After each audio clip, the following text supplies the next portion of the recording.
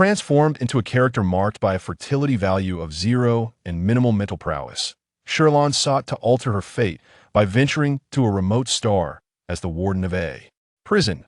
Chapter 1. Arrival at the prison planet. Greetings, traveler. You have arrived at your destination, Hymixing. Thank you for choosing our interstellar flight. As the hatch of the spacecraft opened, a young girl with a handbag descended slowly. The biting cold and dense fog outside were a stark contrast to her home planet, prompting her to tighten her beige coat and exhale a visible breath.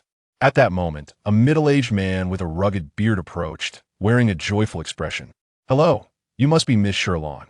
Shi Lan nodded, and the man visibly relaxed, suppressing an urge to burst into laughter as he hastily retrieved a file from his briefcase and handed it to her.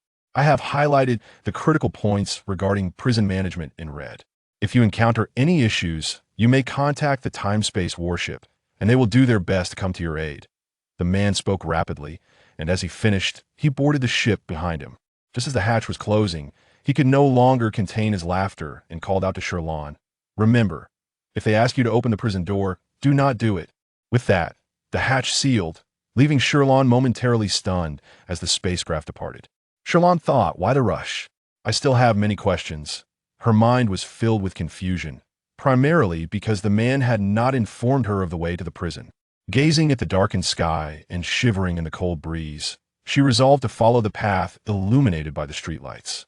Beneath the inky night, a shadow flitted past a towering tree, merging into the darkness. Although Hymixing was a significant prison district, it was sparsely populated.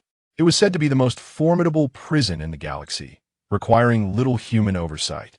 As Shi Lan walked alone on the unfamiliar path, the air was silent save for the sound of her footsteps. Despite living in a scientifically advanced world, as a time traveler, she felt a shiver of trepidation and quickened her pace. Fortunately, she was heading in the right direction after a few minutes. She beheld the imposing and solemn structure of the prison.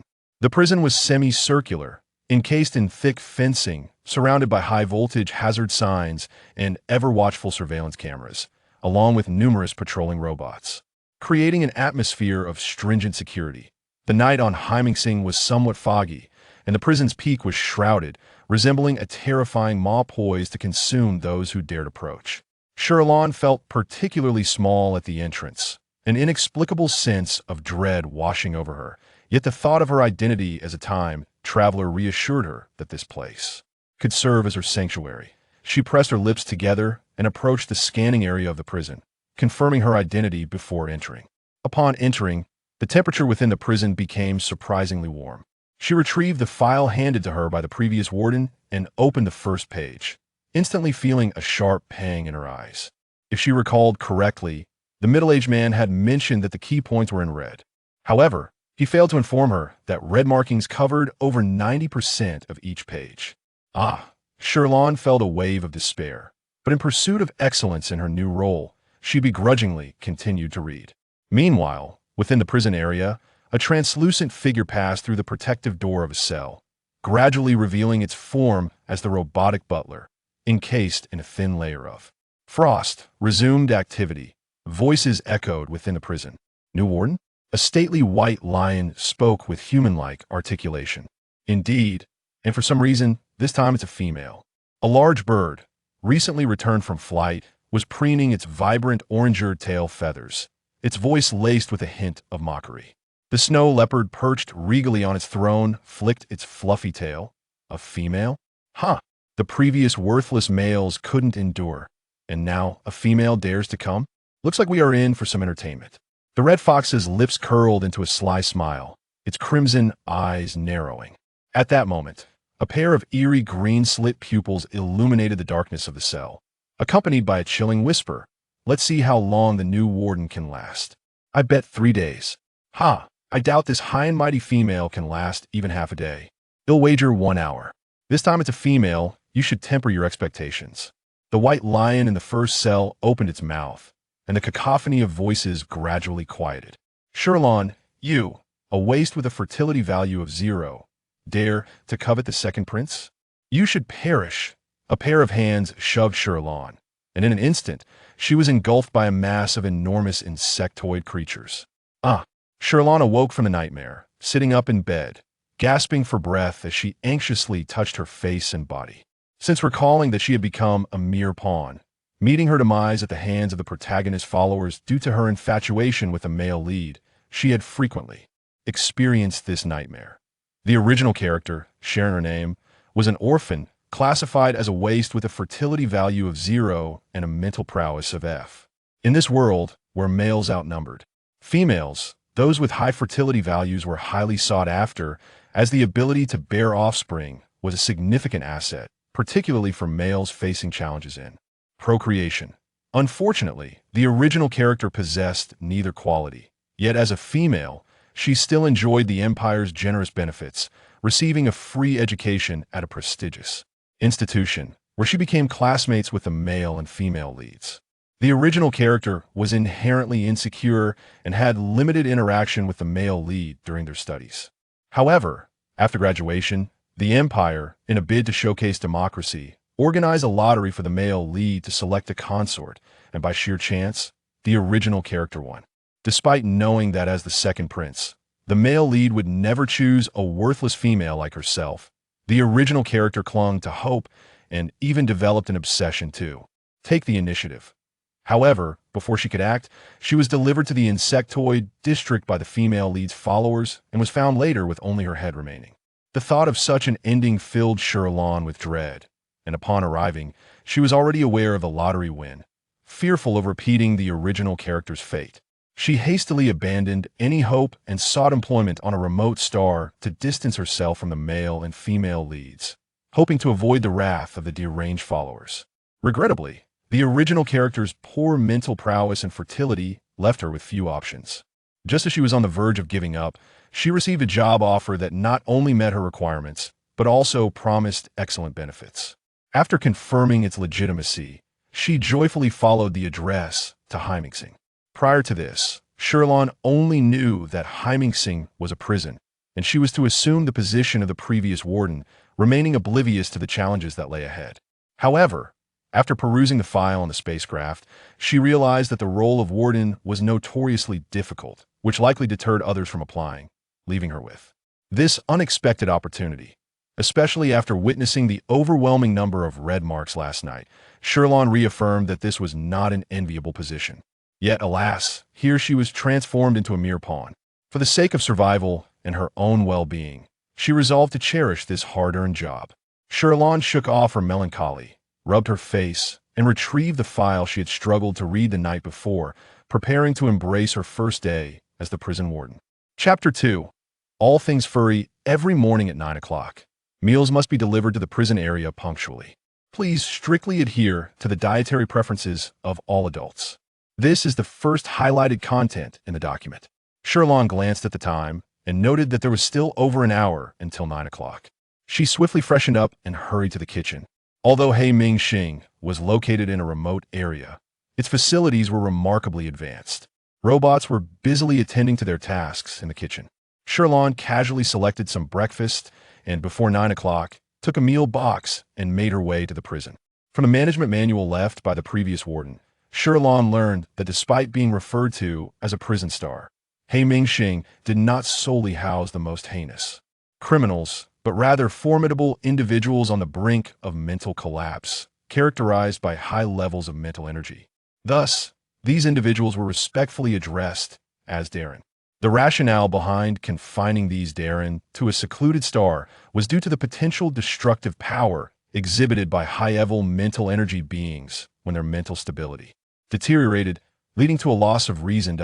In contrast, those with lower mental energy levels could generally be managed by the Empire. Upon understanding this, Shi Lan realized the complexity of her new role, which explained why the previous warden had departed so hastily. However, as of now, no incidents had occurred, and the security level of Hymingxing was notably high. She decided to transition here temporarily, save some money, and avoid the fate that befell the original character in the book before seeking another path. On her way, Shi Lan reviewed the key points from the initial pages of the documentation and soon arrived at the detention area of the prison. A number of patrolling robots stood outside the detention zone. These robots had already recorded Shi Lan's employment information, allowing the gate to the detention area to open as she approached. At that moment, the various beasts inside, engaged in their activities, turned their attention towards the entrance. Each space within the prison was larger than Shi Lan had anticipated, particularly the detention area, which felt almost cavernous. After walking for a considerable distance and passing through several security doors, she finally arrived at the innermost cell. What she saw nearly made her question her senses. She had thought the staff accommodations were lavish, but no one had informed her that the detention areas were even more luxurious, akin to exquisitely decorated high-end villas, complete with 2 stories. The only feature reminiscent of a prison was the semi-transparent blue protective barrier that securely confined them within their cells. Shi Lan reassured herself that it was reasonable for such high-level individuals to receive such treatment. Taking a deep breath, she pressed the nameplate on the cell door and delivered the corresponding meal box one by one. The first name was Han Shi, a name that struck a chord of familiarity, though she could not recall where she had heard it before. Peering inside, she saw a white lion reclined on the bed, accompanied by a robotic butler. Her gaze lingered on the magnificent creature despite its thick, fluffy white fur. It was evident that its limbs were strong and agile. At that moment, the lion lazily curled on the bed, its tail swaying languidly. As if aware of her scrutiny, the white lion raised its head, its deep blue eyes meeting hers, and spoke, "Thank you for delivering my meal, warden." The lion's voice resonated with a warm, low timbre, causing Shi Lan to pause, realizing that this was indeed Han Shi. Suddenly, she recalled a detail from the novel's premise. During severe mental collapse, beastmen reverted to their primal forms. This led her to conclude that Han Shi's mental stability had deteriorated significantly. She observed the white lion a moment longer, contemplating how soft its fur appeared to be. However, feeling a bit embarrassed, she opted to move on without placing the meal at the window. The second name was Tang Fong. Upon glancing inside, Shi Lan was instantly captivated. There, a bird approximately half her height was preening its feathers in front of a mirror. Its plumage was predominantly white, with a fiery red patch at the center of its forehead and long, orange-yellow gradient feathers extending from its arms. The long feathers flowed like exquisite silk, strikingly beautiful. Recalling a documentary she had seen, she recognized this bird as a bird of paradise, though in reality, such birds were not as large. It was likely a result of the mutations in the beastmen of this world. Tang Fong sensed the admiration in Shi Lan's gaze and proudly lifted its head. Pressing a button nearby, the blue protective barrier transformed from transparent to opaque, completely obscuring the interior splendor. She heard a disdainful scoff. "Uncultured female, mind your gaze." Shi Lan's lips twitched, and awkwardly, she placed the meal at the window area before turning to leave.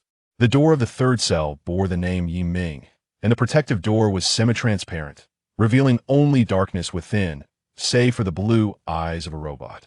"Is there no one inside?" Shi Lan murmured curiously, pressing her face closer to the protective door to peer inside. At that moment, a pair of large, green eyes emerged from the darkness. "Ah!" Shi Lan jumped back in surprise, only to see the eyes shift forward, revealing a large, black panther with green eyes approaching the protective door, illuminated slightly by the blue barrier. The panther was impressively large, although it had not yet surpassed Shi Lan's height. Its gaze bore a regal aloofness, casting her an imperious look. Shi Lan rubbed her arms, feeling goosebumps, and hastily placed the meal down before scurrying away. "Haha, what a timid one." As she moved closer, she heard mocking laughter from within. She looked up, and her initial irritation evaporated instantly. Goodness, what a large, adorable, fluffy rabbit cat. At that moment, the rabbit cat was speaking, its long whiskers quivering, seemingly revealing its sharp canines through laughter. As if aware of her presence, it attempted to continue its intimidating facade, huffing at her while perched on its snowy white chair, baring its teeth. "What are you looking at?" Though it sounded fierce, it appeared soft and endearing. Shi Lan felt her heart melt.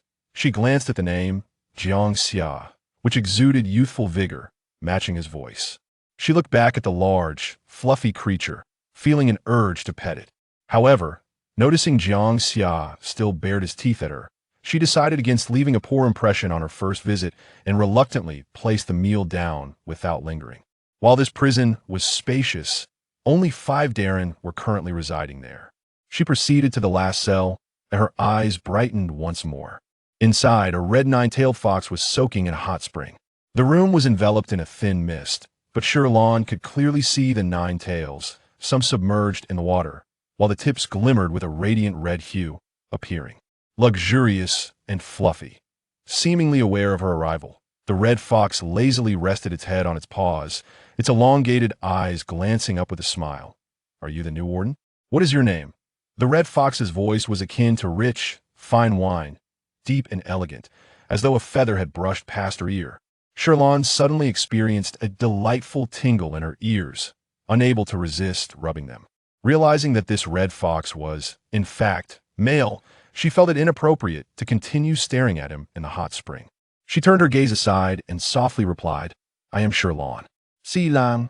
"Ha, what a lovely name." A low, rich laugh emanated from the red fox, causing Shi Lan's ears to itch even more as she focused on the nameplate on the door, her eyes fixed firmly there. Her mind was filled with thoughts of the name. Yanhua Shui, Yanhua Shui. Ah, so she truly had encountered a captivating beauty. Feeling a bit flustered, she hastily placed the meal down and exclaimed, "This is the Darren's breakfast. I shall take my leave." With that, she promptly departed. The white lion blinked its blue, glass-like eyes and nodded in acknowledgement. Chapter 3. The Frenzy of the White Lion as the newly appointed warden. Shi Lan's first meal delivery concluded flawlessly. However, it is worth noting that these adults, although ostensibly confined to a prison, are not monitored as traditional inmates. Instead, the facilities are designed to suppress the expansion of their mental powers, allowing them to remain within the prison's confines. Shi Lan took a seat and was suddenly struck by a thought, prompting her to search for He Han Shi's name. After a moment of contemplation, she comprehended why this name resonated with her. He Han Shi, a young major general of remarkable military prowess within the empire, was briefly mentioned in the book she had traversed. He was the hero admired by the female protagonist and the most sought-after figure among females in the starry expanse. Unfortunately, the narrative also lamented that despite He Han Shi's potent mental energy, he ultimately succumbed to mental collapse due to the absence of female solace, becoming an unattainable ideal in the protagonist's heart. The memory of the white lion in the prison surfaced in her mind, evoking a sense of regret. Typically, a male beast's regression into animal form signifies a fleeting existence. Their mental state teeters on the brink of collapse, perpetually at risk of death. The current condition of the several adults in the prison appeared quite dire. She sighed, realizing that as a mere supporting character in this narrative, she was powerless to assist them. Consolidating her thoughts, Shi Lan resolved that, given the precariousness of their lives, she, as the current warden, should endeavor to ensure their comfort in their final moments. With this intention, she reopened the warden's manual and continued her reading. However, the dense text, laden with red markings, resembled hypnotic symbols, causing her gaze to drift and eventually succumb to sleep. The warden's office fell into a profound silence. At that moment, a slight tremor rustled the hair atop Shi Lan's head, and a greenish-blue mushroom emerged, roughly the size of a palm. It wiggled briefly before nimbly leaping down from her head, effortlessly passing through the door and bounding deeper into the prison. Meanwhile, the inhabitants of the prison were enjoying their breakfast. Mu Tang Feng, having transformed into human form, was among those whose mental collapse was relatively mild, allowing him to occasionally revert to his shape. While consuming his meal, he suddenly chuckled, remarking that the new warden was somewhat foolish, though he did recognize her discerning eye for appreciating his beauty. The others, accustomed to his narcissism, merely rolled their eyes and refrained from arguing. Jiang Xia chimed in, suggesting that this might alleviate their impending boredom. He hesitated, unable to resist peering towards cell number 5. Yanhua Shui, did the new warden say her name is Shi Lan? In the meantime, Yanhua Shui, while savoring breakfast in a hot spring, found his current beastly form rather cumbersome. A flicker of annoyance crossed his features as he discarded his utensils, only to see the robotic butler approach to feed him again, compelling him to pick them up once more. His irritable disposition reflected in his words. "Are you so close that you couldn't hear me? I was merely asking." Jiang Xia, unable to suppress his own displeasure while voraciously consuming his food, grumbled in agreement. Unlike the others, he was less concerned with propriety, opting to devour his meal directly from the plate, leaving grease stains on his face. Yin Huashui turned his gaze away, but just as he did, the sound of a plate shattering echoed through the prison. He was about to scold Jiang Xia for his rudeness when Mu Tangfeng urgently exclaimed, "Major General He, what is happening?" Upon hearing this, the others immediately ceased their meals and hurried to the door, concern etched on their faces as they looked towards cell number 1. It appears that Major General He's mental collapse has worsened. He is destroying his bed, Mu Tangfeng stated gravely. This revelation cast a pall over the group. For thousands of years, the interstellar realm has experienced considerable turmoil, prompting humanity's evolution into beastmen who possess greater strength and formidable physical forms. However, with human evolution came the emergence of biological threats, as once insignificant insect species evolved into the most formidable pests in the cosmos. These insectoid creatures emit toxins that disrupt mental energy and generate sonic waves that interfere with it. Consequently, the higher the mental capacity of a beastman, the more susceptible they are to mental collapse. Among their group, He Han Shi had the most exposure to these insectoids and battlefields, resulting in the most severe deterioration of his mental state. In the past, Mu Tangfeng had always perceived He Han Shi as unflappable, even as they endured the agonizing mental tremors of collapse. He had believed that He Han Shi's condition was improving until this moment revealed the truth. He had been suffering in silence. Inside cell number 1, He Han Shi's bed lay in ruins, the caretaker robot sensing the disturbance and curling into a ball in a corner. The white lion's once azure eyes were now clouded with a crimson hue. He could not restrain himself, rampaging through the room and destroying everything in sight. The prison's facilities lay in utter disarray. He turned his gaze toward the prison door, relentlessly crashing into it. Thud thud. Mu Tangfeng observed the white lion's fur, now stained red, and anxiously questioned, "What should we do?" If this continues, his body will not withstand the violent surge of mental energy and will ultimately shatter. Yiming, with a cold and silent demeanor, replied calmly, "It is futile. This prison is specifically designed to confine us. The more severe the mental collapse, the stronger the barriers become. Only you occasionally manage to slip through the cracks. Are we to merely watch him perish?" Jiang Xia interjected. The mere sound of it was excruciatingly cruel, as if the entire prison quaked in sympathy, resonating with sorrow. Yen Huashui's voice turned frigid, tinged with cynicism. Naively, "You should understand that since the Empire placed us here, we have long been abandoned. As long as we do not escape to wreak havoc, dying here is deemed their optimal resolution." "Prince, do you not agree with my assessment?" Yiming's emerald eyes narrowed as he gazed at cell number 1, remaining silent. However, his silence spoke volumes, confirming the grim reality. The prison fell into a deathly silence, save for the relentless assault of the white lion against the protective door. The blue energy shield flickered between transparency and solidity, while the white lion's once spotless fur was now marred by blood. Mu Tangfeng's eyes glistened with unshed tears as he averted his gaze, unable to bear the sight. He Han Shi was not only an idol among countless females across the stars, but had also been Mu Tangfeng's most revered figure. Once, He Han Shi had gained fame by single-handedly confronting 1,000 insectoids to save countless refugees, basking in admiration. Now he awaited death in this prison, with no one to save him. No one had the appetite to continue eating. They all understood that He Han Shi was unlikely to endure much longer. Just like them, when their mental faculties began to unravel, they had long prepared for the inevitability of death. The atmosphere within the prison grew heavy with sorrow, while the sound of He Han Shi's desperate attempts against the protective shield grew weaker and more muted. They dare not look too long, unaware that a green mushroom had slipped through the protective door and landed atop the white lion's head, burrowing inside. Chapter 4. Are you still alive? Moments latte. The mushroom seemed to swell considerably, emerging from the white lion's mind and transforming into a vibrant red, seamlessly blending into the blood-soaked fur. It teetered precariously on the lion's head, swaying as if intoxicated, while tiny green luminescent particles emanated from it, gradually merging with the white lion's body.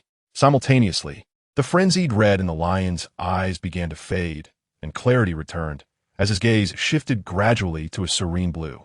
However, it was uncertain whether it was due to excessive blood loss, but HHNSH felt a profound dizziness, and, in a blink, the massive, beastly form collapsed onto the ground, the red mushroom atop its head unexpectedly flung several meters away.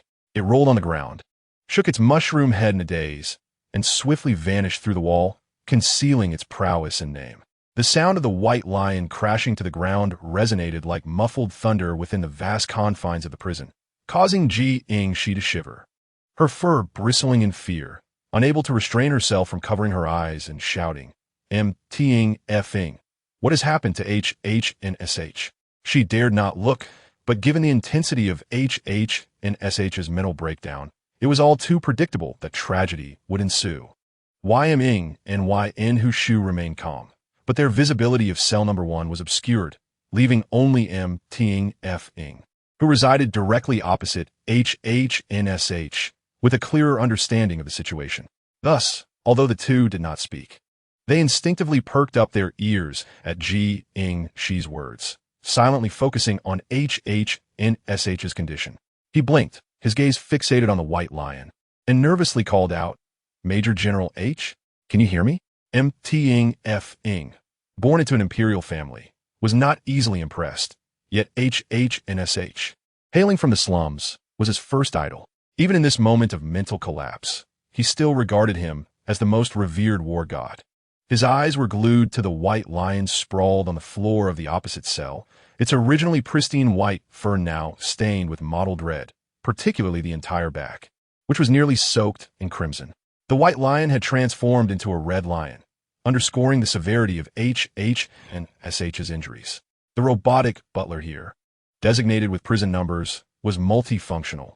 Upon receiving orders, Unit 1 blinked its mechanical eyes and rolled over to gently nudge the white lion. The white lion remained unresponsive. After confirming its spiritual state was temporarily stable, it cautiously resumed its original form, mechanically lifting the massive white lion into the healing chamber. Unit 1, is Major General H still alive?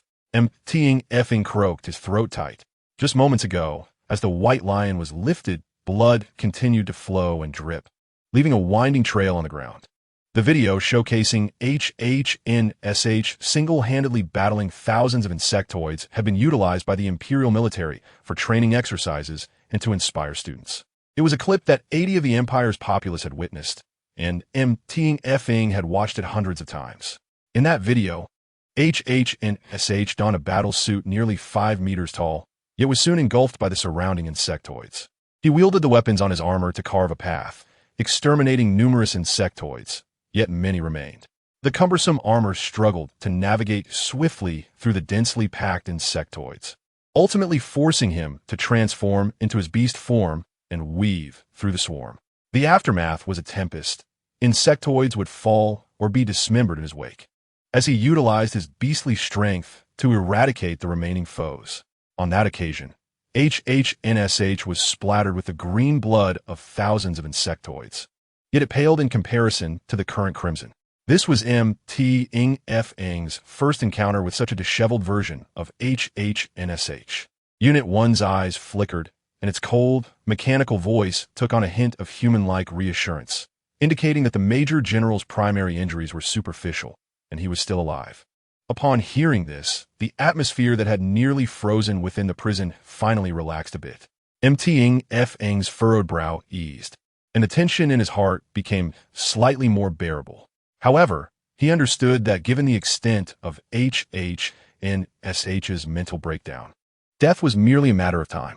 Contemplating this, his spirits sank once more, watching as Unit 1 began to tidy up the cell, his gaze drifting to the red emergency button by the door, which he pressed. In the warden's office, SHLN was in deep slumber when a jarring alarm pierced the silence, causing her heart to skip a beat. She jolted awake, sitting upright, inadvertently knocking the management manual beneath her head to the floor. "Attention, warden! Emergency call from cell number 2. Please arrive within 5 minutes," the mechanical voice announced.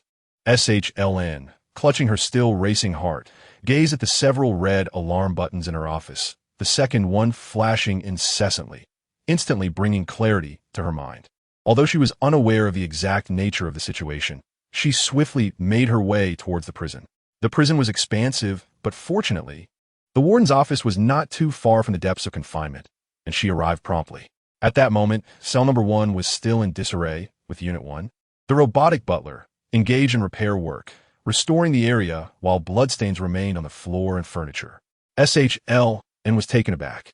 How had everything transformed so drastically in such a brief period? She disregarded the urgent call from cell number 2 and peered into cell number 1, but did not see the white lion's figure. Heavens, could it be that on my very first day, someone has escaped? Everything before her resembled a prison break scene. The door to the cell required the warden's authorization to unlock, and Shi Lan recalled the warnings in the management manual and the words of the former warden. Never open the cell door. For the individual inside could not only escape, but could also experience a sudden and violent mental collapse, posing a threat to others. Valuing her life, Shi Lan inspected the protective door, which appeared intact, and managed to quell her underlying anxiety as she approached cell number 2. "My lord, do you require assistance?" Her gaze shifted to the occupant, and she was momentarily stunned by his striking appearance. She had not anticipated that F could take on human form. In his beast form, he was already quite handsome, but as a human, every feature was exquisitely defined. His facial structure leaned towards femininity without appearing androgynous. Possessing sharp phoenix-like eyes and a mane of vibrant orange-red hair that exuded flamboyance and pride. However, at that moment, his eyes held not only arrogance but also a touch of disdain and coldness. Upon seeing her gaze of astonishment that mirrored the infatuation of those in the Empire, F's expression soured further. "You go open cell number 1 and assist Unit 1 in cleaning," he commanded imperiously. Shi Lan nearly laughed in disbelief. Chapter 5. F nearly infuriated her. This lunatic, she scoffed inwardly, setting aside the difficulty of cleaning the room. Given the state of HHNSH's cell, she even feared he might have experienced a mental breakdown. In such circumstances, if she were foolish enough to open the door and enter, it would be tantamount to courting death. After all, it was her first day on the job. Maintaining a polite smile, she replied, "I'm sorry, MD Run, but we generally do not allow the opening of prison doors." He clenched his teeth, hurling an unfinished meal container through the window, its lid flipping open and its contents spilling onto the ground. Upon witnessing this, he smirked. "How about this? It wouldn't be too much to have you clean up outside the cell, would it?" Shi Lan's teeth ground in irritation. Yet for some inexplicable reason, the image of her friend, S-Cat, knocking her cup off the table flickered in her mind. She glanced at F's smug grin and suddenly envisioned him causing mischief in his beast form, causing her anger to dissipate somewhat. People were generally more forgiving towards fluffiness, especially since Shi was a fluff enthusiast. Nevertheless, F did possess an uncanny ability to incite anger. Her smile faded slightly. "Fine." With that, Shi Lan departed. Behind her, F's laughter grew louder, prompting Shi Lan to quicken her pace. As she distanced herself, she could not help but exclaim, "Impressive, F. That female's temperament is truly commendable. I nearly wanted to strangle you for what you just did." And yet she still managed to smile. "Ha, you little short-legged beast, you wish to strike me? Perhaps you should manage to escape from yourself first." F retorted dismissively, transforming back into his beast form. The thought of that female coming to clean cheered him up a bit. He even had Unit 2 bring over his chair, settling down at the door. Shi Lan did not keep Feng waiting for long. The inspiration struck her from the robot in Cell 1, reminding her that this world was filled with various service robots. Not to mention, the facilities in Hymingson Prison were particularly advanced, with a housekeeping robot conveniently located in the corner of the warden's office. She smiled with satisfaction and left with the robot. With the presence of a robot, the task of cleaning could hardly fall to her own hands. As she approached the prison, Shi Lan could already sense the displeasure on Feng's face through the blue light screen door. "You dare deceive me, female?" Shi Lan possessed a face of classical beauty, not of the aggressive sort. Her eyes were round, her face tender, and her lips were perfectly proportioned, neither too thick nor too thin, making it difficult for anyone to raise their guard against her. At this moment, she pressed her lips together slightly, her eyes expressing an innocent curiosity. "What is it? Did not Lord Mu instruct for cleaning to be done? Did I specify the robot? I meant for you to do it." Shi Lan blinked innocently, her long eyelashes fluttering, enhancing her appearance of innocence. "But is the robot I brought that can clean? Isn't that essentially me doing the cleaning?" Preposterous. Mu Tangfeng gritted his teeth, his expression sour as he stood from his chair, stomping his claws in frustration. His broad wings stirred up a breeze within the confines of the cell. As the sole heir of the Mu family, one of the four great families of the empire, Mu Tangfeng had never faced anyone who dared to defy him, let alone someone attempting to exploit loopholes. Whatever he commanded, his subordinates would execute without question, even when the previous warden ordered them to scavenge for discarded food.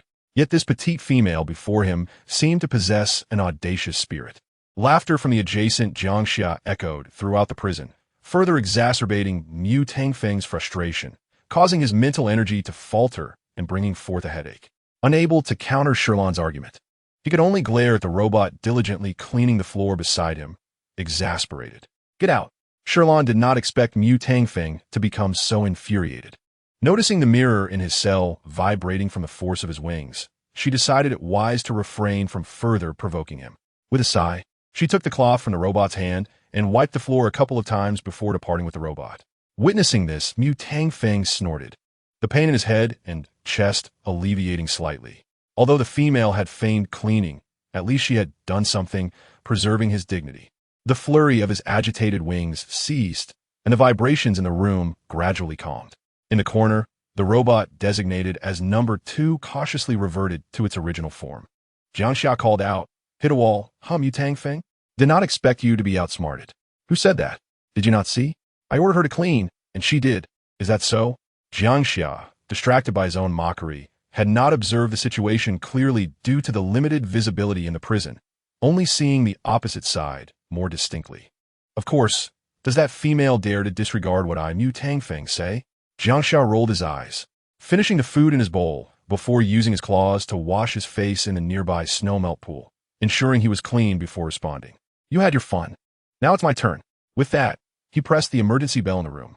Shi Lan had barely settled into her chair when she found herself needing to leave again. She looked at the flashing alarm, this time indicating cell 4. Rubbing her forehead, she acknowledged how these adults were quite the handful.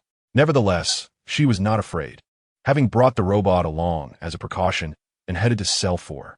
Upon peering into cell 4, she found the rabbit-like creature comfortably seated upon a throne made of snow, its icy chair adorned with intricate carvings, looking exquisite amidst the snow. However, upon raising her gaze to the rabbit-like creature, she felt a strong sense of incongruity, akin to a child pretending to be an adult. This creature was simply too adorable and rare. Shi Lan felt a tingling in her palms, unable to fathom how soft and thick its fur would be to touch. Jiangxia sensed the female's gaze upon him, and it felt distinctly different from the others he had encountered. There seemed to be a hint of peculiar fondness in her eyes, a gentler, more forgiving emotion rather than the fervent, predatory glances from other females. He found this strange. It could not deny that he did not dislike Shi Lan as much as he had initially thought. Shi Lan approached, glancing inside to find the bowl completely cleaned, not a single grain of rice left. No wonder it appeared so plump. It had been well fed. With a smile hidden in her eyes, she could not help but compliment. "Very impressive. You've cleaned your plate." Jiangxia, initially contemplating how to make her perform a task, felt his round, fluffy face warm at her praise. How unique. She was the first female to commend him in such a manner. Chapter 6. Another bowl of rice. Jiangxia, rarely shy, covered his face with his paws, feeling flattered by Shi Lan's sweet words. As he sat there with his fluffy paws shielding his face, the tip of his tail gently swayed, and Shi Lan found herself enchanted once more. Jiangxia's beast form was indeed soft and adorable. Anyone fond of cats would certainly be drawn to a creature like him. He bore a resemblance to a cat, with a coat of mixed brown and white fur, a bib-like white collar around his neck, and a thick, cozy coat. His expressions vivid and lively. Even when feigning ferocity, he appeared utterly harmless. Perhaps due to his beastly appearance, Shi Lan unconsciously associated him with her friend's cat. Due to her unique work circumstances, she could not keep pets, so whenever she desired a feline companion, she would visit her friend, often coaxing the cat with treats after it finished her offerings. Shi Lan stood, admiring the fluffiness before her. The longing for a pet was somewhat uncomfortable, so she diverted her gaze and handed the empty bowl to the robot, pondering whether the adults needed the bowls collected. The bowl from Cell 1 had disappeared amidst the chaos, while those from Mu Tangfeng and Jiangxia had already been taken. Therefore, she now inquired about Yi Ming and Yin Huashui. After the incident regarding Hecken's mental breakdown today, both Yi Ming and Yin Huashui had little appetite, leaving a considerable amount of food in their bowls. Shi Lan glanced down, observing the lavish spread of meat, devoid of any vegetables, appearing quite rich. Their attitudes were relatively decent. The meals delivered by the robot without the disregard shown by Mu Tangfeng, so she smiled warmly at the two. Yi Ming's dark panther-like face revealed little emotion, while Yin Huashui's red, fox-like mouth seemed to curl into a slight smile, casting her a flirtatious glance. Perhaps having been single for too long, even a fox appeared strikingly handsome. Shi Lan felt a moment of dizziness, shaking her head to clear her thoughts. Yin Huashui's crimson eyes flickered with surprise. Behind her, Jiang Xiao noticed this exchange and huffed in annoyance. This female was far too fickle. She had just smiled at him and was now grinning at another beast. He knotted his claws and rushed forward to knock on the door, successfully drawing Shi Lan's attention. Jiang Darren, is there something you need? Jiang Xiao bared his sharp teeth. I want another bowl of rice, but only the meat. I want it within 10 minutes. If it's late by even a minute, I'll ring the bell every day to bother you. Upon hearing this, Shi Lan decided to retract her earlier harmless assessment of him. Jiang Xiao could indeed be quite demanding. She calculated the distance to the cafeteria. 10 minutes was a tight constraint, especially with the need to gather meat. To avoid being late, she nodded and promptly set off. Hastening her pace, Shi Lan successfully returned with a generous portion of meat just in time. Jiang Xiao glanced at the time, satisfied that she had made it within the 10-minute mark. Shi Lan was still catching her breath, her fair skin appearing even more flushed under the simulated natural light of the prison, a rosy hue adding vibrancy to her complexion, making her lips appear more lush. Jiang Xiao's golden eyes scrutinized her for a moment, his tail unwittingly swaying slightly. I suppose you are impressive. You completed it within 10 minutes. Jiang Xia instructed the robot to fetch the food container, but Shi Lan had not placed it at the only delivery window by the protective door. Instead, she spoke. I have completed Lord Zhang's request on time. Since there is a punishment, naturally, there must also be a reward. I have delivered it punctually this time, so you must promise not to ring the emergency bell today. After running for a while, her breath was still uneven, her voice was slightly drawn out, and it sounded softer than usual, despite her imposing demeanor. Jiang Xia found himself unable to avert his gaze from her crimson lips, barely comprehending her words, and simply nodded in a daze. It was only after the robot brought in the food that he realized what he had agreed to. Damn that female, he thought. Her spirit must be that of a fox. Otherwise, why would I feel dizzy and agree to such a thing? The warden spoke eloquently, but in reality, they were all servants to them. Why should he adhere to her conditions? However, as a noble male, he had always kept his word, making it difficult to retract his promise. With this thought, Jiang Xia angrily bit into a large piece of meat, his fur becoming greasy. He paused, remembering that the female was still at the door. Not wanting to appear foolish in front of her, he quietly used his paw to nudge the food container, turning his back to Shi Lan as he ate, managing to eat more gracefully than usual. Shi Lan watched him eat, her tail swaying in evident delight, and felt a slight itch in her hand. She absent-mindedly scratched it, recalling the peculiar situation in cell number 1, and decided to seek out Yin Huashui, who seemed to have the best attitude among the remaining few. Lord Yin, may I inquire about He-Han Shi? What has happened to the room? Yin Huashui shook his head, not good. He-Han Shi experienced a severe mental breakdown today. It is quite serious, to the point of losing rationality. No wonder the room was in such disarray. Shi Lan felt a pang of sympathy, grateful that she hadn't been foolish enough to heed Mu Tangfeng's advice to enter and clean. Had she done so, her life would have been in jeopardy. Where is he now? He has been sent to the recuperation chamber. Given the inevitability of severe mental breakdowns, every prison was equipped with necessary recuperation chambers. Even if the Empire truly wished for them to languish, they would not make it so blatantly unpleasant, especially considering their high mental capabilities and the influential families behind them, including the eldest prince. Naturally, the facilities in Heimingsing prison were adequate. Shi Lan fell silent for a moment, contemplating Yin Huashui and the others in the prison. Aside from Mu Tangfeng, who could transform, the rest seemed gravely affected. It was possible that soon another beast man in the prison would lose their sanity. In truth, losing one's sanity also signified a short time left to live.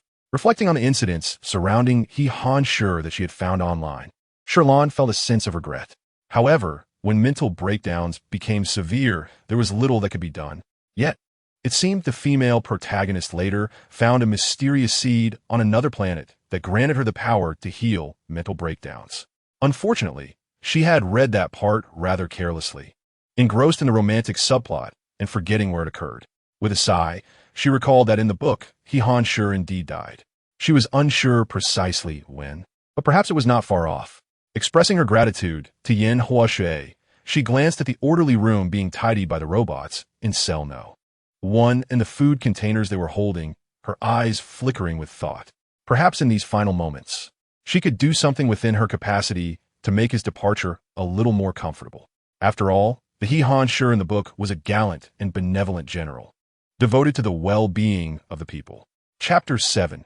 Improving his meals after Shi Lan departed. Yin Hua Shui chuckled softly, finding the new warden rather amusing. Mu Dan Feng.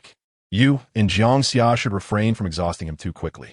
After Shi Lan left, Jiang Xia resumed his voracious eating, his face greasy, with his fur damp and sticking together. Yet he glared fiercely at Yin Hua Shui.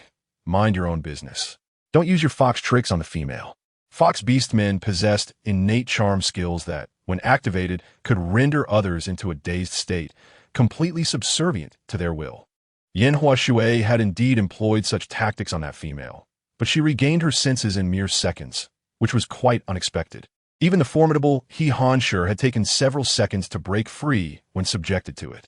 This thought made him laugh even more heartily as he murmured, truly amusing. Perhaps after the commotion caused by Mu Tangfeng and Jiang Xia, the emergency bell had not rung again. As lunchtime approached, Shi Lan went to the kitchen ahead of time to take a look.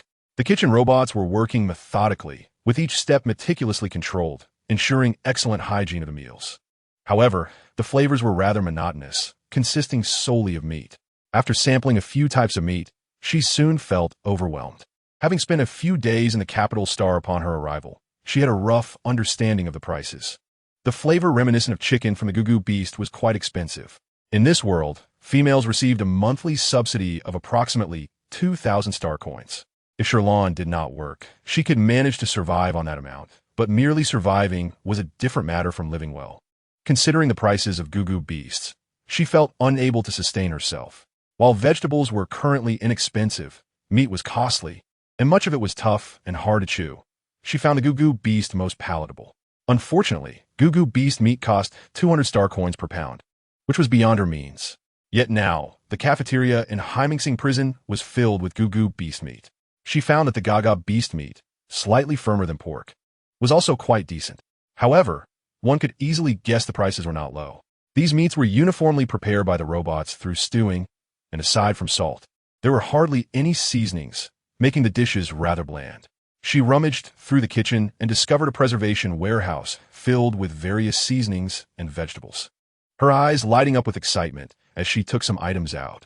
Checking the time, she decided to make stir-fried Gugu beast with green peppers, along with a Gaga beast soup enriched with some nourishing herbs, topped with a few red dates for a fragrant and rich flavor. The robots promptly packed the meals for several gentlemen, and Shi Lan took 2 additional containers for herself, one for her and one for He Han Shi. Anxious that He Han Shi might not like her cooking, she prepared a modest quantity, just enough to fill the 2 containers. Satisfied, she placed the containers into her spatial pouch and went to deliver the meals on schedule. The recuperation chambers in this world were remarkably effective.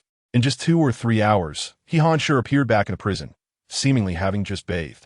His hair, still slightly damp from drying, appeared fluffy and distinct, making one wish to smooth it down. While he seemed unchanged, Shi Lan noticed the fur on his front paws had thinned considerably, revealing glimpses of pink skin beneath. Thankfully, He Han Shi was still alive. Shi Lan smiled warmly and asked, "Are you well, Lordy?" He Han Shi was seldom addressed in such a manner. Most people preferred to call him the general, including the previous warden. For a moment, he felt as though he had been transported to another world. Realizing he was no longer the general on a battlefield, his ice blue eyes fell upon her, his white lion beast form exuding a cool aura. Yet he appeared as gentle and soft as a water lily, warm and soothing. Even after the turmoil he had just endured, his gaze devoid of any self-pity. He was encompassing and serene, like the vast ocean. He nodded slightly. "Thank you for your concern, Warden. I'm fine now." "That is good," Shi Lan replied, subtly relieved. And then she presented the two food containers, one packed by the robot and the other prepared by herself. She placed the lunchbox on the windowsill, explaining that she had prepared a nutritious soup for him, considering his recent injury, in hopes of enhancing his meals. She encouraged him to try it, uncertain if it would suit his palate. If he found it unappealing, she had also brought food from the cafeteria. He-Han-Shi's eyes widened with surprise as he scrutinized Shi Lan. Through the blue light of the room, her expression was somewhat obscured. Yet her eyes conveyed a genuine sincerity, distinct from the previous prison wardens he had encountered. Her eyes were remarkably pure, devoid of any ulterior motives. His gaze softened further as he expressed his gratitude, instructing the robot to carefully bring over the two lunchboxes. They had their own designated spoons, which could automatically secure to their claws. Though eating remained somewhat cumbersome, they preferred not to be fed by the robot. He-Han-Shi cautiously opened the lunchbox she had sent, revealing green chili peppers and an assortment of unfamiliar dishes. His pink nose twitched with delight as he remarked on the enticing aroma, declaring that he liked it very much. His voice seemed to resonate with a newfound gentleness, akin to a melodious piano piece, exuding a calming presence like a gentle spring breeze. Unaccountably, Shi Lan felt her cheeks flush. She recalled a photograph of He-Han-Shi she had seen earlier on Xing Wang, clad in a striking black and gold military uniform. His handsome features and ice-blue eyes exuding a focused intensity, a stark contrast to his current softness. While she had found him appealing then, the comparison now evoked a delightful sense of charm. Perhaps it was her imagination, but the two seemed to share an exclusive bond. Opposite them, Mu Tang Feng, feeling neglected, flapped his wings against the door, exclaiming his frustration, "Are you trying to starve us?" Upon witnessing Mu Tang Feng opening his lunchbox, He-Han-Shi's gaze involuntarily drifted towards him, observing his irritation as he complained about the unappetizing food. He discreetly lowered his eyelids, realizing that he was the only one with a palatable meal. In the prison, Shi Lan's most favorable impression remained of He-Han-Shi. The others were rather demanding, and cooking was not an easy task. She had no desire to court trouble by inviting further criticism. During her delivery this time, everyone remained silent, except for Jiang Xia, who seemed somewhat aggrieved as he nudged his empty bowl toward her with his claw, prompting the robot to deliver it to Shi Lan. He had fulfilled his promise and refrained from ringing the bell to disturb her after that. However, as she received the bowl, he cast her several lingering glances, seemingly anticipating something, before suddenly displaying a vexed expression, leaving her with only the sight of his rounded rear. It is often said that a woman's heart is as elusive as a needle in the ocean. Shi Lan pondered that perhaps a male's mood was equally unpredictable. Chapter 8. Call My Name, Shi Lan. In her modern life, she had always been independent, having distanced herself from a patriarchal upbringing. With no one to rely on, she had to strive for her own success. However, the early years of working long hours had taken a toll on her health, leading to a stomach ailment that only improved once she could afford to hire a maid to ensure her meals were regular. Having endured hardship, Shi Lan was not lacking in culinary skills. After taking a bite, she felt a wave of emotion. Indeed, food is the essence of life, and delicious fare possesses the power to heal the heart. Concerned that He-Han-Shi might find her cooking unfamiliar, she had filled her lunchbox with a larger portion than his. It did not take long for her to finish every morsel, feeling her appetite significantly increase, even contemplating dessert. With a thought, she set about preparing it, as technology indeed liberated the hands of the lazy. Shi Lan needed only to place the ingredients into the robot's food basket, adjust the necessary parameters, and then wait to enjoy her meal.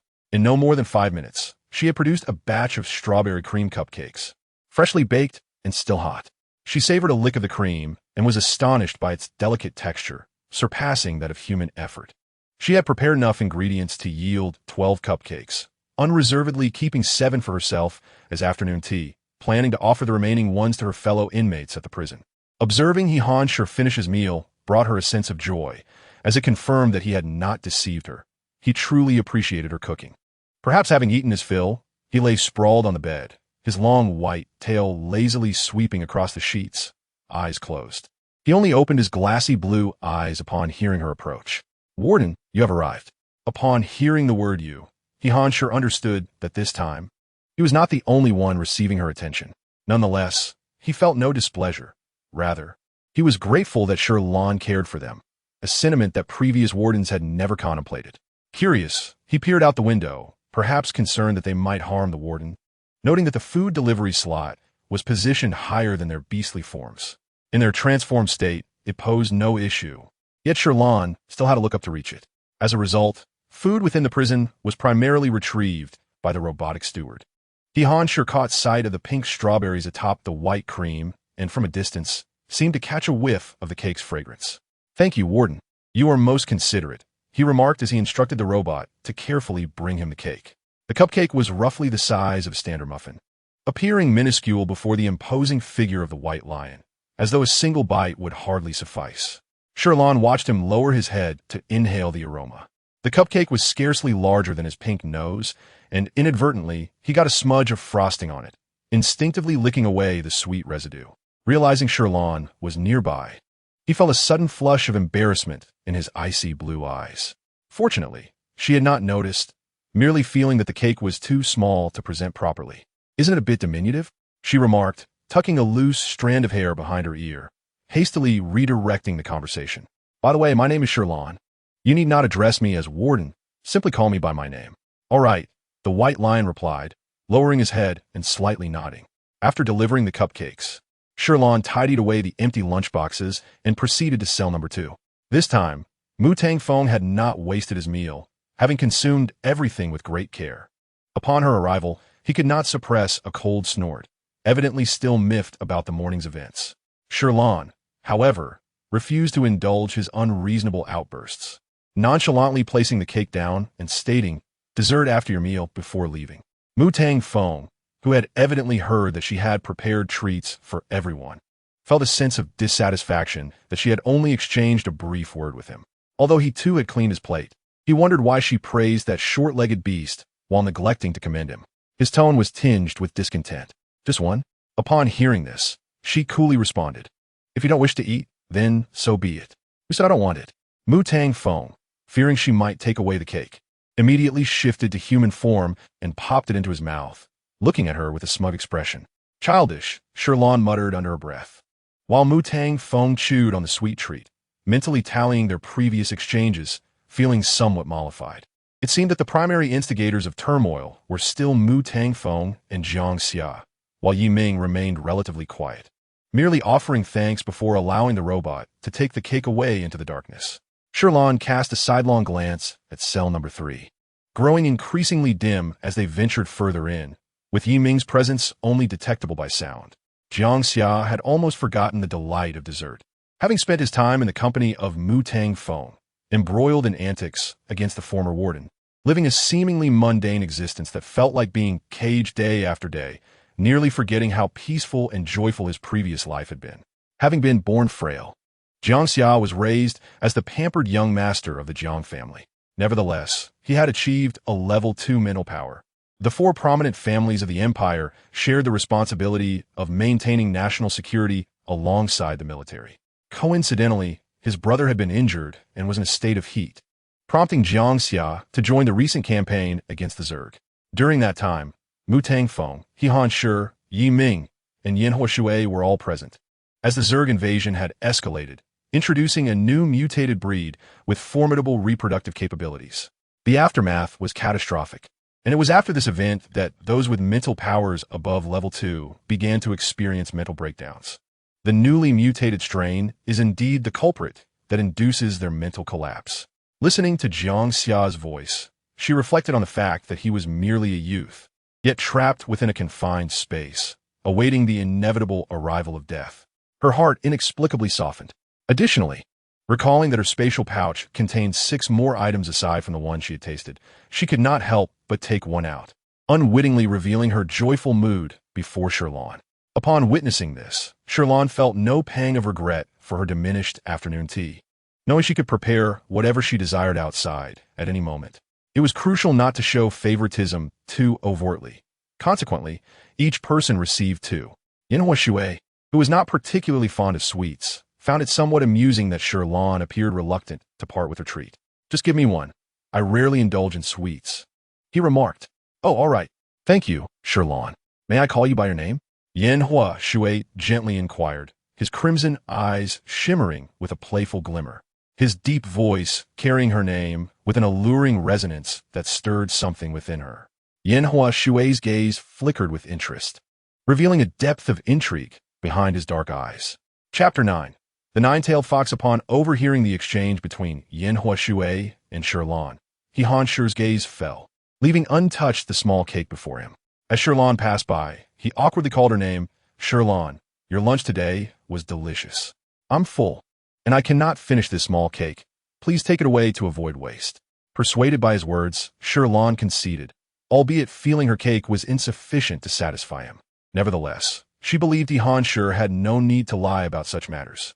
Mu Tang Feng, standing behind two protective doors, observed He Han Shi with a sense of hesitation, musing to himself about when the esteemed major had developed such a modest appetite. However, due to the celebrity's aura surrounding He Han Shi, he refrained from commenting. In fact, when Shi Lan glanced his way, he nimbly shoved the small cake into his mouth. Shi Lan, Mu Tang Feng suddenly realized his embarrassing action, his face flushing with shame. How could he have committed such a mortifying act? Although he sometimes found Mu Tang Feng rather irritating, he could not deny that he was captivated by his beauty whenever he revealed his beastly form. Those abroad refer to the bird of paradise as the heavenly bird, initially believing it to be too exquisite to belong to this world. One can only imagine the resplendence of the bird of paradise. Upon closer inspection, even though Mu Tang Feng's body was predominantly white, the tips of each feather bore a hint of pale yellow, creating a vibrant and dazzling display that reflected brightly indoors. Shi Lan could not help but gaze at him several times, recalling how he had told her not to stare at him earlier, and she discreetly averted her eyes. After collecting the lunchboxes and completing the afternoon tea, while appreciating the various charming furry creatures, Shi Lan did not linger in the prison for long. In a cheerful mood, she departed with a multitude of lunchboxes carried by a robot. Following the afternoon tea, Shi Lan felt a wave of drowsiness wash over her, prompting her to find a resting bed in the warden's office for a nap. She slept soundly, only to awaken feeling as if she had consumed a poisonous mushroom, dreaming of various mushroom folk waving at her. Upon waking, she smacked her lips and decided to make mushroom soup for dinner. Just as she was about to seek out the green mushrooms peeking from above her head, they promptly concealed themselves once more. Having traveled extensively for work, Shi Lan used to engage in travel photography, necessitating her to frequent various locations, which made it inconvenient for her to keep pets. The afternoon passed quietly, and as dinner approached, she ventured into the kitchen's cold storage early, searching for mushrooms. After a lengthy search, she finally discovered shiitake, oyster, and enoki mushrooms. Given that there were several revered statues in Heiying, anything delivered from there was bound to be of high quality. There was no reason to believe that the mushrooms would be limited to just these. Unable to resist, Shi Lan consulted the Star Network for information, finally understanding the reason behind the scarcity. Originally, due to the outbreak of the insectoid species, many vegetable and plant varieties had vanished. However, in the initial aftermath, scientists cultivated numerous vegetables using preserved seeds and distributed them freely while educating the public on cultivation methods. The market saw a significant increase in conventional vegetables, but later mutations in the insectoid species led them to consume meat, resulting in soaring meat prices and cheap vegetables. Furthermore, humanity's evolutionary shift towards beasts increased the demand for meat, making it a precious commodity. Shi Lan was acutely aware of the insectoid's carnivorous nature, having experienced the demise of the original character in the narrative. The perfect balance of meat and vegetables. As per usual, she prepared a portion for He Han Shi, adding extra meat from the robot's dinner, filling a large box. She also remembered everyone's dessert, ensuring it was low in sugar this time. He Han Shi noted that once again, he was the sole recipient of her personally prepared meal. A fleeting glimmer of delight danced in his eyes. Though its origin remained unclear, he felt inexplicably favored. Unable to resist, he gazed deeply at Shi Lan and expressed, "Thank you, Shi Lan. It's just a small matter. There's no need for formality," she replied with a smile. Observing Shi Lan's special attention directed solely towards his idol, Mu Tang Feng pondered He Han Shi's apparent mental collapse, but chose to remain silent, feeling a twinge of confusion and unease. As Shi Lan delivered meals this time, he noticed He Han Shi had become notably quieter, not uttering a single word throughout. Although a bit out of sorts, He refrained from asking questions and continued to serve meals and desserts to the others. Yiming, too, offered a silent thank you, though his figure remained unseen. Jiang Xia cheerfully exclaimed, "What delightful dessert have you prepared this time?" "It's a job as tears cake, not overly sweet," Shi Lan replied. Jiang Xia, having never tasted such a treat, widened his golden eyes, eagerly requesting the robot to present it to him, only to sneak a lick, his bright red tongue darting across the pale cake. Hesitating, he remarked, "It's not sweet. I want the strawberry cake from lunch. There's none left. If you wish for it, I'll bring it next time." "Really? Can I request something else?" "All right." Jiang Xia accepted her offer, but, feeling dissatisfied, retorted, his sharp canines barely visible, "I only rang the bell once today. I had my reasons for seeking you." Yet, under Shi Lan's playful gaze, recalling the wager from the morning, he gradually lost confidence, his tail swaying with diminished vigor, while his furry ears drooped. Shi Lan, observing his feline-like, guilt-ridden expression, felt her heart melt once more.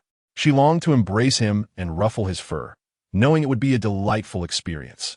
However, considering her safety and their still nascent relationship, she deemed it unnecessary to risk her own desires. Regretfully, she made her way to Yan Huashui. Upon hearing Jiang Xia's voice, Yan Huashui recognized that the dessert was specially made for him by Shi Lan. The noble nine-tailed fox gradually approached the protective barrier, raising his fox head slightly, his tail swaying gracefully, his eyes shimmering as he uttered a soft thank you. Shi Lan was taken aback, gazing at the 9 vibrant tails for an extended moment, feeling as though she had leaped from a technological realm into a fantastical world. Everything was simply astonishing. She had indeed encountered the 9-tailed fox. Noticing this scene, a flicker of brilliance flashed in Yan Huashui's eyes. Chapter 10. Regarding her identity, daily working hours, 9 a.m. to 8 o'clock p.m. The warden's role is demanding and continuous throughout the year. Yet each individual is entitled to apply for 30 days of leave annually under special circumstances. This job may appear rigorous, but the remuneration is exceedingly generous. After a full day of work, Shi Lan found that the task was not as daunting as she had envisioned, leaving her puzzled as to why she had previously avoided it. Rather than feeling like a warden, she perceived herself more as a caretaker of the animals within her domain. Upon considering this description, Shi Lan suddenly found it amusingly apartment. However, this job truly is quite effortless, with no one overseeing one's actions and the liberty to indulge in whatever one desires. After dinner, Shi Lan would settle in the warden's office, engrossed in watching dramas. The narratives of this era are inextricably tied to the contemporary social milieu, with a notable predominance of male viewers. Many of the shows feature themes akin to females favoring only me and one wife, one husband. Shi Lan often felt a disconcerting sense of temporal disjunction, as everything seemed hazy and unreal, akin to her abrupt transition into a novel. It was only as the end of her workday approached that she switched off the video display on her wrist chip. Ihan Shi spoke up, suggesting she rest early. Shi Lan smiled brightly in response, agreeing. With that, she cheerfully concluded her day. Once she departed, the prison resumed its usual sounds from the previous silence. Jiang Xia, release your talent. Yiming spoke first. Very well. This is a gifted ability possessed only by beasts with high spiritual power. The protective gates can prevent their spiritual energy from leaking, though some latent abilities can still be expressed, such as Mu Tongfeng's talent for invisibility. However, due to the limitations of spiritual power, the strength exerted is considerably diminished, only amounting to about 1/10 of their usual capacity. This ice layer is expected to last approximately 5 minutes. That is sufficient. Yiming's green eyes glimmered from the shadows, and the expressions of the beasts grew focused. Whenever Jiang Xia was called upon to unleash her gifted ability, it signified the impending discussion of significant matters. A tacit understanding cultivated during their time together in Heiming. Even Mu Tangfeng found no inclination to dwell on his own lingering melancholy. Yiming calmly stated, I have instructed my subordinates to investigate. This female has a simple family background. She is an orphan with no affiliations. Her arrival at Heiming was a result of her own application for this job, a fortuitous adjustment. The imperial job application process has a unique mechanism. Females are prioritized. Most of the time, this mechanism is somewhat uneven, but in cases like Heiming, where no one voluntarily applies, even those who do not meet the basic requirements may be accepted. Shi Lan, a student at the Imperial Capital Academy. Possesses spiritual power and a reproductive value of 0, which currently poses no risks. Yi Ming meticulously relayed the findings of his subordinates to the others. Spiritual power and a reproductive value of 0?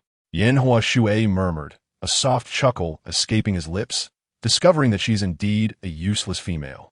However, whether this arrangement was deliberate remains to be observed. This female is not entirely simple. She can resist the talent skills of my fox tribe.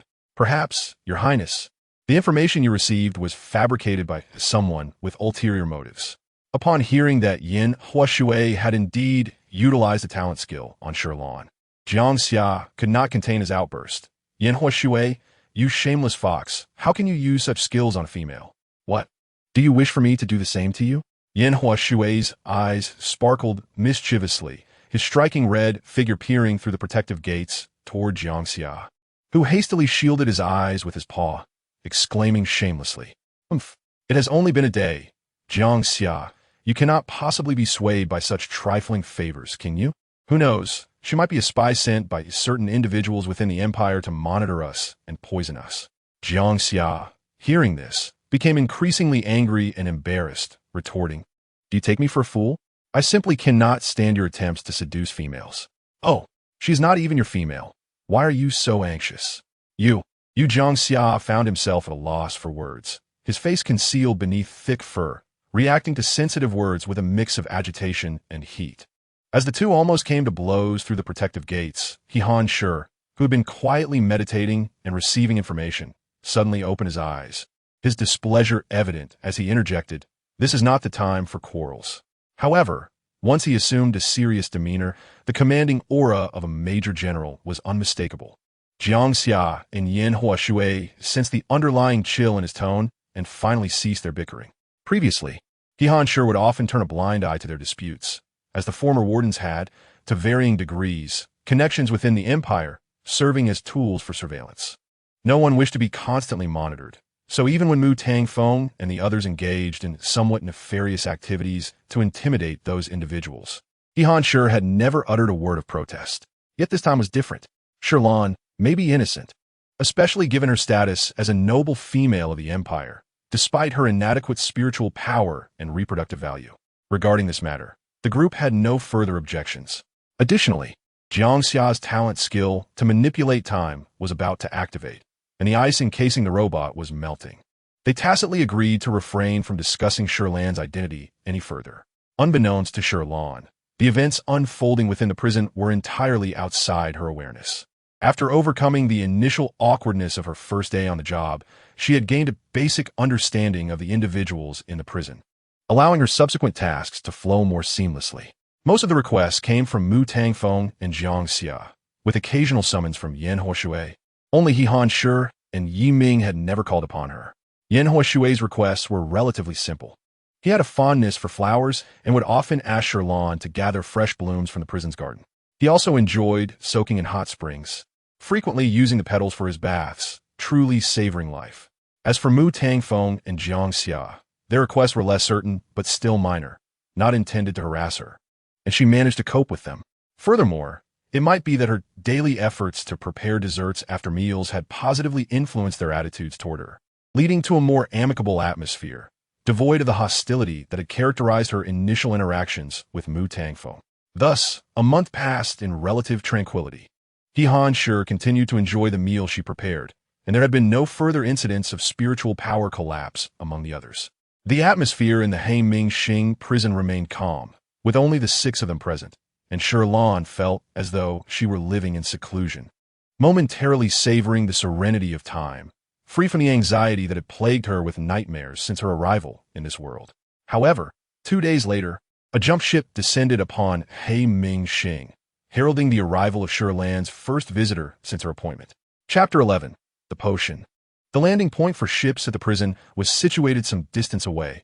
Upon the visitor's arrival at the entrance, a robot notified her. Curious, Shi Lan made her way to the gate, where she spotted a tall figure, a young man clad in a camel-colored coat, wearing leather boots and adorned with gold-rimmed glasses, exuding an air of gentlemanly elegance. Upon seeing her approach, the man amicably introduced himself. Good day. Might you be the warden? I am Rio, a subordinate of His Highness the Crown Prince, here on urgent business. The Crown Prince? Among the individuals in the prison, Shi Lan was only aware of He Han Shi's identity. She knew the others held significant status, but was astonished to learn that a prince was among them. Sensing her confusion, Rio added, His Highness Yi Ming. Ah, please hold on. I shall contact him first. Shi Lan possessed a warden communicator, which allowed her to communicate with the individuals within the prison while within the signal range. She entered the code 03, and soon a communication projection appeared, though it was shrouded in darkness, save for a pair of luminous green eyes. What is it? Their conversations were typically sparse, and Yi Ming's voice was tinged with a hint of curiosity. Shi Lan explained the situation and then directed the camera toward Rio. Lord Yi, this person claims to be your subordinate and has come to see you regarding a matter. What do you think? Until she could ascertain the other party's identity and receive the approval of the esteemed individuals within the prison, Shi Lan was unwilling to let anyone in, lest she invite trouble upon herself. Rio displayed an expression of excitement. Your Highness, it is I, Rio. What brings you here? Yi Ming inmuted, perplexed, before a thought seemed to strike him. Has there been progress in the research? Yes, Rio replied with a bright nod. Only then did Yi Ming say, Shi Lan, let him in. Very well. Rio wore an understanding expression, stating, I understand. The previous wardens were always like this. On the way to the prison, he could not resist his curiosity, asking, Miss, as a female, what brings you to work on such a remote star? Shi Lan smiled lightly. It was a matter of fate. Oh, it is truly challenging for a young lady to come here all alone, and you must certainly miss your family. Shi Lan's tone was somber, for in truth, she was an orphan. Apologies. She held little attachment to familial bonds. In reality, being an orphan did not significantly impact her, as she had never experienced the warmth of parental love, even when she was not one. It was merely that she sensed Rio had been probing into her affairs, prompting her to hasten the conclusion of their conversation. After escorting Rio to the prison, Shi Lan discreetly afforded them some private space. It was only after her departure that Yi Ming slowly emerged from the shadows, revealing his imposing, dark figure. Rio greeted each inmate, particularly addressing He Hanshi, He Xiao Jiang. Has your health improved recently? He Hanshi nodded slightly. Thank you for your concern. I am managing. There was no hint of forced pleasantry in his words. Since the last episode of his mental collapse, he had subtly sensed a stabilization in his mental state. Utilizing the built-in mental detection device from his chip, he noted a slight decrease in his collapse value from 89 to 88. Although it was merely a minuscule reduction, He Hanshi, accustomed to caution, doubted his own thoughts and chose not to disclose his findings. Rio, however, remained skeptical of He Hanshi's reassurances. He sighed inwardly. If the mental collapse value fell below 50, female comforters could still have some effect. Yet, those sent to this place generally had collapse values exceeding 60. In such circumstances, females would not dare to approach, let alone offer solace. This also indicated a certain state of resignation to death. Contemplating his own prince, Rio felt a wave of melancholy wash over him. However, there was a glimmer of hope. Perhaps the new discovery would prove beneficial. With that thought, he turned back to Yi Ming. Upon seeing him approach, Yi Ming immediately instructed Jiang Xia to employ her freezing talent. Now we may speak, he declared. Rio nodded. Your Highness, Doctor. AI has made some breakthroughs in his recent research. He extracted blood from a newly mutated super insect and differentiated a type of cell that can counteract the toxins within.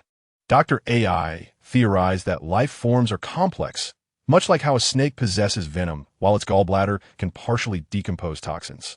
Thus, the toxins within the newly mutated super insects accelerated the induction of mental collapse among His Highness and the others. He believed there might be other methods to mitigate mental collapse as well, which led to this recent achievement. Rio produced a small vial of potion from his overcoat. This is the result of our research. Dr. AI believes it could potentially lower the mental collapse value by 10 points. Is that true? Before Yi Ming could respond, Motangfeng interjected. He had been deeply concerned about He Hanshi. If this research truly yielded such results, did it not imply that He Xiao Jiang might be saved? That everyone could be saved? Rio replied, I cannot guarantee it at 100. There are inherent risks, but Dr. AI asserts the risk is only 20, which can largely be mitigated. As the Imperial Crown Prince, Yi Ming had established a research organization years ago to delve into mental collapse due to his own high mental capacity. Dr. AI served as the chief professor, and Rio was his appointed subordinate responsible for such matters. Therefore, upon Rio's arrival, Yi Ming immediately thought of the research. Yi Ming inquired, "Has it been tested?" Rio hesitated for a moment. The research lab had only captured 2 super insects. Dr. AI insisted that the extraction must be performed on a living specimen. During the process, 1 insect had died, leaving only enough for this single vial. He paused, for the matter was urgent. Considering His Highness's mental collapse value was already quite high, Dr. AI had not yet allowed volunteers to test it, and instead sought His Highness's opinion first. The reason for this inquiry was Dr. AI's understanding of Yi Ming's character. He was a man willing to take risks, especially given that fewer than 50 of the new mutated super insects have been discovered. This potion was indeed exceedingly precious. Yi Ming gazed intently at the small vial of potion. "What are the side effects?" Rio replied, "The doctor is currently uncertain, but it may exacerbate mental collapse. So Your Highness should consider this carefully." Rio regarded him earnestly. Initially, he had disagreed with Dr. AI's opinion. However, Dr. AI had stated that given the severity of His Highness's mental collapse, he had at most 1 year left. Yet within that year, it would be challenging to develop another potion, as this one had taken nearly 2 years to create. Your life is in your own hands. You must choose for yourself. Thus Rio had come. A flicker of determination passed through Yi Ming's deep green eyes. "Give it to me." Chapter 12 The Crown Prince is quite remarkable rather than await death. It is better to take the initiative. This indeed reflected Yi Ming's character. Rio handed the potion through the serving window, and hearing the Crown Prince's choice, he felt little surprise. The first lesson subordinates must learn is obedience. Though reluctant for the Crown Prince to take this risk, Rio had no other choice. Perhaps a gamble might yield a turning point. He could only pray for favorable outcomes. Unable to transform into human form, Yi Ming bit into the potion. Their conversation was clearly audible throughout the prison. Jiang Xia looked at Yi Ming with concern. "Your Highness, are you truly going to drink that?"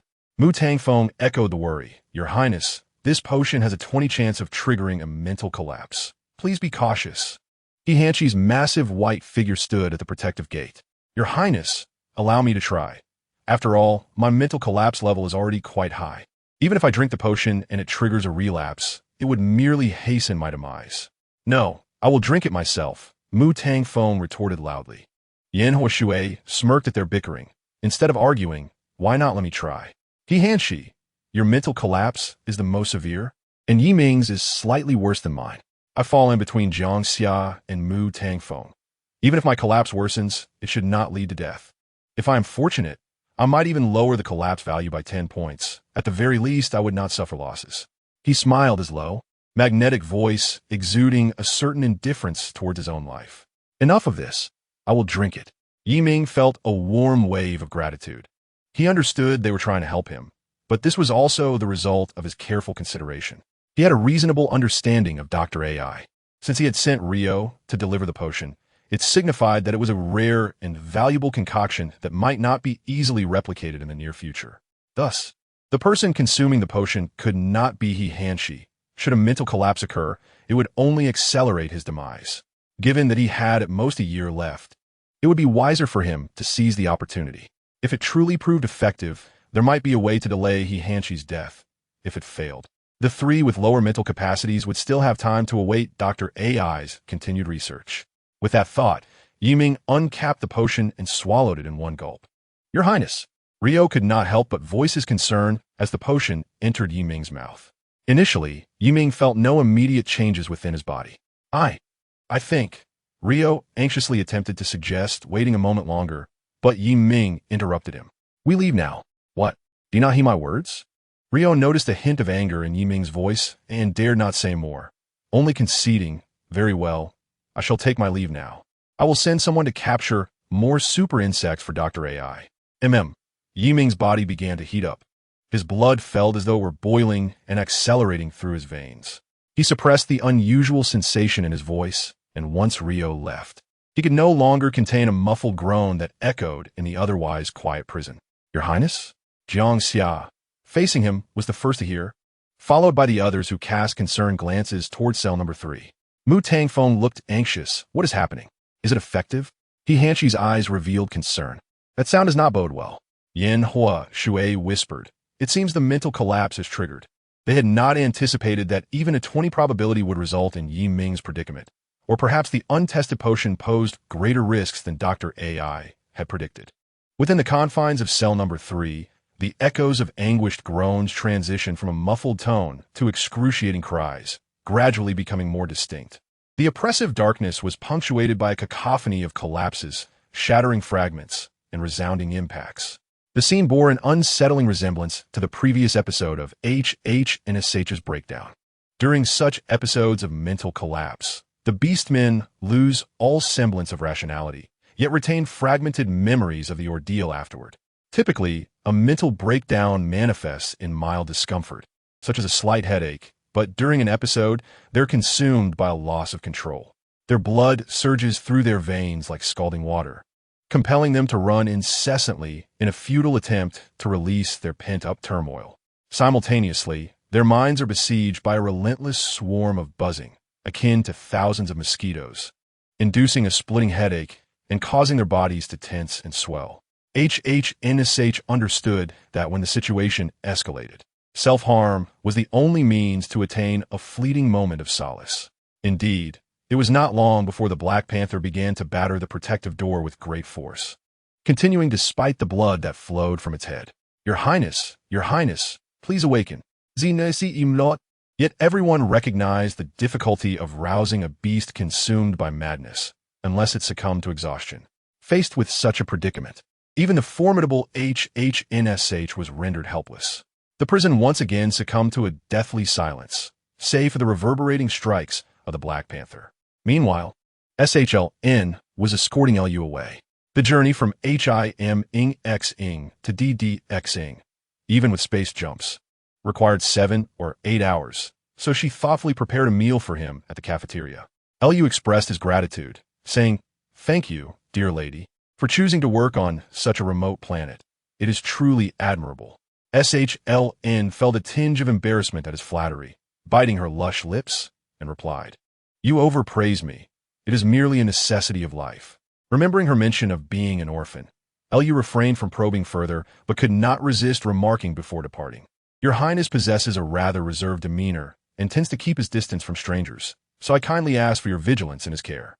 Oh, though he may appear irritable, he is not ill-natured. He is a prince who genuinely cares for the populace.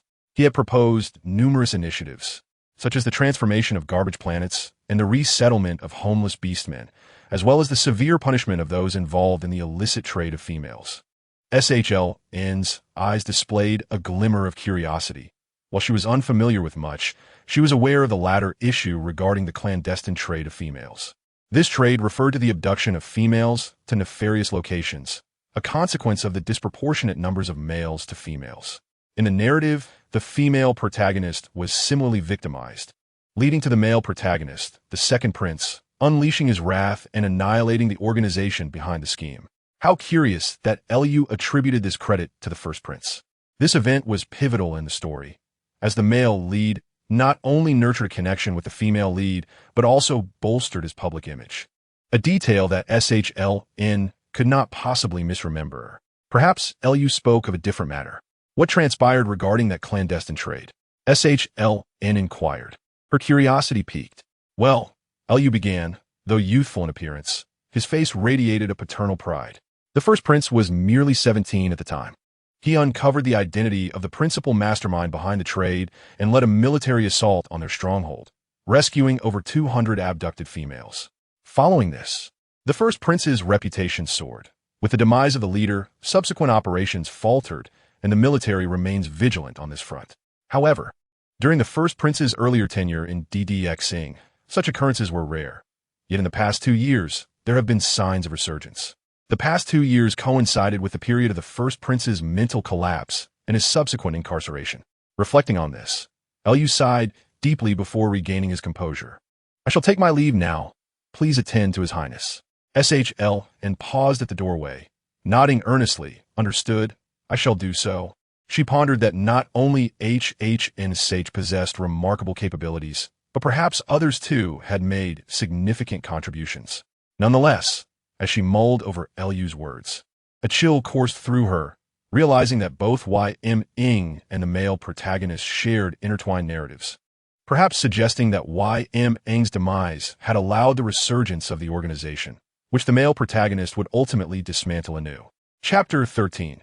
The First Prince's Meal is Mine. As Shln gazed at Lu's retreating figure, thoughts of the aftermath of mental collapse flooded her mind, eliciting a sense of muted compassion.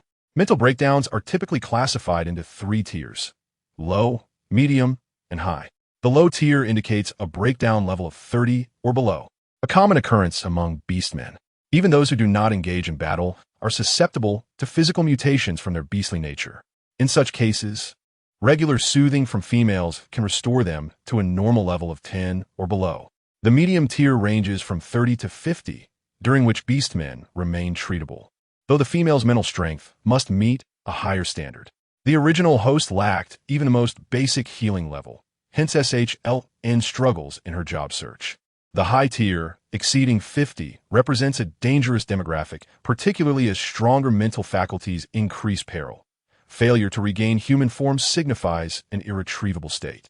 Consequently, in the prison, aside from MTNGFing, the remaining individuals faced near certain demise, though the timing of their deaths remained uncertain, possibly arising from a singular episode of mental collapse. After spending a month with them, while not deeply bonded, the thought of such an outcome evoked a sense of melancholy and regret. I mustn't dwell on this, Shln thought, feeling her mind become overwhelmed. She shook her head, deciding it better to contemplate what to have for dinner instead. With that resolution, she made her way to the kitchen. In a corner, a green mushroom that had been discarded in a pile of grass wobbly rose to its feet, then hopped toward the depths of the prison, following its alluring scent. Inside the prison, the Black Panther's self-destructive behavior persisted unabated. The protective door was splattered with crimson droplets, while a cornered robot entered a standby mode for self-preservation. The Panther's throat emitted a haunting, frenzied roar that resonated within the hearts of all present. Upon hearing the title of Your Highness, the mechanical eyes of the number 3 robot flickered twice before extinguishing entirely. Z9VC, observing the response of the number 3 butler robot, grew frustrated and knocked his head against the door. How dare this number 3 feign ignorance? He exclaimed. Ouch, that hurt. He then winced, instinctively burying his round head in the snowbank to create a small hole for cooling relief. Gazing at the butler robot in his cell, sneered, they won't respond. The robots here are equipped with cutting-edge technology, and their core programming prioritizes their own safety. I learned this on my first day in prison, which is why I didn't allow the robot in HHNSH's room to incapacitate me. MTNGF had always held an interest in mechanical robots and artificial intelligence. During his initial boredom, he had disassembled a robot in his cell for study. But the safety programming required a chip replacement. Unfortunately, no chips were available in the prison, leaving the matter unresolved. Think you can escape from this prison? HHNSH inquired. MTNGF's ability to become invisible sometimes permitted him to bypass the protective door, which was designed to respond to their presence. Thus, even at the food delivery opening, they could not escape. All right, MTNGF recalled this fact, his eyes brightening. He instructed Jiang Shi to use his freezing skill, then immediately went invisible, attempting to pass through the door. His invisibility allowed him to phase through walls. But the entire prison was fortified with a security system. While the door appeared to be the only barrier, the walls were equally fortified. After attempting once more and reluctantly reverting to visibility, he conceded it won't work. Only between 10 o'clock and midnight is it possible. There was nothing to be done. The situation had reached this point, and Han was at a loss for thoughts. Everyone could only listen dejectedly to the sound of the impact. However, this sound did not linger for long before fading away, replaced by the sound of the Black Panther collapsing. Jiang Xia hurriedly pressed close to the door, intently observing the opposite side. He stared fixedly, unable to resist rubbing his eyes. Was the first prince's head swollen from the impact? Was there a patch of red? Yan Huashui was speechless. At such a moment, how could one still concern themselves with such trivial matters? As long as the person was unharmed. That was all that mattered. Jiang Xia blinked, looking again but saw nothing. He wondered if he had merely imagined it. Shaking his head, He dismissed any further thoughts and called for robot number 3. At this moment, robot no. 3 had also deduced that Yi Ming was out of danger and skillfully transported him to the treatment chamber. However, to confirm the situation, Jiang Xia still inquired about Yi Ming's vital signs. With the assurance that the individual was still alive, a collective sigh of relief washed over everyone.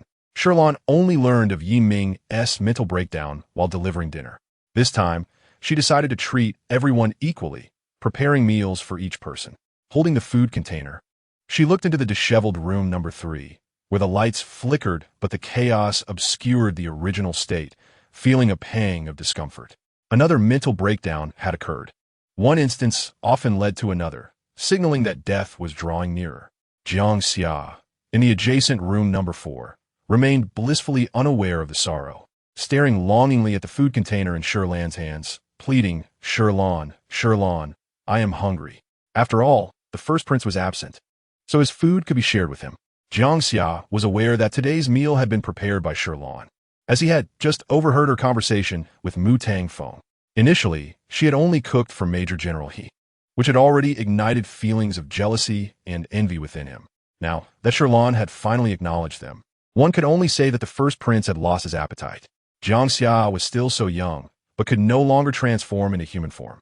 With this thought, he did not dwell on it much longer and took 2 food containers for himself. Eat up, he said. Shi Lan is truly kind. Thank you. Jiang Xia beamed at the 2 servings before him.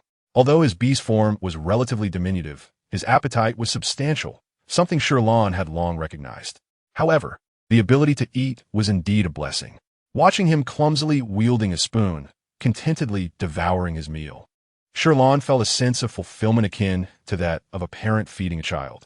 Jiang Xia, while eating, discreetly stole glances at Shi Lan, feeling both joy at her focused attention and embarrassment at his awkward eating posture. He longed to bury his head in his food, but with the female present, he could not afford to present such an unrefined side. Sighing in feigned distress, his fluffy tail wagged excitedly from side to side. Before preparing dinner, Shi Lan had felt quite hungry. However, after delivering the meal, the sensation of hunger vanished without a trace. She gazed at the dinner before her, and, in the end, could only force herself to drink a bowl of soup before losing her appetite. Once one was satiated, drowsiness inevitably followed. At that moment, a thought struck her, and she activated her wrist chip to check her personal account. To her delight, her salary had indeed arrived, accompanied by a subsidy of 2,000 star coins for females. Upon glancing at her balance, she was astonished to find over 20,000. The original owner had spent quite a bit while residing in the capital star, saving little money. Later, the majority of the remaining funds had been used to purchase a spaceship ticket to Heimingxing. Therefore, her claim of living in hardship to Liao was not a mere fabrication. Relying on her salary from the prison warden, she had finally surpassed the 20,000 mark in her savings. Staring at her balance, she hesitated to blink, ultimately deciding to treat herself to some snacks. While the general food and drink on Heimingxing were acceptable, the lack of snacks diminished much of the enjoyment. Shi Lan placed an order for many items, spending 1,000 star coins. She soon discovered that due to the remote location, the space transportation fee was also 200 star coins.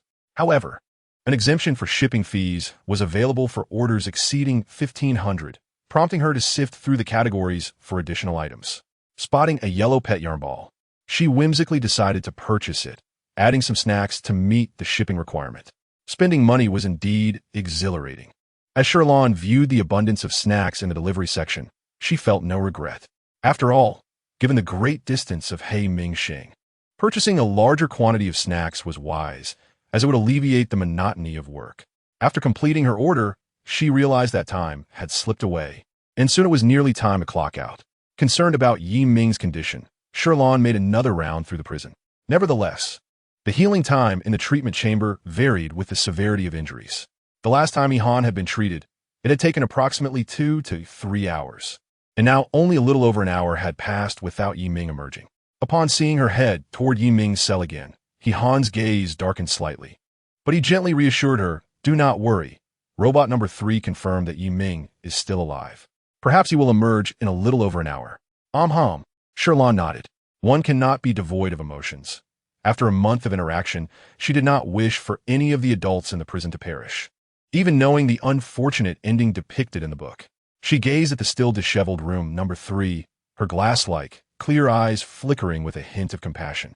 Once the favored few of the heavens, they were now forgotten in a remote corner of the star, quietly awaiting the arrival of death. However, this was likely an inevitable fate. She needed to adjust her mindset and not expend excessive thought on them to avoid amplifying the sorrow during farewells. With this in mind, Shi Lan dutifully reminded herself of the tasks to complete before leaving the prison. That night, lying in bed, she could not help but search the star network. Is there a healing method for mental breakdowns exceeding 50? The responses from 80 of users on the star network indicated that it was impossible. Moreover, those with lower levels of mental strength who experience breakdowns could live for another 7 to 8 years, while those with higher levels could manage at most 5 years. Some even mentioned the individuals within the prison. The consensus concluded that death was inevitable. Shi Lan felt her heart sink, unable to refrain from posting a question in the related thread. Is there truly no other way? With so many people in the Empire, must they simply await death? He Xiao Jiang, forever a deity. Yes, we too do not wish for their demise. We sincerely hope to witness a miracle. My home treasure. There's no alternative. Many third-level strong individuals have perished before, and the Empire remains powerless in the face of this. Heaven, grant me a wife. Theoretically, it may not be impossible. The requirements for females regarding low to mid-level mental breakdowns are not exceedingly high. If a high-level mental breakdown occurs, finding a female with a high level of mental strength may yield a solution. Heaven, grant me a wife. Of course, the risks are substantial. Those experiencing high-level mental breakdowns tend to have lower trust in females. This situation necessitates a mental connection, which carries a significant risk of triggering another mental breakdown, inevitably harming the female. Without certainty, no female would dare to take such a risk.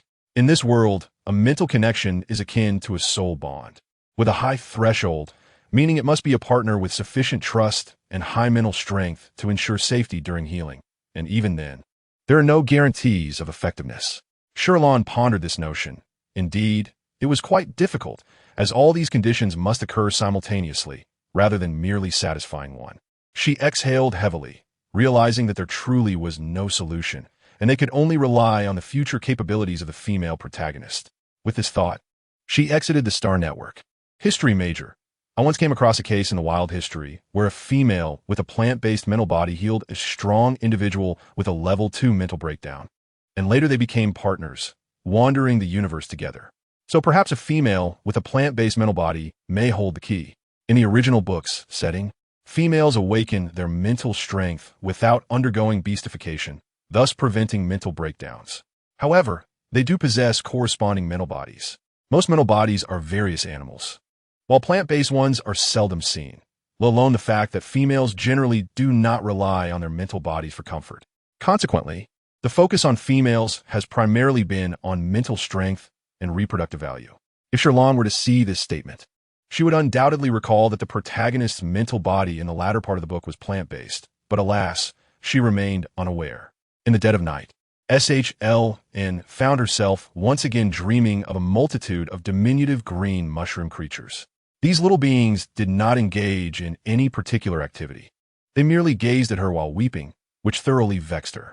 With their pure and gentle faces, they uttered the most vicious of words, cry, cry, cry, and if you continue, we shall simmer you into soup, one bite at a time. Upon hearing this, the mushroom creatures indeed ceased their tears, biting their own tiny hands and huddling together for warmth. SHLN squatted in a corner that had become vacant, resting her chin on her hands as she murmured softly, "Why are they all green mushrooms? They look quite toxic. I wouldn't dare eat even if offered." However, she couldn't help but wonder, why were these mushroom creatures haunting her dreams again? She had lost count of how many times she had encountered them, always weeping in her slumber. Not long ago, she had felt better after consuming mushroom soup, but now they had resurfaced, leaving her to ponder if she had feasted too lavishly on mushrooms, attracting these sorrowful mushroom spirits. The little creatures, fearing they might truly be devoured, whined weakly. "I am not tasty, don't eat me, unless you promise not to, or else I one tea come out." "Oh, so you dare to threaten me? This is my dream. Do you believe I won't conjure a boiling pot of water and toss you all in?" SHLN and merely imagine the threat. Yet a grand hot pot indeed appeared in her dream, resembling an alchemical cauldron, divided into spicy and clear broth. How anthropomorphic! Her eyes gleamed as she fixated on those emerald-hued, mushroom beings, bursting into devilish laughter. The mushrooms emitted a series of shrill cries and vanished swiftly, only for SHLN to feel a sharp pain in her head, causing the dream to dissipate, and she awoke abruptly. Beside her, a plaintive wail akin to that of a 4- or 5-year-old child echoed. Chapter 15, Little Poison. Goodness, am I seeing ghosts? Hearing a child's cry in her bedroom at such an hour was hardly a delightful occurrence. Startled, SHLN bolted upright, promptly switching on the light. She squinted, her gaze landing on a glaringly green mushroom, the size of a palm, at the foot of her bed, and she began to question her existence. This green mushroom bore an uncanny resemblance to the ones in her dream. Could it have truly emerged from her slumber? However, this mushroom lacked the hands of its dream counterpart, yet the girl's cry undeniably emanated from it, with suspicious drops of transparent liquid trickling down its head, dampening her bedspread. SHLN's brow twitched as she resisted the urge to chastise. No crying. The green mushroom instinctively halted its tears, though it awkwardly tilted its body away. Despite its appearance as a mere toxic yet ordinary mushroom, SHLN sensed a profound aura of sorrow and grievance emanating from it. All right, I shall not be harsh with you. She softened her tone, and the mushroom shyly turned towards her, but then sulkily averted its gaze again. After a moment of hesitation, she tentatively declared, I want to eat you. Upon hearing this, the mushroom finally faced her fully. Observing its remarkably human-like behavior, SHLN found herself amused, contemplating the true nature of this peculiar mushroom. Unable to contain her curiosity, she inquired, Where did you come from? How did you end up in my room?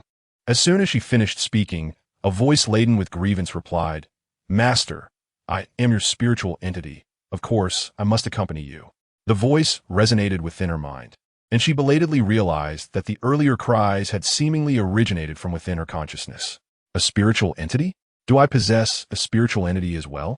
And what of a wasteful female? Can she also have a spiritual entity? SHLN was taken aback, and the green mushroom retorted, Master S spiritual power is not wasteful. This revelation astonished SHLN even more. Could spiritual power indeed change? Or was it related to her transmigration into this narrative? What level is my spiritual power? The green mushroom appeared to ponder before hesitantly replying, I do not know. It had only recently awakened and was unfamiliar with human evaluative standards, but it was aware that its master was formidable, yet it felt inadequate. Oh, SHLN recalled its earlier assertive tone and found herself momentarily speechless. Nevertheless, this matter was not of utmost importance. It was late, and she needed to return to her beauty sleep. Thus, she said, All right, I understand. Just find a place to stay, as long as you refrain from weeping in my dreams. The voice in her mind now carried a hint of a sob. Wah! Master has yet to give me a name. It resembled a toxic mushroom, and she hesitated to touch it. However, she reasoned that her own spiritual entity should be safe. The following day, SHLN, still drowsy, sat up in bed clutching her blanket. She yawned, her clear and bright eyes misted slightly, appearing as if washed in water. Clean and radiant. After a moment of daze, she suddenly recalled something and called out, Little Poison. I'm here.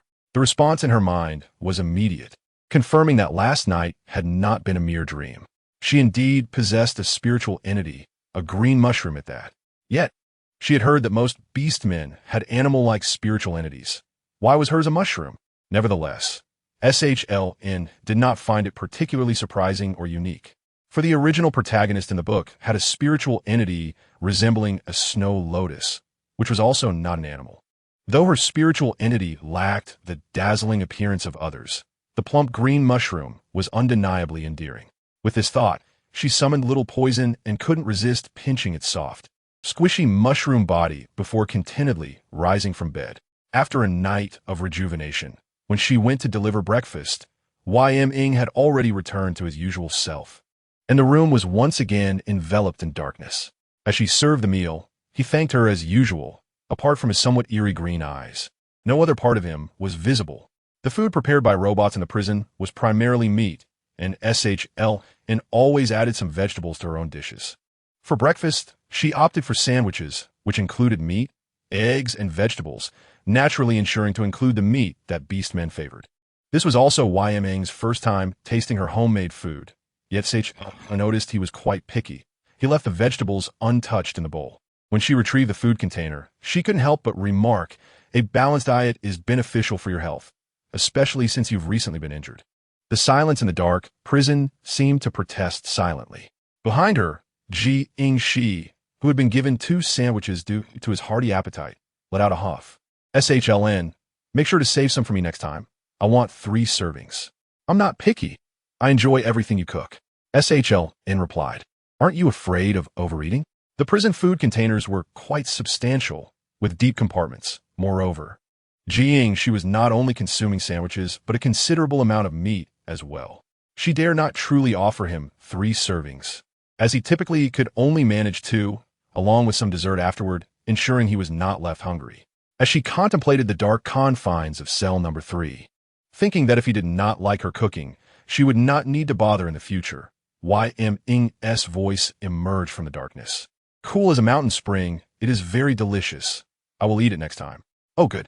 SHLN, upon hearing this, refrained from saying more. Besides, YMing's pickiness was simply a matter of her good intentions. Whether he heeded her advice was inconsequential. If he did not enjoy her cooking, there were always the robot-prepared meals, allowing her to save some effort. Upon hearing this, Shi's round, fluffy head drooped slightly, his golden, beastly eyes brimming with unmistakable regret. Seeing this, SHLN was nearly tempted to make another portion for him, but managed to restrain herself, grabbing her food container and departing. As she left the prison, she glanced at cell number 2, stealing a peek inside. For some reason, she felt that F-ing had become significantly quieter lately. He had initially been fond of ringing the bell to summon her, yet now he hardly spoke when he saw her. Beastmen possessed keen observational skills, especially since several among them had high levels of spiritual power in the prison. And F-ing naturally sensed SHLN's gaze.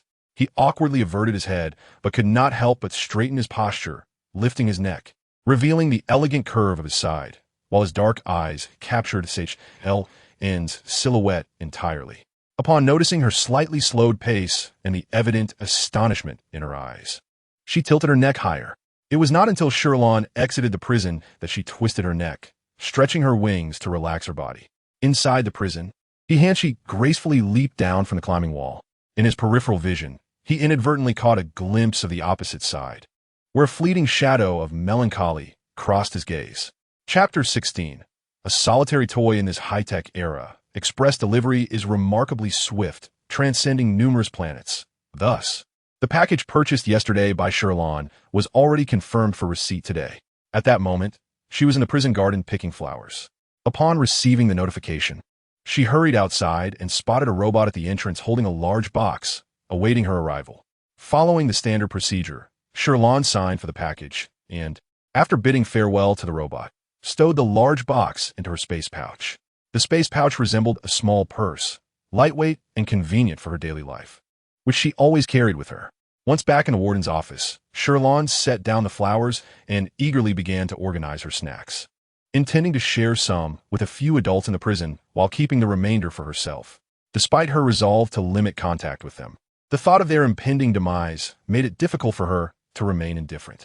As she rummaged through the snacks, she suddenly spotted the pet yarn ball she had purchased, which appeared somewhat out of place among the treats. The yarn ball was about the size of a fist, smaller than it had appeared in the shopping image. Shi Lan played with it in her hands, swinging it before her as she contemplated to whom she should give it. However, a decision soon came to her. When she initially bought the yarn ball, she had thought of Jiangxia, having previously purchased a similar one for a friend's cat, and Jiangxia resembled a plump, brown and white feline. Moreover, considering the animal forms of everyone in the prison, only Jiangxia seemed truly fitting. Determined, Shi Lan quickly gathered her things and headed to the prison, just in time for a post-breakfast snack. After breakfast, the others were engaged in their respective activities. Given the adults' varied preferences, the prison's facilities had been customized accordingly. Shi's room was equipped with numerous exercise devices. As a major, military life had instilled in him the habit of disciplined training, making daily workouts essential.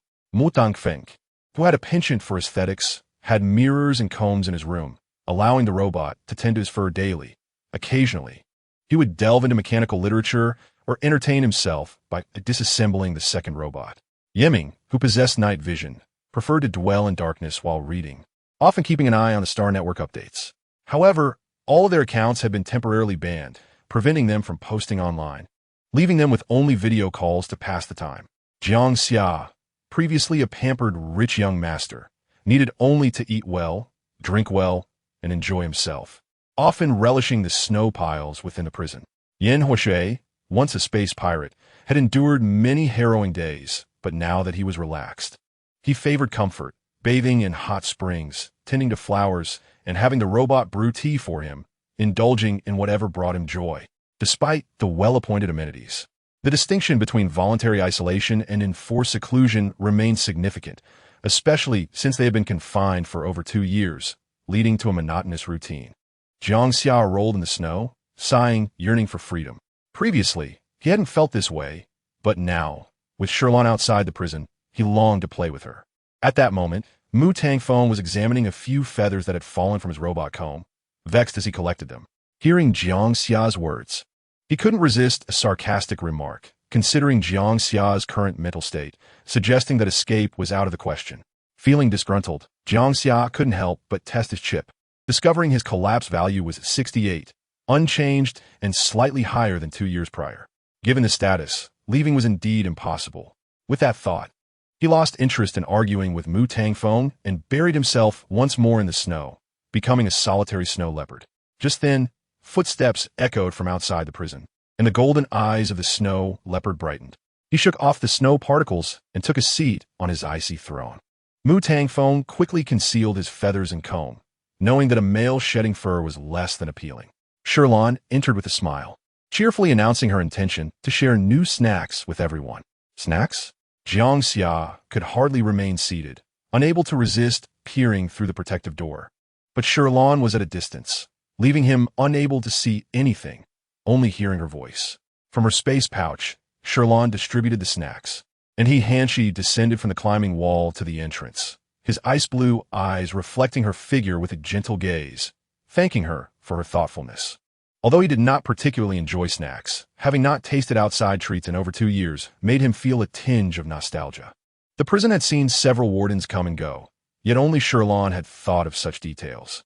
"It's nothing," Shi Lan replied with a smile, her gaze lingering on his eyes, which seemed to encompass an ocean of softness and depth, capable of ensnaring anyone within.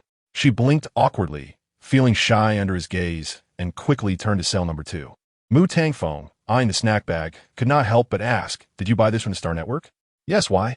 Picking up on the odd tone in his question, her voice was laced with curiosity. "It's nothing." Mu Tangfeng's gaze flickered slightly as he shook his head. In cell number 3, Shi Lan offered snacks through the window, peering into the darkness within, only to hear a soft thank you close to her ear. Looking up, she was surprised to see Yiming had approached the protective door. This was only the second time Shi Lan had seen his form clearly, the faint blue glow illuminating the massive Black Panther, casting a grand shadow behind him. His emotionless green eyes, glimmering under the cold light, continued to send shivers down her spine. Yet, perhaps due to more than a month of acquaintance, the apprehension in Shi Lan had significantly diminished, allowing her to stand her ground and stare at the Black Panther, though goosebumps still prickled her arms. It was inevitable. Humans are always more sensitive to creatures lurking in the darkness, as if the potential for danger was heightened.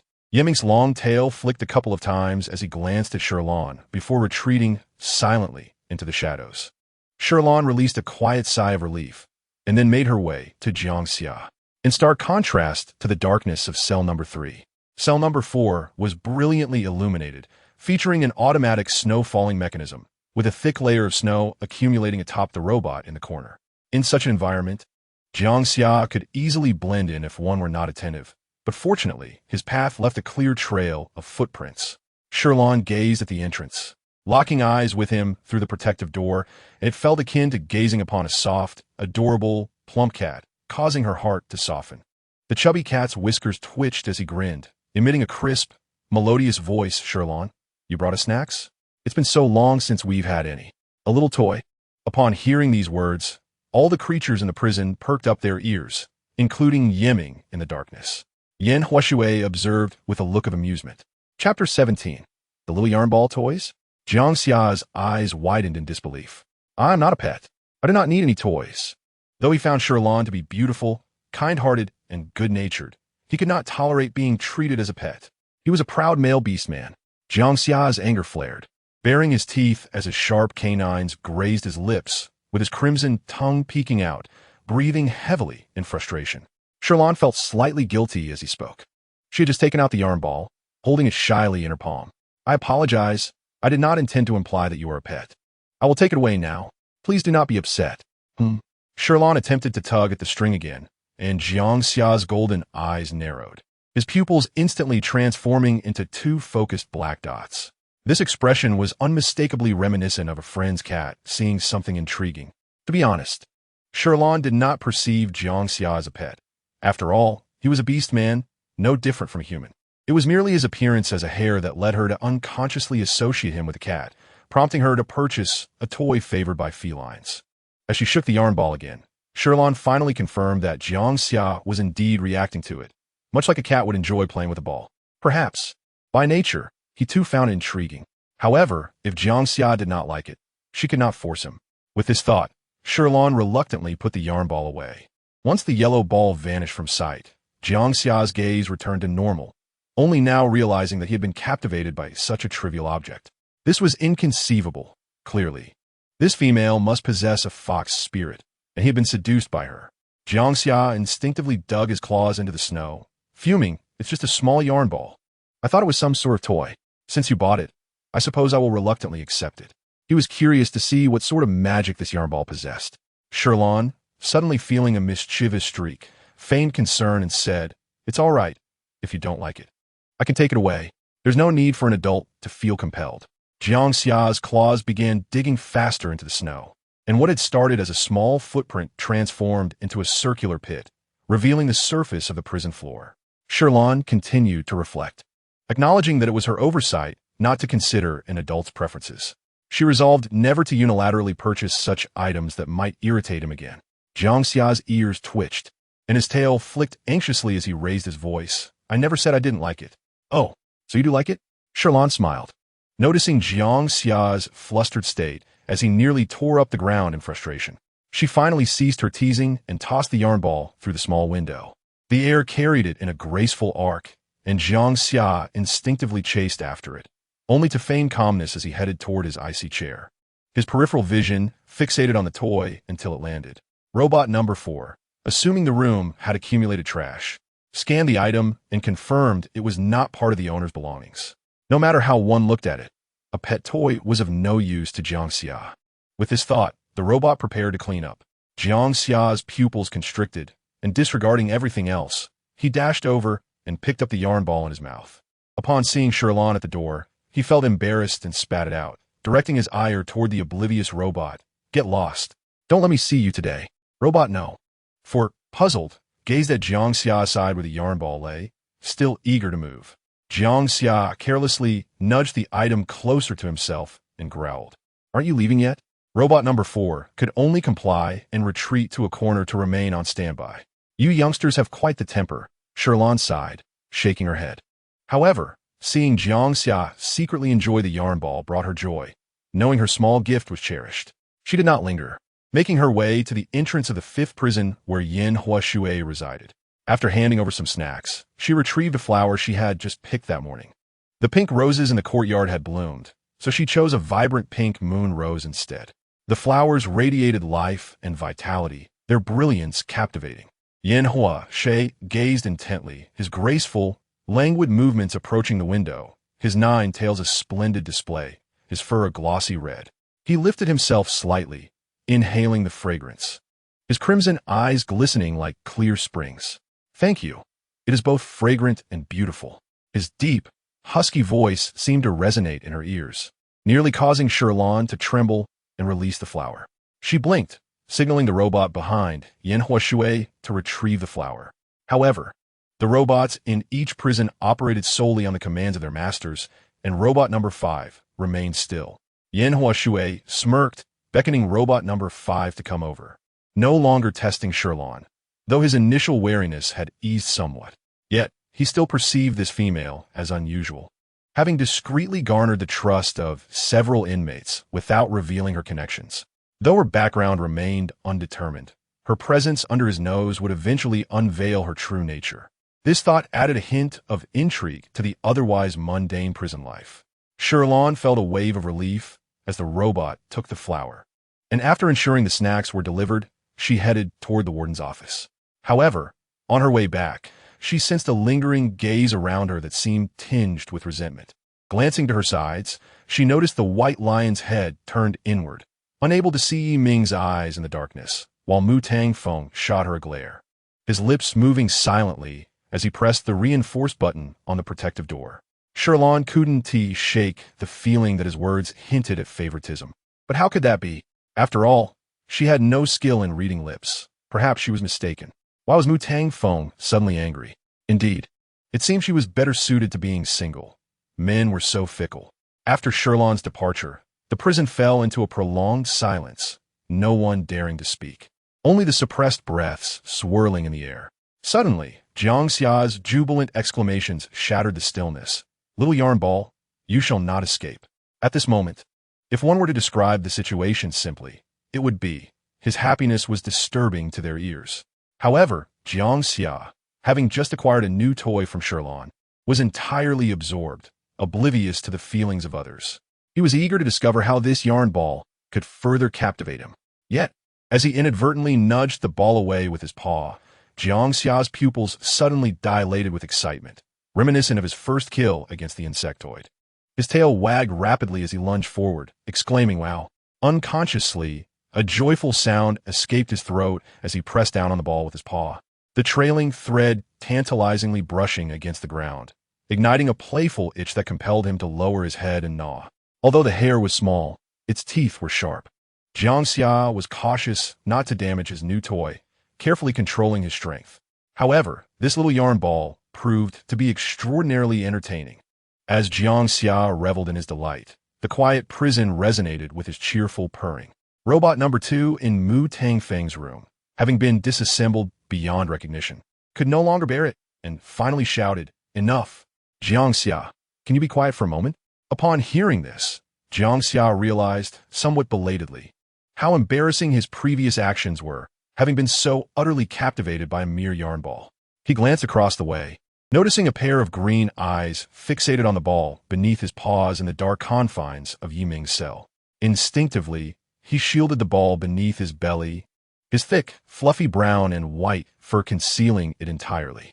Seeing Yiming's gaze, he silently transformed the transparent protective door into a reinforced barrier to obstruct his view.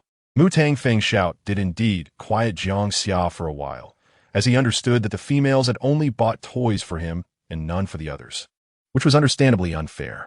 However, he could only blame the yarn ball for being so captivating. He could not help but become overly excited while playing. Mu Tangfeng, having just repaired the robot, was about to open its eyes when he was met with a fierce tug as its chip was forcibly removed. Damn it! The robot, now forced to become spare parts again, grumbled silently. At that moment, Yiming suddenly spoke, "Jiang Xia, use your eyes freeze skill."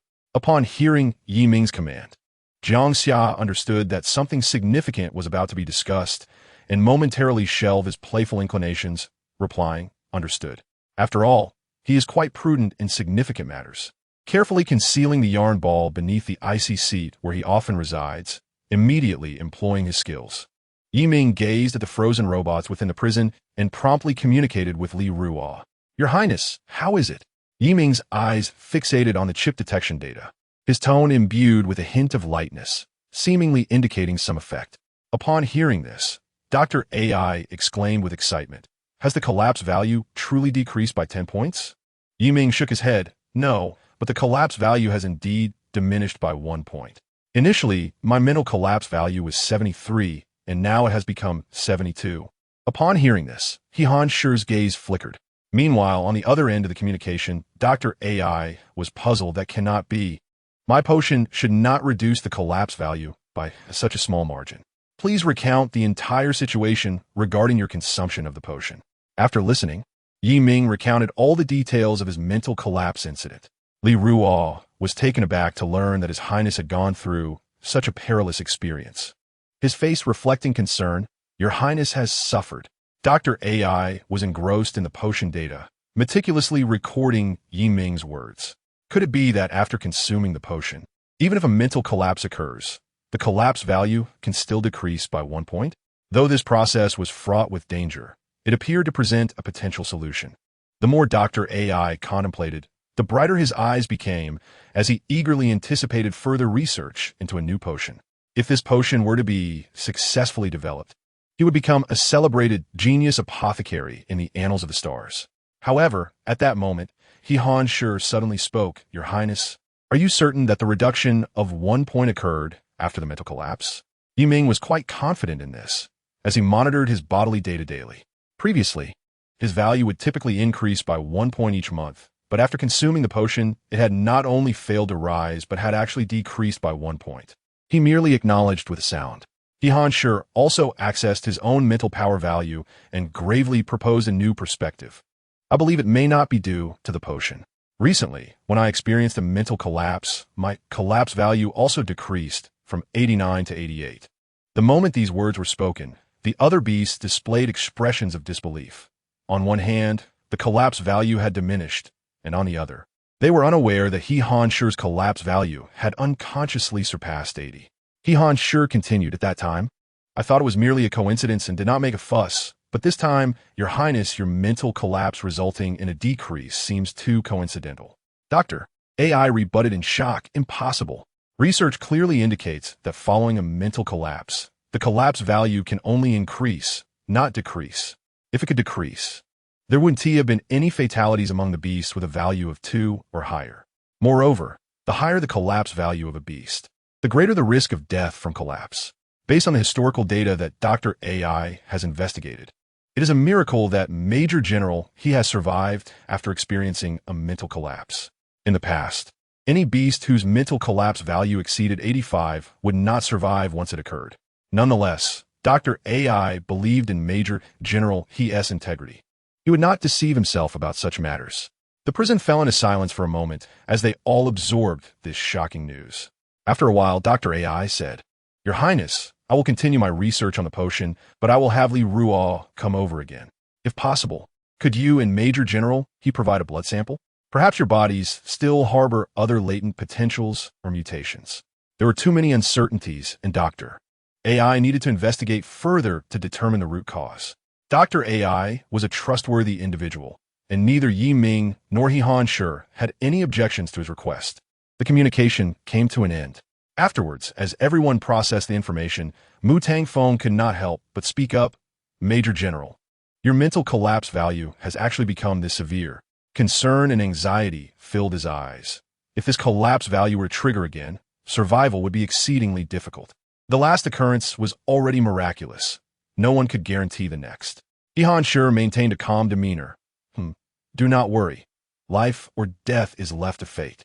The others remained silent for a moment, and Yin Huashui suddenly countered, "Are you certain you are resigned to this?" He Han Shi paused at the sound. A flurry of thoughts racing through his mind, his heart pounding heavily. Initially, he had indeed felt that way, living day by day. Yet now, it seemed that he harbored an additional concern. "Shi Lan," he murmured softly, the warmth in his gentle eyes now tinged with a hint of obscurity and melancholy. No, he was not resigned. Chapter 19. Pursuing Miss Shi Lan. Dr. AI was eager to continue his research on the potion, and that very evening, Li Ruo arrived. Shi Lan was once again astonished to see him. "Li Ruo, you have come to visit His Highness again?" She felt somewhat flattered, and as she opened the door for him, she shyly added, "You are too kind. By the way, I am Shi Lan. You can simply call me by my name." "Of course, Miss Shi Lan," Li Ruo replied, holding a gift box that he did not put down. Upon seeing Shi Lan hesitate to accept it, he said, "There is no need for formality, Miss Shi Lan. It is merely a small token of appreciation for taking care of His Highness. It should not be a burden."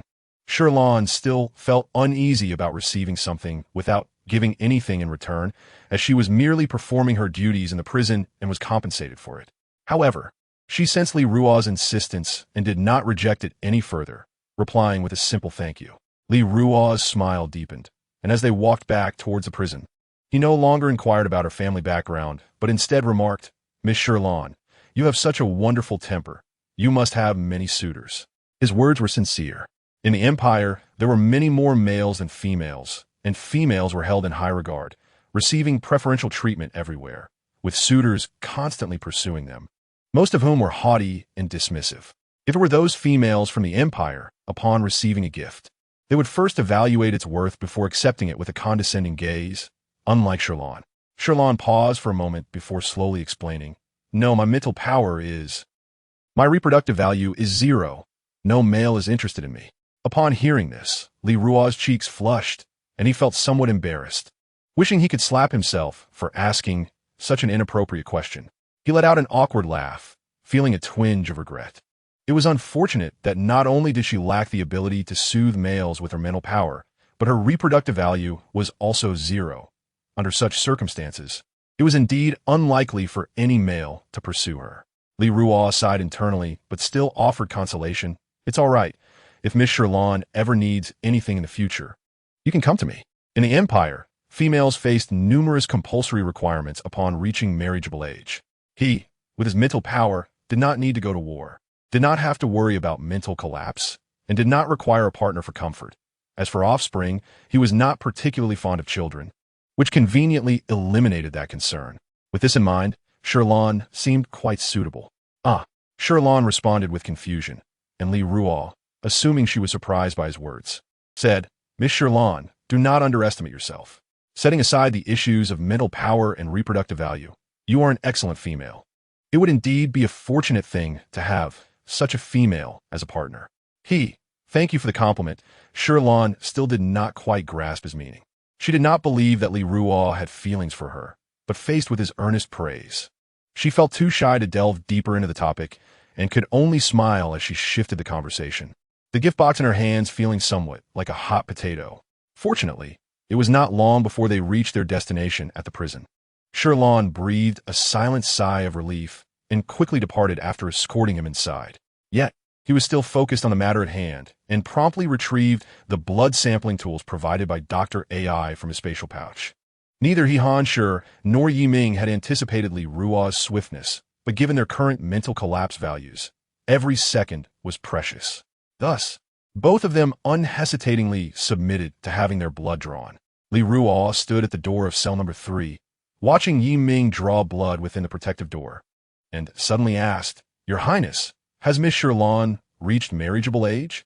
As the White Lion and Black Panther were undergoing blood draws, both of their forepaws trembled slightly. They simultaneously cast their gaze towards Lu Yue, who, oblivious to the attention from his royal companions, remarked, "Miss Shi Lan is quite remarkable. If possible, I wish to pursue her and make her my wife." Yi Ming, with his head bowed, gazed at the crimson blood filling the vial, momentarily speechless. The White Lion's muscles tensed, while Mu Tangfeng, unable to contain himself any longer, scoffed, "Lu Yue, Shi Lan is our warden. What are you thinking? There are plenty of females outside for you to pursue. Do you really want to chase after a female with a reproduction value of 0 and weak mental power?" Liu Yue's face registered disapproval. "Young Master Mu, that remark is rather excessive. What if her mental power is lacking?" "I do not mind." Jiang Xia, unable to continue playing with the ball in his mouth, licked the fur stuck to his lips and interjected, "Lu Yue, what is so appealing about this female? Do you find her beautiful? She merely has slightly larger eyes, redder lips, and fairer skin. Females like her are abundant outside." He shook his head. "Young Master Jiang, you do not comprehend. There are many females, but few as exceptional as Miss Shi Lan. Beauty is merely a superficial adornment." Lu Yue spoke candidly, confident that those present, being influential figures, would not choose a female with such poor mental power and reproductive value, thereby sparing him from competition. Upon hearing this, Jiang Xia found himself at a loss for words, for he too acknowledged Shi Lan's merits. However, looking at Lu Yue, he couldn't help but feel that this male was unworthy of such a remarkable female. He couldn't suppress a grimace, assessing Lu Yue with a critical eye. "But are you even strong in mental power? What makes you think Shi Lan would be interested in you?" Lu Yue earnestly explained, "Young Master Jiang, I believe Miss Shi Lan's mental power is well suited for someone like me. If her mental power were too high, it would be inconvenient for her to provide comfort. I need not worry about a mental breakdown. Furthermore, He continued, I do not presume that Miss Shi Lan would necessarily be attracted to me, which is why I intend to pursue her through diligent effort. After this declaration, a heavy silence fell upon the group in the prison. It was indeed true that a male with high mental power and prone to breakdowns would not be suitable for Shi Lan. However, given that they were all confined within the prison, it seemed they had no right to pursue her regardless of their circumstances. Jiang Xia fell silent, his teeth grinding in frustration. Han Shi's gaze darkened, the blood spilling slightly over the edges of the vial unnoticed. Mu Tangfeng, with a somber expression, berated, Lui Wei, you ought to have your eyes examined. What kind of female do you truly desire? With that, he firmly shut the protective door, showing no inclination to see him. Lui Wei recognized Mu Tangfeng's notorious temper in the capital and chose not to argue further. He wondered if the bracelet he gifted her today would be to her liking. After all, it was a highly sought-after accessory among females in the capital. Yiming bit down on the blood-drawing tube, his gaze cold and dark. Lui Wei, I summoned you for work, not for the pursuit of females. Apologies, Your Highness. I shall be more mindful next time. Lui Wei realized he had perhaps become a bit too carried away and fell silent after the royal's warning. After a while, he collected the 2 blood tubes. Noticing some of Han Shi's fur stained with blood, he expressed concern. Major He, are you all right? Your forepaw may need bandaging. Han Shi coldly glanced at him with his icy blue eyes. It's nothing. Lui Wei scratched his head in confusion, pondering why Major He seemed to have become more irritable during his stay on Heimingsing. Perhaps the mental breakdown was affecting him. With this thought, he sighed inwardly, refraining from probing further, and simply stated, I shall take my leave now.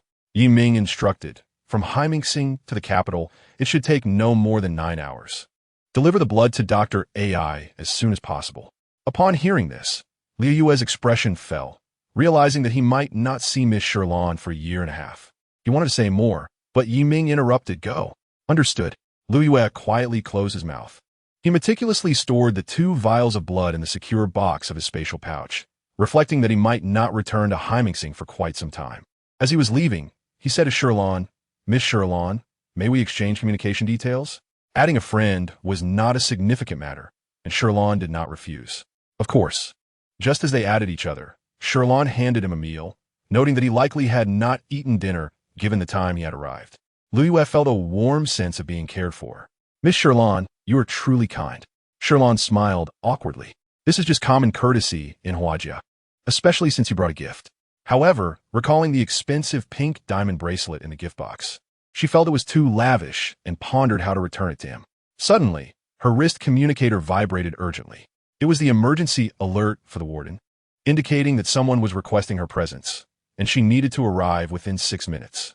After being late once, she understood that exceeding the time limit would result in a fine of 100 star coins for every minute. Losing money was a far cry from spending for enjoyment, and Shi Lan was understandably reluctant. The distance from the prison's main gate to the detention area was considerable, and 6 minutes was hardly ample time. Realizing this, she hurriedly bid farewell. Lui Wei, I have something to attend to. Wishing you a safe journey.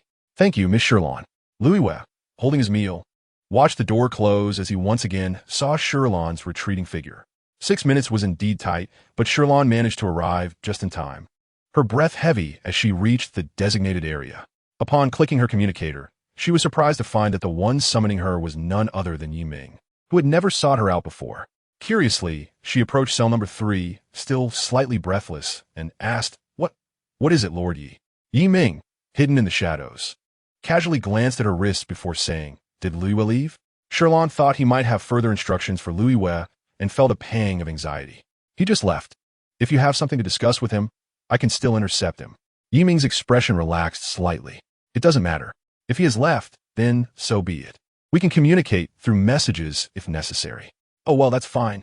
Shi Lan exhaled a few breaths, wiping the sweat from her brow. I'm also close to finishing my shift. Is there anything else that requires my attention? If not, then I shall conclude my duties. Shi Lan's unspoken thoughts lingered in the air. She had anticipated a leisurely end to her shift, but Mu Tangfeng suddenly exclaimed, It's sweltering. Bring me an iced drink. His tone was rather brusque, as if someone had provoked him, and his words carried an edge of irritation. Shi Lan felt he did not truly need an iced drink. Perhaps a visit to Jiang Xia's cell for a bit of ice would cool him down more effectively. At that moment, Jiang Xia chimed in. I would like one as well. Yi Ming and He Hanshi soon added their requests. I need one too. Shi Lan was bewildered. What is going on? Why is everyone suddenly clamoring for iced drinks? She couldn't recall having neglected them recently. Filled with confusion, she thought to herself that whether it was one drink or two, it was all the same work. She then turned to Yin Huashui in cell number 5. Lord Yin, would you like one? Yin Huashui's fox-like eyes twinkled as he smiled. If that is the case, then I would appreciate it. Very well. Shi Lan, bewildered, made yet another trip to the kitchen just before her shift ended to prepare iced drinks for everyone. Fortunately, technology made the task effortless. Yet the image of Mu Tongfeng's fiery temper prompted her to adjust the parameters and brew a pot of cool tea as well. 10 minutes later, she arrived at the prison bearing 5 chilled beverages.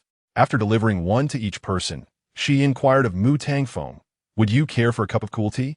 Having never tasted cool tea before, Mu Tangfeng downed his icy drink in one gulp, feeling a rush of cold air in his throat, yet the internal fire remained unabated.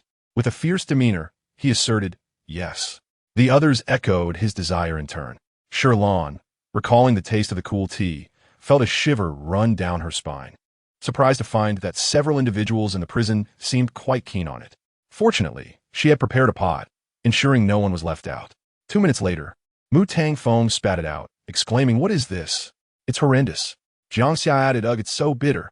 He Hanshi and Yi Ming struggled to swallow their portions, while Yin Huashui sniffed the tea and quietly pushed his untouched cup further away. Shi Lan, maintaining a cordial tone, explained, "Cool tea soothes dryness and lowers internal heat. It may be bitter, but it is a remedy that brings relief." Having not encountered much hardship, Jiangxia was the first to believe her, taking another sip, only to grimace, his fluffy face contorting in dismay as he promptly expelled it onto the pristine snow, leaving deep brown stains. The fourth robot, commanded to remain still unless instructed by its master, resisted the urge to clean up the mess. Meanwhile, Mu Tangfeng remained skeptical, but driven by his unquenchable internal fire. Opted to take a gulp. Soon, he too retched. Witnessing their reactions was a rare delight for Shi Lan, who nearly succumbed to laughter. In contrast, the more seasoned He Hanshi and Yi Ming, unfazed by the tea's purported benefits, finished their cups without flinching. Yin Huashui, undeterred, calmly sipped his icy drink and shook his head, stating, "I'll pass. I'm not like some others who harbor so much internal heat." Shi Lan, filled with curiosity yet regret, was mindful of the time, fearing that Mu Tangfeng might recover and seek her out for trouble. Thus she dared not linger. Chapter 21. Mushrooms in the prison after Shi Lan's departure. Yin Huashui leisurely swallowed the last of his icy beverage, sighing, tonight was quite the spectacle. At this, the other inmates fell into their respective contemplations. He continued, "I initially thought this female merely earned your trust, yet it seems she possesses much more influence than anticipated, even unsettling the Grand Prince and Major He." Mu Tangfeng gazed incredulously at the tranquil white lion before him, pondering Yin Huashui's implications. Could it be that Major He and the Grand Prince were also? Yi Ming frowned. "You are overthinking this. It is merely the rising heat of the recent weather." He Hanshi remained silent for a moment, declaring, "I regard her solely as the warden." Yin Huashui chuckled softly. "Believe that if you wish. I merely wish to remind you, she is certainly not an ordinary weak female. Her depths may be far more profound than you realize." Jiangxia, chewing on snow to mask the bitterness of the cool tea, appeared perplexed. "Are you referring to Shi Lan?" After a considerable pause, He Hanshi, with a hint of resignation, remarked, "What does it matter if the waters are deep or shallow? My mental fortitude is crumbling. I will die eventually, no longer the formidable major I once was, with nothing to gain." He even wished that Shi Lan genuinely sought something from him. But the reality was that absent work-related reasons, she would not easily visit the prison, nor would she be solely focused on herself. With this thought, a tinge of melancholy clouded his ice-blue eyes. He Hanshi's words resonated like a heavy toll upon each individual present, stirring a blend of emotions within them. Once, they were the renowned figures of Capital Star. Now, faced with the collapse of their mental faculties, they could only await their impending demise, powerless, unable even to exit the prison doors. Did they truly possess anything worth Shi Lan's concern? Yin Huashui pondered this deeply, falling silent. He Hanshi's words ultimately settled like pebbles cast into a pond. creating ripples that awaited the right moment to provoke a storm. The following day, the beasts resumed their normal routines, while Shi Lan joyfully commenced her daily mushroom foraging. However, today, as she caressed the soft texture of the mushrooms, she measured them and furrowed her brow. "Little Do, why do you seem to have shrunk a bit?" "Do not worry, master. I dispersed some seeds, hence my temporary diminishment," it replied. "Once I receive more nutrients, I will grow larger again." "Seeds? For what purpose?" Shi Lan was still unclear, wondering where this nutrition originated from. Was it the soil? "No, it's mental toxin," it clarified. "You'll understand in due time." Little Do maintained an air of mystery, ultimately not revealing what the nutrition entailed or where the seeds were sown. However, answers would soon come. The next day, a fist-sized green mushroom sprouted in areas frequented by the beasts within the prison. The first robot, perplexed, used a drill to excavate the mushroom from the wall crevice, making several attempts to dig it out. The second robot stared at the mushroom on Mu Tongfeng's wooden mirror, mechanical eyes reflecting clear confusion. The third robot squatted beside the sofa, observing the mushroom that had grown on the genuine leather seat. The fourth robot diligently searched the snow pile beside the icy chair for the mushroom's roots. The fifth robot struggled to pull at the steaming mushroom growing near the hot spring.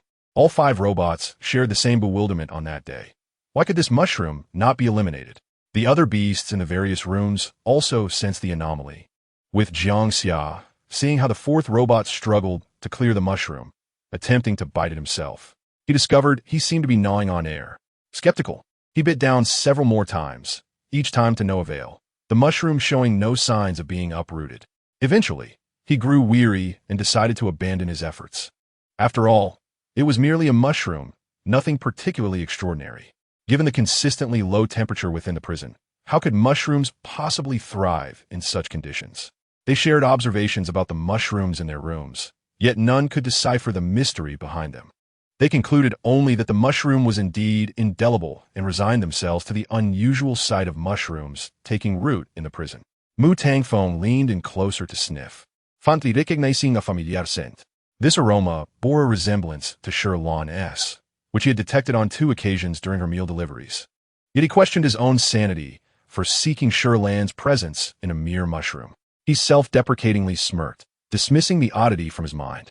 Meanwhile, Shi Lan, while delivering meals, noticed the proliferation of mushrooms in the prison. Initially oblivious to the other rooms, she soon spotted a vivid splash of green in Jiang Xia's 4th cell amidst the stark white landscape, strikingly visible.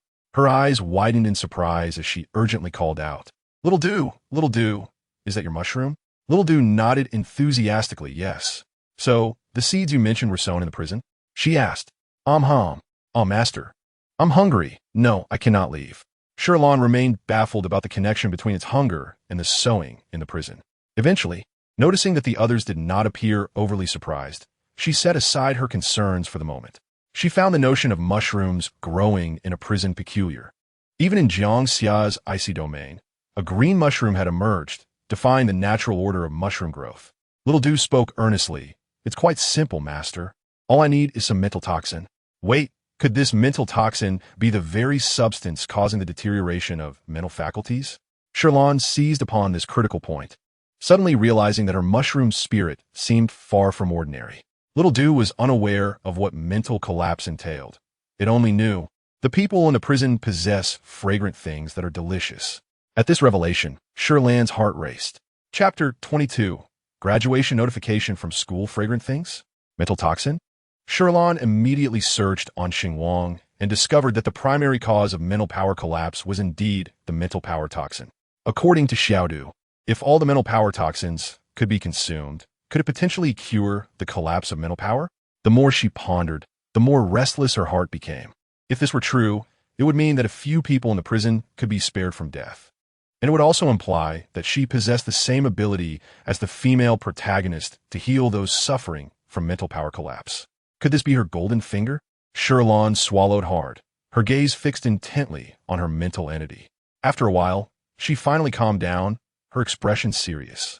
"If you're to grow in the prison, I do not object, but you must be cautious and not reveal my existence. A commoner has no guilt, yet bears the burden of preciousness. Although it remains uncertain whether Xiaodu possesses this ability, she could not afford to disclose anything until she had formidable self-protection. Xiaodu nodded earnestly. Initially, Shi Lan was somewhat skeptical about the special ability of her mental entity.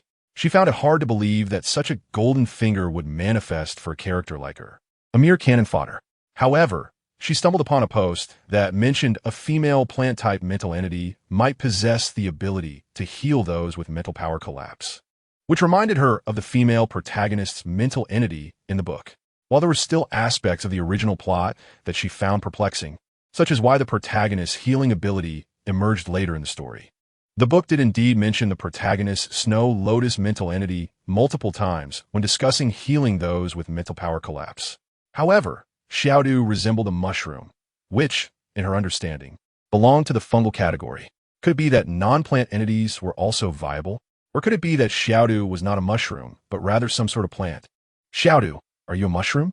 Upon hearing this, Xiaodu immediately thought of those that her master had consumed, which looked quite similar to her, seemingly belonging to the same kind. She timidly nodded, I suppose so, master.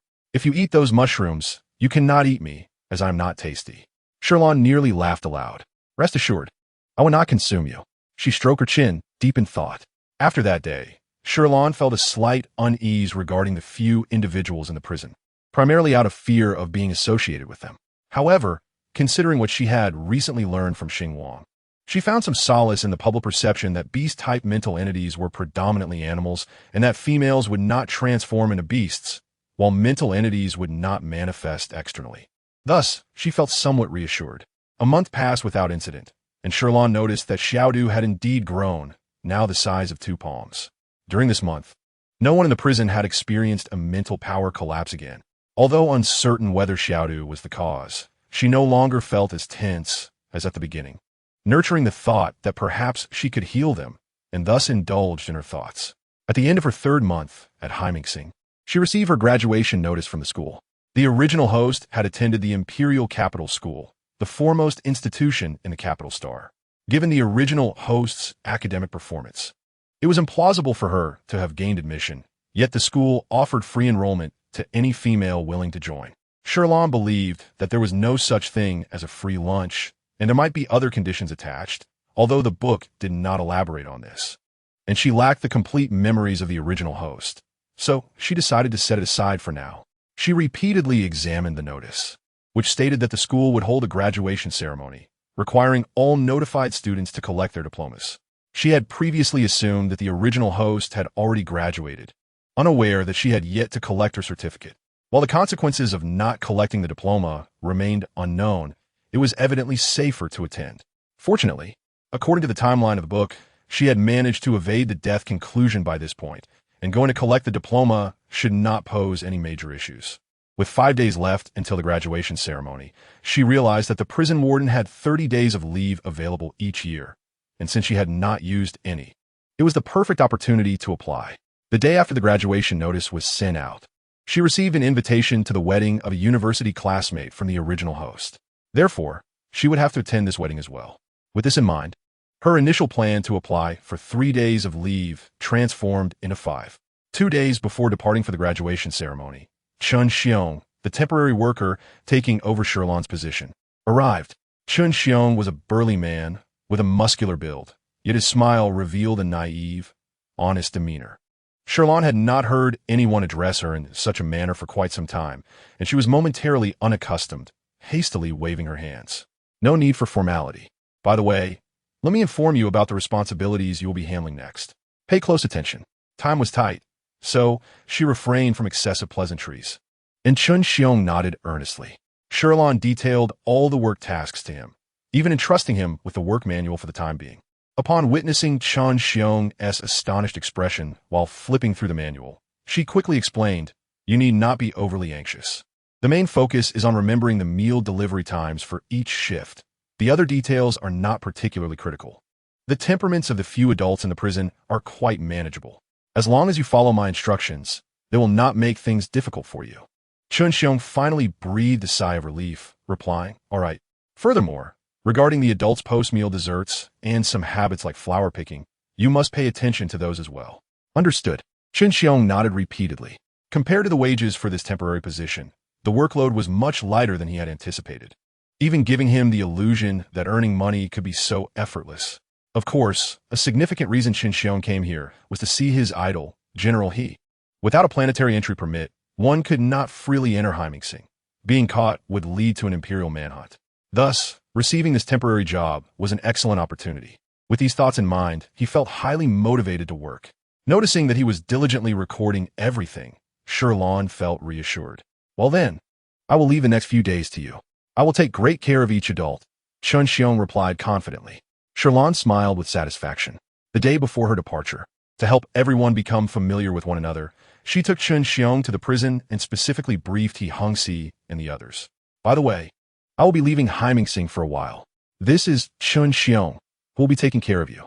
Perhaps due to the vast information gap between them, Shi Lan's words were misinterpreted. Chapter 23. The unsightly creature. After Shi Lan finished speaking, the 5 individuals felt a sudden unease. He Hongxi's body tensed. His previously comfortable swaying tail came to an abrupt halt, and his eyes darkened like ice. Mu Tangfeng, who was preening his feathers, involuntarily bit off one of his own feathers, too distracted to feel any sorrow.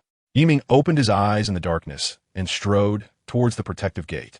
Casting an unfriendly gaze in Qin Xiong's direction, Jiang Xia, who had been playfully batting at a yarn ball, could no longer continue, anxiously leaving paw prints in the snow. Even Yin Huashui, who usually appeared indifferent, suddenly wore a solemn expression, his elongated, enchanting peach blossom eyes radiating a cold, sharp light.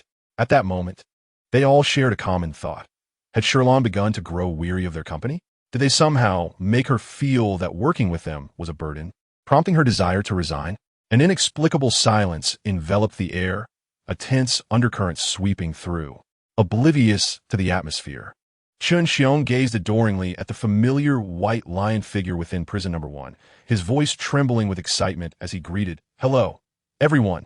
I am Qin Xiong. From now on, I will take good care of you." He Hongxi leaped from his bed, his agile form showcasing the fluidity of his beastly physique.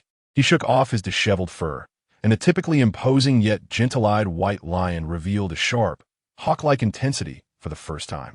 He scrutinized Qin Xiong with a detached gaze, causing Qin Xiong, upon seeing his idol, to become disoriented, nearly losing his ability to think. Stammering, he raised his hand in salute. General He, hello, remained silent upon hearing the voice, his gaze drifting toward the figure behind Qin Xiong. At that moment, Qin Xiong stood beside Shi Lan, his tall and robust stature accentuating her petite form, nearly obscuring her presence and simultaneously blocking his line of sight. Upon noticing that Qin Xiong had engaged in conversation with He Hongxi, Shi Lan felt an inward sense of relief. With him around, she could comfortably take her leave. She turned her attention to the number 2 prison.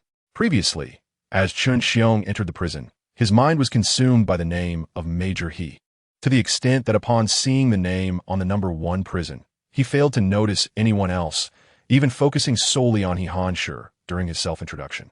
However, at this moment, as he followed Shi Lan's gaze and spotted the nameplate of the number 2 prison, he felt as though the sky had collapsed upon him. Goodness!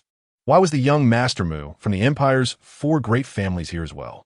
The Mu family, particularly Mu Tangfeng, was notoriously formidable and had a disdain for the unattractive, driving away anyone deemed unsightly within a 3-meter radius, resorting to violence against those who dared to defy him, leveraging his high mental prowess and powerful lineage, leaving no one willing to challenge him. Those with lesser backgrounds were already at a disadvantage. It was said that he had once fought with the second prince simply because the latter accidentally stepped on a feather he had recently shed, resulting in the prince being sent to the medical chamber. Ultimately, the monarch merely penalized him by sending him to the military base for a week of training. It could be said that anyone who crossed paths with the young Master Mu typically faced dire consequences, as he feared no one. With this thought, Qin Xiong instinctively covered his face with his hands. Shi Lan noticed his demeanor and cast a puzzled glance, but thought nothing of it, considering he might just be shy. She diligently proceeded to introduce him. "This is Lord Mu. From now on, you may refer to them as Lord as well." Qin Xiong, still shielding his face, scarcely dared to lift his head, murmuring, "Yes, yes." Yet Mu Tangfeng was relentless, his words dripping with venom. questioning how someone so unappealing could even apply for a position in the prison, decrying the presence of such an eyesore. Chen Xiong, mortified, lowered his head even further. Shi Lan's expression turned stern upon hearing Mu's remarks. Lord Mu, a person's appearance is inherently bestowed, while one may judge character based on other negative traits. It is unjust to mock someone for their looks. The truly repugnant aspect lies not in the face, but within a filthy heart. Upon hearing Shi Lan's words, Chen Xiong felt a swell of emotion, nearly moved to tears by her kindness. However, the young Master Mu was indifferent to such sentiments. He had once scolded a female who had pursued him to the point of tears, nearly driving her to despair. He could hardly bear to think of the terrible retribution that might befall Shi Lan for standing up to him, and he hurriedly tugged at her sleeve, stepping in front of her to defend her. Why yes, my apologies, Lord Mu. I will remember to wear a mask next time. Mu Tangfeng paid no heed to anyone else. His fury intensified upon seeing this male touch Shi Lan. Get lost. Chen Xiong flinched in fear, instinctively retreating a step, while Shi Lan stood her ground, unwaveringly staring at him. Apologize. This was the first time Shi Lan had spoken with such gravity. Even when Mu Tangfeng had previously attempted to make things difficult for her, she had managed to navigate the situation with a smile. Yet now, due to a stranger, she was genuinely upset. Mu Tangfeng, filled with anger, felt an overwhelming sense of grievance as his worry for Shi Lan's departure morphed into an inescapable feeling of unfairness. His once splendid feathers appeared to dull in an instant, the long orange-yellow gradient tail feathers drooping dismally to the ground. Meanwhile, Chen Xiong was beginning to feel anxious. Was this female so audacious that she dared to demand an apology from the young Master Mu? No wonder she had the courage to work in such a remote prison star. He shrank back, teeth chattering, but he understood that this female was trying to help him. Just as he sought to ease the tension, Mu Tangfeng interjected, Shi Lan, how could you scold me over a stranger? Chen Xiong thought, isn't that right? Shouldn't that be something the young Master Mu would say? Yet at that moment, none of the parties involved grasped the complexity of his emotions. While Shi Lan and Mu Tangfeng exchanged glances, both taken aback, albeit for different reasons, she noticed the fierce demeanor on Mu Tangfeng's face. Yet within his dark eyes swirled a mist, revealing a stubborn pride that seemed on the verge of tears. For a moment, Shi Lan felt as if she was the one bullying him. This was the first time she had witnessed such an expression from Mu Tangfeng, leaving her momentarily at a loss for words. After a while, she softened her tone. I am not scolding you. It is precisely because we are familiar that I hope you can cultivate a proper sense of values and discernment, rather than relying solely on appearances to judge others. If one day I were to become unattractive, would you also call me an eyesore? I would never. Mu Tangfeng instinctively retorted. Shi Lan continued gently. All right, even if you wouldn't say that out of familiarity, could it be that others would criticize my appearance in the same manner? Consider this. When I hear such remarks, would not hurt my feelings? Who dares? I'll take care of them. Just the thought of someone disparaging Shi Lan in his absence ignited a blaze of fury within Mu Tangfeng. He longed to flay them alive. Not only him, but the others in the prison also felt a pang of discomfort upon hearing such hypothetical scenarios. Unbeknownst to them, they had already subconsciously included Shi Lan within the protective fold of their wings. Shi Lan recognized his intention to defend her and smiled, her voice softening. Thus, we cannot judge people based on their appearance, understand? Under her earnest reasoning, the deep-seated grievance and resistance in Mu Tangfeng's eyes gradually faded. However, he could not help but ask, if I apologize, will you stay? At this, the others felt their hearts tighten. Shi Lan did not fully comprehend his meaning, but she had to attend the graduation ceremony, and her best friend's wedding was also a must. With a hint of reluctance, she shook her head. Lord Mu, I have urgent matters to attend to and must step away for a while. Step away for a while? Yihan Shi's gaze flickered slightly. Just temporarily? Shi Lan nodded. Yes, I have taken 5 days off. Chen Xiong will temporarily take my place to look after you all. So please remember to communicate with him if anything arises during this time. Upon hearing this, the tension that had permeated the prison for some time dissipated, and the 5 individuals subtly exhaled in relief. Yihan Shi's expression softened. All right, we will wait for you. After receiving Shi Lan's reassuring confirmation, knowing she was not resigning but merely on temporary leave, Mu Tangfeng's mood lightened somewhat, as he regarded Chen Xiong, who was no longer as off-putting. Although he still found the beast man somewhat unattractive, for Shi Lan's sake, he begrudgingly uttered apologies. Witnessing this dramatic scene, Chen Xiong's mouth dropped open in disbelief beneath his hands. No, it can't be. Did I hear that correctly? The young master actually apologized? With the female addressing him this way, he had retained such a good attitude and refrained from scolding her. If he were to share this story with his friends, they would likely think he was spinning a tale.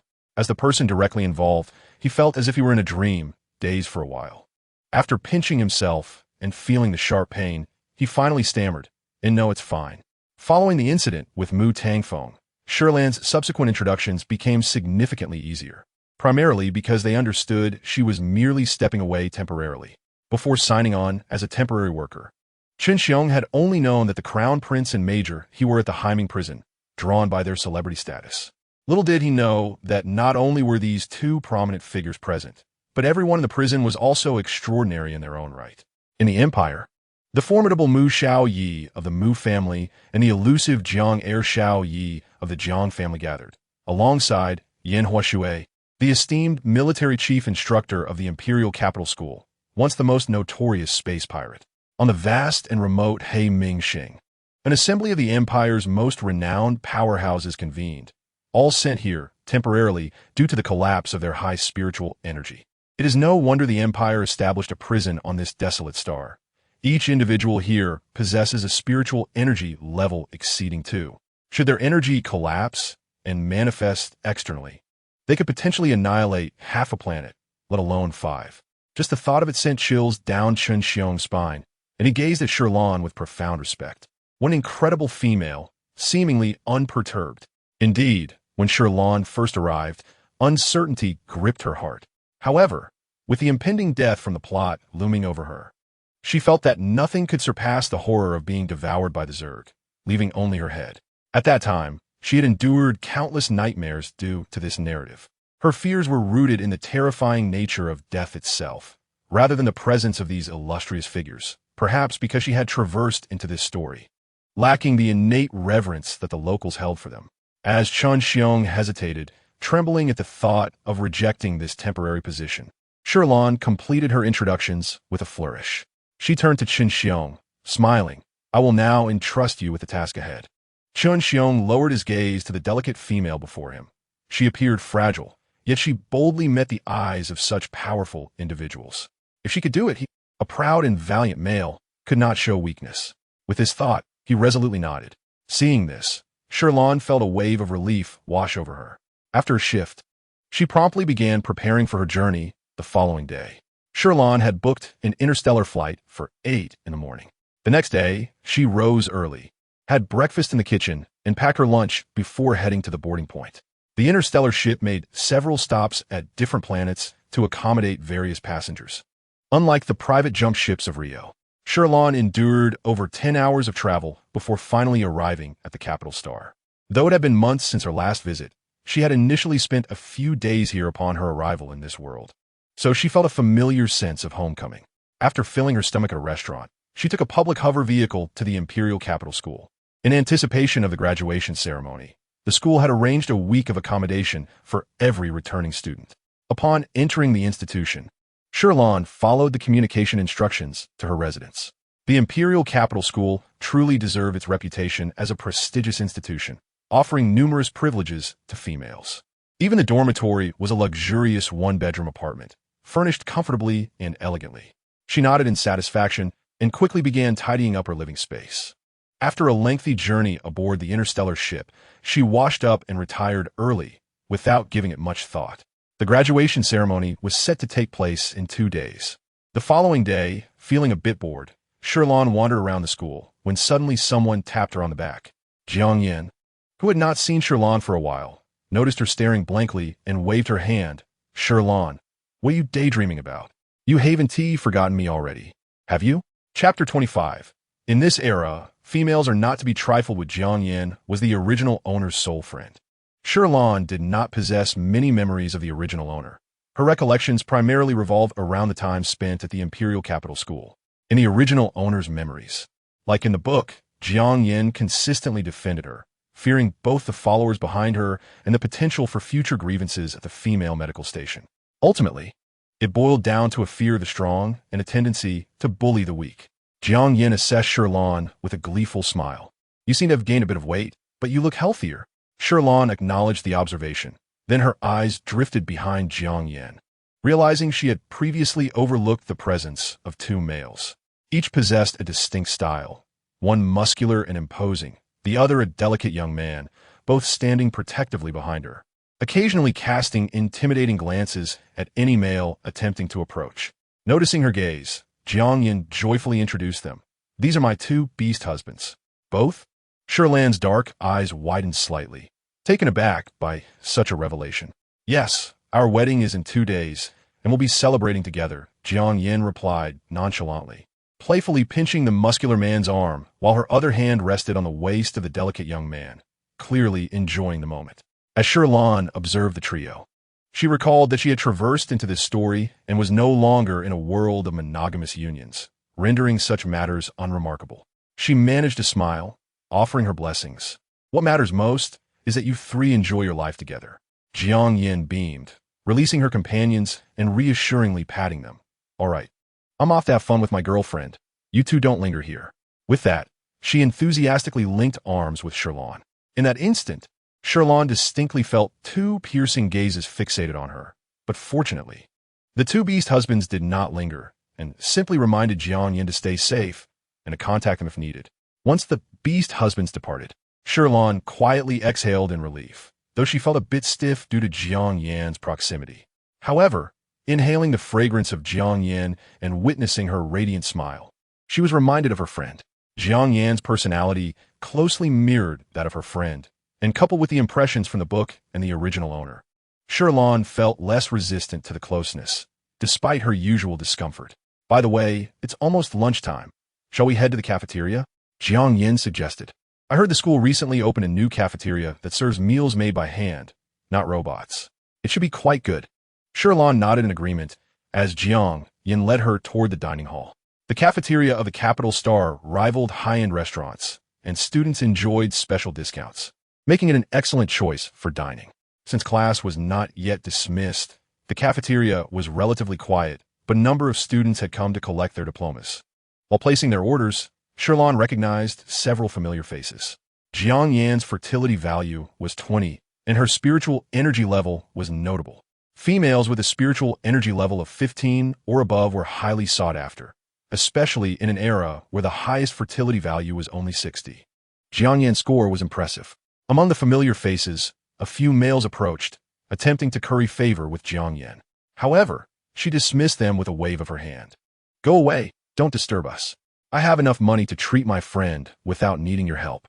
The males departed, sulking, casting glances at Shi Lan, known throughout the school as the only inept female, incapable of bearing children or offering spiritual comfort. Shi Lan sensed their derision and disdain, feeling exasperated as she involuntarily twitched her lips. At that moment, she found some comfort in the original owner's reputation. She did not wish to associate with those fickle males. Jiang Yin muttered under her breath, "Stupid men, lacking any sense." As she spoke, she secretly glanced at Shi Lan. In the past, when males approached her, completely ignoring Shi Lan, she would often display a barely perceptible look of disappointment before leaving in discontent, sometimes not speaking to Jiang Yin for several days. Jiang Yin was concerned this would happen again. At times, Jiang Yin felt a twinge of frustration toward Shi Lan, but from her perspective, she understood the underlying insecurities her friend harbored. Thus, she continued to offer silent support. For a moment, words eluded her, and the hands they had linked unconsciously loosened. Just then, the cafeteria uncle finished preparing a dish and kindly asked, "Where'd you like to sit, ladies? I could bring the food over." Shi Lan took the initiative to grasp Jiang Yan's hand and pointed to a table near the window. "Uncle will sit there." "All right, just wait a moment." She led Jiang Yin to a seat, and Jiang Yin stared blankly at the hands they were holding, her eyes reflecting disbelief and joy. For the first time in history, Shi Lan did not leave in displeasure. Instead, she took the initiative to hold Jiang Yan's hand. Shi Lan was bewildered. Being embraced by such a stunning beauty made her feel lightheaded, and her cheeks flushed. Many classmates dining around them cast curious glances. And even the cafeteria uncle serving food wore a knowing smile. Clearing her throat awkwardly, Shi Lan noticed Jiang Yin did not release her grip for a long time, compelling her to break the silence, stating that it was time to eat. Finally satisfied, Jiang Yin let go, scrutinizing Shi Lan's expression. Her cheeks were slightly rosy, and her gaze, now clear and gentle, was devoid of the previous insecurities and occasional flashes of hostility. Shi Lan, it seems you have changed. She couldn't help but exclaim.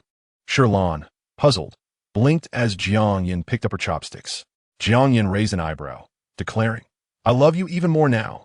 Shi Lan nearly choked on her own saliva, quickly retorting, Jiang Yin, this isn't the time for flattery. Ha, Lan, you are too adorable. Jiang Yin laughed in delight. Their reunion made the meal lighthearted, and Shi Lan discovered that although Jiang Yin exuded an icy, mature demeanor, she was actually quite easy to get along with. Even during their meal, several males blushed as they approached her with gifts, while other females at the table had their own piles of offerings.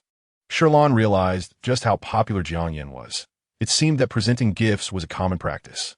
However, Jiang Yin confiscated them all, feeling a flutter of anxiety every time a male approached, fearing that Shi Lan might grow displeased again. Sometimes, she found these males to be quite bothersome, interrupting their meal. Fortunately, Shi Lan was wholly absorbed in her food and the beauty beside her, devoid of any romantic distractions. Just as their meal concluded, her wrist chip vibrated several times. Upon checking, she found multiple friend requests from Han Shi and others. Shi Lan maintained a clear distinction between work and personal life. As the warden, she had met Han Shi and his companions purely in a professional capacity, and she had never considered establishing a friendship beyond work. After 3 months, she had not anticipated receiving friend requests from 5 individuals suddenly, and her first thought was that something had gone awry at the prison. She promptly accepted the requests and couldn't resist messaging to inquire about Chun Xiong's situation. How is it? How was your first day back at work? Young Master Mu expressed a desire for a cold drink, but without ice, while young Master Jiang requested flower tea brewed at precisely 45 degrees. So, he was occupied in the kitchen adjusting temperatures. Thankfully, they assured her that as long as she connected them with Shi Lan, they would allow Chun Xiong to rest well in the afternoon. Chun Xiong, who had developed dark circles under his eyes in just 1 day, eagerly relinquished his burdens to Shi Lan, confident in her ability to handle the situation, especially since she was the warden. They all inquired, where are you? Han Shi promptly replied, okay, stay safe. Are you all doing well? Nothing happened at Hyming, right? Noticing the identical messages from the others, she simply copied and pasted her reply. However, she added a few extra questions for Mu Tang Feng. Or Mu, how is Chun Xiong? You haven't been unkind to him, have you? Mu Tang Feng, located within the Hyming prison, remained unfazed. Of course not. Am I that kind of person? I even apologized to him the day before yesterday. Shi Lan expressed her skepticism, but knew better than to press further, and remained silent. Turning off her chip, she shook her head, clarifying that it was merely work-related matters. Moreover, considering her current situation, with males retreating 100 meters away, it was amusing to Jiang Yin, upon sensing her lack of anger, began to tease herself, making Shi Lan laugh. Lan, I didn't expect you to have such a sense of humor. Being happy is what truly matters. Jiang Yin cheerfully winked at her. Her long, thick eyelashes framed her deep, dark eyes, clear as water, and her porcelain-like face glowed with a healthy blush, resembling an exquisitely beautiful doll. Jiang Yin momentarily lost her train of thought before resolutely shaking her head, saying, no way. My Lan is so beautiful and adorable. Those males must be blind to overlook you. If she were a male, she would want to marry Shi Lan. Flattered by such praise, Shi Lan beamed with joy. Jiang Yin had indeed considered everything thoroughly. Traveling from Hyming to Capital Star was quite time-consuming. Noticing Shi Lan had received an invitation, she inquired, by the way, where are you working now? I've been forcibly required to undergo closed training at the military medical workstation for 4 months by my mother, which is why I haven't messaged you for so long. Only now, having nearly completed my graduation requirements, am I liberated. Shi Lan was surprised by her struggles and remarked, I'm doing well. I've become the warden at Hyming, and it's not bad there. Hyming? You are a warden? Jiang Yin gasped. Lan, you haven't been mistreated, have you? Jiang Yin's family had some background, and while most people might only recognize Xiao Jiang and the Crown Prince in relation to Hyming, They were unaware of several tricky individuals also present. She scrutinized Shi Lan closely, even checking her arms for any signs of injury. Shi Lan, taken aback by her intense reaction, asked what's wrong. I'm Fina. If you'd like, I can arrange a different job for you, Jiang Yin offered, relieved to see Shi Lan was unharmed, but still worried due to Mu Tangfeng's dubious history. In truth, Jiang Yin had participated in this closed training for Shi Lan's sake, anxious that Shi Lan might struggle to find employment, so she had her mother arrange this placement. Thus, if Shi Lan wished to change jobs, Jiang Yin could easily facilitate that in Capital Star. However, Shi Lan declined, sincerely saying, Jiang Yin, thank you, but I'm really quite happy at Hyming Star. No one is bullying me, and the salary is decent. Jiang Yin scrutinized her eyes, ensuring there was no hint of reluctance before feeling reassured. It's not that I overreacted. You should know that young Master Mu is also there. After all, Mu Tangfeng has a notorious past, and I'm just worried he might bully you. Notorious past? In the memories of the original owner, Shi Lan had not encountered Mu Tangfeng at all, and aside from occasional mentions of He Shi and the Crown Prince, the other individuals remained unnamed in the text. Thus, she genuinely lacked knowledge of Mu Tangfeng's past and wondered why Jiang Yin was so apprehensive. Jiang Yin explained, Mu Tangfeng is the sole heir of the Mu family, one of the 4 prominent families in the capital. Being the only child, he was spoiled, leading to a somewhat reckless personality. With a powerful family background and strong mental prowess, he was quite formidable in the capital, where the lines between genders often blurred. While he typically refrained from physically confronting females, his words could be quite sharp. There were instances where several females pursued him, only to be verbally berated into silence, with one even claiming she wished to end her life. Shi Lan could relate to Mu Tangfeng's biting remarks, yet she sometimes found him amusing. When he couldn't outwit her, he would sulk in silence. However, she was taken aback by Jiang Yin's portrayal of him. Curiosity piqued. She asked, what exactly did he say? Jiang Yin hesitated, feeling shy about sharing the details, fearing to tarnish her friend's innocent ears. Yet, gazing into Shi Lan's sparkling almond-shaped eyes, she couldn't resist the temptation to divulge. He said something quite horrid, calling them disgusting pigs, claiming he wouldn't even glance at them naked on his bed, and that they looked like toads dreaming of swan meat. With each additional remark from Jiang Yin, Shi Lan's shock deepened, and it took a while for her to realize that Mu Tangfeng had indeed been restrained when he had scolded Chen Xiong the other day. Oh, by the way, it's not just him.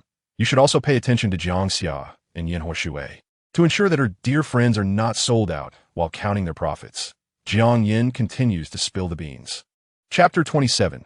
Yin Shui is the living king of hell. What? Shi Lan exclaimed in disbelief, her eyes widening. How could these two also be involved? Jiang Xia is one thing, but as far as she recalls, Yin Shui has always been a gentle and courteous handsome man, the second person in the prison, after Shi, who made her feel at ease. Indeed, there are not a few. I would say among these 3, the most terrifying one is Yin Shui. Jiang Yin slowly explained that Jiang Xia is mostly fine. He is the second young master of the Jiang family. Due to previous health issues, he spent more time at home, so his reputation is not widely known. However, one thing to note is that he despises being called short or being complimented as cute, especially when compared to his beast form or some household pets. Previously, a male beast man resembling a black bear provoked him by saying he looked like a house cat. He directly beat the man into a pulp and even pulled out all his teeth. When he was sent to the medical facility, it was a gruesome sight. There was not a single good piece of flesh on him. Just hearing about it made Shi Lan wince in pain.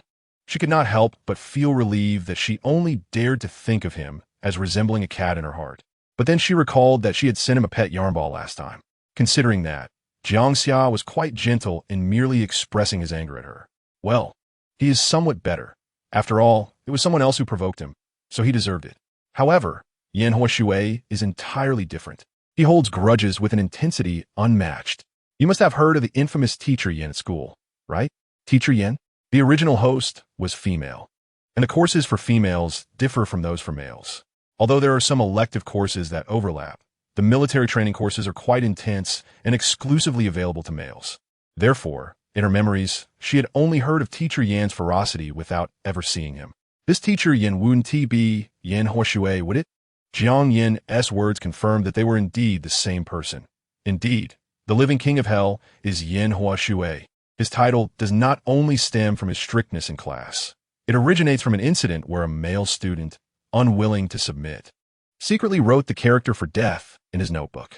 At that time, he remained silent, but 2 months later, during the school's official military drill, he personally killed that male student and even affixed that piece of paper with the character for death to his corpse, smiling as he sent him to the afterlife. Oh my God, Shi Lan was astounded. Didn't he, the teacher, face any punishment for killing a student?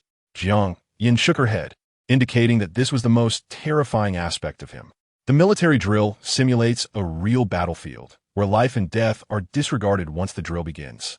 Moreover, as a teacher, he was not required to participate in the drill, yet that male student deliberately pointed him out and even incited over a dozen males to surround Yan Huashui.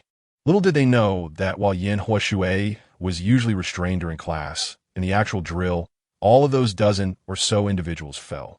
However, he only killed that particular male student. What truly unsettled Jiang Yan was that Yan Huashui always carried that piece of paper with the character for death with him. Perhaps he had been planning for this day all along. Thinking of this, she patted Shi Lan's shoulder earnestly and warned her to be cautious and never provoke him. Shi Lan, in a daze, found it difficult to reconcile the terrifying living king of hell described by Jiang Yan with the person she had encountered in prison, as the difference was vast. However, she had indeed heard of teacher Yan's notorious reputation in the original host's memories. After a long moment of surprise, she slowly nodded under Jiang Yan's worried gaze. At that moment, far away on Heiming Xing, Yan Huashui suddenly sneezed. He squinted at the person he had just contacted on his chip, his lips curling into a smirk. I wonder if that old fool is speaking ill of me. On Capital Star, Jiang Yan was about to say something more when her two beast husbands approached, one in front and one behind, casting a glance at the newly arrived males in the cafeteria. It had barely been 2 hours since they last sought her out, indicating their genuine concern. Nevertheless, Shi Lan understood their feelings well. After all, in this day and age, females can legally have multiple beast husbands, and with Jiang Yan being so exceptional, one must be vigilant against rivals. After finishing their meal and gathering with friends, Shi Lan, not wanting to be a third wheel, suggested leaving first. All right. Jiang Yan agreed and released her. The Imperial Capital School is vast and equipped with advanced facilities, exuding an aura of high technology, with hovering trains frequently passing by. After wandering for a while and refusing several obviously uninformed male freshmen, Shi Lan, feeling her legs ache, took an automatic hovering vehicle to the library. From the original host's memories, she learned that the library at the Imperial Capital School is said to have the most comprehensive collection of books, covering all types. Considering her green mushroom spiritual entity, she intended to search for some related books to gain a better understanding. Upon arriving at the library, Shi Lan discovered that it was quite different from her expectations of serene environment.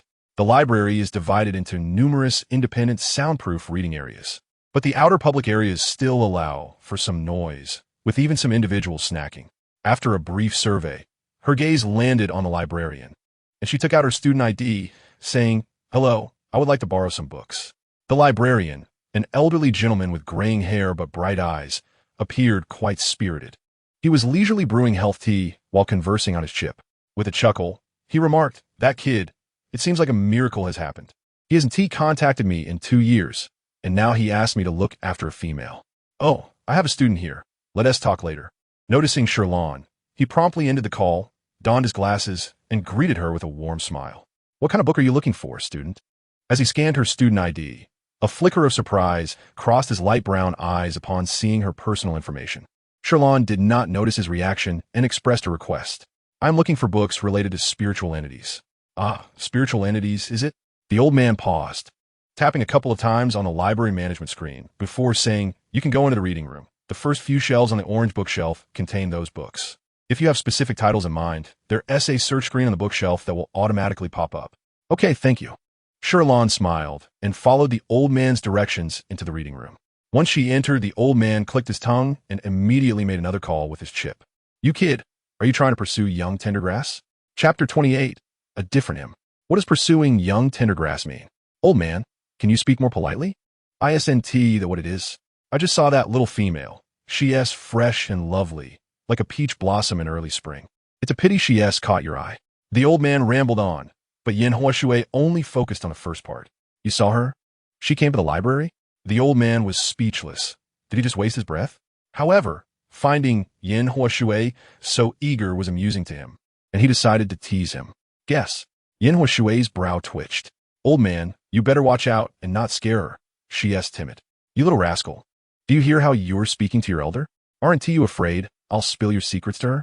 She might run away in fright. Oh, is that so?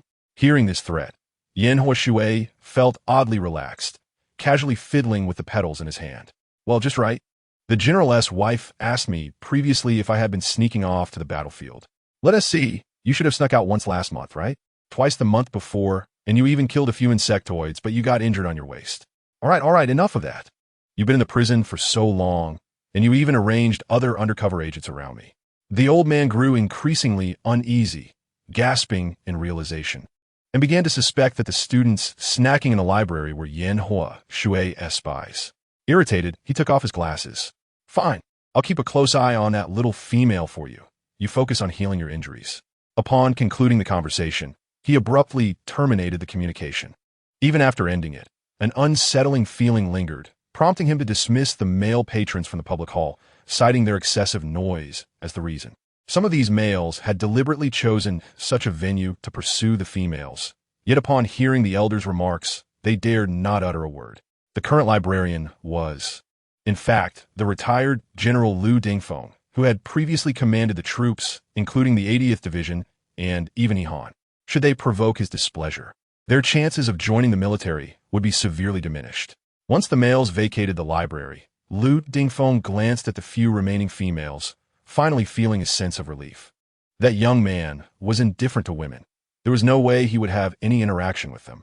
At this moment, Shi Lan was unaware of the unfolding events outside. She had directly sought out several books and retreated to a private reading room equipped with plush seating and a water dispenser, renowned for its excellent soundproofing. She quickly immersed herself in her reading. This time, she had selected books concerning the spiritual entities of females and the collapse of male spiritual powers. Following the table of contents, she searched for the information she required. Time slipped by unnoticed until the light outside the reading room began to dim, and the room's illumination brightened, prompting her to exhale deeply. After her reading session, Shi Lan suddenly comprehended why the Empire had chosen to confine individuals with high levels of spiritual power collapse so far away. The text documented past tragedies, including an incident where a powerful individual with a spiritual power rating of 2 experienced a collapse, escaping from confinement and slaughtering everyone in the prison along with a significant portion of the planet's inhabitants. The terrifying aspect of such a collapse is that the afflicted individual loses all awareness, and this outburst resembles a forced breakthrough of latent potential. A person with a spiritual power rating of 2 could inflict damage exceeding 3, capable of tearing apart even the most formidable mechas with bare hands. A mindless, tireless harbinger of death is indeed a terrifying prospect. Consequently, the Black Ming Star Prison was established, utilizing rare, non-renewable materials for its construction to ensure security against such individuals. A substantial portion of these resources was allocated to building the prison's defenses to contain the current threat. Regarding the possibility of curing high-level spiritual collapse victims, the books she perused revealed no successful cases. In fact, one female with spiritual power was misidentified during a treatment attempt and was tragically killed. Merely contemplating this filled Shi Lan with dread. It dawned on her why many people were hesitant to approach Black Ming Star. Despite the prison's protective materials being secure, a human life is singular and irreplaceable, leaving no room for error. In light of this, she realized her role as the prison warden rendered her one of the most perilous individuals. This thought led her to reconsider Jiang Yan's suggestion about seeking alternative employment. However, one book mentioned that animal-type spiritual entities could not cure high-level spiritual collapse victims due to the possibility of mutual repulsion among similar entities. The higher the level, the more significant the rejection, making it easier for females to trigger a collapse in these males. Conversely, females with non-animal spiritual entities might possess the potential for healing. Though only briefly mentioned, Shi Lan drew parallels with her own mushroom spiritual entity and the plant-based one of the protagonists, contemplating the possibility of exploration. After all, the prison had experienced a month of tranquility, which was a promising beginning. Naturally, her own life remained paramount. Feeling somewhat unsettled, Shi Lan set her book aside and stretched, refraining from making any hasty decisions. She exited the reading room, returned the book to the library robot, and approached the administrator to retrieve her student ID. Lu Dingfeng was still present. Upon greeting him, she said, "Grandpa Administrator, I have come to collect my student ID." Hearing this endearing term, Lu Dingfeng's smile widened. Finding her utterly charming, he handed her the student ID and, with a twinkle in his eye, inquired, "My dear student, do you know Yan Shui?" Shi Lan nodded, acknowledging, "Yes, I do." "What of it?" "Oh, nothing much. This lad knows you are attending the school and specifically asked me to look after you." Such a warm-hearted child. Lu Dingfeng mused. Shi Lan gasped in surprise, pondering how this was at odds with Jiang Yan's earlier description. She began to question which portrayal was accurate. Oblivious to her thoughts, Lu Dingfeng replied, "Of course. Come, let this old man treat you to a grand meal." "That's unnecessary. It would be too much trouble." Shi Lan demurred, feeling somewhat embarrassed as they were not well acquainted. "Nonsense. I regard Yan Shui as a son. Since he has asked, I must honor his trust." While Lu Dingfeng grumbled, he genuinely wished for Yan Shui to encounter a kindred spirit, which made him even more enthusiastic toward Shi Lan. Unable to refuse, she followed him to the cafeteria. However, the evening cafeteria was distinct from the midday one, being exclusively open to faculty members. The offerings were far more diverse, and the limited patrons, aside from the cleaning robots, created a tranquil atmosphere devoid of queues. Lu Dingfeng ordered several dishes favored by females and urged Shi Lan to select additional items. She glanced at the prices on the menu, gulped, and shook her head, saying, "I can manage." "You are too modest," Lu Dingfeng observed, and he proceeded to order a few more dishes. With 8 dishes for 2 people, Shi Lan felt it would be excessive, contemplating that there was no need for further additions. Lu Dingfeng seemed to read her thoughts and assured her, "The portions here are delicately crafted for females. Rest assured, we can finish them." Upon hearing this, Shi Lan remained silent. However, when the dishes arrived, she realized they were more than she had anticipated. Fortunately, her appetite had notably increased, and she hoped there would be no wastage. Throughout the meal, Lu Dingfeng recounted various anecdotes about Yan Shui, sharing how he had been an orphan from a young age, rising to become the leader of space pirates after years of hardship. "When we first met, he brandished a gun at my head, threatening to kill me if I didn't part with 10 billion star coins." Lu Dingfeng chuckled. That young lad had quite the bravado. Later, during an attack by the insectoid race, our ship crash-landed on a desolate planet, and I was severely injured. He laid down his weapon and rescued me, showing that beneath that tough exterior, he has a good heart. Thus, I took him under my wing. Lu Dingfeng's tales painted a different picture of Yan Shui, starkly contrasting with Jiang Yan's earlier description of him as a living Yama. Curiosity piqued, Shi Lan asked, "Why does everyone at school refer to him as living Yama?" Cough, cough. Lu Dingfeng nearly choked on his food. "Wait, that rascal's reputation has spread so widely? Even young females know of it?" Shi Lan quickly handed him a glass of water, urging, "Take your time, Administrator Grandpa." After gulping down several mouthfuls, Lu Dingfeng stammered, "Well, this child can indeed be somewhat rough around the edges and overly strict as a teacher. The moniker just caught on without anyone realizing." Shi Lan observed the flicker of guilt on his face, but chose not to press further. Instead, she felt a heaviness in her heart, realizing that Jiang Yan's comments were not without merit. Regarding her current position, her resolve wavered a bit more. Shi Lan had always pursued stability, having grown up in an environment that prioritized males over females. Her childhood was tumultuous, often subjected to her parents' anger. In her youth, she occasionally lamented her misfortune, but as she matured, she achieved financial independence and experienced the beauty of her homeland, rekindling her appreciation for life. Thus, she had always been a person who valued her existence highly, understanding that life is filled with infinite possibilities. Upon realizing she had transmigrated into a story, she did not wallow in self-pity, but immediately sought ways to evade the plot and preserve her life. Yet now, she felt that being the warden of Black Ming Star was not particularly safe. Lost in thought, Shi Lan noticed that Lu Dingfeng had grown somewhat concerned and had become more focused on his meal. "All right, Grandpa Lu," Shi Lan finally stated, no longer hesitating. Upon returning to her dormitory, she opened messages that had long been neglected. The original book's identity chip contained few friends. Aside from her classmates group, there was only Jiang Yin, with the rest being self-added contacts. All of these individuals had sent her messages. Shi Lan first checked Chun Xiong, as she was particularly concerned about his situation in prison.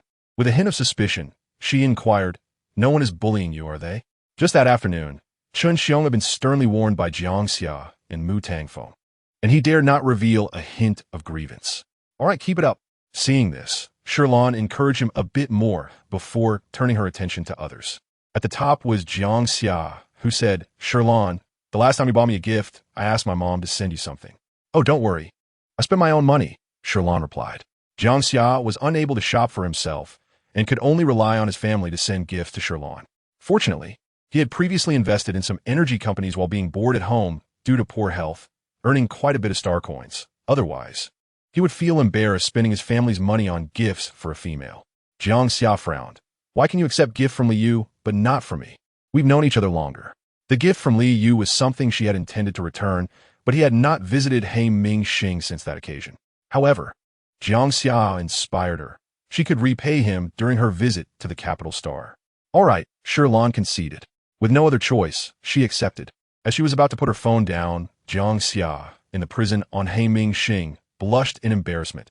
How could he have sent that? How mortifying. He hoped Shi Lan hadn't seen it. He quietly reassured himself, taking a long moment before daring to send another playful emoji. He Han-Shi asked, "Is everything going smoothly? You, as a female, should pay extra attention to your safety in the capital star. I will have one of my subordinates protect you. He happens to be on leave." Had he Han-Shi also arranged for someone to look after her? She scrolled through other messages and found Yin Hua Shui also mentioning Old Master Lu, saying, "Shi Lan, are you at the Imperial Capital School? I happen to know someone at my school who is currently a librarian. He can assist you with anything you need." Yiming also chimed in, "Shi Lan, my teacher is the dean. Just mention my name if you need anything." Shi Lan had always viewed their concerns as mere tasks, but unexpectedly, in this unencumbered and unfamiliar world, they were genuinely caring about her situation. Upon reading their messages, her earlier touch of emotion transformed into a mix of amusement and exasperation. He had actually sent her a selfie in beast form, stating, "I didn't bully Chun Xiong today." All he had done was prepare him an iced drink, which Mu Tangfeng did not consider bullying. Shi Lan, sitting on the sofa in her dormitory, burst into laughter. However, upon enlarging the photo, she remained astonished by the beauty of the jailbird. Even magnified, it showed no flaws, each feather displaying a pure hue devoid of any blemishes. "Is this it? Shi Lan, you are too perfunctory." Given that he claimed he hadn't caused trouble today, Shi Lan added a few more compliments. "You are a beauty surpassing the likes of Yao Ji and Shi Shi. My goodness, from where does this divine bird descend?" Mu Tangfeng had heard countless praises before, often more sincere and exaggerated than Shi Lan's. Yet none made his heart race as hers did. He unconsciously leaned closer to the mirror, captivated by his own beauty. "Humph. Female, you too shall succumb to my allure." However, considering her own beauty, he granted her some leniency. Unable to resist, Mu Tangfeng flapped his wings to dispel the heat from his body, but feeling still quite warm, he rang the bell. Chun Xiong, who had just settled onto his bed, hurried to the prison. "Young Master Mu, what is it? Make me an iced drink." He scoffed, unable to bear looking at Chun Xiong's face, and averted his gaze. Jiang Xia, feeling equally flustered, chimed in, "I want one too." Chun Xiong glanced at the time. His shift had ended, but he dared not say more and immediately rushed to the kitchen. Two little ancestors. On the third day of the holiday, the school sent out a message at 8 in the morning, reminding everyone to gather at the square hall by noon. Shi Lan prepared early, finishing lunch with Jiang Yin around 11 before heading to the hall. The graduation ceremony at the Imperial Capital School was particularly lively, with half an hour until noon. The square hall was already teeming with people. On this day, all other students were on holiday, leaving only the graduates, while their parents could witness the ceremony, creating a gathering of spectators. The seating area was divided into sections for students and parents. Shi Lan did not rush to sit down, but instead stood under a flag. "Waiting?" Jiang Yin curiously asked. "Are you waiting for someone?" Not wanting to directly mention her family, Jiang Yin was aware that Shi Lan was an orphan. Shi Lan nodded. "Yes, a friend. He said he would arrive in 2 minutes."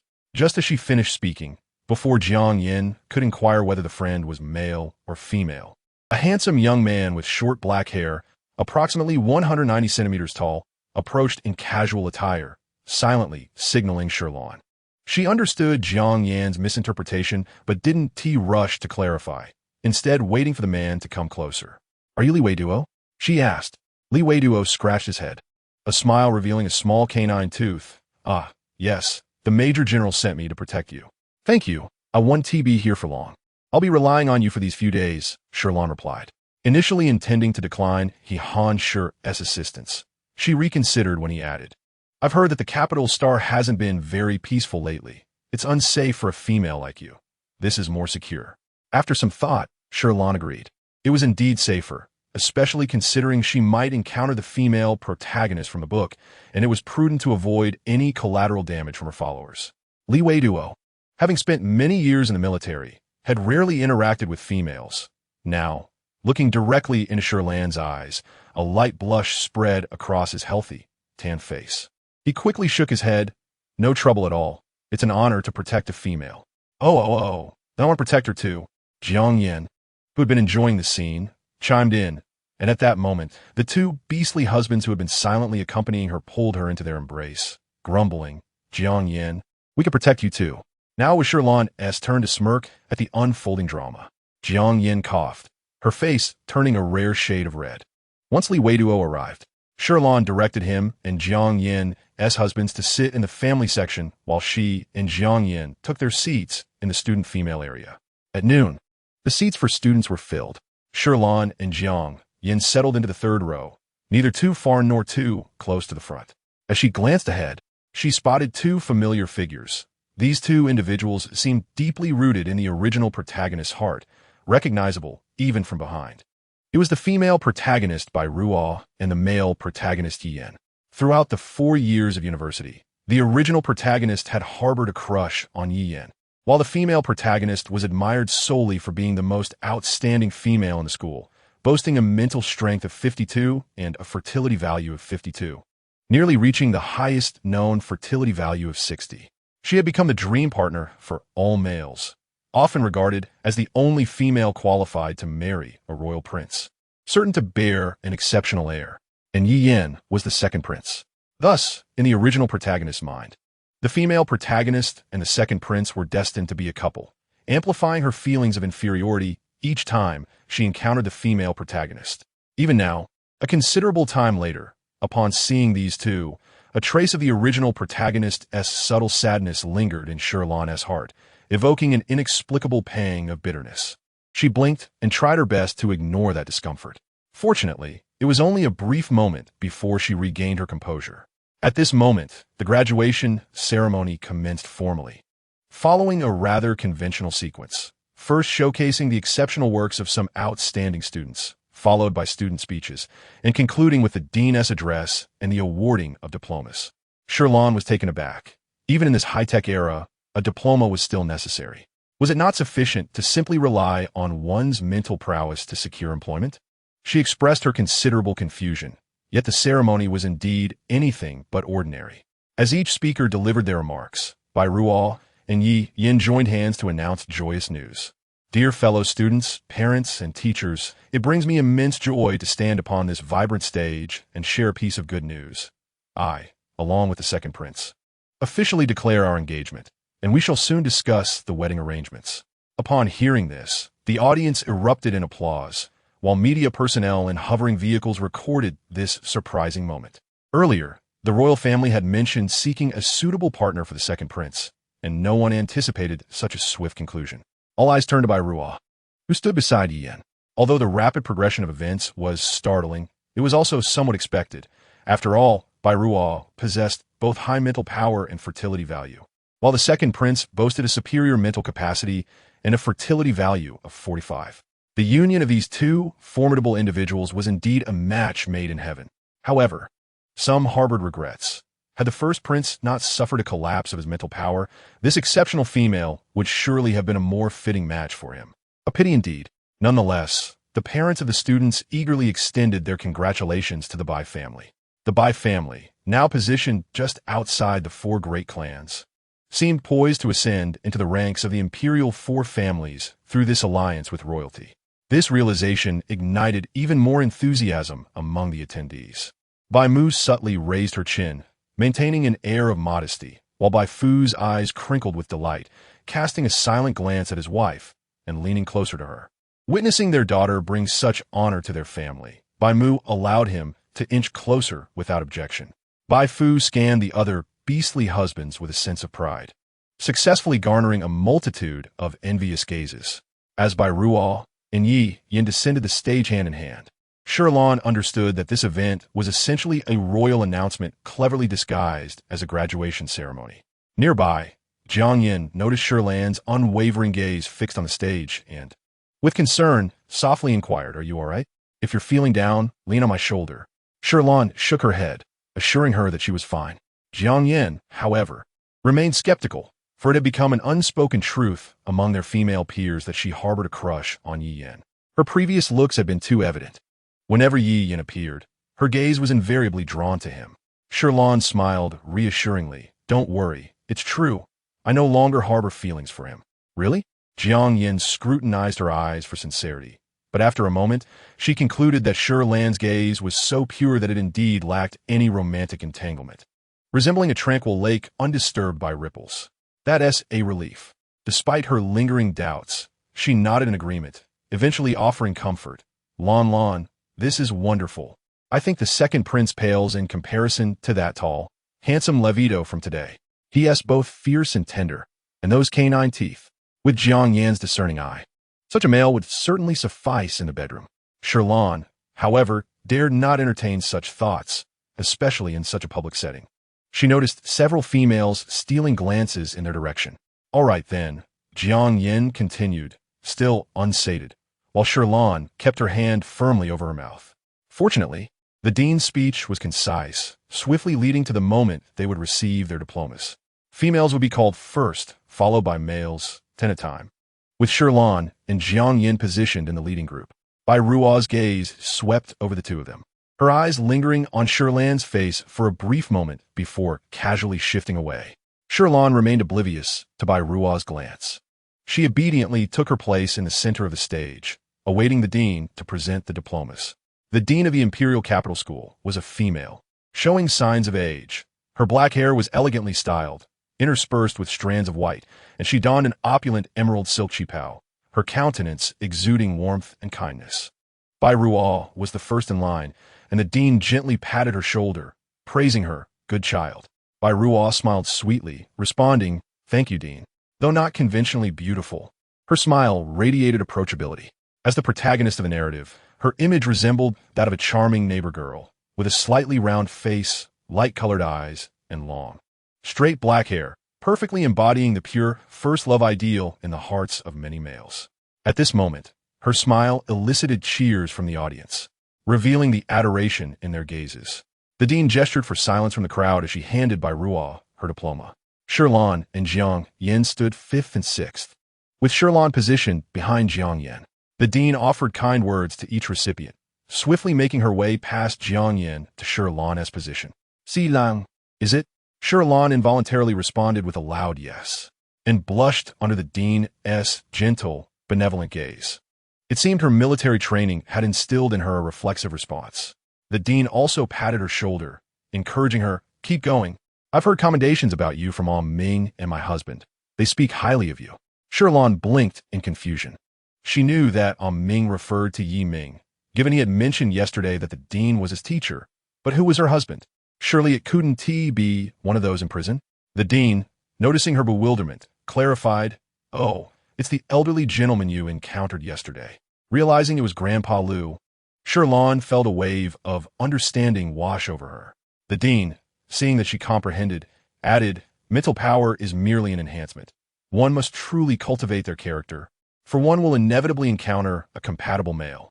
Having spent considerable time at the school, the dean occasionally taught males about how to serve their female partners. Thus she had heard of Shi Lan's reputation. She had even reprimanded several males who mocked Shi Lan as a useless female in the classroom. In her view, high mental power and fertility value did not guarantee finding a good partner. These inexperienced youths were likely unaware of the significance of having a good wife. Initially, Shi Lan felt somewhat dazed, But as the dean moved on to the next recipient after presenting her diploma, she gradually realized that perhaps the dean was offering her consolation. One is often touched by the kindness of strangers. A gentle warmth blossomed within Shi Lan's heart, while the stage radiated a warm atmosphere of celebration. The sentiment below was quite different. The dean lingered the longest over Shi Lan, drawing the attention of many in the audience. The dean, while ostensibly the head of the institution, was far more than that. As a level of mental power female, her several beastly husbands were all notable figures, including the recently retired General Liu, renowned for his achievements, and her first husband was none other than the current monarch. Although the dean had ceased her marital ties for certain reasons, the first prince, as her bloodline, remained inexorably linked to the royal family. At this moment, Shi Lan, under the dean's scrutiny, became the focal point of discreet observations from the audience. Bai Fu had initially intended to discern which female had eclipsed his daughter, but upon fixing his gaze on Shi Lan's face, his pupils constricted sharply, and his expression shifted dramatically. "What is wrong? Are you feeling unwell again?" Bai Mu inquired with concern, noticing his unusual demeanor. Bai Fu vigorously shook his head, yet his hands, resting at his sides, clenched tightly. Nearby, another female, lounging with her legs crossed, adorned with an exaggerated sun hat and sunglasses, sneered, "Oh dear, Bai Yu, the beast you found is quite pathetic. I senti. Will he faint from a bit of sunlight?" Upon hearing this familiar voice, Bai Yu's expression changed, and she turned her head in that direction. The female slowly removed her sunglasses, revealing heavily made-up phoenix eyes, her demeanor exuding arrogance. "You should be mindful, Dui. Your second son has collapsed under his mental power and ended up in prison, yet you still have the gall to attend a graduation ceremony. I wonder which of your sons it is." Before Dui could respond, her beastly husband, who had been fanning her, grew incensed. "Bai Yu, watch your mouth. I don't strike females, but if you utter another word about my son, your beastly husband won't fare so well." You, with an intense glare from Bai Mu, were filled with anger that had nowhere to vent. Indeed, Bai Fu's health was poor, and she was a cousin of Bai Fu. Initially, the Bai family had promised her that if she married Bai Fu as the main husband, she would be entrusted with the management of the Bai clan. At first, Bai Mu was quite dissatisfied with Bai Fu, but over the years, as he fathered daughters who brought her honor, she gradually began to accept him. However, had she known Du Yi would be present, she would have certainly refrained from attending. The onlookers surrounding Du Yi and Bai Fu and Bai Mu were all silent.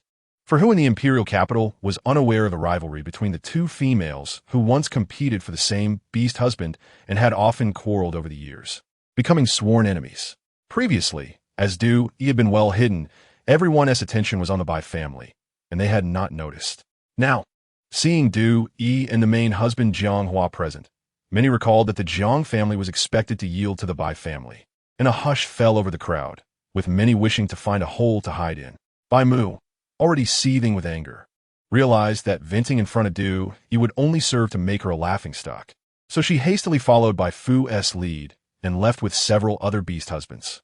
Bai Fu glanced at the stage once more and let out a silent sigh of relief.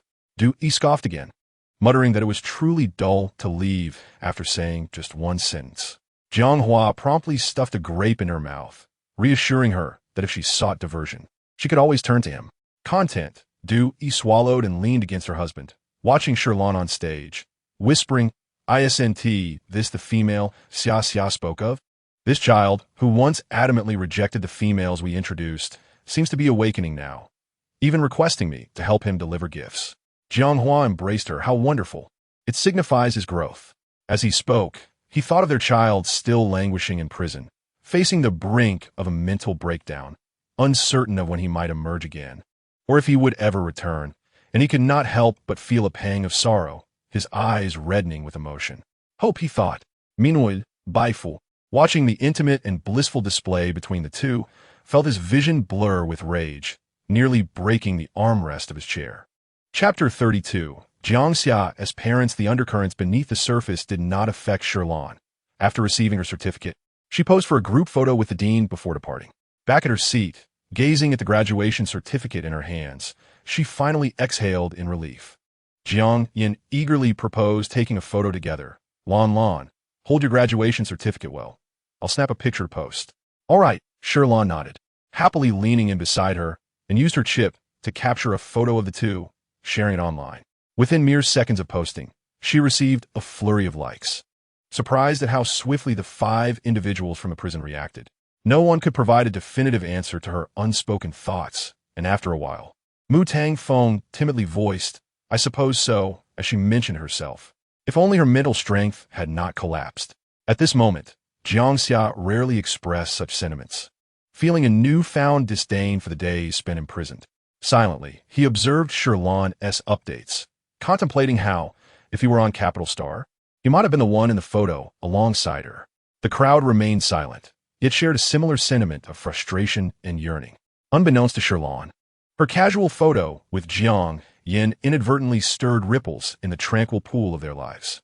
After shutting down her chip and exiting her updates, she patiently awaited the conclusion of the graduation ceremony. One by one, the students dispersed, and Shi Lan and Jiang Yin blended into the throng. At that moment, a male collided with her, inadvertently knocking Shi Lan's graduation certificate to the ground. He hurriedly apologized, causing her brows to furrow as she cast a glance at him. He was staring intently back. Jiang Yin picked up the certificate, her temper flaring. "What are you staring at? Haven't you ever attended a class? Who gave you the right to gawk at a female like that?" The male, hearing Jiang Yin's words, flashed a flicker of anger in his eyes, but bowed his head, muttering apologies before hastily departing. Not far away, Bai Ruo observed this scene with a dim gaze. At this moment, Jiang Yin continued her tirade. "What kind of person just bumps into females?" Shi Lan, puzzled, remarked, "That person seems to be from the family area."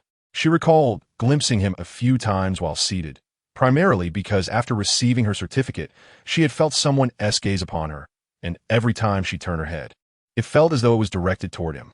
She wondered who his parents were, as he exhibited no manners whatsoever. Jiang Yin returned the certificate to her, and Shi Lan brushed off the dust, thanking her. "By the way, do you need help with wedding preparations? I have some free time now and can assist." "Absolutely." Jiang Yin instantly dismissed her earlier annoyance. In truth, there wasn't much to prepare. The laborious tasks were handled by the beast husbands, and she simply wished to enjoy time with her friend. Jiang Yin took her hand again, and at that moment, Li Wei Duo and the beast husbands joined them. Once the 5 gathered, Shi Lan informed Li Wei Duo of the upcoming arrangements, adding, "If you have other matters to attend to, feel free to go. You can protect me at the wedding tomorrow." Li Wei Duo shook his head. "No worries. Besides, I promised the Major General to ensure your safety." Hearing the mention of the Major General, Jiang Yin raised an eyebrow. "It must be Major General He, right?"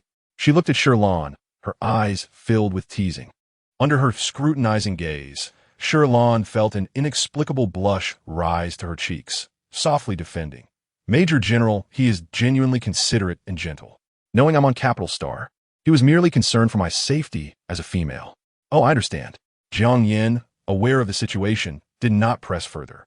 She had only seen Major General He a couple of times, always in the company of his troops, presenting a stern demeanor, which hardly aligned with the notion of being caring and gentle. However, she felt a twinge of regret. With Major General He's mental strength at level 3, given the extent of his breakdown, it seemed this remarkable individual would likely spend the remainder of his days confined. Jiang Yin sighed, but refrained from voicing such disheartening thoughts during their joyous moment. Just as the 5 prepared to leave, they were called back, specifically to Shi Lan. Approaching closer, she removed her glasses, revealing her striking and enchanting phoenix eyes, and produced a spatial twist from her pocket, handing it to Shi Lan. "This is a gift from my son, Xia Xia, for you. Inside is a red box, and the rest contains items we purchased for Xia Xia. Please deliver them together. As for this spatial twist, consider it our meeting gift and token of appreciation. There is no need to return it to Xia Xia." "Ziang Dan Stut Agip Lan Lan. Do you know someone from the Jiang family?" "Oh, I almost forgot. You know Jiang Xia. This is precisely from his parents." Jiang Yin answered her own question, clarifying Shi Lan's confusion. She had been pondering who Xia Xia was, and with Jiang Yin's explanation, she understood. She gazed at Du's retreating figure, momentarily transfixed by the spatial twist in her hand, her heart racing with excitement. "Wow, sister, are you serious? Jiang Xia's mother is so generous?" In this world, the types of folding storage spaces varied greatly. Spatial pouches, spatial twists, and spatial chains. The spatial chain was the best. preserving items for up to a year, but at a steep price. The spatial pouch was the most affordable, which the original owner could only afford, and the price varied with storage capacity. Hers had cost 4,000 star coins. As for the spatial twist given by Jiang Xia's mother, when Shi Lan peered inside, it seemed infinite, likely worth hundreds of thousands of star coins. She was momentarily taken aback, feeling a little embarrassed to accept it. However, glancing ahead, she saw that Jiang Xia's parents had already blended into the throng and vanished from sight, so she decided to hold on to it for now. In the distance, Du Yi proudly touched her face and boasted to her husband, "How was that? Did I look cool just now? I heard that young females of this age adore extravagant gifts from their elders."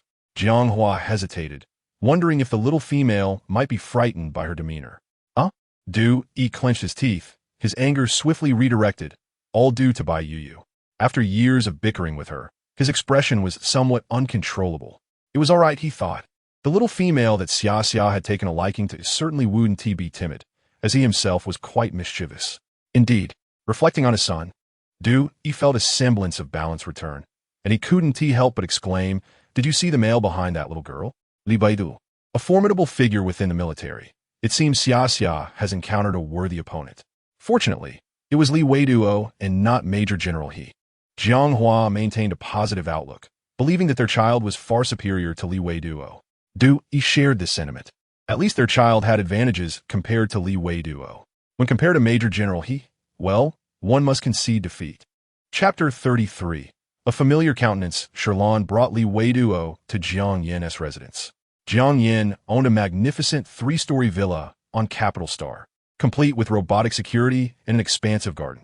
Such a grand villa was not easily attainable on Capital Star, with its exorbitant price and limited availability. Certain areas even imposed background checks, though, if a female could afford it, that was sufficient. Shi Lan gazed enviously at her villa, feeling a twinge of resentment towards fate. After struggling to achieve economic independence by purchasing a unit in the city center, she had scarcely begun to enjoy life before finding herself once again destitute, a mere pawn in another's game. Nonetheless, at least her life had not unfolded according to the narrative of the book. She was still alive. As she introduced the house, she mentioned, "The second floor is designated for my beast husbands. It appears quite empty now, but once more people arrive, it should be filled." Counting the rooms silently, Shi Lan's expression turned to one of astonishment. "Jiang Yan, how many beast husbands do you intend to take?" Jiang Yan grinned, "We'll see, but at least 5. The more, the merrier. This way, there will always be someone to play with me. If you ever need protection, I can have my beast husbands come over to assist you at any time. Sisters are for life. Men can be exchanged." Jiang Yan whispered these words into Shi Lan's ear, mindful that her beast husbands were downstairs. Males with heightened spiritual energy possess sharper senses. Any loud sounds would surely be heard. For the sake of her future, Jiang Yan was quite conscious of her safety. Shi Lan nearly choked on her words. Clearing her throat and lowering her voice, "I do not need your beast husbands." Jiang Yan nodded in agreement, stating, "Indeed, you should find a few that you like." Shi Lan smiled without reply. Having witnessed her parents' marriage, she deemed it unnecessary and preferred the freedom of solitude, unencumbered and unfettered. The two refrained from further discussion on the matter of beast husbands. After touring Jiang Yan's home, Shi Lan was led to the 3rd floor. Initially, she thought there would be much to accomplish at Jiang Yan's residence. However, upon arrival, she discovered the males had already completed the tasks, leaving her with no duties to perform. Jiang Yan swiftly ushered her into a gaming session. After playing for a while, Jiang Yan suddenly proposed, "How about you be my maid of honor?" She had long planned to have Shi Lan as her maid of honor, even preparing the attire. But knowing Shi Lan's temperament and her aversion to ostentatious gatherings, she had hesitated to mention it. However, during this reunion, Jiang Yan sensed a shift in Shi Lan's demeanor and felt emboldened to speak up. Shi Lan, who had never been a maid of honor before, expressed her interest. "That sounds wonderful." Jiang Yan's eyes sparkled with excitement. "Great. Come on. I prepared many maid of honor dresses for you. Let me help you choose the best one for tomorrow." With that, Jiang Yan led her to the wardrobe, which was adorned with an array of clothing and accessories. Jiang Yan found several brand new maid of honor gowns, stating, "These were custom made for your figure. I'm unsure if they still fit, but there are also adjustable options." If they don't, I can have my robotic butler arrange for new ones immediately. Shi Lan, having enjoyed good meals on Hang Ming Star, had indeed gained a bit of weight. She picked up one gown. Shall I try this one first? If it fits, that will suffice. Perfect. Jiang Yin beamed. Under such circumstances, of course, the sister's wishes were paramount. In truth, Jiang Yin was somewhat of a beauty enthusiast. Her initial desire to befriend Shi Lan stemmed purely from her captivating appearance, disregarding all else. As for her own beast husbands, they were all handsome. After waiting for years, she finally had the chance to adorn her dear friend. Shi Lan entered the changing room, holding a simple, satin, blush-colored gown. The dress featured a single shoulder strap and a relatively modest neckline. Initially anxious that it would not fit, she was pleasantly surprised to find it suitable. The mirror in Jiang Yan's wardrobe was outside the changing room, and Shi Lan stepped out uncertainly. How does this look? She inquired, gazing at Jiang Yan. With her round, black almond-shaped eyes glistening, and her smooth cheekbones accentuated by subtle blush, she resembled a princess who had just emerged from a castle, innocent and bewildered. Jiang Yan covered her mouth, nearly squealing in delight. After a moment, she exclaimed, absolutely stunning. Lan Lan, after months apart, you have become even more beautiful. This particular satin material, while prone to accentuating the stomach, also showcased one's figure beautifully. Jiang Yin had always thought her friend was lovely, yet at this moment, she realized how well-proportioned Shi Lan truly was. Her waist was defined, her legs shapely, and her upper body perfectly balanced. Shi Lan was taken aback by Jiang Yan's exuberance as she was pushed in front of the mirror. Gazing at her reflection, she felt a fleeting sense of disorientation. Unconsciously touching her face, why did it feel as though the original owner's face and her own were becoming increasingly similar?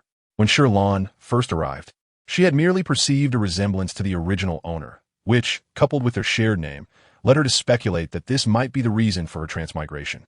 However, now, aside from her skin appearing more radiant and fair, it was as if she were gazing at her own face. Originally, Shi Lan had possessed fair skin, but after being pursued by numerous suitors, she had grown weary and deliberately tanned herself, successfully deterring many suitors. Sensing her chaotic thoughts, Xiao Du spoke up, Master, this is quite normal. A human's appearance is merely a reflection of their soul. You are you, and she is you. As a spiritual entity, Xiao Du could perceive the differences in its master's origins, yet this did not affect its existence, which was solely tied to its master. Upon hearing Xiao Du's words, Shi Lan felt a flicker of understanding but did not dwell on her thoughts. No, Jiang Yin interjected urgently, and Shi Lan blinked in confusion. I still have so many dresses for you to try on. I must try them all to determine which is best. Knowing her friend lacked the advantage of strong spiritual energy, Jiang Yin was determined to make her the most stunning presents at her wedding, capturing the attention of many males and ensuring she found a suitable partner soon. Anzai, Shi Lan Zelen that. Seeing that Jiang Yin was prepared and not wishing to waste her efforts. Ultimately, Shi Lan tried on 7 outfits. One was too tight and therefore eliminated, leaving several options. Jiang Yin, reviewing the photos on her chip, found it impossible to choose. She felt that Lan Lan looked remarkable in every dress. How about we ask someone else for assistance in choosing? An idea struck her as she called for Li Wei Duo. Jiang Yin considered Li Wei Duo to be a reliable male, and as a subordinate of Major General he undoubtedly possessed considerable strength. Such a person would make a fitting partner. She was keen to play matchmaker for the two. Shi Lan could not be restrained. Jiang Yan's loud voice echoed as Levido, concerned for Shi Lan's well-being, hurried to the 3rd floor, accompanied by her 2 beastly husbands. Some individuals might be perplexed by the original owner's situation, but this will be elaborated in Chapter 34, True Love? Perhaps. Miss Shi Lan, what troubles you?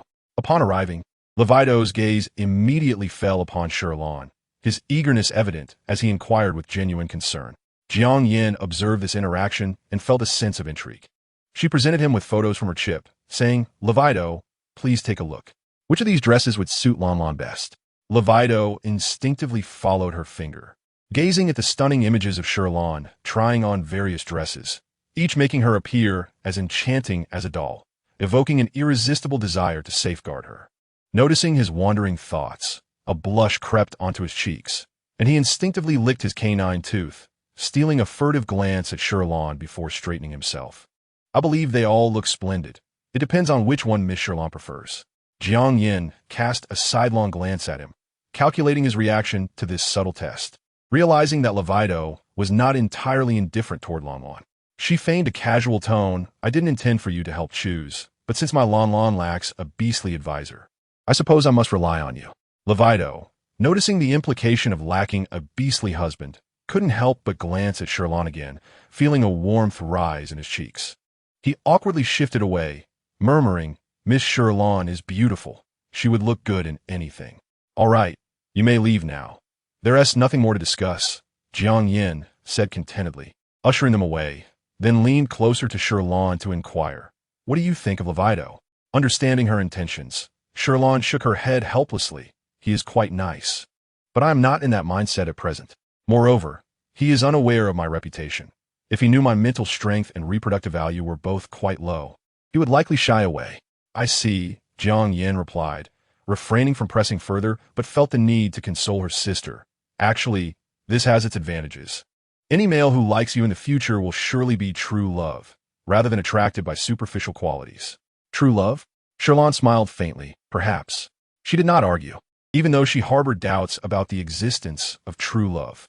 Ultimately, she chose the dress she had initially tried on, as it revealed the least skin and felt the most comfortable. Jiang Yin also approved, and aside from one ill-fitting gown, she had the rest package for Shi Lan. With a bridesmaid secured, they decided Levido would serve as the best man, as he would have more interaction with the bridesmaid during the ceremony. And Jiang Yin felt more at ease knowing Shi Lan would be well looked after. Reflecting on the male she encountered in the family area earlier, Shi Lan thought this arrangement was indeed favorable. Soon, the wedding day arrived, bustling with guests, and a convoy of hovercars formed a bridge in the sky. The female students of the school had a group chat, and Jiang Yin sent out invitations. So, Shi Lan recognized many familiar faces, including Bai Ruo, who was surrounded by a throng of attentive males. Their eyes met across the crowd, but Bai Ruo was the first to look away. As Shi Lan stood beside Jiang Yin as a bridesmaid, her right eyelid twitched several times, a premonition of impending events, likely exacerbated by the late-night conversation with Jiang Yin. She dismissed the thought and accompanied Jiang Yin to the red carpet area for the ceremony. The proceedings unfolded smoothly, though this day was marked by the presence of 3 sets of parents, 2 grooms and 1 bride. Watching this scene, Shi Lan found it quite intriguing, as it was rare to witness a harmonious gathering where 2 grooms married a single bride. The subsequent electronic fireworks added to the spectacle, lighting up the sky with bursts of color, resembling meteors cascading down, only to vanish like melting snow upon the grass. Shi Lan mused at how convenient this was, eliminating pollution and cleanup, but realized there was no need for concern as current labor was handled by robots, allowing everyone to indulge in a leisurely existence. Amidst these delightful occurrences, the wedding also brought some minor frustrations. I'm sorry, but I'm currently not interested. This marked yet another occasion where Shi Lan had to reject male advances. Compared to the few females present, males were in abundance, especially since many of the females were accompanied by protective admirers. Yet, Shi Lan adeptly turned down one suitor after another, remaining unencumbered and strikingly beautiful. Levido positioned himself in front of her. Miss Shi Lan, allow me. All right. Upon receiving her consent, Levido felt a surge of joy within himself, subtly releasing his mental strength, which dissuaded numerous males from approaching her. Levido's mental strength was of a high tier. Once released, it implicitly asserted dominance over other males. Those who did not reach his level would think twice before embarrassing themselves. Such high-tier individuals were rare among the several million inhabitants of the galaxy. Only a few could be classified as such. Presently, within the known ranks of Tier 3, aside from the reigning monarch, only the Crown Prince and General he remained alive, while even the illustrious General Liu was at Tier 2. Though Tier 2 had a few more representatives, they were still relatively scarce. Male mental strength projected outward, while female mental essence remained inwardly known to themselves. Levido's display instantly cleared Shi Lan's vicinity, allowing her to breathe more easily, and she sincerely thanked him. Levido shook his head. It is my pleasure to assist, Miss Shi Lan. Jiang Yan's wedding banquet began late and concluded even later, around 7 in the evening. Having spent only 2 days together, Levido felt an inexplicable sense of reluctance and regret as they prepared to part. He gazed deeply at Shi Lan before nodding. Safe travels, Miss Shi Lan. Having been on Hyming Star for an extended period, Shi Lan had purchased her tickets quite early. Rising early, she reflected on the assistance she had received from the prison staff, then headed to the city center to buy several gifts before making her way to the spaceship landing point. As the capital star was the most bustling residential planet, the crowd was substantial, requiring queues. Shi Lan stood in the female priority line and boarded the exclusive female cabin. Chapter 35. Unexpected events on the spaceship. The man in the black windbreaker continued. The security on this spaceship to the capital star is much higher, and the risks are significant. If it weren't for your daughter, I wouldn't consider accepting this task without a price increase. The other party replied, wait, add another 100 star coins. At that moment, a knock echoed through a villa on the capital star. A man sitting in his study frowned, closed his chip, and went to the door. Hearing the noise, the person outside pushed the door open, revealing Bai Ruo in a white dress. She entered, closed the door, and hesitantly regarded her father with her light-colored eyes. Dad, I need to talk to you about something. Upon seeing his beloved daughter, Bai's father instantly softened, nodding gently, but his smile quickly froze. This was due to Bai Ruo producing a photograph from her spatial chain. Dad, why does one of my classmates resemble Grandma so much? Huh, what a coincidence. Bai's father stared intently at the photograph in her hand, nervously shifting the conversation. With so many people in the star realm, it's normal for some to resemble one another. Perhaps she is a distant cousin of your grandmother or a descendant of her other husband's children. Is that so? Bai Ruo regarded him skeptically, initially suspecting her father of infidelity, though she soon dismissed that notion. In the realm of interstellar affairs, a male who is married faces the dire consequences of infidelity, with a minimum sentence of 10 years in confinement. Moreover, it is worth noting that the father harbors a genuine fondness for the mother, and the daughter has never witnessed any questionable interactions between him and other females, eliminating any possibility of betrayal. She is not one to harbor doubts in silence. Thus, she directly inquires with him. Oh, it's nothing, Bai Fu responds while dabbing the perspiration from his brow, perhaps due to the recent rise in temperature. Bai Ruo glances at the robot in the corner of the study, exasperated, for it is no wonder the air conditioning has not been activated. After directing the intelligent home system, she remarks, how could I forget? Bai Fu, relieved that his daughter has ceased her inquiries, breathes a silent sigh of relief. The starting point of their journey to the capital star features a spacecraft more opulent than the one Shi Lan previously traveled on.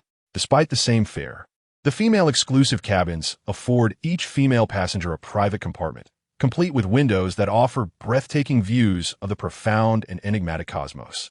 Stars twinkle and the Milky Way flows, resembling a splendid and vivid tapestry of beauty.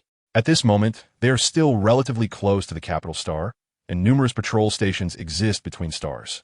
Space debris and meteorite remnants are meticulously managed, rendering the journey devoid of the dangers she had once envisioned. However, it is only natural, as spacecraft have become commonplace modes of transportation, akin to the airplanes of yore, where danger is merely a statistical anomaly. As before, the spacecraft lands multiple times on different planets, allowing passengers to disembark, while Shi Lan remains in her compartment, dozing off, occasionally chatting with Jiang Yin via her chip to report on their progress. Suddenly, a knock resounds at her compartment door. Shi Lan opens her eyes in confusion and, upon opening the door, finds a male attendant from the female exclusive cabin standing there, looking somewhat embarrassed. Apologies, miss. It seems there's an issue with the energy crystals during this stop. We have contacted the space supply station, but it will take over an hour to resolve. The spacecraft must undergo a re-inspection, and we kindly ask if you could disembark temporarily. We will refund you twice the fare for this inconvenience, and we sincerely apologize for the delay. All right, thank you for your understanding, she replies. The attendant bows repeatedly, and Shi Lan steps back, assuring him it's nothing. Before leaving his side, the attendant watches her retreating figure, covering his flushed face, marveling at her kindness and grace. At that moment, a colleague from the adjacent compartment emerges, sporting a vivid red handprint on his face, followed by an irate female carrying a handbag, who casts a disdainful glance at both men before storming off the spacecraft. The attendant exchanges glances with his colleague, who, noticing the handprint, finds camaraderie in their shared plight and pats his shoulder in consolation. It's all right. Those females may be upset, but at least it's just a slap. I heard a male in the adjacent cabin even resorted to kicking. That's when it truly hurts. The attendant shakes his head. No, I just saw a beautiful female, and I think I might be in love. His colleague surveys his unblemished face and scoffs. Spare yourself. Females from the capital star tend to have lofty expectations, having encountered so many outstanding males. A service attendant with such low mental capabilities as us should not indulge in fantasies. Upon hearing this, the attendant, feeling disgruntled, turns away. After disembarking from the spacecraft, Shi Lan observes that numerous passengers have already gathered outside. Scanning her surroundings with her chip, she discovers that this newly developed barren star was only recently explored. The barren star was initially mined due to its numerous volcanoes, which house energy crystals rich in fire energy, suitable for powering mechas and enhancing their durability. The universe hosts a myriad of energy crystals, and the spacecraft operates on a different variety. Since the extraction here is still insufficient, they currently lack the necessary energy crystals for the spacecraft, necessitating reliance on the space supply station. Nonetheless, Shi Lan is perplexed as to why the spacecraft's energy crystals have malfunctioned. Logically, the crystals prepared should support the round trip, so encountering a problem midway is unusual. Could it be oversight on the part of the attendants? Various possibilities flicker through her mind, yet she reaches no conclusions. Rubbing her temples, she resolves to find a place to rest temporarily, as the wait is over an hour. Not venturing far, she finds a stone pillar a few hundred meters from the spacecraft and settles down. Since she is already here, she adopts a tourist mindset and begins snapping photos. The sky of this planet is exceptionally distinctive, resembling the fiery clouds of dusk, enveloped in hues of smoke and haze, devoid of sunlight, and appearing as though a soft red filter has been applied, enhancing the glow of her skin in photographs. Shi Lan takes several selfies and shares her updates. In the confines of a prison, a few individuals seem to have been waiting eagerly. Merely a minute after her post, they begin liking and commenting on it. Chapter 36. The Fate of the Plot? Hehan Shi, beautiful. Is this on Hongyan Star? Mu Tang Feng. The sky is quite lovely. The person is passable. But the composition of the third shot is lacking. Too many people in the background. Yiming, are you on your way back? Jiang Xia, truly beautiful. I want to take pictures too. Yanhua Shui, not bad. If the spacecraft stays here longer, we could buy a few fire energy crystals as souvenirs. They will be useful for warmth in winter. Though surprised by Mu Tangfeng's comment regarding composition, Shi Lan instinctively clicks on the third image to review it. Indeed, she notices several tourists, and under the crimson light, the expressions of distant figures appear somewhat peculiar. She decides to crop the photo, but suddenly pauses, instinctively zooming in on a man dressed in a black trench coat in the upper right corner, his expression one of uncertainty. She recognizes him vaguely, recalling that he stood behind Bai Ruo during Jiang Yan's wedding. Is he one of her followers? What is he doing here? Initially, Shi Lan had intended to inquire with the attendant about purchasing a fire energy crystal as a keepsake, as Yan Huashui suggested. But now, seeing Bai Ruo's follower, a sense of unease washes over her, and the original plot of the story flashes through her mind. However, surely it cannot be mere coincidence. Furthermore, she currently has no ties to the second prince, nor does she harbor any grievances against the female lead, nor is there any competitive rivalry. Her followers would not seek her out. Furrowing her brow, she loses interest in continuing to take photographs. Shi Lan warily observes her surroundings. The bustling crowd of passengers suddenly feels fraught with peril. At that moment, darkness envelopes her vision. The once vibrant crimson sky and the cacophony of passengers vanish in an instant, as if consumed by shadows, leaving her in utter solitude. Who goes there? Shi Lan cautiously scans her surroundings, rooted in place, unwilling to move, while simultaneously communicating with Xiao Du in her mind. Master, this is a talent of the Beastmen domain. Those who possess this ability can temporarily pull others into their own space. A skill adept for assassination and theft, Xiao Du explains. Shi Lan, feeling both anxious and incredulous, retorts, could you refrain from mentioning that last part during such a perilous moment? Xiao Du promptly apologise. As Shi Lan prepares to ask if there is any way to escape, Xiao Du clarifies, this individual's mental capacity should be limited. The domain 1T lasts long, perhaps a mere 10 minutes. However, within his domain, we are presently powerless and must wait until he releases you. Be cautious, master. Just endure until you can escape. and then there will be a way out. As Shi Lan merges with this world, her inherent understanding as a spiritual entity allows her to grasp more of the knowledge system belonging to this realm, enabling her to articulate the situation with clarity. In response, Shi Lan can only hope that this individual does not intend to kill her immediately. She attempts to send a distress signal via her chip, but it fails to transmit. Striving to remain calm, she surveys her surroundings once more and queries, "Who are you? Why have you captured me?" "Ha ha, you're quite composed for a female." A voice finally emerges from the darkness. Shi Lan still cannot discern any figures, only hearing the individual speak. What a pity. If it weren't for someone placing a bounty on your head, I would have hesitated to dispose of you so swiftly. Rest assured, I shall not take your life just yet. Upon hearing these words, Shi Lan discreetly exhaled a sigh of relief. Yet confusion lingered in her mind. Despite her lack of contact with Bairuo, why was she still ensnared in such a similar narrative? Why did some still wish for her demise? She pressed her lips tightly together, her thoughts swirling chaotically, rendering her momentarily helpless in this inescapable plot. At that moment, Xiaodu comforted her, saying, "Do not fear, master. Once we escape, I shall devise a plan. We are quite formidable." Indeed, although the original character lacked spiritual strength, she now had Xiaodu by her side, and the timeline of her demise had been postponed. Regardless of the circumstances, the narrative could be altered. Shi Lan steeled herself, understanding that escape would not come easily, and she could only suppress her feelings for the time being, constantly brainstorming solutions with Xiaodu in her mind. Xiaodu remarked, "Master, it is not only he who possesses gifted abilities, you do as well." "I do. Indeed, I have mentioned before that your spiritual power is quite strong. Your innate talent is immunity to harm." Xiaodu continued, "When the time comes to leave this domain, you should seize the opportunity to manifest my form. During the transformation, all damage incurred will be rendered ineffective, and the effect can last for 30 minutes. "Very well." Shi Lan's eyes gleamed. This skill sounded promising, but she questioned, "Can he still pull me back into the domain?" "No, he can only utilize his gifted ability twice in a day, with a required interval of at least 4 to 5 hours between uses, during which he cannot employ it again." With this knowledge, Shi Lan felt a glimmer of confidence. Prolonged exposure to complete darkness indeed tightens one's mental state, yet she was fortunate to have a spiritual companion. Although only a few minutes had passed, it felt like an eternity. Time elapsed, and eventually light returned to her vision. Upon raising her gaze, she realized she was bound to a seat, and the individual before her was piloting a jump ship, clearly traversing through space.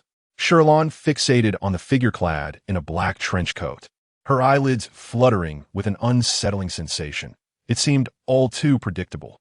Indeed, he was a follower of the protagonist. Although she remained uncertain if he was sent by Bairuo, now was not the time for such musings. She inquired, "Where are you taking me? To the insect clan?" In an instant, the nightmares that had haunted her mind returned, causing Shi Lan to momentarily lose her composure. She fervently pleaded, "I bear no grievance against you. You must know that the Empire imposes the death penalty on females once they are discovered. With your spiritual power and awakened gift, it is illogical for someone as capable as you to engage in such perilous endeavors. Is that so?" His tone softened, seemingly flattered by her words. "You are indeed quite intriguing. Knowing the nature of my spiritual power, I find myself reluctant to end your life." Shi Lan continued her persuasion, asking, "How much did you pay for my life?" "I will offer double." "Oh, you appear to possess considerable wealth." He shook his head regretfully, alas. "Betrayal is the gravest sin in our line of work. My dear lady, spare yourself the worry." Her gaze shifted to the chip on her hand, but her wrists were bound apart, rendering her unable to reach it. Xiaodu urged anxiously, "Master, now is the time to transform." "No." The innate skill had limitations on usage and duration. Shi Lan intended to save it for a more critical moment. Currently confined within the jump ship, the enclosed space left her with little choice but to await her fate. Let's wait a bit longer. She took a deep breath, both to reassure Xiaodu and to remind herself to remain patient. Chapter 37. The spread of disappearance news the jump ship's speed surpassed that of public vessels. Following this, Shi Lan fell into silence, gazing at the vast cosmos outside. She pondered that perhaps over an hour had passed, wondering if the crew had noticed her disappearance. Meanwhile, far away on Hongyan Star, the ship's personnel were indeed the first to take notice. Having just received a supply of energy, the attendants began contacting passengers who had temporarily disembarked for a head count, starting with the female-only cabins. Upon discovering Shi Lan's absence, an attendant immediately reached out, using the passenger's identity information. The crew was in a frenzy. The disappearance of a female was a grave matter, especially since it was closely linked to their interstellar flight's temporary stay. They promptly contacted the time-space military vessel to report the situation. Upon learning that both a female and a male had vanished simultaneously, the military personnel immediately braced themselves for action. In recent months, there had been numerous cases of female disappearances, and the covert transactions that had previously drawn punishment from the Crown Prince were showing signs of resurgence, indicating a possible connection. Regardless, the search for the missing female was of utmost urgency, and the military personnel prepared for deployment. Meanwhile, the ship's crew continued to reassure the passengers, vigilantly guarding the female quarters to prevent any further incidents. Simultaneously, an attendant reached out to Shi Lan's emergency contact. Shi Lan's emergency contact was Jiang Yin, whom she regarded as a reliable person based on her knowledge from both the book and reality. Indeed, upon learning of Shi Lan's sudden disappearance during her return journey, Jiang Yin could not contain her anger and berated the ship's crew. "How could you lose a female? If anything happens to my friend, I will hold you accountable." After venting her frustration, she hurried to search for her mother. On her way, Jiang Yin repeatedly attempted to contact Shi Lan, only to find her in a state of disconnection, which only intensified her anxiety. She quickened her pace. The background of females in the capital star was intricate. After all, each female had several beast husbands, some of whom were rather extraordinary. Most females graduated from the Imperial Capital School, and they were generally acquainted with one another to varying degrees. Jiang Yin's mother was friends with Mu Tongfeng's mother, and there had even been plans to matchmake Jiang Yin with Mu Tangfeng, though neither had shown interest.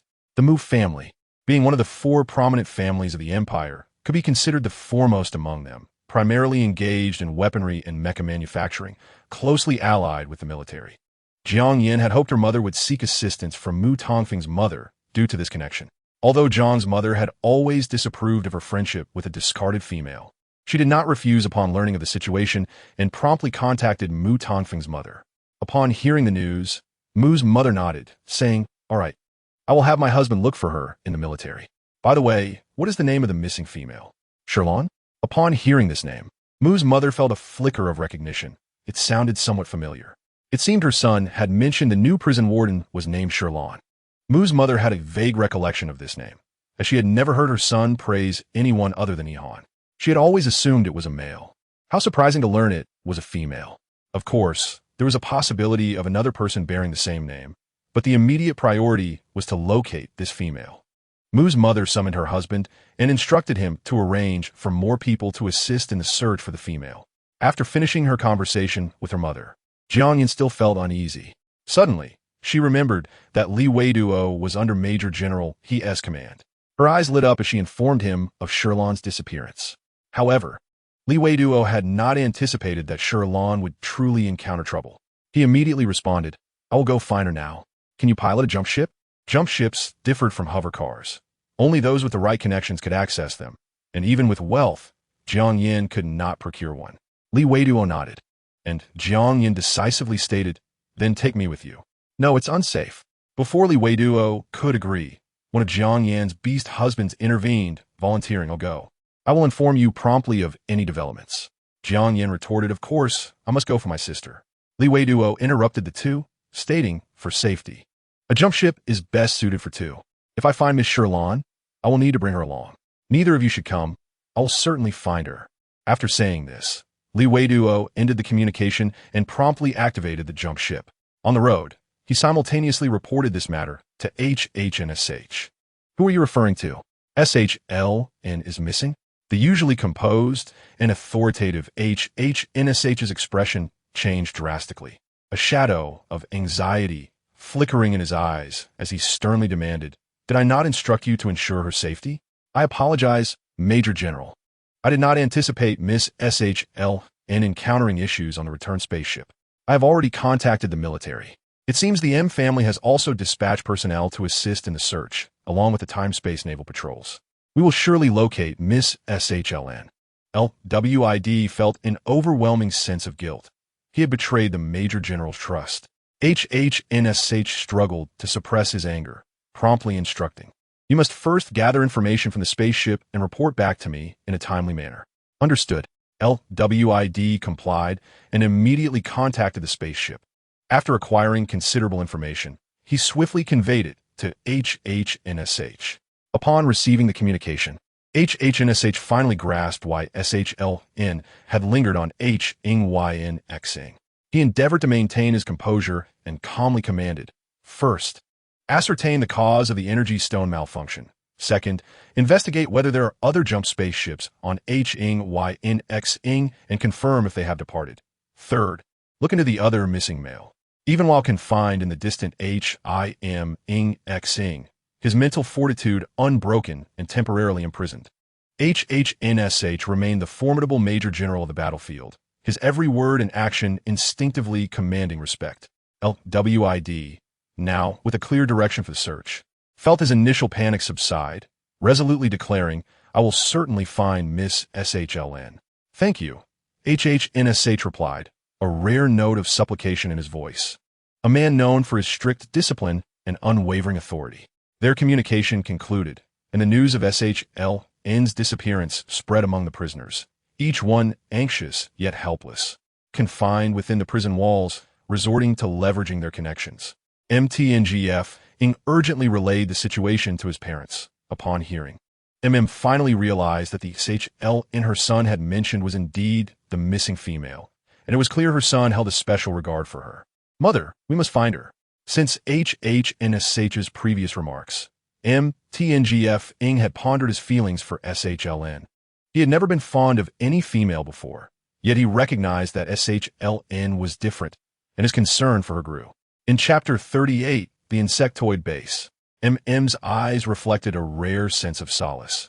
Her son, who once disregarded females, seemed to finally harbor youthful sentiments, displaying a newfound tenderness. "Very well. I will ensure your father finds her." Meanwhile, MTNGF reached out, and YM and others were equally unwilling to lag behind. YM directly contacted his mother, the principal of the capital's prestigious school, where he had graduated, acquiring much knowledge about females from her classes, and he had grown accustomed to referring to her as teacher.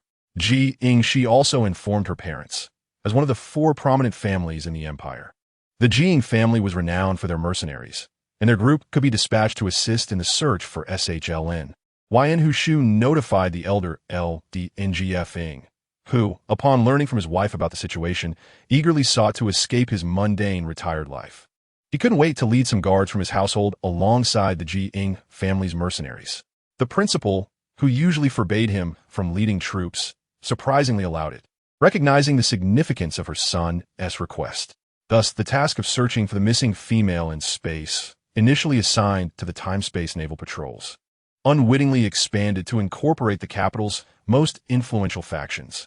A swarm of spaceships and jump fleets converging toward HNYNXing like a dark cloud encroaching upon a city.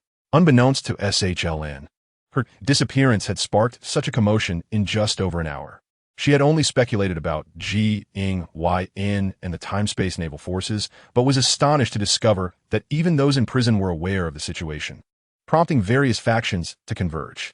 Seated in a chair, her hands and feet bound for an extended period, her limbs ached and her circulation faltered, causing her body to grow numb. She furrowed her brow and could not help but ask, "Could you loosen the ropes a bit? They're too tight." The man in the black windbreaker scoffed, "Miss, I hope you understand that as a captive, you possess no rights. Yet, are you not about to hand me over to the insectoids? Must I not have some comfort before my demise?" Perhaps sensing that he would not kill her immediately, SHLN's tension transformed into a nonchalant attitude. "Ha ha, you have quite the audacity, and, I must admit, you make a valid point." Amused, the man in the black windbreaker activated the autopilot and turned to approach SHLN. She cast a sidelong glance at him before lowering her gaze submissively.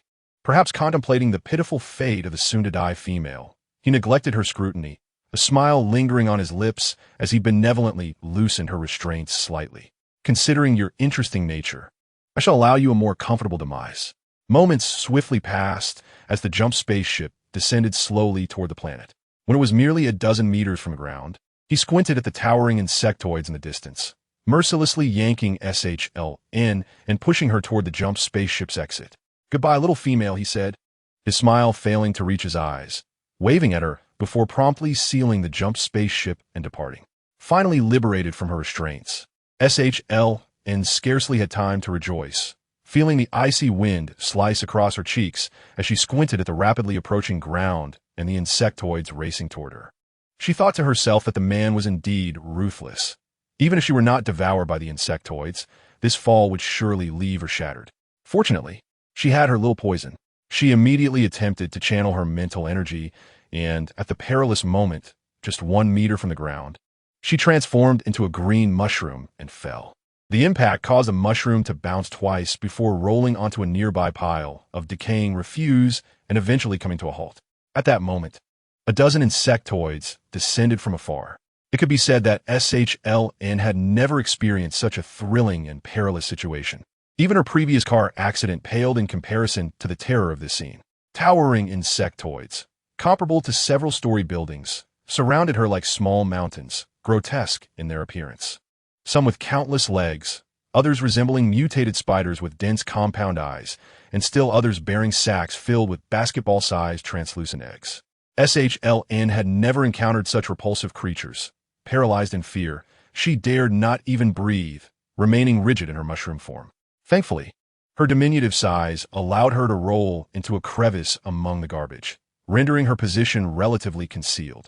The insectoids, puzzled by the sudden disappearance of the meat scent they had previously detected, circled the area where SHLN had descended several times before reluctantly departing. Just as she began to breathe a sigh of relief, a small centipede, about 1 meter long, curiously extended its antennae into the garbage crevice, coming within mere inches of her. Instinctively, SHLN rolled deeper into the gap, and the antennae ensnared a nearby broken can. The small centipede sniffed it before swallowing it whole, and then burrowing back into the earth. SHLN dared not move, but she immediately sent her location to GNYN, aware that LWID was under HHNSH's command, and relayed the information to him as well. Fortunately, in this era, the chips were implanted within the flesh of the human wrist, ensuring that even if the beastmen transformed, they would not lose them. She glanced at her location and, like the surrounding refuse, realized she was on the garbage star. However, this seemed reasonable, as the garbage star, uninhabited, had become one of the first planets conquered by the insectoids, and the abundant discarded waste had turned into their delicacies. Over the past decade, the garbage star had rarely seen visitors, as it served as the insectoid stronghold. Some insectoids could fly through wormholes to other planets, leaving the potential for danger ever present. As Shi Lan observed her surroundings, a chill crept into her heart, realizing the mercilessness of the man in the black trench coat. She had initially thought she had stumbled upon a mere ordinary insectoid nest, only to find herself unceremoniously cast onto a desolate garbage planet teeming with insectoids. However, this was not the time for such thoughts. Stealthily, she cast a glance outside, confirming the absence of any insectoids before cautiously rolling the mushroom-like entity she had assumed into a more exploratory posture. The garbage planet had long become uninhabitable for humans, not only due to the overwhelming presence of insectoids, but also because of severe pollution that rendered the air toxic. While she remained safe during her transformation, she knew that in 30 minutes, she would face certain death. Fortunately, there was a glimmer of hope. Shi Lan focused on the navigation displayed on her chip. Earlier, she had utilized her smart tool to deduce that an abandoned building lay 1 kilometer away, once a temporary refuge for the planet's administrators. It might still harbor something useful for her protection. She couldn't help but feel grateful for the chip as a personal tool. Had it been the fragile mobile phones of yore, it might have already been broken or lost, leaving her utterly helpless. With her thoughts carefully tucked away, she gazed ahead, noting the desolation surrounding her. The vegetation was sparse, providing little cover, and the absence of garbage stripped the landscape bare, instilling a profound sense of insecurity that urged her to quicken her pace. Chapter 39. The abandoned building. The moment Jiang Yin received Shi Lan's location, she immediately relayed it to Li Weidu. Upon realizing that Shi Lan was situated on the garbage planet, she nearly broke into tears. With her low mental strength, the presence of insectoids made the situation dire. Li Weidu, upon receiving the coordinates, felt an immediate surge of urgency. He quickly sent the location to the relevant personnel and activated the transit spaceship, propelling it toward the garbage planet at maximum speed. Major General, we have located Miss Shi Lan. She is currently on the garbage planet. I am heading there now. I have also informed General Liu and the others, and they are en route as well. As they raced toward the planet, Li Weidu updated He Hanshi on their progress. Upon hearing the news, He Hanshi's heart sank, overwhelmed by a sense of impending loss. Striving to maintain his composure, he inquired, "Did you bring the mech?" The pollution on the garbage planet is severe, and there are numerous insectoids. It will be difficult to rescue her alone. I did, Li Weidu replied, providing a small measure of reassurance. How far are you from the garbage planet? Approximately 35 minutes.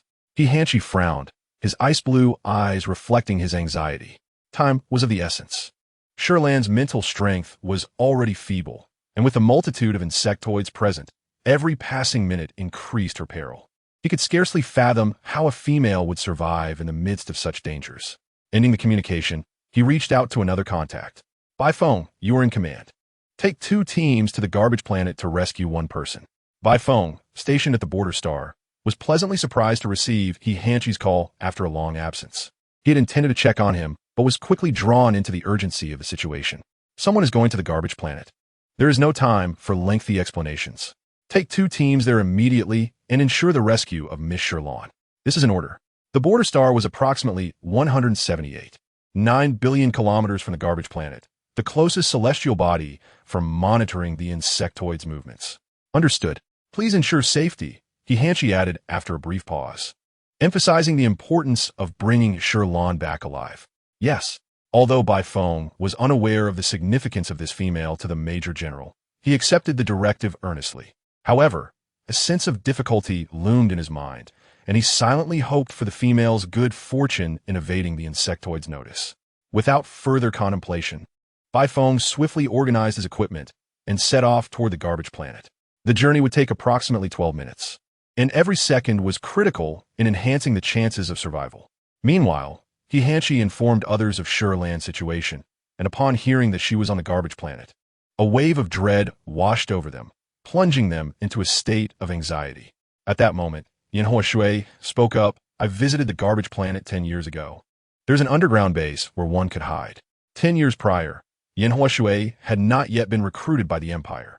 He had taken refuge there to evade military patrols. "I will contact Shi Lan now," he stated, his mind racing. Although he possessed some knowledge of the garbage planet, he was acutely aware that the insectoids had grown significantly since his last visit. Shi Lan, a female devoid of mental strength, would likely struggle even against the toxic mists. His heart weighed heavily as he dispatched message after message. Meanwhile, on the garbage planet, Shi Lan had arrived at the abandoned building according to the coordinates. Nearly 20 minutes had passed since her transformation. She gazed at the dilapidated structure, its walls crumbling and covered in decay, the air thick with dust, and the ground littered with shattered glass and scattered debris. A sense of despair washed over her. In such a forsaken place, was there anything left to salvage? The destruction surrounding her had primarily stemmed from the insectoids, who sought food and sustenance. Fortunately, she had provisions secured in her space pouch, alleviating her immediate concerns. However, she was primarily in search of weapons and a gas mask, regretting that her pouch contained only food and basic supplies, neglecting essential survival gear. Yet, this was not the time for lamentation. Shi Lan began her search in the bedrooms. Generally, the garbage planet's administrators were not ordinary individuals. After prolonged periods in space, their vigilance would be heightened, and they would likely have stored weapons nearby. Although much of the building had collapsed, the ruins remained numerous, and identifying the bedrooms proved challenging with the faded signage. After several minutes, she finally spotted a collapsed bed and immediately began her search, discovering a mask hidden within the toppled nightstand. Her spirits lifted momentarily, but the mushroom form she had assumed could not retrieve it. She decided to endure the discomfort and, taking advantage of her small size, she navigated through the crevices in search of other items. However, aside from a mask, she found no weapons. Disappointed, she marked the mask's location and moved on. The suffocating sensation of oxygen deprivation compelled her to inhale deeply, causing the protective visor to fog up. Concerned, Xiaodu emerged from her consciousness, asking, "Master, are you all right?" Shi Lan could only nod and shake her head, struggling to regain her composure. Then, an idea struck her, and she quickly retrieved a bottle of perfume from her space pouch, dousing herself in it to mask her human scent, feeling a moment of relief. But it seemed she was already too late. A heavy, thunderous noise reverberated from downstairs, causing dust to cascade like quicksand through the air. Chapter 40. The underground base. The insectoids possessed an acute sensitivity to food. Initially, the garbage planet had accumulated vast amounts of food waste and refuse, making it a veritable paradise for them. In their perception, humans equated to meat. Shi Lan's descent had only taken seconds, yet she had already attracted a horde of insectoids. She could scarcely imagine how many more would converge upon her now. She quickly scanned the room. The bedroom was stark and empty. The bed collapsed with no hiding places available. Struggling, she rose and hurried toward the third bedroom. Earlier, while searching for a weapon, she had noticed a wardrobe. One side still closed, offering a potential refuge. Driven by survival instinct, Shi Lan darted into the wardrobe with remarkable speed, with Xiao Du following closely behind. As the ground trembled beneath them, a sense of fear arose, prompting Xiao Du to instinctively draw nearer to her master. Shi Lan cradled it in her arms, then slightly slowed her breathing to listen to the sounds outside the house. The building trembled increasingly, and the Zerg were drawing near. She pressed against the wardrobe, sensing distinctly that it too emitted a low humming sound and trembled in response. For a moment, Shi Lan worried that the wardrobe might break, so she moved even closer to the wall behind her. The Zerg, too large to enter the building, peered inside from each window as if on patrol, occasionally sniffing the air in search of the source of a recent scent. Some smaller Zerg crawled directly into the room, effortlessly lifting heavy wall fragments and tossing aside anything that obstructed their path, as if rummaging through refuse.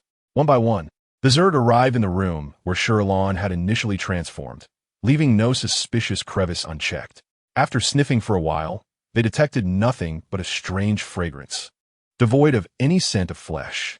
The wall that Shi Lan was closest to bore the scent of her sweat, and one Zerg approached, extending its long tongue to lick it, before forcefully tearing away that section of the wall and greedily tasting the flavor that lingered. Other Zerg, witnessing this, rushed over to compete for the wall fragment. And when one Zerg was outmatched, it was violently struck by another, crashing heavily into Shi Lan's room.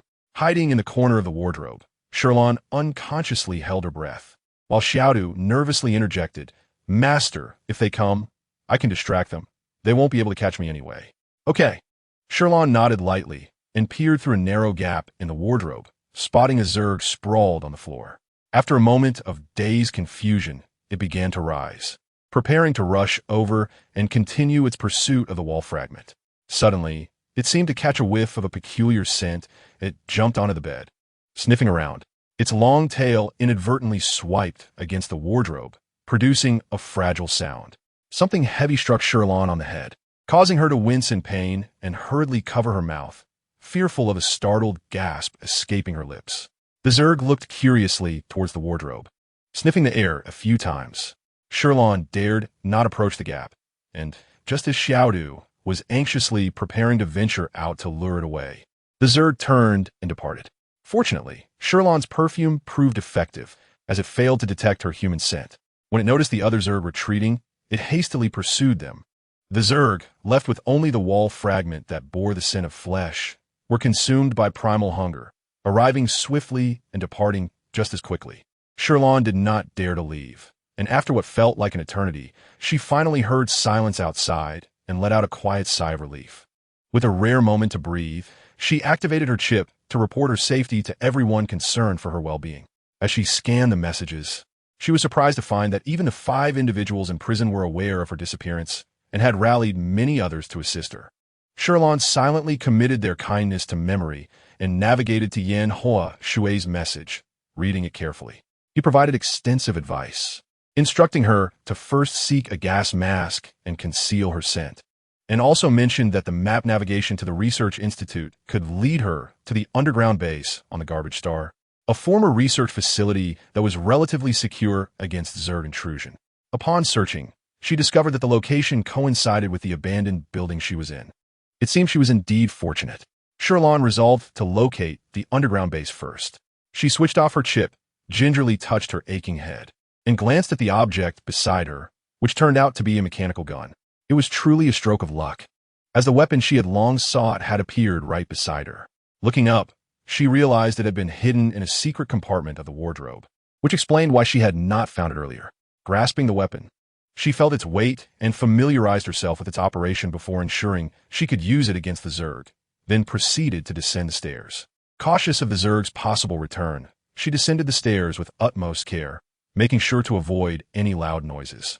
She was currently on the 3rd floor of the building, and each step stirred up clouds of dust, sending shivers down her spine. Fortunately, she reached the 1st floor without incident. Yen Huashe had mentioned that the most dangerous places were often the safest. The entrance to the research institute was hidden behind a bookshelf in the lobby, where a particular book served as the activation mechanism. However, a decade was a long time, and he had forgotten which book it was that he had accidentally opened, leaving Shi Lan to search for it herself, though it was likely in the central region. Yet, given her earlier luck with the Zerg not smashing the wardrobe, who could predict whether they might strike next? That was still not a sustainable hiding place. Shi Lan pushed aside her chaotic thoughts, instructed Xiaodu to keep watch for any external developments, and then opened the bookshelf. The books had gathered dust over the years, making it difficult to discern even their titles. She glanced around and estimated that there were several hundred books, her vision momentarily clouded by the sheer volume. How was she to find the right one? Lacking any aptitude for puzzle solving, Shi Lan simply began pulling books from the center and tossing them onto the floor. The sound of books hitting the ground mimicked the footsteps of a Zerg, and had it not been for Xiaodu's calmness, she might have thought the Zerg were returning. After several minutes of labor, she cleared a small space. However, this was not a viable method, and the noise was too great. She recalled that there were also Zerg beneath, and this sound could very well attract them.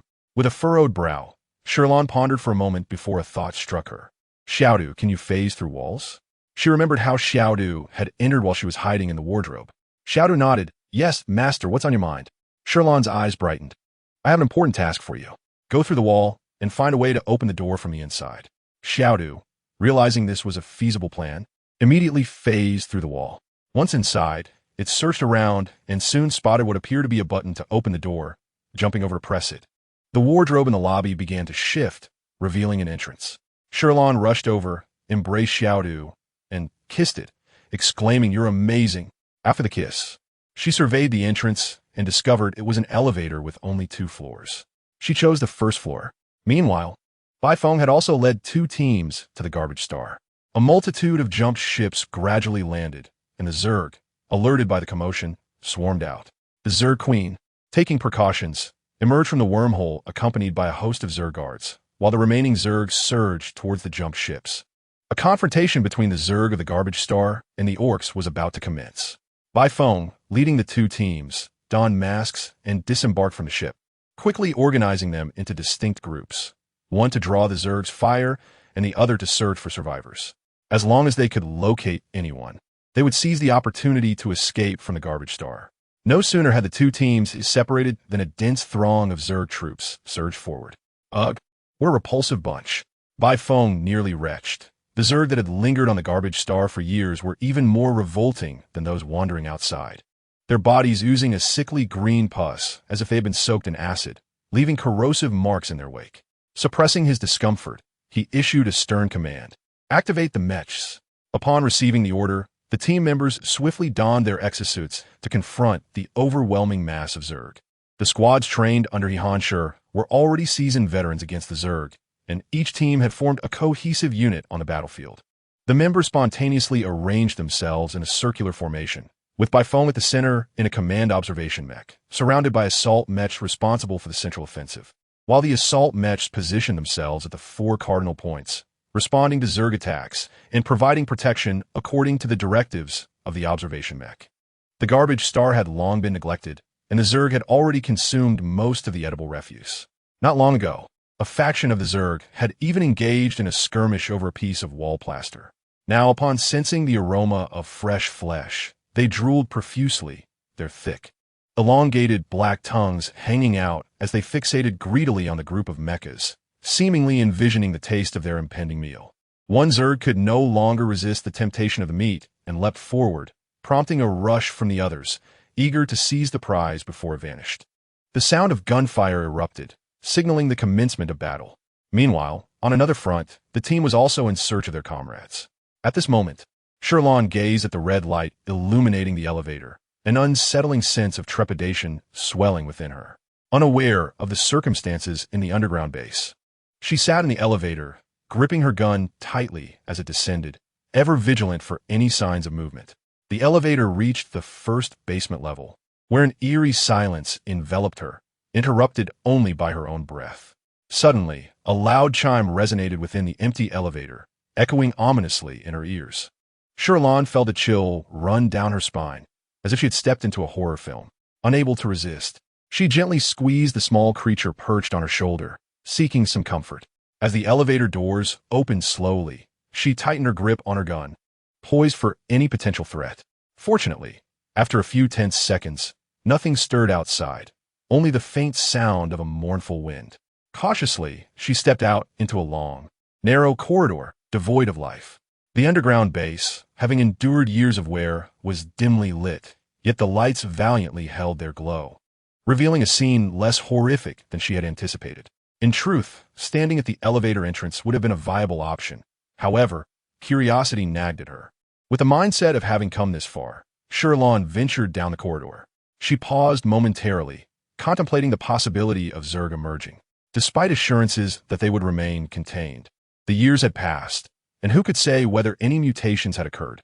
Thus, she resolved to quell her curiosity, well aware of the base's true purpose. Shi Lan remained at the elevator entrance, finally finding a moment to send a message. Hihan Shi informed her that a rescue team had arrived outside, advising her to wait patiently for a few minutes. Jiang Yin, Li Wei Duo, and Jiang Xia also assured her that help was on the way. And even the recently acquainted grandpa, Lu, had reached out with a message of concern. After a day of fleeing, her once pristine clothes were now covered in grime, the original colors obscured. The mingling sense of heavy perfume and refuse surrounded her, making her feel akin to a dusty little cat seated beside the filthy elevator. Scrolling through messages that felt like a long-awaited return to warmth and safety, no longer adrift, her eyes grew misty, and the small creature, sensing her emotions, nestled closer to her visor, silently urging her not to cry. Shi Lan gazed through her visor at its playful movements, unable to suppress a smile. "Xiao Du, if you keep rubbing against my visor, it will turn black." Despite its ethereal form that prevented it from touching physical objects, each time Shi Lan embraced it, it transformed into a little gray mushroom. In truth, she was a rather solitary person. Although she came from a stable family with both parents and a younger brother, she often felt like an orphan, viewed as a burden and subjected to their frustrations. She consumed their leftovers and, as she grew older, found herself entirely self-reliant, even funding her education through scavenging. Perhaps due to her upbringing, she shied away from forming friendships, avoiding close connections outside of work, let alone romantic relationships. It was only after discovering a cat CAF that she made her first true friend. If there was anything worth cherishing in that world, it was this friend in the cats.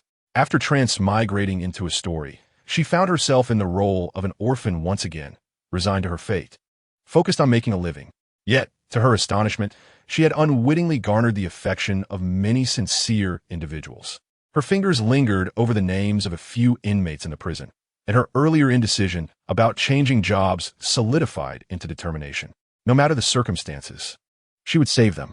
Though she was uncertain about the reasons behind her transmigration, the presence of her spiritual companion offered a glimmer of hope for healing. They were all so good, they could not become mere background characters as in the story. Perhaps they were all healing each other, one through mental strength, and the other through a heart steeped in solitude. With a chime, the elevator doors opened once more, both sides on high alert as they raised their weapons, only to lower them upon recognizing each other. The team leader inquired, "Are you Miss Shi Lan?" She nodded in affirmation. The leader scrutinized her briefly. The gun she held was an outdated model from over a decade ago, as was her visor, evidently scavenged from the garbage star. His eyes reflected admiration and surprise as he asked with concern, "Are you injured?" She shook her head, relieved to say she was unharmed. While she had faced danger on the garbage star, she had been restrained by a man in a black trench coat for a considerable time, leaving marks on her limbs. The team leader glanced at her wrist, recognizing the miracle of her survival amidst the Zerg-infested garbage star. He produced a brand new suit of protective clothing from his supply pack. "Miss Shi Lan, please change into this. Your mask is insufficient for filtering toxins." She nodded, quickly donning the suit and replacing her mask. The underground base had adequate air filtration, allowing her to breathe normally. Upon removing her mask, she was struck by the potent blend of scents emanating from her own body, a mixture of fragrance and filth that she found repugnant. Thankfully, her companions were all masked, so they likely couldn't smell her as acutely. Despite this, the soldiers surrounding her displayed no signs of discomfort, instinctively forming a protective circle around her as they exited the underground base to regroup with their comrades stationed outside. Once everyone had gathered, the team leader invited Shi Lan to sit within his mecha. She hesitated, feeling somewhat awkward, prompting the leader to question her uncertainty. She sheepishly explained, "I might dirty your mecha with my odor." The leader chuckled, reassuring her that as long as she was unharmed, the mecha could be easily cleaned later. "Thank you," she replied, feeling less self-conscious as she climbed aboard. This was Shi Lan's first experience in a mecha, reminiscent of playing a holographic robot game. The view from within was breathtaking, allowing her to see for miles, even catching glimpses of distant explosions. "Are there still people over there?" she asked, looking curiously at the team leader. He nodded, affirming, "Yes, our captain is drawing the Zerg's attention there. Once we arrive, we can retreat." Understanding dawned on her, and the leader promptly relayed the rescue update to Bai Feng, who expressed joy at their success, relieved not to disappoint the expectations of the Major General. The team leader's communication device remained active, and Shi Lan overheard the ensuing conversation. He coughed nervously, hastily shutting it off, stammering an explanation. Our captain, he always enjoys making jokes." Shi Lan chuckled lightly, choosing not to press further. Indeed, she found it remarkable to be alive, considering that in the original narrative, the protagonist had been reduced to merely a head when discovered, while she remained unscathed. So, the narrative could indeed change, and she was determined to heal He Han Shi and the others. Faced with so many Zerg, the abundance of ammunition would allow them to manage the situation with ease. Soon, the two teams would officially converge. The team leader, accompanied by his crew, escorted Shi Lan onto the jump ship, which successfully launched and departed from the garbage planet. Observing this, Bai Feng began preparations for the retreat operation. He released a mist of the Zerg, which would temporarily slow their movements by several seconds. Taking advantage of this moment, the entire team boarded the jump ship. As they departed, they left behind a few explosive snacks for the Zerg before making a graceful exit. Report to the Major General. Miss Shi Lan has been rescued and is currently in the medical bay for examination. As Bai Feng spoke, he found the situation almost miraculous. "Major General, can you imagine? A female who has spent so long on the garbage planet, aside from inhaling some toxic mist, is remarkably unharmed. Well, except for a few bruises. I wonder how she managed to evade the Zerg's gaze and hide in that abandoned base." Bai Feng continued to ramble, but He Han Shi had already tuned out his chatter. "All right, take good care of her," he said before promptly ending the communication to speak with Levito. After clarifying Shi Lan's condition, he inquired, "Is there any investigation result regarding the unexpected incident with the energy stone of the spacecraft?" Shi Lan was kidnapped, and that male is highly suspicious. We must verify his identity. Relieved that Shi Lan had been rescued, Levito headed towards the border star. "Major General, I have instructed General Liu to handle this matter, as he has more personnel on site and is more familiar with such situations." Understood. Levito was determined not to underestimate the situation again. He was already en route to the garbage planet, which was in a similar direction to the border star, and within minutes he arrived at his destination. As a subordinate of He Han Shi, he was part of the station border team, but happened to have a few days off. You know that female too? A new female had suddenly arrived at the border star, causing the single males to swarm around her like bees drawn to flowers. If it weren't for Bai Feng's intervention, they would have rushed over to get acquainted. Seeing Levito's worried expression, they wasted no time in informing him. She is currently in the medical bay. Upon hearing this, Levito dashed towards the medical area. Bai Feng awaited outside the treatment room, as this was the first command given to him by the Major General in 2 years, indicating that this female was indeed exceptional. Despite her dirty appearance, it was evident that she was quite beautiful, not to mention her remarkable resilience in surviving the garbage planet. If it weren't for the Major General's interest in her, he would have considered competing for her attention. However, given the Major General's rare, emotional breakthrough after so many years, it was better not to covet what belonged to another. Bai Feng shook his head regretfully, lost in thought when Levido arrived. Before Bai Feng could inquire about the situation, Levido urgently asked, "How is Miss Shi Lan?" "Levido, what brings you here? Don't you have 2 more days of leave?" Bai Feng stared at him in confusion. But Levido's gaze was fixed on the closed medical room door as he reiterated, "I am here to see Miss Shi Lan. You know this female?" Bai Feng was taken aback, realizing the depth of her connections. "The Major General ordered me to rescue her, and you're foregoing your vacation for her. Could it be that you have feelings for this female as well?" His question hinted at a sudden realization. Bai Feng's attention was indeed diverted. "What? This female is actually the warden of He Mingxing? No, why would she leave the prosperous capital star to come to such a remote planet? Furthermore, I recall that the warden's Master Mu is also there. Can she endure his presence?" Bai Feng expressed his astonishment, his eyes wide in disbelief. Given her status as a female, he could not fathom why she would choose such a difficult path. Levido, however, was not in the mood for such discussions and asked again, "Miss Shi Lan is not injured, is she?" "No." Bai Feng sighed. "Isn't it incredible? She has been to the garbage planet, and yet she is unscathed without even a scratch from a Zerg." Although Bai Feng felt satisfied with the outcome, as per the Major General's orders, he remained puzzled about how a female could survive alone in such a harsh environment without any mech. Levido's mind was preoccupied. Knowing that Shi Lan was indeed unharmed allowed him to finally relax. He stood silently on the opposite side of the treatment room, while Bai Feng rambled on about Shi Lan until he noticed that no one was responding. Turning his head, he saw Levido staring intently at the door of the medical room, seemingly trying to see through the thick door to catch a glimpse of her. Bai Feng frowned. "You truly do have feelings for this female?" Levido pressed his lips together, his expression revealing unspoken thoughts. Although Bai Feng might not know the extent of his feelings, it was clear that the Major General also held affection for her. Perhaps it was not unreasonable for her to accept both of them. But had Levido considered the Major General? The Major General entrusted her to him for protection, and yet, before Bai Feng could continue, the door swung open, and the border team's female medic stepped out, casting an irritated glance at the two. "What are you two discussing? Keep your voices down or step away." Levido glanced inside momentarily before stepping aside, followed closely by Bai Feng. The medic slammed the door shut behind them. As Bai Feng attempted to resume their earlier conversation, Levido interjected, "Rest assured, I understand. I would never do anything to betray the Major General." Levido was acutely aware of the Major General's feelings.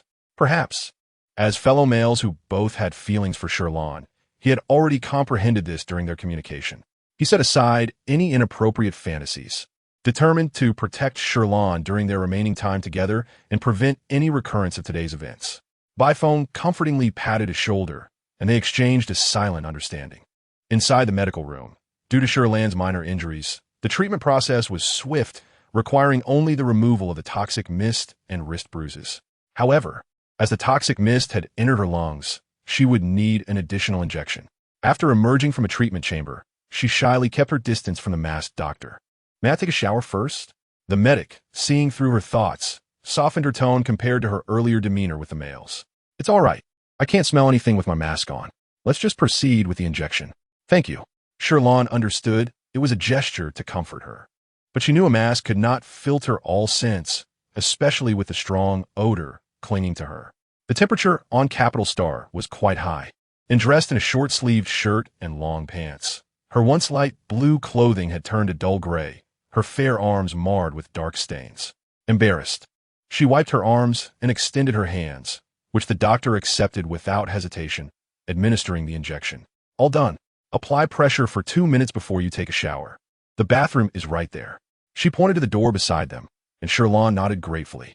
The overwhelming odor on her body was unbearable, and as soon as the time elapsed, she hurried to the bathroom, scrubbing herself thoroughly with shower gel multiple times, even washing away any lingering toxins until she was satisfied there was no trace of odor before emerging.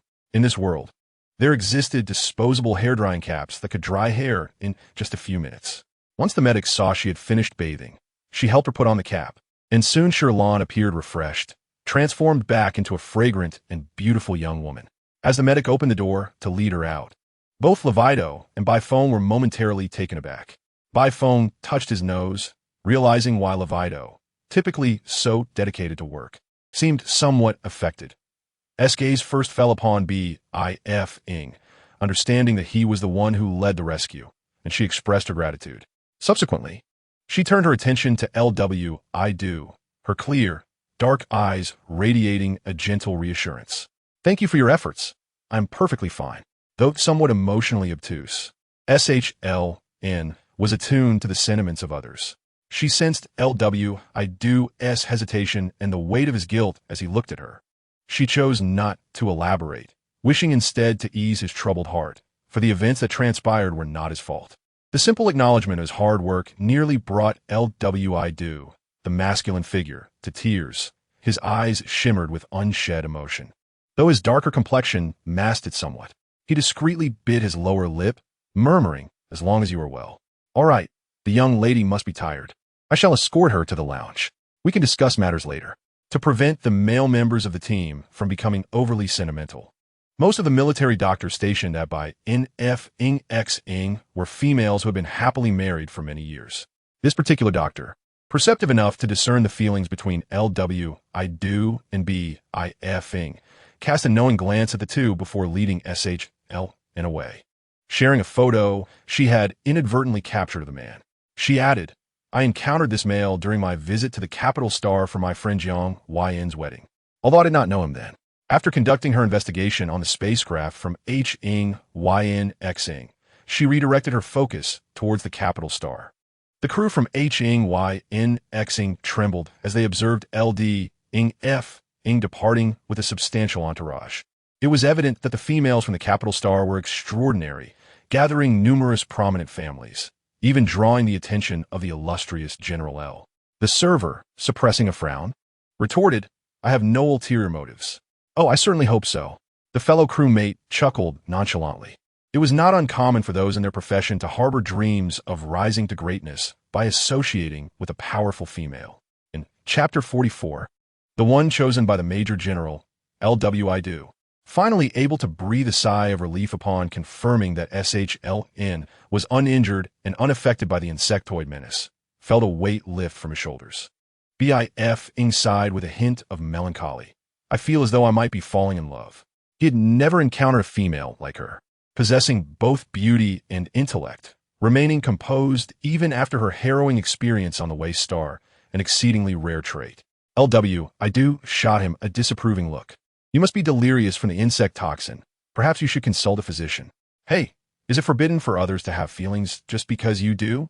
B.I.F.ing retorted. Having only recently battled the insectoids, as a high-ranking beastman, he was largely immune to their toxins. He rolled his eyes at L.W.I.Do. "I am quite serious." However, who could blame her for capturing the attention of a major general? B.I.F.ing dismissed his wandering thoughts and draped an arm over L.W.I.Do.'s shoulder. "To celebrate our mutual heartbreak, how about a drink?" L.W.I.Do. was uncertain when S.H.L.N. would wish to leave, but he was prepared for any eventuality. Even though the spacecraft possessed an automatic navigation feature, he aimed to mitigate any potential risks. B.I.F.ing acknowledged the validity of his concerns, realizing that consuming alcohol while operating a spacecraft did not guarantee safety. He relented, suggesting instead, "Shall we engage in some sparring practice?" "Very well," L.W.I.Do. acquiesced. S.H.L.N. slept soundly until dinner time, awakening to a gnawing hunger. Throughout the day, her emotions had been tightly wound, causing her to overlook her need for sustenance. Now relaxed, she recalled that aside from breakfast, she had consumed nothing further. Exiting the lounge, she walked down the corridor towards the exit. The military base at by N.F.ing was vast, its cold, mechanical aesthetic accentuated by the omnipresent surveillance and robots, instilling a sense of solemn reverence. As she prepared to message L.W.I.Do. regarding where to dine, she spotted him waiting at the corridor's corner. L.W.I.Do. refrained from mentioning that he had been waiting for her after their practice session and, unable to meet her gaze directly, shyly smiled. "Are you hungry? I'll take you to eat." "Yes, just in time," S.H.L.N. replied, surprised by his accurate guess of her thoughts, and nodded enthusiastically. L.W.I.Do.'s eyes sparkled with delight. "Come, the cafeteria here serves excellent food." better than that of the Imperial Capital School, and most importantly, it's free. Really? That sounds wonderful. SHLN felt a surge of anticipation as they quickened their pace towards the cafeteria. LW I do, mindful of her shorter stature, adjusted his long strides to match hers. At that moment, the cafeteria was bustling with soldiers, gathered in small groups. Some single males could not help but discuss the arrival of SHLN, the female rescued from the Waste Star. I heard she was kidnapped. There are marks on her wrist. What a beast. It must have been some male. Did he lose his mind? One soldier complained. Nearby, a canine beastman shot him an annoyed glance, dismissing the comment. Who cares what she looks like? In this day and age, with so many males around, finding a mate is a feat in itself.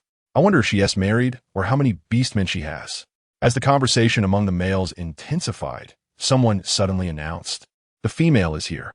Instantly, the bustling cafeteria fell silent, all eyes drawn to the entrance, save for the married males still eagerly serving themselves. Moments later, LW, I do, and SHLN entered the cafeteria, eliciting gasps of admiration from the assembled diners. My word, no one mentioned she was so stunning. The single males found themselves entranced. SHLN was accustomed to receiving attention for her beauty, but previously the gazes she attracted were often laced with lewdness, causing discomfort. Now, however, she sensed that the scrutiny around her was primarily filled with genuine admiration, tinged with curiosity and respect, leaving her feeling less exposed. Nevertheless, being the center of attention was still somewhat disconcerting. She subtly shifted closer to LW, I do, for comfort, who in turn discreetly shielded her from the prying eyes of the crowd, casting a displeased glance at the onlookers. Embarrassed, the spectators lowered their heads to focus on their meals. Especially in recent years, without the Major General's oversight, their reputation had spread more rapidly, and the military beastmen still held a degree of reverence.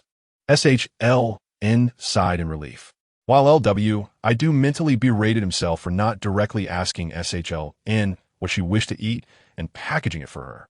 With so many single males in the military, they gazed at the young female as though she were a delectable morsel, rendering it impossible to avoid their restless thoughts.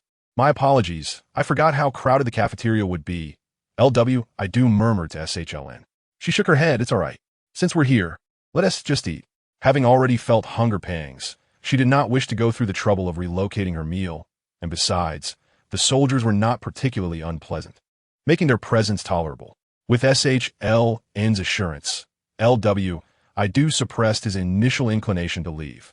He led her to the serving counter, where the server, upon noticing a female, instantly donned a warm smile. What would you like, young lady? Feel free to choose. Everything is delicious. Though some of the meat can be a bit tough.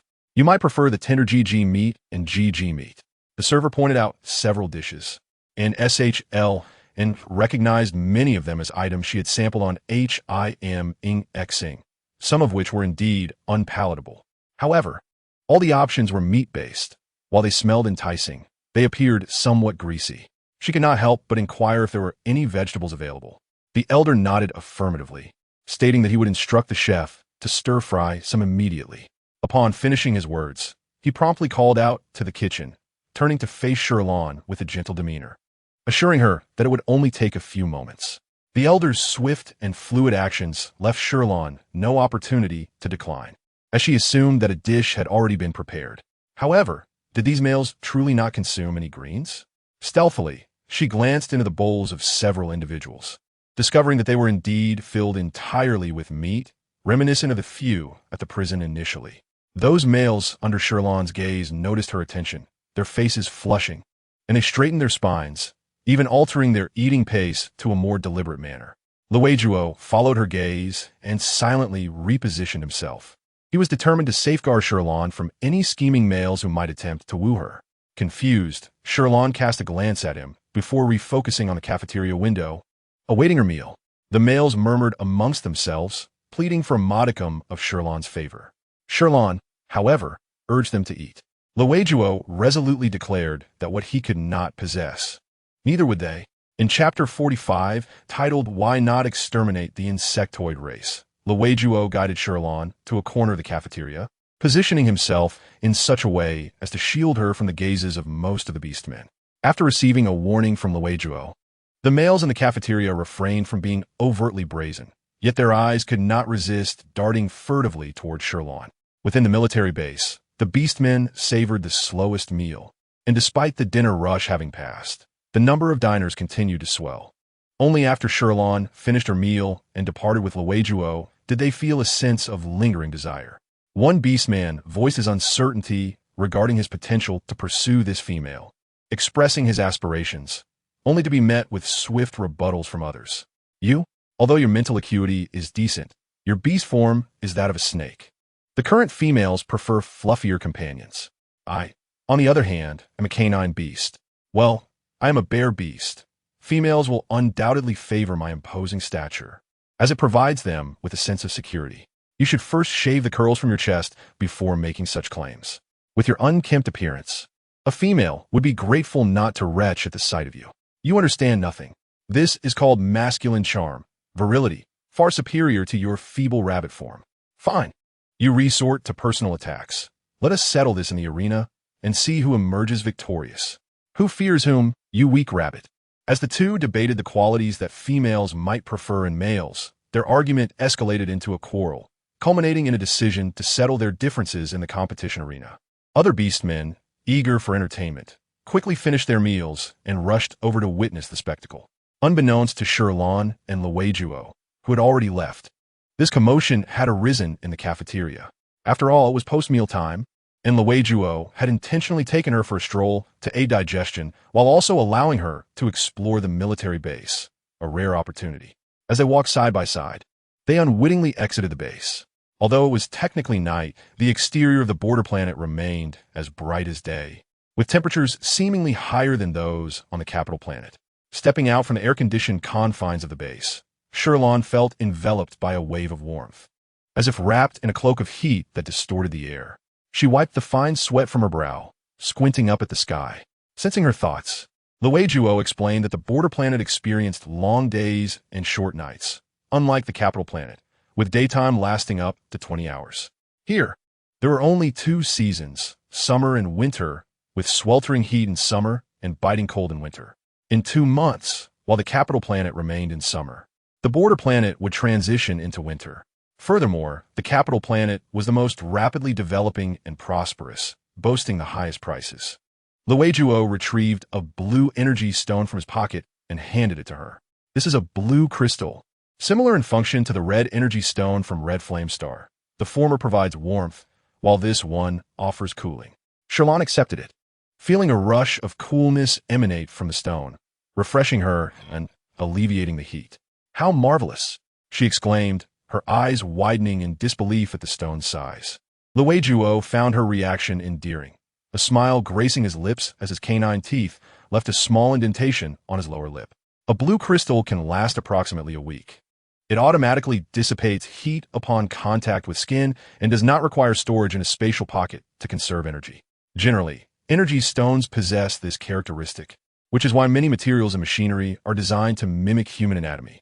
This was Shi Lan's first encounter with such an item, and the original host's memories offered no insight, likely due to the high cost of energy stones. Previously, she had not realized how delightful it was to possess a portable air conditioner. Unlike the cooling fan she had purchased before, the energy stone's coolness enveloped her skin rather than targeting a single area. Her features softened in comfort as she contentedly followed Luojuo. Most importantly, Shi Lan felt a tinge of concern for He Han Shi. The book had explicitly stated that He Han Shi would succumb to mental collapse, and now that she had acquired a minor spirit entity, it was prudent to keep a watchful eye on him while in the prison star, preventing the narrative from unfolding as described. Luojuo experienced a subtle pang of disappointment at her words, yet he cherished the opportunity to accompany her. As they prepared to depart, Shi Lan bid farewell to Bai Feng and the others, expressing her gratitude once more before boarding the jump ship with Luojuo. Watching the ship shrink into the distance, the males clutched their hearts, bidding adieu to a fleeting infatuation. Bai Feng averted his gaze from them, concluding that rather than lamenting over females, it would be wiser to accumulate military achievements. With sufficient accomplishments, he would rank higher in the pairing with females, otherwise he might end up with none at all. Upon hearing this, the males were invigorated, exclaiming, "Where are the insects?" By phone was about to respond that they had just engaged in a battle on the garbage star when a soldier from the lookout tower reported, "Captain, we have detected fluctuations in the wormhole at the garbage star. Based on the data, the target direction appears to be towards us." "Very well, let us proceed." By phone had not anticipated that the insectoid race would once again provoke them from the garbage star. He raised an eyebrow and swiftly assembled his team for departure. Why not eradicate the insectoids on the garbage star? Shi Lan posed a question that had lingered in her mind. During her confinement on the garbage star, she had pondered this very issue, considering that since the insectoids were confined to a single planet, their extermination might be less challenging than anticipated. Luijuo's gaze remained fixed ahead, and his voice, though gentle, carried a hint of gravity as he replied, "Indeed, I have posed this question to the Major General in the past. I later learned that the insectoids are entangled in a web of interests." "Interests?" Shi Lan blinked in confusion. Luijuo continued, "The Major General conveyed to me that the insectoids represent not merely a threat, but also a source of motivation, one that extends beyond technology and pertains to humanity itself." Regarding technology, Shi Lan was aware that many materials used in weapon manufacturing originated from the insectoids, such as their remarkably resilient appendages or the wings of certain species. The latter was particularly well known as it was commonly used as a protective membrane on jump ships, significantly mitigating the negative effects of space travel and enhancing flight stability. Yet why did this also serve as a motivation for humanity? She gazed at him in bewilderment, as the general perception of insectoids was that they embodied danger. In Chapter 46, titled "She Has Returned," Luijuo listened to Shi Lan's words, reminded of his own youthful fervor upon joining the military. When he had witnessed the insectoids injure his friend and had vowed to exterminate them, it was the Major General who had stepped in to calm him, explaining that the insectoids were intertwined with far too many complexities.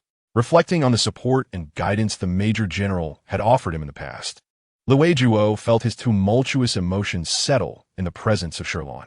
He spoke softly, observing that the current imbalance of more males than females could easily lead to societal chaos. Initially, before the emergence of the insectoid race, there were numerous instances of females meeting untimely fates. However, with the arrival of the insectoids, some males found an outlet for their pent-up energy, which, in the absence of basic security, curbed any deviant thoughts. Therefore, the mission of our military is less about exterminating the insectoids and more about controlling their population to ensure safety. Yet, Shi Lan remained puzzled. The insectoids exert a significant influence over the strong, and it is the strongest who are most susceptible to danger, particularly along the borders. Do they not fear death? As she pondered this, Luijuo interjected with a smile, noting that the insectoids were not so easily eradicated. As long as the queen remained, they would persist endlessly, capable of concealing the fluctuations of their wormholes, rendering their true hiding places impossible to discern. The transition spacecraft traveled swiftly, covering approximately a third of the distance from the capital star to Heimingxing in about 3 hours. By the time they arrived, it was already past 11 at night. The temperature on Heimingxing was notably lower and within the spacecraft. Shi Lan instinctively returned the blue crystal to Luijuo, reasoning that it would be of little use in the cold. Luijuo shook his head, assuring her that he had plenty and suggested she keep it in case she needed it later.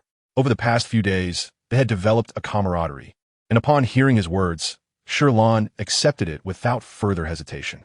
Since they were already there, Luijuo intended to pay a visit to the Major General and had already sent a landing request to the planetary manager on the way. Although Heimingxing was not an open planet, landing was permissible with the consent of either the prison warden or one of the managers. Thus, he was not violating any regulations. Naturally, she led Luijuo as they disembarked, and he observed her visibly light-hearted demeanor, feeling a sense of relief. It seemed that the recent events on the garbage star had not affected Shi Lan. Luijuo felt a sense of pride in the Major General's discerning eye.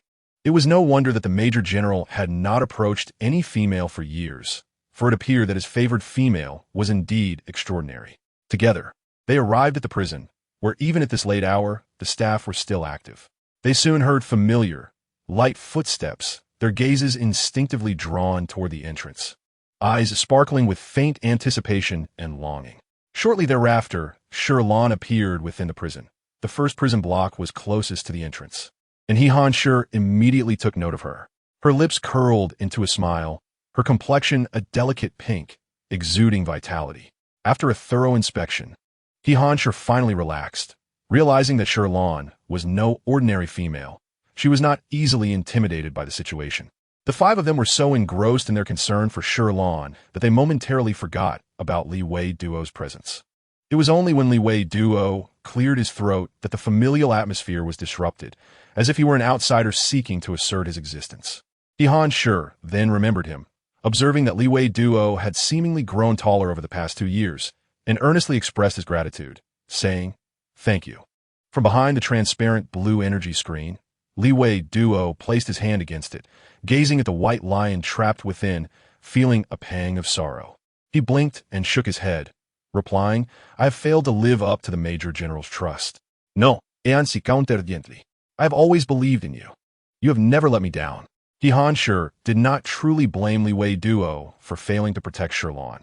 His resentment was directed solely at the kidnapper, and he lamented his own inability to be by her side in that cramped prison. Shi Lan regarded him with a warm, forgiving gaze. And under the weight of that look, Li Wei Duo's guilt seemed to find an outlet. He could not help but think of Shi Lan, who, like the Major General, always viewed others with the broadest of hearts. She did not hold him accountable either. Although Li Wei Duo remained silent and did not display his feelings in front of Shi Lan, he harbored some hesitation about meeting the Major General, perhaps due to a sense of trepidation upon returning home or a fear of encountering disappointment in his eyes. Fortunately, the Major General was unchanged. He remained a serious figure in the military, yet gentle with friends. Li Wei Duo finally smiled, expressing his gratitude. "Thank you, Major General. I should be thanking you.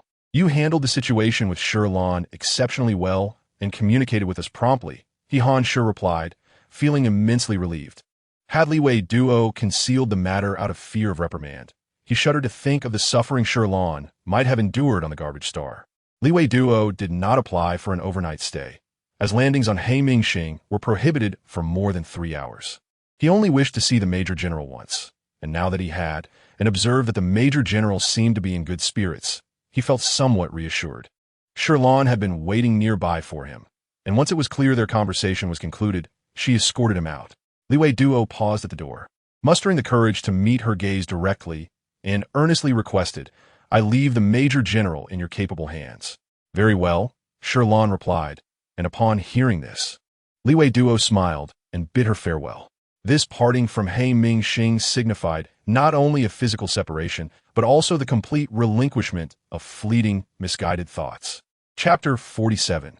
Chun Xiong has undergone a transformation the past few days, and Chun Xiong's prison life had been tumultuous. Major General, he was faring relatively well, but the others seemed to be in a state of perpetual agitation, to the point where even when he entered the holding area with his left foot first, Mu Tangfeng would scold him to switch to his right. The Crown Prince displayed a lack of enthusiasm during meals, and despite Shi Lan's reminders to include some vegetables, he consistently left them untouched at the bottom of his bowl. If he dared to utter a single complaint, he would be met with the chilling stare of those icy green eyes, emanating an aura of spiritual force that sent shivers down one's spine.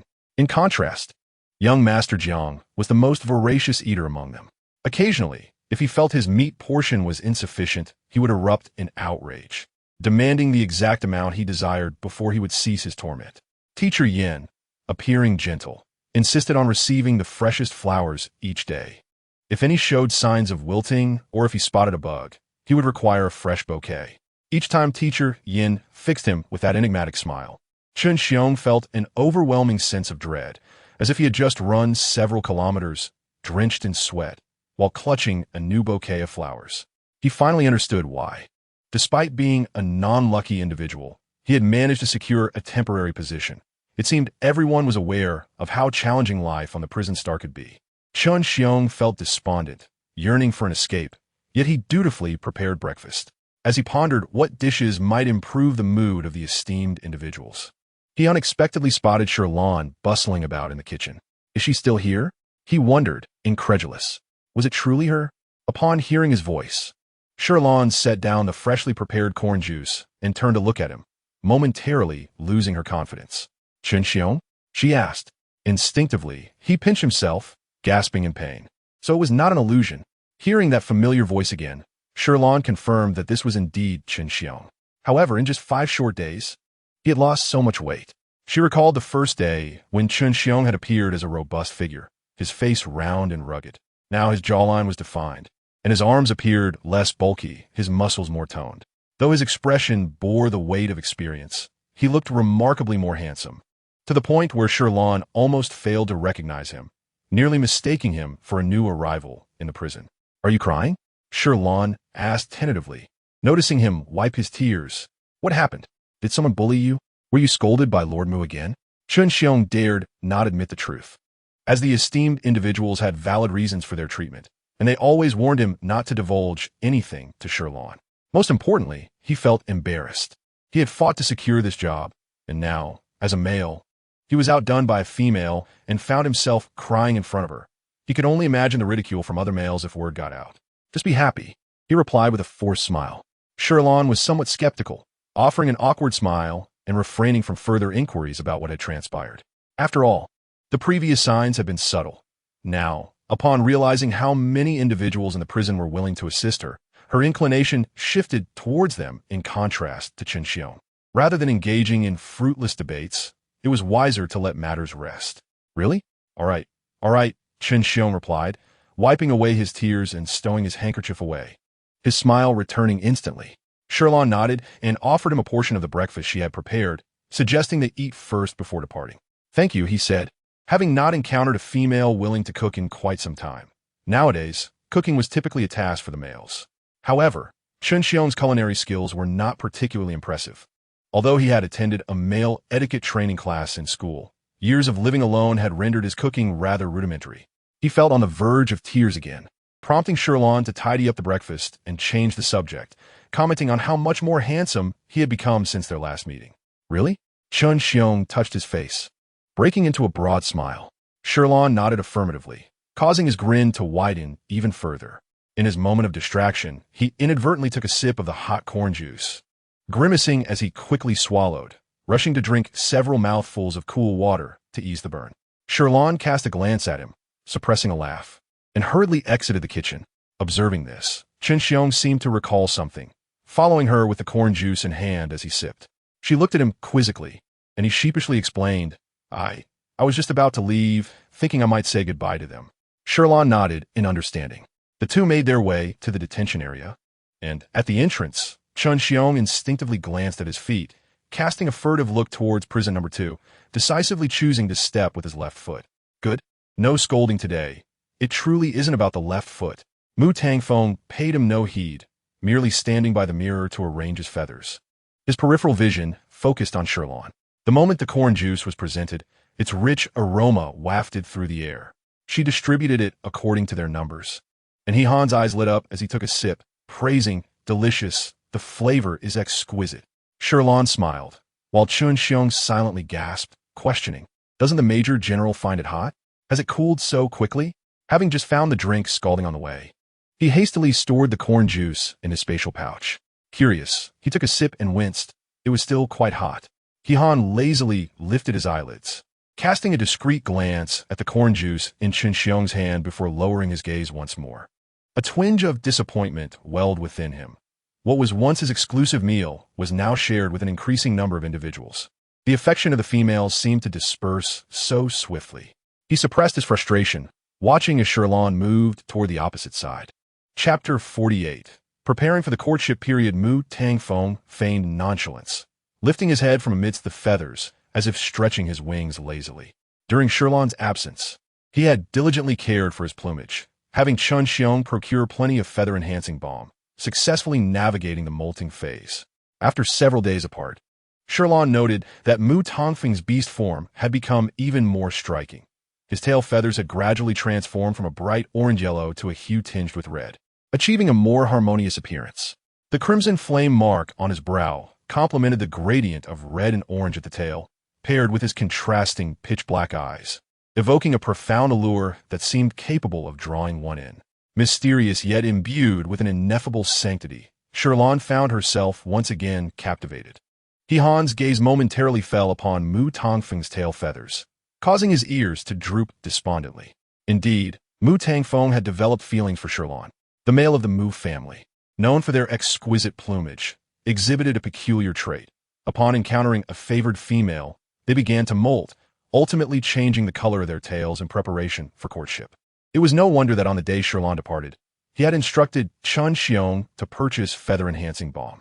Unconsciously, he glanced at his own tail feathers, which were a simple, pure white, lacking any competitive vibrance when compared to Mu Tongfeng's resplendent plumage. Chun Xiong, who was also observing the scene, suddenly had an epiphany as he watched Mu Tangfeng flaunt his wings in a manner akin to flirtation. It became clear why the balm was necessary. However, now that he comprehended Mu Tongfeng's intentions, Chun Xiong, emboldened by Shi Lan's presence, chose to disregard the latter's gaze. Mu Tangfeng ground his teeth. In the past, someone like Chun Xiong would have been swiftly dealt with. Yet, with Shi Lan nearby, he had promised not to bully outsiders, merely letting out a cold snort. Shi Lan glanced at him, prompting him to turn his head away, feigning ignorance of what had just transpired. She then proceeded to prison number 3. Upon reaching the Grand Prince's quarters, Chun Xiong adopted a more demure demeanor. Over the past few days, the Grand Prince had shown little interest in his culinary endeavors, aside from his aversion to vegetables. Today, the Black Panther remained distant, not revealing himself near the light screen. Shi Lan placed the breakfast on the windowsill, while Chun Xiong consumed a sandwich. Recalling the vegetables within, he remarked, "The Grand Prince does not eat greens. He likely won't enjoy the sandwich." But yesterday, the Grand Prince, Chun Xiong began, but was interrupted as the Black Panther's gaze sharpened, repeating, "I like it." He promptly fell silent. Understanding dawned upon him. It had nothing to do with the vegetables, but rather with the person who prepared the meal. This brought to mind the rumors he had previously heard, that the monarch had long been troubled by the matter of the Grand Prince's mate. Despite multiple announcements for a consort selection, the Grand Prince was often absent or concealed beneath a black cloak, consistently evading all females. Notably, there were no photographs of him online, as he always appeared in public wearing a mask. Many speculated that the Grand Prince might actually be a female, incapable of falling in love with a female, hence his reluctance to reveal his face. However, Chun Xiong was now certain the Grand Prince was male. Only another male would exhibit such a deadly gaze towards him. Of course, that rumor had long since been debunked, for females do not undergo beast transformation nor suffer from mental collapse. Indeed, there was a reason that rumors remained rumors. Chun Xiong felt compelled to remain silent, lowering his head. When Shi Lan inquired about the Grand Prince's condition yesterday, he merely shook his head in response. After failing to glean any information, Shi Lan abandoned the topic. Casting another glance at the Black Panther, who stealthily retreated into the shadows, obscuring much of his form. Having worked in the prison for some time, she realized today that she had truly seen him in full only 3 times. Perhaps the Grand Prince simply disliked being observed. Shi Lan found herself rationalizing as Jiang Xia. Observing her lingering at prison number 3, grew annoyed and began clawing at the protective door. "Shi Lan, I'm hungry. Hurry and bring me food. I'm starving." Upon hearing this voice, Shi Lan instinctively looked at Chun Xiong, questioning with her eyes, "Did you not feed him enough yesterday? Why does he sound as though he hasn't eaten in ages?" "Huh? That's unfair," Chun Xiong protested, shaking his head. Young Master Jiang requires 2 large bowls of meat for each meal. He too was puzzled as to why Jiang Xia, despite appearing the smallest in beast form, consumed more than anyone else. Very well, Shi Lan conceded, knowing Jiang Xia's hearty appetite. She typically prepared an extra sandwich for him. Observing this, Chun Xiong interjected, "If you do that, young Master Jiang still won't be satisfied. Even though he appears small, he needs 2 large bowls of meat for each meal. This is only 1 sandwich." Jiang Xia could not abide being called small, glaring fiercely at Chun Xiong. "Who are you calling small? Am I a pig? Is 1 sandwich and 2 portions of meat insufficient?" Chun Xiong replied, "But didn't you say that yourself?" Chun Xiong felt quite wronged as Shi Lan recalled the last time he had attempted to consume the Grand Prince's portion as well, unable to suppress her laughter. Fearing that she might heed Chun Xiong's words and neglect him tomorrow, Jiang Xia restrained his fierce expression, looking pitifully at Shi Lan. "I want 2 sandwiches tomorrow." "All right. I am not short. I merely possess a smaller beastly form, but in my human guise I stand tall." He feared that Shi Lan might look down upon him. Thus he hurriedly sought to redeem his dignity. Shi Lan nodded, acknowledging, "I am aware Lord Jiang is quite adorable." "Oh no." Startled, Shi Lan inadvertently revealed her true thoughts. She suddenly recalled what Jiang Yin had mentioned previously. Jiang Xia attested being called short or cute. Both she and Chun Xiong had committed this error. Cautiously, she glanced at Jiang Xia, feeling a bit of a headache, concerned that he might become displeased and torment her with incessant ringing. After a moment, she noticed him with his head lowered, seemingly unresponsive, fixated on the corn juice near his lips, lost in thought. Surely, he isn't contemplating how to cause mischief, is he? Indeed, Jiang Xia was deep in thought, but his mind was solely occupied with the notion that Shi Lan had praised him. She found him adorable, which must mean she harbored fond feelings for him. The more he pondered, the warmer his face became, unsure if it was the heat from the corn juice or his own shyness. He flicked his tail several times to cool down before indulgently licking the corn juice, thinking, I want this too. All right, there's plenty.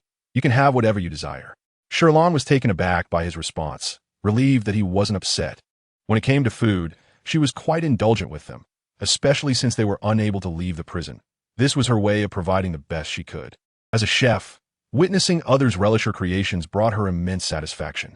Furthermore, the high-tech tools made cooking effortless, sparing her from the burdensome task of meal preparation. Upon hearing her words, Jiang Xia immediately cast aside any lingering unhappiness, believing that Shi Lan must have some affection for him, and he began to eat with flushed cheeks. However, Jiang Xia's temperament seemed rather placid, easily appeased by a morsel of food. She began to doubt the authenticity of both sides. Only Chun Xiong, having experienced it himself, understood the complexities of the situation, his heart a tumult of emotions as he observed Shi Lan and Jiang Xia, slowly digesting the scene. Chapter 49. How to heal more quickly. Soon they arrived at the last cell. Chun Xiong instantly tucked away his chaotic thoughts, lowering his head as if bracing for an impending confrontation, fearful that lifting it would inadvertently result in a gaze exchanged with Teacher Yin. Chun Xiong, of lesser aptitude, was unqualified to attend the imperial capital school. However, he had heard some brothers lamenting about the school as tyrannical teachers, initially dismissing their complaints as exaggerations, until he was astonished to learn that a leader of interstellar pirates was teaching there. His first encounter with the prison's infamous figure left him shocked. While he was aware of the man's reputation, his astonishment stemmed more from the fact that the prison housed numerous formidable individuals whose mental powers had collapsed. Indeed, any one of them could unleash devastation if released.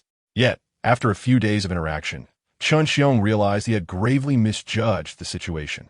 Though uncertain of Yan Huashui's true abilities, he was convinced that his intermittent amnesia was somehow linked to him.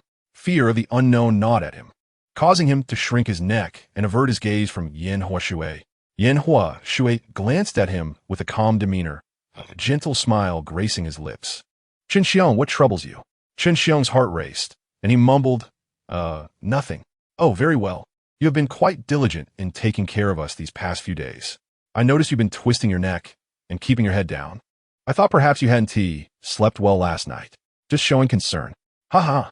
Thank you, Lord Yin, I am fine. Chun Xiong did not comprehend his true meaning, awkwardly smiling as he remained cautious not to lift his head. Yet his nervousness caused him to sweat, hastily retrieving a cloth to dab at his brow. Shi Lan, having delivered breakfast at the 5th prison window, overheard their conversation and nodded approvingly. It appeared that Yan Huashui and Chun Xiong had developed a decent rapport, that he would even show concern for others. She observed Chun Xiong's bowed head and focused on a cloth he was using, reflecting that he indeed was an emotional person, likely moved to tears. After delivering the meal, Shi Lan set out to gather flowers, not lingering longer. Once they exited the confinement area and walked for a while, Chun Xiong finally lifted his head and quietly asked Shi Lan, "Did you not notice anything amiss earlier?" Shi Lan gazed into his eyes, noting the moisture around them, and sensed his trepidation, as if he feared she would discover he had been crying. Out of kindness, she chose not to expose him, shaking her head. "No, I was quite focused on delivering the meals." "Oh," Chun Xiong replied, disappointment and confusion evident in his tone. "Do you not think Lord Yan's eyes are?" "Sure. No need to say more. I understand." Shi Lan comfortingly patted his shoulder. Indeed, Yan Huashui's gaze was exceptionally gentle and caring, and it was understandable that Chun Xiong, being an emotional individual, might be moved to tears. Chun Xiong felt that Shi Lan's understanding diverged from his own thoughts. He scrutinized her. Her eyes were clear, devoid of any haze or distraction. Were it not for his noticeable weight loss, he might have doubted his own perceptions. Yet, thankfully, this was the final day. He would never return to Heimixing again. Although he still held admiration for General He preferred to engage online instead. With this thought, Chun Xiong's features relaxed, and he resolved to dismiss the tumult of thoughts. Shi Lan noted the shift in his emotions, satisfied that her words had brought him some comfort. After leaving the prison, Chun Xiong mentioned he had seen the recent tickets and was preparing to leave. Shi Lan nodded and proceeded to the garden to gather flowers. After completing her task, she spotted Chun Xiong and heard him say, "The spaceship will arrive in a few minutes. Shall I take my leave? Do you wish for me to pack another meal for you?" Thinking of the expensive meats within the prison, Chun Xiong, who typically ate sparingly, found the recent meals quite satisfactory despite the previous tumult. Unable to resist, he swallowed hard, replying, "Sure." With that, he went to pack himself a generous portion of meat, happily waving goodbye as he departed. At last, he was liberated. Shi Lan watched his jubilant figure fade into the distance, then turned her gaze toward the prison, which loomed like a colossal cage behind her. The cacophony of the atmosphere dissipated, leaving her with a sudden sense of solitude. Perhaps it was because no one else could leave the prison, and now she stood alone, with no one to converse with. Shi Lan couldn't help but feel a tinge of melancholy. Just then, she remembered something, her eyes brightening. "Xiao, come out." Xiao emerged, calling out, "Master, did you summon me?" Shi Lan seized it and held it for a moment, regaining her spirits, but she couldn't help but wonder, "Xiao, have you grown a bit larger?" Measuring it with her hands, she realized it had indeed increased in size since it used to be about 2 handspans, now exceeding that. Oh, I recall the mushrooms in the prison. Yet she remembered that Han Shi and the others had suffered severe mental collapses. If Xiao could heal by absorbing the toxins from the insect race, to what extent could it achieve? Xiao, how long will it take to absorb the mental toxins from human? Xiao tilted its head, hesitating for a while before explaining, "Master, the absorption depends on the method. My main body can also enter to absorb, but does not yield much." Shi Lan frowned. What can be done to enhance the absorption? She worried that Han Shi's life force might be insufficient to sustain Xiao's healing. Xiao stood between her hands, pointing its mushroom cap at her. "Master, it relies on you. I am your spiritual entity, and thus I must depend on you." The spiritual entity's abilities would be greatly diminished if used independently, as some might misuse their powers without the guidance of their master. Thus, the true controller was the core of power, and these entities merely represented the master's mental prowess. Just as there was a time when Shi Lan had no appetite during a meal, it was also due to the spiritual entity having absorbed too many mental toxins, which affected her as well. Of course, this limitation of independent action was beneficial. Xiao's absorption had its limits. Otherwise, given its previous level of hunger, Shi Lan feared she would be unable to eat for days. Upon hearing this, Shi Lan inquired, "So what should I do?" "It's quite simple." At first, Shi Lan found it difficult to comprehend. But upon reflecting on the manner in which females in this world soothe the male psyche, she suddenly grasped the similarity. However, this realization implied that she would have to risk herself, a gamble too perilous to undertake. Chapter 50. I dislike contact with females. Nevertheless, the prospect of enhanced mental fortitude enticed her. Healing was indeed necessary, yet Shi Lan struggled to make a decisive choice. Her apprehensions revolved around the potential fallout of her imprisonment causing a collapse in their mental states, as well as the possibility that the esteemed gentleman within the prison might not desire her proximity. The methods of mental soothing, whether basic or advanced, inherently involve contact. The notion of advanced treatment was beyond her imagination, solely reserved for the couples of beastmen. The physicians typically employed fundamental treatments, which proved effective for beastmen with mild mental breakdowns, akin to the method described by Xiao, absorbing the toxins within the other's body gradually until normalcy was restored. According to Xiao, her immediate task was to administer basic treatment, yet the challenge remained formidable. Particularly concerning were Mu Tangfeng and Jiang Xia. Having heard from Jiang Yin that these two were entirely disinterested in females, Shi Lan was reluctant to disrupt the delicate harmony that had finally begun to form among them. Lost in contemplation for quite some time, she eventually patted Xiao's head and said, "You must endure a bit longer. I'll decide in a few days." She intended to observe the attitudes and mental states of the group. Should their stability be severely compromised, her entrance into the prison would not signify healing, but rather a death sentence. With her strategy in mind, she temporarily set the matter aside. Meanwhile, at the Bai family in the capital star, Bai Fu sent a message inquiring, "How is it? Has the matter been resolved?" After a moment of silence, Bai Fu reflected on his investigation, which confirmed the situation. Yet something in his interlocutor's tone fell off. He cautiously probed, "What is it?" Before long, the transition ship emitted a series of crackling sparks, followed by a tremendous roar as an explosion reverberated through the cosmos, scattering debris towards their vessel. "Quickly disperse and retreat. The armed squad, fire." Lu Dingfeng issued commands with urgency. Fragments, comparable to cannon fire, were shattered into tiny pieces by their attacks, with successive booms ringing out until the opposing forces' momentum neutralized each other. A dazzling light streaked across the void, and the fragments settled into a tranquil drift, awaiting collection by the Space Patrol. Lu Dingfeng squinted ahead, noting the absence of the pursuer and the complete disappearance of their tracking. Teams were dispatched to search several nearby planets. He resolutely decided that he did not believe the kidnapper had perished so easily.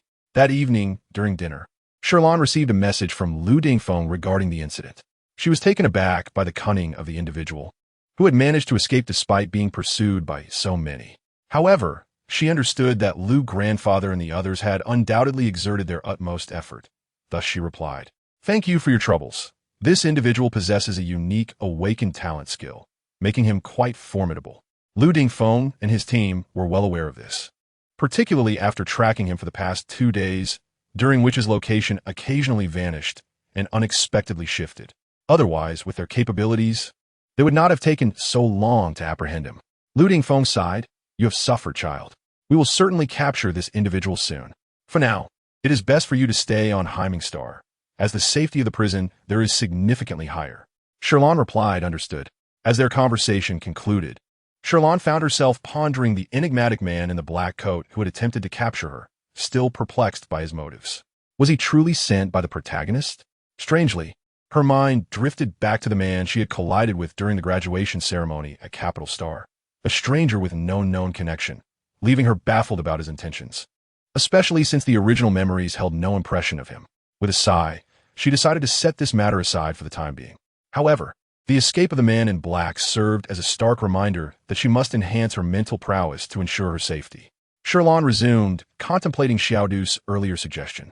Stroking her chin as she gazed at the freshly prepared meals, she resolved to probe further. After all, He Hancheng was her primary target for healing, so she casually inquired, "By the way, Lord He, why is the extent of your mental breakdown so severe? Has no female ever administered basic treatment to you?"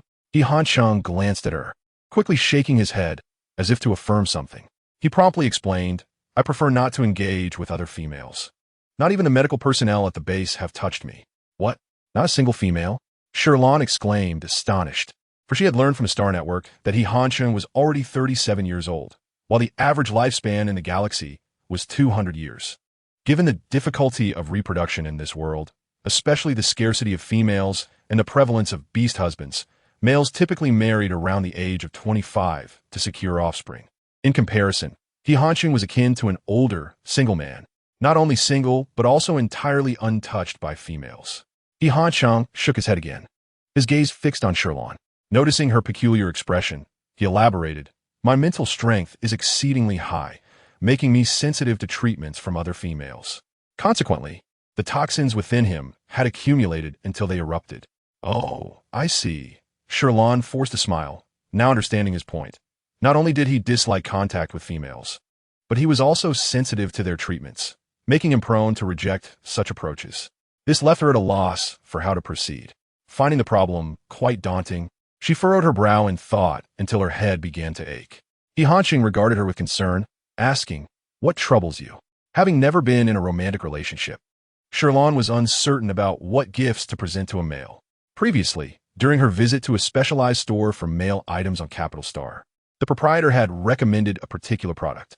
She had seen it, an exquisite perfume with a pleasant fragrance. In modern times, men's perfumes existed, so she thought it perfectly acceptable to gift one to a male.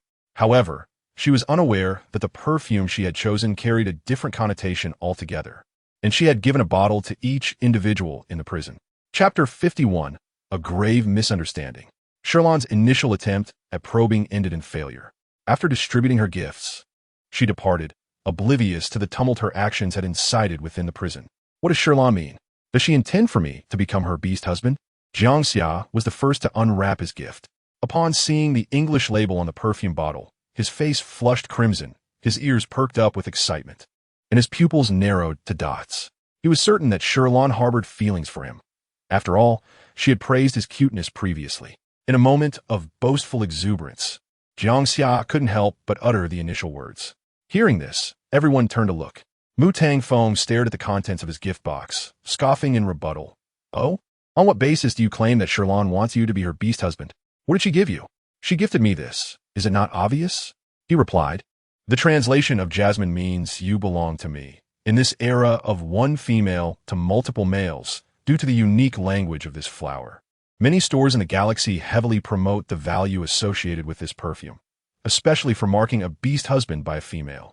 Thus, when other females detect the scent of jasmine on a male, they understand that he has a wife. Gradually, a consensus formed among them. If a female wished to pursue a male, and he accepted the gift, then if they met again and he wore the perfume, it signified his willingness to become her beast husband. The shopkeeper at the male goods specialty store, upon noticing a female, instinctively assumed she was pursuing a particular male and thus fervently recommended the product to her. Although most males actively pursued females, it did not preclude females from seeking out those they admired. Regarding this gift, before the mental breakdown, everyone in the prison had received it numerous times, but they had never accepted it. When Mu Tangfeng heard that Jiang Xia's gift was the same as his, a sudden frown crossed his face, and anger flickered in his eyes. He tightly gripped the lid of the gift box, casting his gaze across the room, inadvertently locking eyes with He Hanshi, only to discover that their gifts were identical. It seemed he understood something, and in a fit of rage, he exclaimed, "This female has quite the appetite, sending us all perfume. Does she intend to pursue all 5 of us at once? How dare she, a so-called useless female, have such audacity? What? Shi Lan sent you one as well?" Jiang Xia gasped in disbelief, unable to comprehend that Xiao Jun, the crown prince, and Yan Huoxue had also received the same gift. As he spoke, his gaze fixated on the opposite side, where a black panther lurked in the shadows, its emerald eyes nodding slightly. Yiming stared at the gift box before him, his expression complex. He had not anticipated that Shi Lan would bestow such a gift upon him, nor could he fathom that she had given the same gift to everyone. Could it truly be, as Mu Tangfeng suggested, that she wished to pursue all 5 of them at once? Learning that he was not the only one, Jiang Xia's initial joy evaporated instantly. His eyes widened, and he began to breathe heavily, feeling an urge to kick the displeasing objects in the room, the mushrooms in the snow, the robots in the corner. Only the beloved yarn ball remained untouched. After a moment of self-digestion of his anger, he gritted his teeth and said, "Well, Shi Lan is rather deluded. I will return this to her. I refuse to accept her fickle pursuit." Jiang Xia had never endured such grievances. The females who pursued him in the past had at least been devoted, focusing solely on him, unlike Shi Lan. As he pondered, his anger reignited, making it difficult for him to eat, while Mu Tangfeng, avoiding the sight of the gift, placed it in the corner. The other 3 remained silent, yet their emotions were equally turbulent.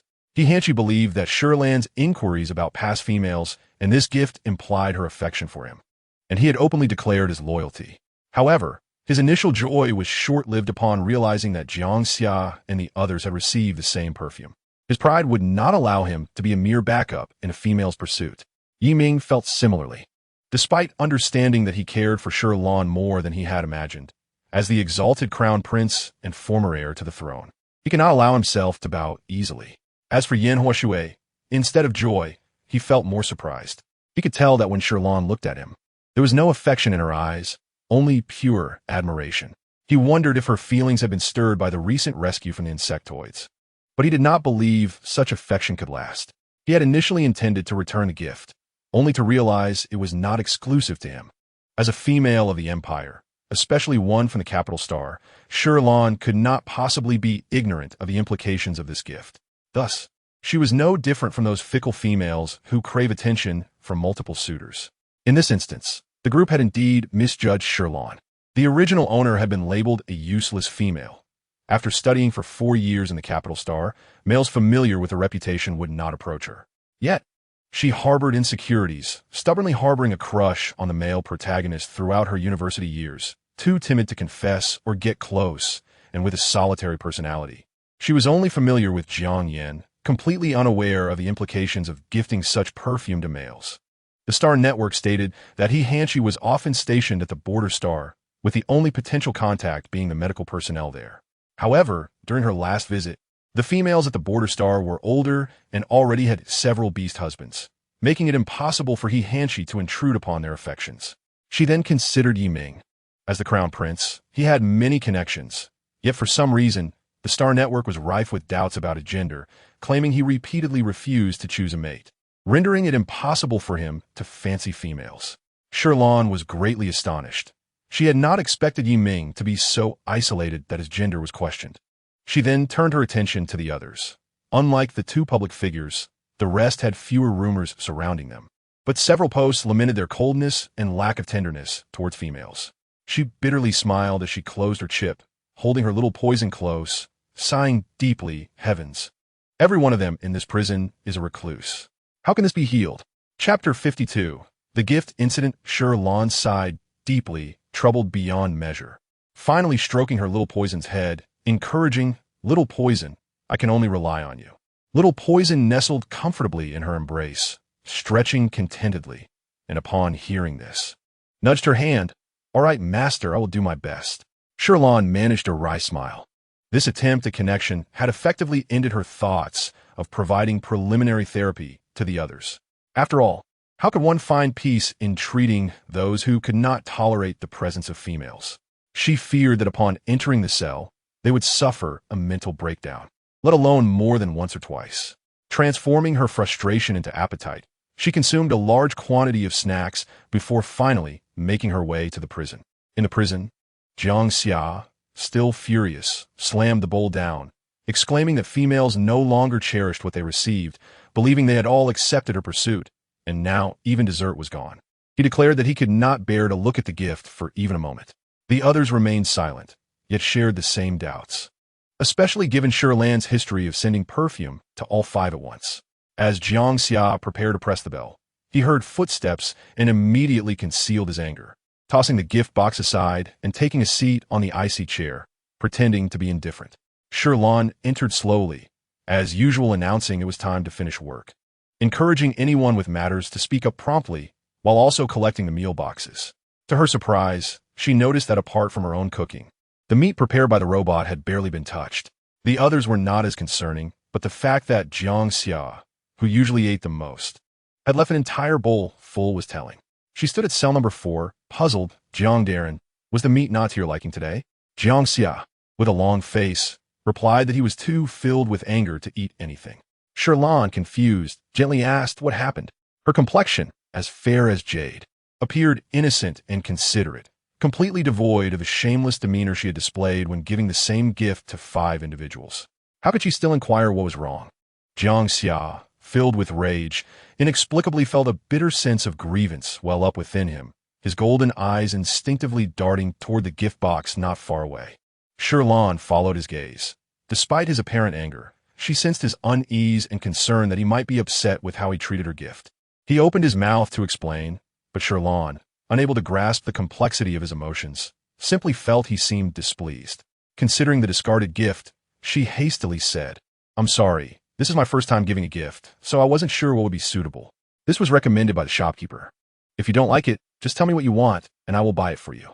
Hearing the word first time, Jiang Xia's ears perked up, and he felt a bit better. The others felt similarly. At least it proved that Shi Lan was only interested in them and had only sent this gift to them, not someone who loved everyone she met. The possibility of her misunderstanding the meaning of the perfume had not crossed anyone's mind. Shi Lan noticed Jiang Xia's expression seemed to soften a bit and continued, "If you don't like this gift, I can take it back and buy you something you prefer. How does that sound?" Upon hearing this, Shi Lan, recalling the previous favors they had done for her, felt particularly accommodating towards the 5. Let me buy you a new gift that you all like, she proposed. After some thought, she added, since you all have my contact information, think it over. And send me your preferences tonight. I'll buy it tomorrow and deliver it to you, all right? The words that followed were addressed to everyone.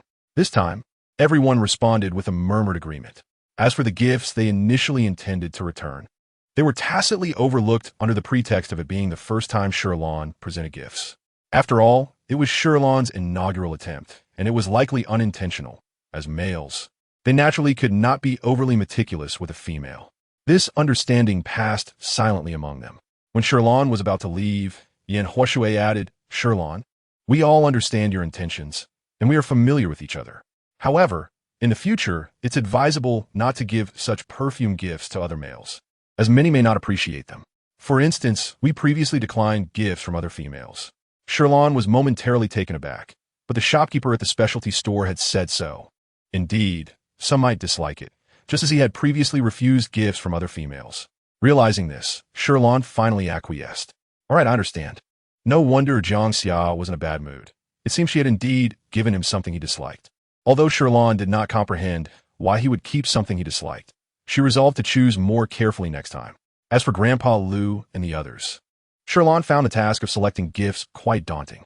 She decided to send some snacks that were not available in this world as a token of gratitude for their assistance in capturing the trenchcoat man. After settling the gift matter, Shi Lan finished packing up and left work. Once she departed, Mu Tangfeng suddenly asked, Jiang Xia, weren't you supposed to return it? Why did you accept it again? Jiang Xia felt his face flush with embarrassment. Mind your own business. You return it yourself. Mu Tangfeng calmly retorted. I never said I wanted to return it. That was you. He was merely contemplating, but can a person's thoughts not change? At this, Jiang Xia's face reddened further. Fortunately, his beast form's greatest advantage was its thick fur, which concealed his blush from others. He ignored Mu Tangfeng and cautiously sprayed a bit of perfume on himself. Having never used perfume before, Jiang Xia pressed the nozzle several times, only to end up sneezing multiple times. Mu Tangfeng laughed at him. Looks like the liar's retribution has come. Although the prison was not soundproof, each cell was well ventilated, and others could not smell the perfume he had sprayed. However, he forgot about Yi Ming, who lived in the opposite cell, and did not notice him quietly spraying some perfume in the shadows. Shi Lan intentionally allowed everyone extra time to ponder, and to her surprise, they thought quite quickly. That night, just after she finished her evening routine, she received messages from each individual. However, each gift was rather peculiar. She scrutinized each one multiple times, even confirming the direct shopping links they sent, before suppressing her curiosity and purchasing them all. This time, the logistics were even swifter than before. Having made the purchases that evening, she received the delivery notification the following morning while still in the kitchen having breakfast. She hurriedly finished her last sip of black soybean milk and went to the door. The logistics robot was still waiting outside with several packages. Shi Lan followed the familiar process to sign for the delivery and then store the packages in her spatial pouch. Afterward, she returned to the kitchen, packed breakfast for everyone, and headed towards the detention area. Early in the morning, the various beasts in the prison were engaged in their daily activities, some exercising, others reading, some playing with yarn balls, and Mu Tangfeng, who had recently developed a new hobby of poking at the green mushroom on the mirror. As a cleanliness enthusiast with obsessive-compulsive traits, Mu Tangfeng required the prison to be spotless each day. Not a speck of dust could be allowed on his mirror, which he had adorned with fallen feathers, giving it an exquisite appearance, save for the incongruous green mushroom atop it. Initially, Mu Tangfeng found it bothersome and would pull it off daily, but eventually, he discovered it was impossible to remove. He chose to let it be and even found the mushroom's texture rather satisfying, providing a sense of stress relief, and over time, it grew on him. Today, everyone's routine seemed as mundane as ever, yet each was preoccupied, occasionally pricking up their ears to listen for any sound from outside, all the while keeping an eye on the time displayed on their chips, awaiting Shi Lan's arrival. Finally, when they heard her familiar footsteps, He discreetly spritzed some perfume on himself, and Mu Tangfeng did the same. Jiang Xia's scent lingered from his excessive spraying the previous day, and Yi Ming added a touch more. Only Yin Huashui, aware that Shi Lan did not harbor romantic feelings for him, thought that perhaps she had carelessly chosen the gift without paying attention to its contents, not having selected the perfume herself.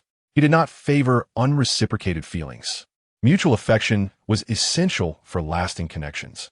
He quietly instructed the robot to place the perfume in a side storage compartment, casually awaiting her arrival. His 9 tails languidly coiled behind his hind legs. Shi Lan did not prepare sandwiches for everyone today.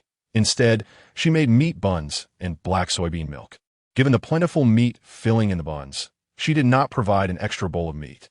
The buns were approximately the size of a fist, and estimating their appetites. She prepared 10 for each person, with Jiang Xia receiving 3 additional ones. Shi Lan distributed them one by one before rummaging through her spatial pouch for their gifts. Unlike the spatial pouches of many female protagonists in novels, hers lacked any automatic organization feature. It retained whatever state the items were placed in. Shi Lan's pouch was quite cluttered, filled with various daily necessities and snacks. Even the gun from the previous garbage star incident had not been discarded, and it appeared as though she could open a supermarket at a glance. However, the gifts she had placed this morning were clearly positioned in several packages, each well concealed, devoid of any product information on the exterior, making it impossible for her to determine which package belonged to whom. "Lord He, please wait a moment while I open the packages to see." "Take your time." She gazed at her gently, and Shi Lan felt a bit shy about meeting his gaze. She could not quite comprehend why, but today, the way several of them looked at her seemed considerably softer than usual. Even the usually fierce-looking Black Panther's gaze appeared less intimidating. Perhaps it was due to her gifting them. After all, one cannot be hostile after receiving gifts. Shi Lan momentarily cast aside such chaotic thoughts, deftly opening the packages before her. She had purchased a set of firearm tools, which included all the necessary equipment for self-assembly. Due to the uncertainty posed by the insect race, the interstellar community did not restrict the purchase of firearms, and most guns available on the StarNet were designed to inflict significant harm on the insect race while posing minimal risk to humans. The set he acquired was akin to a tranquilizer gun for human targets. Although Shi Lan was somewhat puzzled as to why he would buy guns while incarcerated, she was not overly shocked. What astonished her was that he also intended to acquire a set of homemade holsters. Did he plan to make his own holsters? Shi Lan discreetly observed him from the corner of her eye. Given the immense size of the white lion and its fluffy paws, she dared not imagine how he would craft them. Nonetheless, as it was a gift he liked, she refrained from further commentary, considering that perhaps he purchased these to alleviate boredom, given their confinement in prison. Contemplating their inability to leave, her gaze softened with sympathy. "Major He, here is your gift." Shi Lan opened the delivery slot, and the white lion leaned closer. Previously, the strong aroma of meat buns had masked it, but now, upon opening, a faint scent of perfume wafted from the prison. "Thank you." The white lion looked up at her. Its massive form nearly matched Shi Lan's height. Though it bent its foreknees slightly, its gentle blue eyes reflecting her figure like a vast ocean, embodying a posture of submission. Shi Lan found her imagination peculiar. How could someone as distinguished as he, a celebrated general and idol among many, display such a demeanor towards her? She dismissed such unrealistic thoughts. Perhaps he simply preferred to stand that way today. Shi's ice-blue eyes flickered with a subtle brightness as he nodded slightly, his tail swaying in relaxed delight. Yet, who could have anticipated that after Shi Lan uttered those words, she would head straight to the opposite prison? His heart plummeted like a roller coaster, a hint of grievance and disappointment shadowing his gaze. What did Shi Lan mean? Had she not noticed the fragrance of her perfume? Why did her expression convey indifference? Was it true that once a female acquired something, she no longer cherished it? A myriad of thoughts swirled within Shi. Yet he remained oblivious to the fact that Shi Lan was entirely unaware of the perfume's significance, left to silently digest the pangs of his first experience with unrequited feelings. Mu Tang Feng's gift was a set of projection recording equipment, albeit a rather redundant one, as everyone already possessed such recording functionalities within their chips. Furthermore, the device required the chip to convert the recording into a projection. Shi Lan was baffled by what he intended to record in the prison, but this item seemed more conventional compared to those of the others. To her surprise and delight, the group genuinely appreciated her presence. Even Mu Tang Feng, who was typically meticulous, had taken to it. A flicker of happiness ignited within her, although Mu Tang Feng feigned attention to the package in his hands. His sidelong glances revealed he was secretly observing her, noticing her smile and the slight lift of her delicate chin. "Female, this time I shall grant you but a morsel of sweetness. Do not let it go to your head." to win my heart. A mere bottle of perfume will not suffice. As he pondered, his fingertips unconsciously brushed against the remnants of warmth left on his hand from Shi Lan's skin. Soft, exquisite. Even the ears concealed beneath his orange-red locks began to warm slightly. Chapter 54. The most unique to him, Shi Lan remained oblivious to Mu Tang Feng's peculiar behavior as she ventured onto the next stop with a sense of pleasant astonishment. Yiming did not approach the protective gate this time, yet his figure lingered not far from the light. His green eyes appeared clearer than before, exuding a gentler demeanor. Shi Lan handed him her gift, a set of colorful fabrics, leaving her curious about his intentions. She was genuinely surprised that a male would choose such a gift. Next was Jiang Xia, who had surprisingly purchased a bag of handmade black pearl strings. She regarded his claws with suspicion, wondering if he intended to adorn himself with them. As her gaze drifted upwards, it inadvertently met the adorably vigilant golden eyes of Tu Sun, and her heart softened. Such a charming creature deserved to wear anything. Jiang Xia discreetly concealed the tangled yarn ball beneath his fluffy belly, determined to avoid appearing childish in front of Shi Lan. After all, times had changed. He needed to embody responsibility as he sought a female. Shi Lan, however, was oblivious to these nuances, her gaze entranced by the plush Tu Sun, her palms itching. Alas, the dreadful prison gate. Why must it separate her from the fluffy creatures? She sighed silently for a considerable time before succumbing to a fit of sneezes. The scent of perfume within prison number 4 was overwhelmingly strong. She promptly shut the window, while Jiang Xia stole a furtive glance at the perfume box beneath the snowy chair. A hint of guilt flickering in his eyes as he hastily swept some snow atop it. Fortunately, upon arriving at prison number 5, the air was refreshingly crisp, devoid of the cloying perfume scent. She placed Yan Huashui's gift atop the pile. His offering, the most expensive among the group, was a locator. Its purpose remained a mystery to her. She refrained from inquiring further, silently lamenting her expenditure. The combined cost of the 5 perfumes amounted to about 2,000 star coins. Yet the diverse gifts today had cost her over 10,000. Had it not been for the double compensation from her previous spaceship trip, she might have hesitated. Of course, in comparison to their support in her life, money was but a trivial matter, making it all worthwhile. With this thought, Shi Lan no longer felt the sting of her spending. At least the fact that several individuals had used her perfume indicated her sentiments were valued, even by the notoriously hard-to-please Jiang Xia and Mu Tang Feng. She raised a questioning eyebrow, puzzled. Their excuses were uniformly, "Since you have already gifted me perfume, consider this gift as one I purchased for myself. There is no need to trouble you with further expenses, as I happen to need these items." She intended to refuse, but Jiang Xia threw a tantrum. "Shi Lan, do you not regard me as one of your own? You've given me perfume. Why should I not give you money? I'm stuck in prison and cannot spend my money anyway. I might as well circulate it." "All right, thank you, kind sirs." Shi Lan playfully made a cute expression and sent a bowing emoji before closing the chip. Unbeknownst to her, some individuals within the prison had begun to search for adorable emojis, while she busied herself organizing her space pouch. Her pouch had accumulated so many items that it was nearly full, and she realized it was time to tidy up. This task felt akin to moving. It took her the entire morning to make progress, and after lunch, she continued until evening. Finally noticing the gifts from Rio and the space twist from Jiang Xia's mother. She must have been busy. She could only wait for the next opportunity. Gazing at the space twist, she recalled that tools of this type could typically stack one within another. Overstuffing could lead to spatial collapse and items spilling out. Given the high cost of space twists and their cumbersome wearability, she had previously worried about losing them. After searching online, she learned of a method to safeguard them, placing it within her space pouch, which she had deliberately hung around her neck. In hindsight, she was grateful for this precaution. Otherwise, a rough journey with the Zerg could have resulted in a loss. No wonder there was a spatial chain accompanying the space twist. It was indeed essential. The space pouch lacked preservation capabilities and had limited capacity, while the space twist offered preservation yet was difficult to wear. Thus, the spatial chain perfectly addressed these shortcomings. Moreover, spatial chains could be customized into bracelets, necklaces, and other adornments, with the only downside being their exorbitant cost.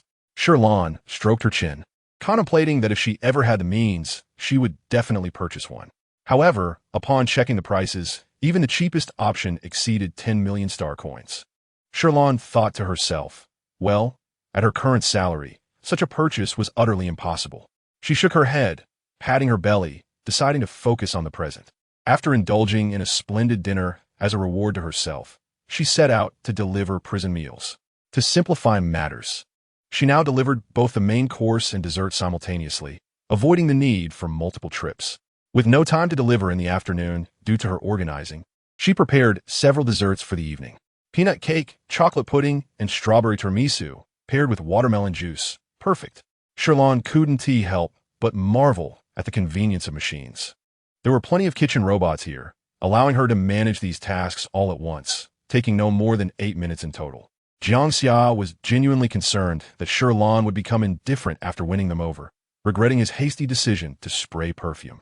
His mother had often advised him to maintain some reserve around females to encourage them to take the initiative, yet it seemed he was doing the exact opposite. After a moment of self-reflection, upon seeing Shi Lan arrive with an array of desserts, he promptly discarded his mother's teachings. Shi Lan truly cared for them. He joyfully paced at the entrance, and as Shi Lan caught sight of him gazing longingly, she mistakenly thought he was hungry, reminiscent of a kitten clamoring for food. With a teasing tone, she reassured him, "Be good, you'll be able to eat soon." Jiang Xia's ears perked up with excitement. Indeed, although Shi Lan had gifted everyone perfume, her demeanor towards him was uniquely affectionate, reserved solely for him.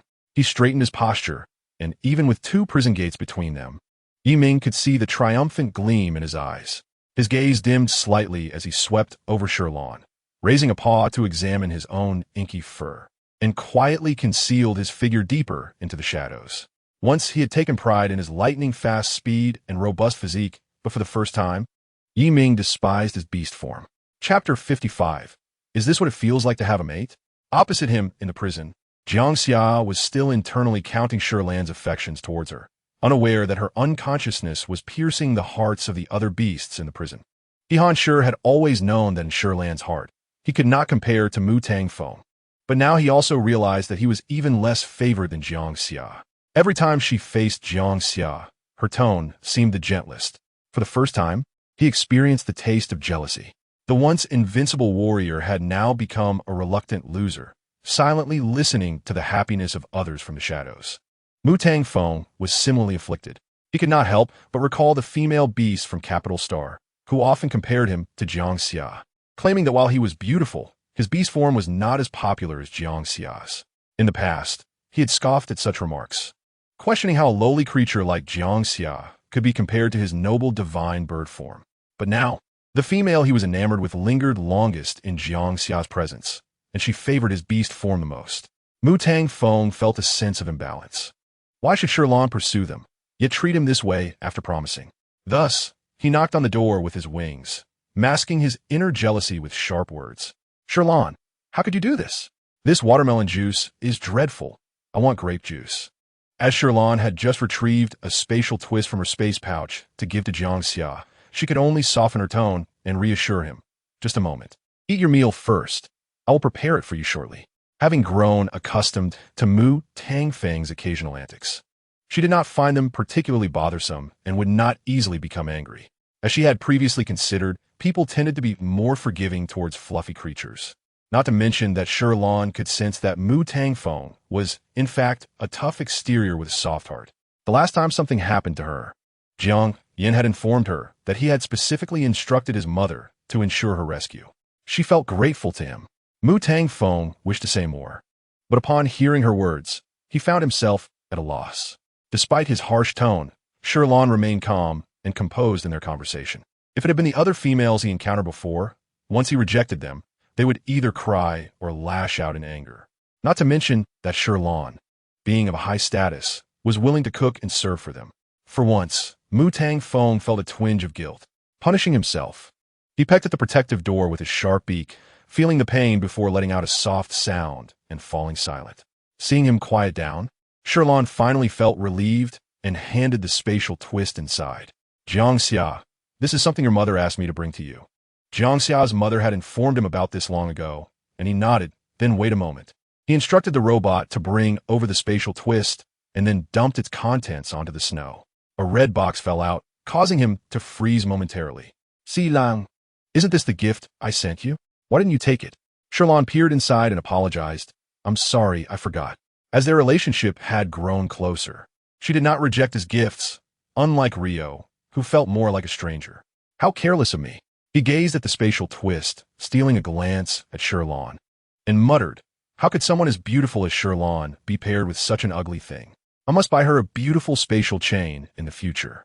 Times had changed. Now Shi Lan was his female, the future mistress, so Jiang Xia naturally could not be stingy with her. Otherwise, he would have his mother buy a spatial chain for her while in Capital Star. However, presenting such a gift in person would be far more meaningful, capable of moving the female to tears. Jiang Xia indulged in his imagination for a while before bursting into a chuckle, yet the next moment, Shi Lan's voice pulled him back to reality. I can take the gift, but this spatial twist is too valuable. I do not need it. Jiang Xia's expression darkened slightly. Shi Lan, this is from my mother. It is her gift for our first meeting. I know it is from Ani, but it is too expensive. I have no close ties with her to accept this. Upon realizing her intention, Jiang Xia's mood brightened. Well, I don't mind. You can keep it for now, after all. She sent it. Shi Lan was filled with questions. What do you mean? She never expected such insistence. Which reminded her of the day Jiang Xia's mother had thrust the spatial twist into her hands and walked away. This mother and son duo were indeed very much alike. All right, then I shall thank Ani. Worried that further refusal might cause displeasure, she accepted it for now, especially since her space pouch was nearly full. Having an extra spatial twist would be beneficial. She smiled, while Jiang Xia's face remained flushed, his eyes slightly moist. He dared not look at her, merely wagging his tail excitedly in her direction. She recalled that Mu Tang Feng wanted grape juice. As she passed by his prison, she noticed his watermelon juice was finished but said nothing, striding toward the kitchen. Although the grape juice was slightly sour, Mu Tang Feng perceived it as overwhelmingly sweet. He couldn't help but fixate on the name Shi Lan on the chip, pondering, is this what it feels like to have a mate? Due to Shi Lan's unexpected pursuit, the beasts, already stirred by her allure, began to swell with emotions. That night, after Shi Lan finished work, Jiang Xia suddenly inquired, so, who will be Shi Lan's main partner? Although the status of a beast partner does not differ regardless of the number of females, the title of main partner sounds more appealing and often represents the female's favorite. Jiang Xia posed this challenging question, and the others, excluding Yin Huashui, fell into contemplation. With each suggestion he made, the discomfort among the others intensified. Han Shi remained silent, yet he could not help but move his lips soundlessly. She cooked for me for the first time. He felt that Shi Lan treated him differently, but recalling how she had reacted to the perfume on him earlier, he suspected he might be overthinking it. He swallowed his unconvincing arguments, while Mu Tang Feng scoffed. You think too highly of yourself, lowly beast. A misunderstanding had led them further down the path of self-advocacy. Chapter 56. Who will be the main partner? Jiang Xia tilted his head. Then what is your opinion? Am I wrong? Shi Lan clearly favors me. The sarcasm on Mu Tang Feng's lips deepened. Although he too cherished Shi Lan, as a staunch supporter of Han Shi, he believed himself most deserving of the title of Shi Lan's main partner. Have you forgotten? Do you think you can enjoy Shi Lan's cooking without a proper standing? If it weren't for Shi Lan cooking for General He, will we even have a chance? Jiang Xia found himself momentarily speechless, fumbling for a retort before finally saying, all right, even if I cannot, what about the crown prince? As the royal heir, can't he be the main partner? Oh, times have changed. The crown prince's status as heir is likely to shift to the second prince now. Mu Tang Feng was known for his sharp tongue. Aside from Han Shi, he hardly regarded anyone else. He thought of the time he had accidentally damaged his meticulously cared-for feathers, and anger flared within him. How fortunate that wretched creature was. Once again, he indiscriminately attacked both the crown prince and the second prince. Knight Ming did not take offense, for he spoke the truth. His status as heir was indeed lost, and that half-brother of his was undeniably unworthy. Yet Mu Tang Feng's words suddenly made everyone realize something. Han Shi's gaze fell, concealing the sorrow in his eyes. Forget it. What good would it do to argue about this now? In our current state of mental collapse, can we truly protect Shi Lan? They would merely become unqualified beastmasters, lacking even the ability to escape this prison, rendering them unworthy to stand by his side. Upon hearing this, the prison once again fell into silence. After a considerable pause, Yin Huashui finally inquired, are you willing to allow other males to be by Shi Lan's side? For instance, Li Ruo or Chun Xiong, or perhaps even Li Wei Duo, although Yin Hua Shui considered his feelings for Shi Lan to be rather lukewarm. The mere thought of this still stirred discomfort within him, as if those he had once taken under his wing were being snatched away by others. With each name Yin Hua Shui uttered, the discomfort within the hearts of the beasts deepened. The interstellar laws dictated that a female must have at least 5 beastmasters.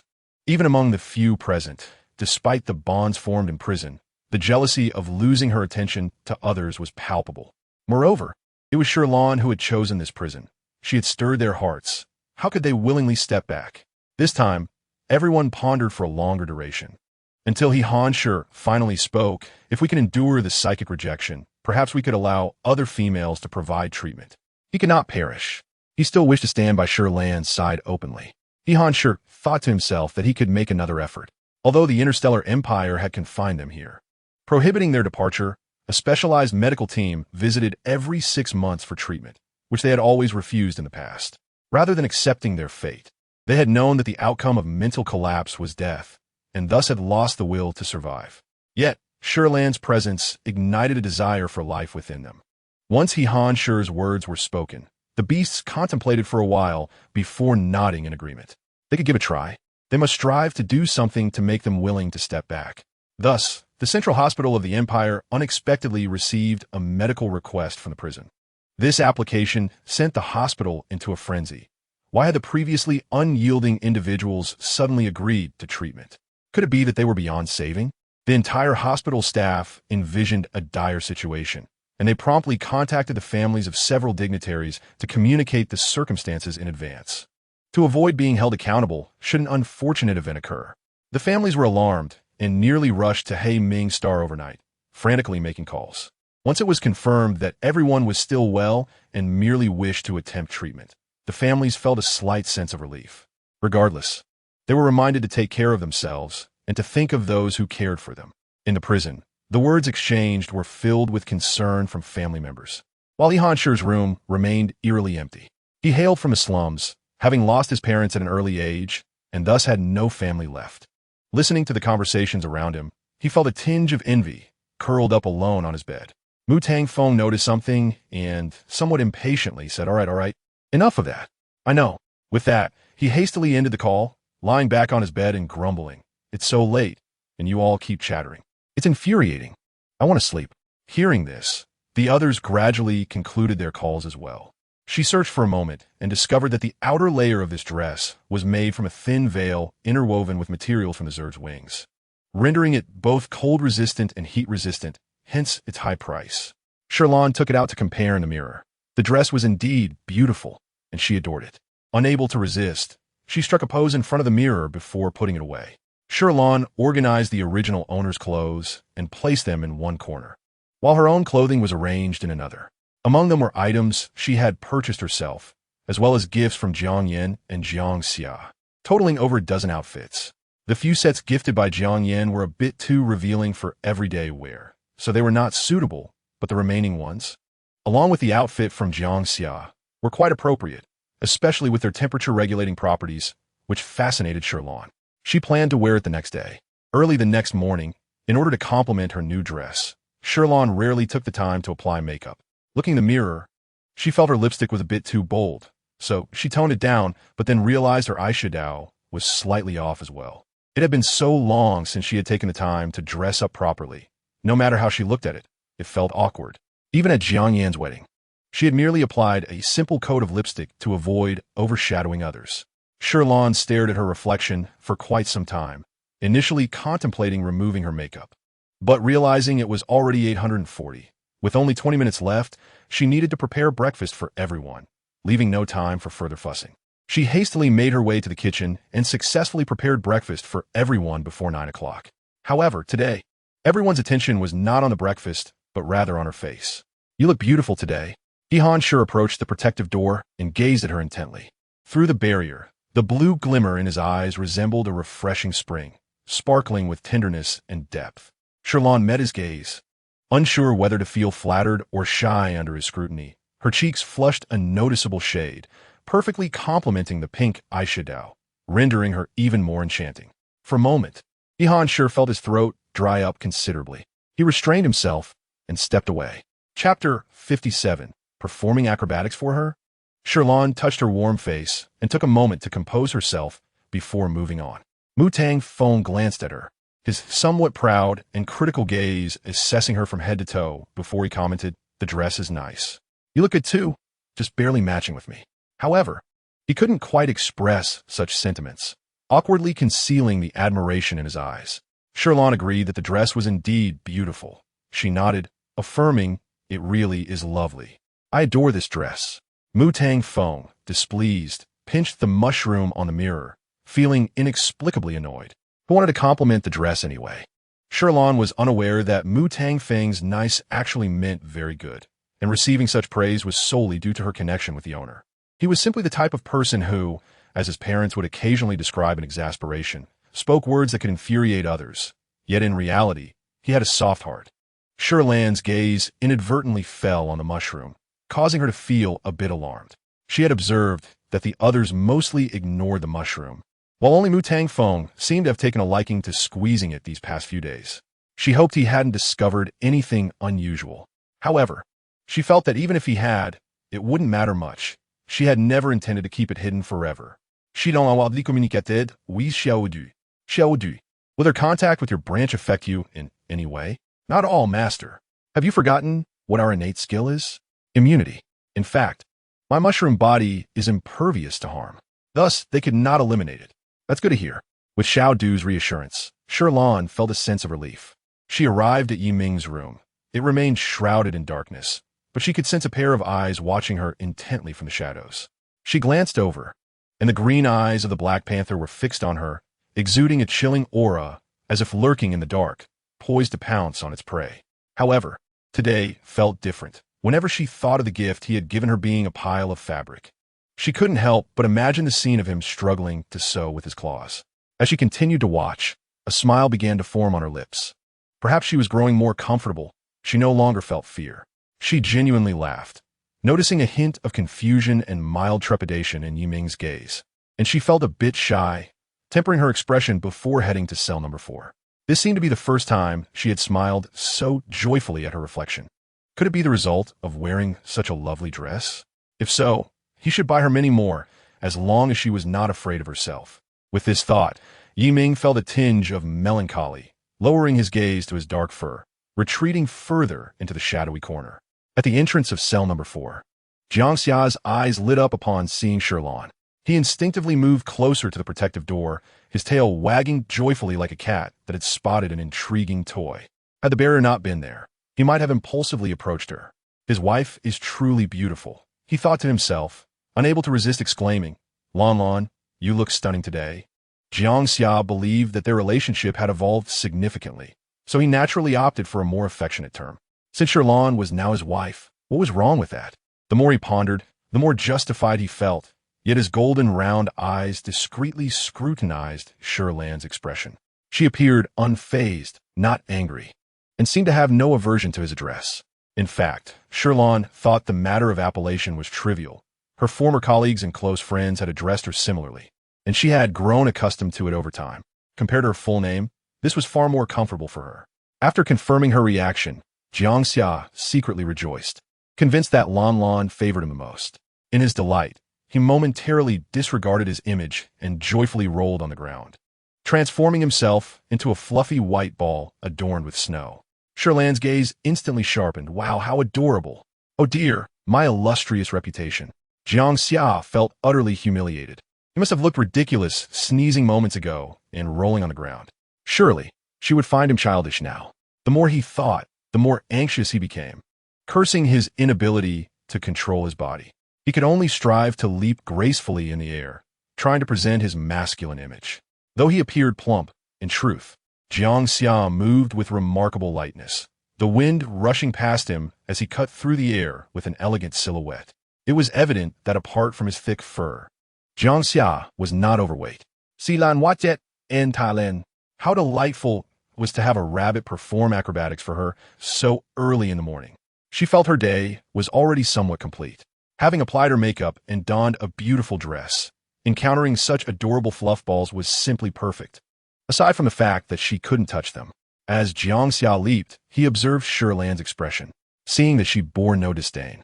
Still radiating the same warmth and affection as before, he sighed in relief. His spirits lifted. He resumed his confident stride toward Shi Lan. Although she felt a tinge of regret that the moment had passed so quickly, she remained joyful.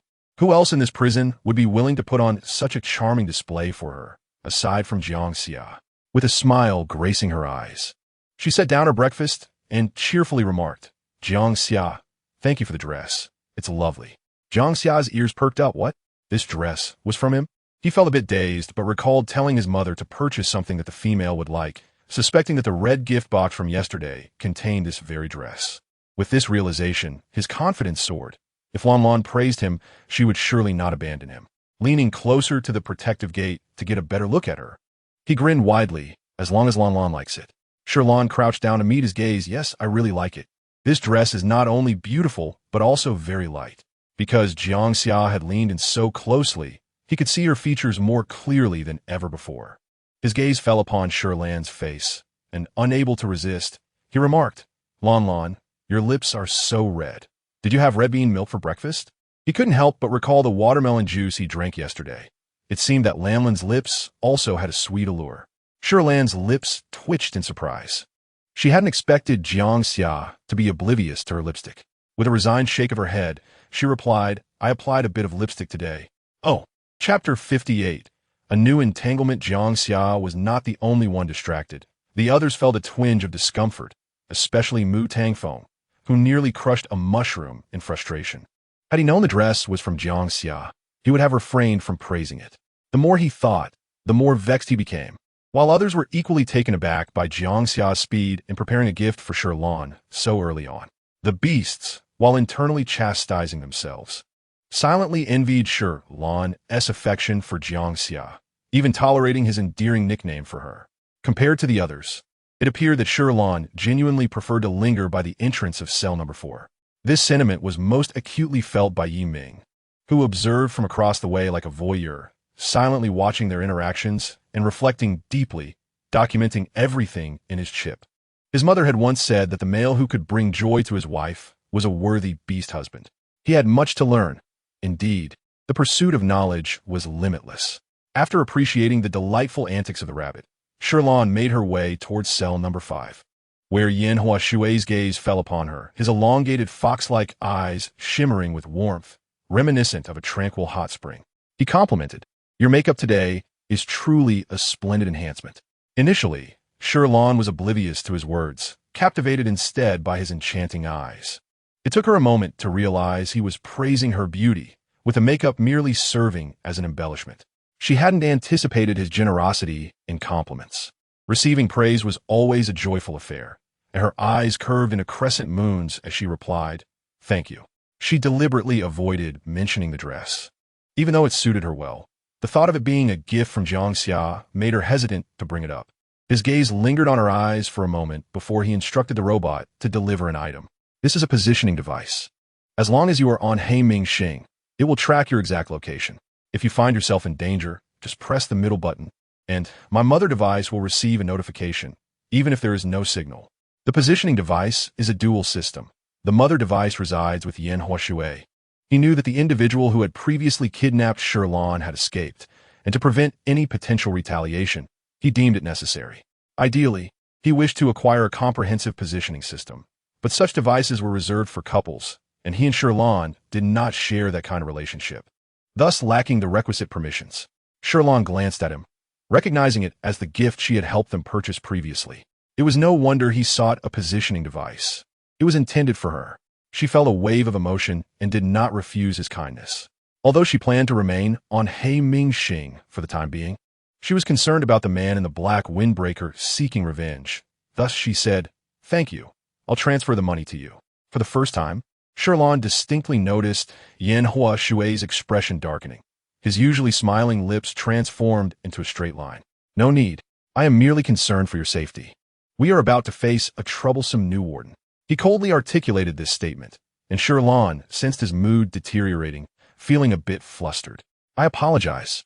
I just thought that one should not receive without giving. You have already helped me immensely, and I have no other intentions." Yin Huashui cast her a glance. Then accept it. You can accept Jiangxia's dress. Why not mine? Upon hearing this, Shi Lan found herself at a loss for words. Conversely, Jiangxia interjected unhappily. Are you really comparing such trivial matters? How childish. Childish? Yin Huashui scoffed. I am in my 30s, and such a term should not even apply to me. For a moment, he felt bewildered, realizing that he had inadvertently allowed Shi Lan to influence his emotions to such an extent that he was now comparing trivialities with Jiangxia. In truth, he viewed Shi Lan as a mere spice in the monotony of life. Although her presence in the prison added only one more individual, it made the environment feel livelier. Infused with a sense of warmth, Shi Lan possessed a distinct vitality. He did not harbor affection for her, yet having once traversed the solitary paths of danger, he found himself drawn to such an existence. Yin Huashui regarded this as merely a curiosity. Even when he felt a twinge of discontent at having his interests overshadowed by others, he did not consider it to be love. He deliberately ignored the occasional discomfort in his heart, fixating instead on the window, awaiting her acceptance. With the conversation reaching this point, Shi Lan ceased to decline further. She expressed her gratitude once more, though it felt somewhat perfunctory and distanced. Upon hearing her words, Yin Huashui felt a fire ignite within him. He restrained himself from exploding, forcing a smile that resembled his usual demeanor, yet his eyes betrayed little emotion. Shi Lan's gaze lingered on his smile for a moment as she took the locator, feeling a tinge of helplessness. Despite being evolved, intelligent beastmen, she found their emotional expressions simpler than those of small animals, requiring no effort to decipher. Yet, she understood that Yin Huashui's intentions were genuine. Although she had always perceived him as a gentle soul, she also felt he was the most inscrutable person during their time in prison. Often, he seemed to wear a mask, smiling at everyone. Seeing him display such emotion brought her unexpected joy. Indeed, a prolonged smile could lead one to forget their own feelings. She herself had nearly succumbed to such confusion in the past. She contemplated picking some beautiful flowers to cheer him up later, as she did not wish to disappoint those who treated her kindly. Time was pressing today. She and T had a chance to eat and felt a bit hungry. He messaged her, Miss Shi Lan, what's wrong? Rio was unaware that the instigator was his long-cherished Grand Prince, who sought to prevent Shi Lan from being pursued while on Capital Star. Shi Lan swallowed her food and replied, Actually, regarding the gift you gave me last time, I feel it's too extravagant for me. May I return it? Having just upset Yin Huashui, Shi Lan's tone was quite tactful this time. Rio expressed his surprise. Miss Shi Lan, why do you feel that way? You deserve it, she replied. He continued earnestly, what I said last time was heartfelt. If possible, I would like to pursue you. Would you grant me this opportunity? Although the Grand Prince had interrupted their previous conversation, Rio had not lost hope. He was accustomed to solitude alongside the Grand Prince and felt it was his turn to take the initiative with a female he fancied. Shi Lan was momentarily taken aback. Not expecting Rio to be so earnest, she had thought he was joking before. It's all right. I just hope that when the time comes for the Beast Husband match, you might consider me, he added. Diary of Yiming. Star calendar year 99, July 2nd. Sunny, my mood is overcast. Females love beautiful dresses and enjoy watching beast forms frolic and leap. I could do that too, but I wish to surpass it. I plan to study somersaults more, striving to impress the females in the future. Chapter 59. His heart softened beast husband match? Shi Lan was momentarily stunned by these words. What could that possibly be? She immediately searched the star net and, after a considerable time, emerged in a daze. It was over. In this nation, marriage was mandatory, leading to a system of polyandry in an era of surplus males and fewer females. With the average marriage age hovering around 25, females were required to have at least one beast husband by that age, and within the next 3 years, to gather 5 in total. Each female was forcibly mandated to have 1 wife and 5 husbands, and if they failed to find one within a month of turning 25, the state would enforce a marriage match. Typically, there would be 10 candidates to choose from, and a female could select at least one she liked. If unsuccessful, they would move on to the next round until a match was made. Similarly, any remaining males not matched within 3 years would face forced allocation. Despite the government's distribution policy, many older males remained single, leading to the saying in the military about gathering achievements to secure a spouse. After learning all this, Shi Lan felt as though struck by lightning. Initially, she had no intention of marrying, but it seemed unavoidable now. Over the next 7 months, barring any unforeseen events, she would still be working on Hei Ming's star, leaving her with no opportunity to meet other males. She would be compelled to marry someone she had never met. Deep down, she felt a sense of resistance, instinctively disregarding the few individuals in prison, for she understood that they belonged to a different social stratum. Even with her spiritual powers, the matter of reproductive value remained unchanged. Individuals as exceptional as they were would undoubtedly have their families arrange for them to be with females of excellent overall conditions to produce even more outstanding offspring. Moreover, having witnessed their moments of despair, she did not believe that genuine feelings could develop in such circumstances. A sense of melancholy washed over her, perhaps a remnant of her transmigrated identity. After months of interaction, they had truly become her family, caring for and assisting her. The thought of their eventual separation brought her a hint of sorrow. However, if they could indeed find healing and marry, she would be genuinely happy for them, relieved that they had escaped the tragic fate outlined in the original story. In that instant, her mood lightened somewhat. In that case, she should prepare herself. If during this time you find other females you fancy, I hope you will boldly pursue your happiness and not solely invest your affections in me. Such behavior was common among males in this era, as the selection of females was vast.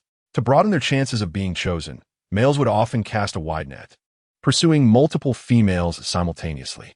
Thus, despite Rio's declarations, Shi Lan did not believe he was exclusively fixated on her. Rio was elated. "Miss Shi Lan, the fact that you did not outright reject me is already wonderful. Therefore, please accept the gift, is freely granted." With this sentiment shared, Shi Lan felt no necessity to return it. "All right, thank you." She sighed in relief, glanced at the remnants of her breakfast, and continued eating. Once finished, she promptly made her way to the back garden. The weather on Hei Ming's star was not particularly pleasant, lacking sunlight throughout the year. In July, while Capital Star enjoyed perfect comfort and the Border Star sweltered, Hei Ming's star felt akin to early spring, with breezes carrying dust and a hint of chill, though it was noticeably warmer than when she first arrived. The back garden was housed in an outdoor warm shelter, approximately 3 to 4 minutes from the prison. Wearing a cream-colored, mid-sleeve long dress, Shi Lan walked there, the light veil of her gown shimmering and casting a spectrum of colors as she moved, almost as if the dress had come alive. She left the consistently comfortable environment of the prison, expecting the path to the garden to be cold. To her surprise, it was indeed as described online. She felt no chill, but rather found the day's breeze refreshing. A few minutes later, she arrived at the warm shelter. Inside, 2 robots diligently trimmed and tended to the plants. Under the care of the robotic gardeners, the garden was a riot of color, flowers blooming vibrantly. Today, Shi Lan chose not to select a single type of flower, but instead picked several colors, adding some complementary leaves, crafting a bouquet with the materials stored in her spatial pouch. The bouquet was modest, containing about 10 blossoms adorned with additional leaves, along with a separate bouquet prepared for a bath. Once everything was arranged to her satisfaction, she contentedly carried the 2 bouquets to the detention area. Delivering flowers had become a daily routine for Shi Lan in the prison, and the sound of her footsteps would draw the attention of others towards the door. Perhaps today, dressed up, the flowers accentuated her beauty, making her appear as vibrant and charming as the blossoms themselves. Suddenly, Han Shi felt a surge of self-doubt. He seemed to have aged considerably. It was no wonder Shi Lan was attracted to Mu Tangfeng and Jiang Xia, who were both still young, while he was already 37. The 2 years he spent in prison had caused him to overlook the passage of time. Unconsciously, he raised a paw to touch his face, glancing towards the small mirror in the room. He no longer possessed the youthful vigor of his earlier days. All that remained was a calm, steady demeanor honed by years of battle, akin to a still pool of water. Would someone like him truly attract Shi Lan's affection? He began to question whether the perfume he received was merely a beautiful dream, while Shi Lan had already placed the flowers at window 5. She first gifted him flowers for a bath, waiting for the robot to take them away before sincerely presenting him with this bouquet, thanking him for the locator. Yanhua Shui's dark, tranquil eyes suddenly seemed to reflect a ray of light as he looked at her in surprise. "Is this also for me?" Shi Lan noted that, sensing that his mood had significantly improved, the curve of his smile widening. Indeed, beautiful flowers are universally adored.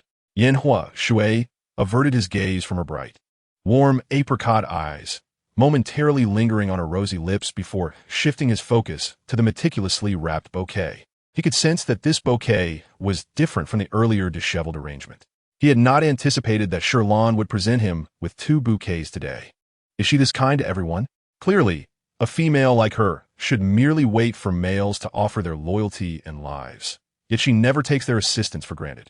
She is truly unique. In that instant, Yanhua Shui felt his typically cold heart soften. So many people, overwhelmed by affection and kindness. Chapter 60. The beast can endure. But the monkey cannot. He recalled how he once suspected Shi Lan of being a spy sent by certain individuals in the empire, but that thought had long since dissipated. A person so wonderful, even if she were, he would still want to draw her into his domain. His crimson, peach blossom eyes flickered as if he had finally grasped something, stepping forward, concealing the fervent darkness in his gaze, and with a smile he said, "All right, I accept it." Shi Lan gleefully watched as he embraced the vibrant bouquet from the robot, the red nine-tailed fox holding the splendid blooms. Resembling a fairy tale come to life, a beautiful and dreamlike scene. Yet, unbeknownst to her, the man clutching the flowers had his peripheral vision filled with her silhouette.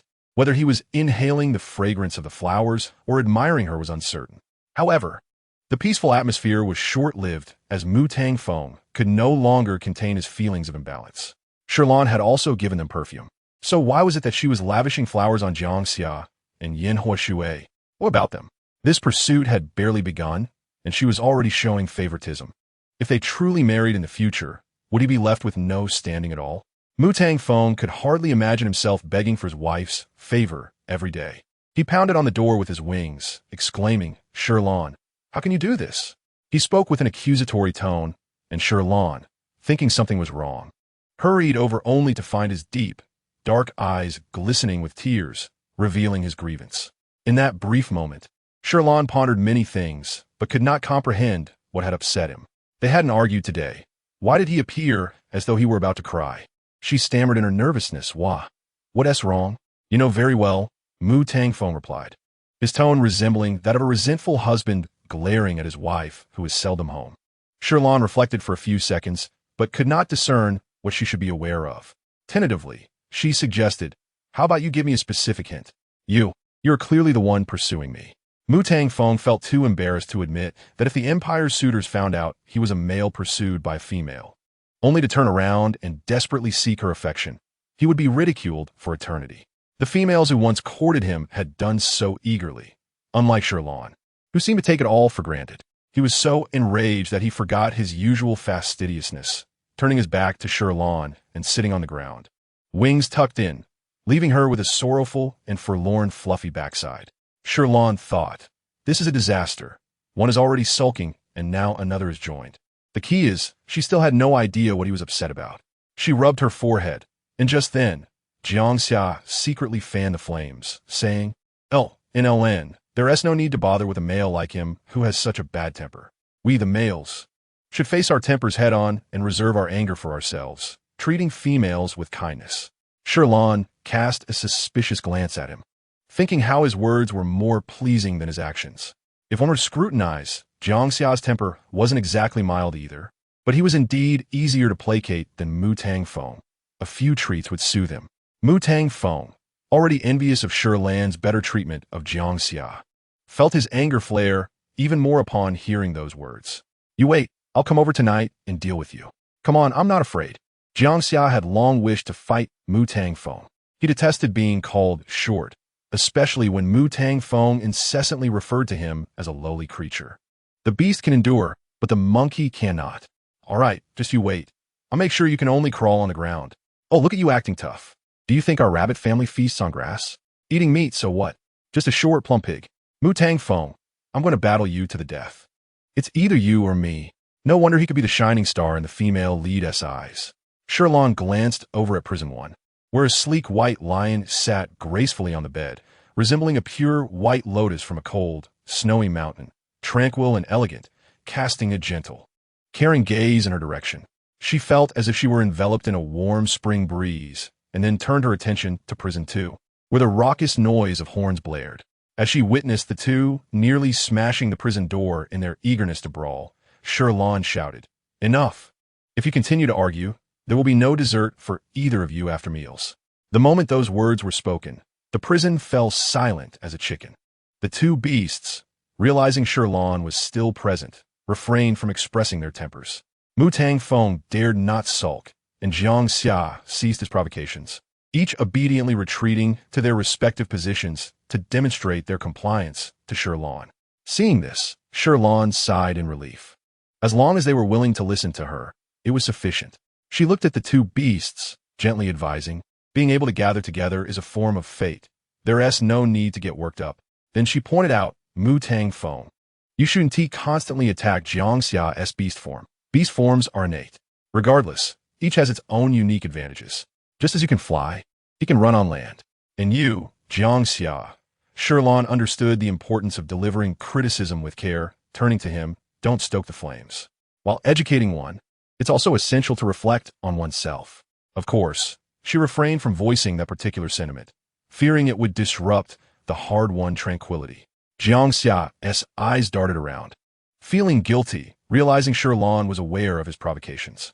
Regret filled Jiang Xia as he thought today as quarrel with Mu Tangfeng had tarnished his image. He wondered if Shi Lan would dislike him for it. He began to feel uneasy, while Mu Tangfeng lamented his failure to control his tongue in front of Shi Lan. He nearly had her appeasing him, but now he found himself in the wrong. For the first time in history, the two beasts were silent. Shi Lan quietly nodded. As the warden, maintaining order in the prison was also her responsibility. Given their cooperation, she decided to reward them, saying, in light of your good attitudes, I will overlook it this time, but it shall not be a precedent. Thank you. LNLN. Thank you, Shi Lan. Mu Tangfeng, hearing Jiang Xia still daring to call her LNLN, felt compelled to change his address as well, closely observing Shi Lan's expression. She wasn't angry. He unconsciously let out a sigh of relief. LNLN. LNLN. How lovely. He repeated in his heart several times, while the three remaining quiet figures seemed to grasp something, silently savoring those two syllables in anticipation. Following today's commotion, no further disturbances occurred during work hours. However, she noticed Jiang Xia leading the charge, and soon, the others tacitly began to call her LNLN as well. Shi Lan did not correct them regarding this appellation. After all, names are meant to be used. The remaining time passed peacefully, and Shi Lan once again enjoyed her pleasant workday. However, just after finishing dinner and before she could indulge in dessert, Xiao Du suddenly exclaimed anxiously, Master, hurry, something wonderful. The daily quarrel of primary school children. Rabbit. Well, my bad temper. As long as my wife loves me. Mu Tangfeng. Shameless. Chapter 61. The source of strength, what? Shi Lan inquired in confusion. But the next moment she saw Xiao Du jump down from her head and bounce away with a twist of its body. Master, hurry here, or the good thing will be difficult to find. Xiao Du urged from within her mind. Shi Lan quickly chased after it, calling, Wait for me, Xiao Du. She quickened her pace and finally intercepted it at the entrance. This was the first time she had witnessed Xiao Du leave her side with such impatience. She embraced it, observing its anxious demeanor as if it wished to grow several legs. Hastily, she opened the door and stepped outside, asking, Xiao Du, what exactly is it? Xiao Du replied excitedly, Master, I'm unsure of the specifics, but I can sense a powerful surge of energy. I'm certain that consuming it will make us stronger. This force is rather elusive. I fear it may vanish if we delay. Understood. Upon hearing that they could grow stronger, Shi Lan needed no further persuasion and instinctively accelerated her pace, with Xiao Du guiding the way. The night on Heiming Xing fell rather late.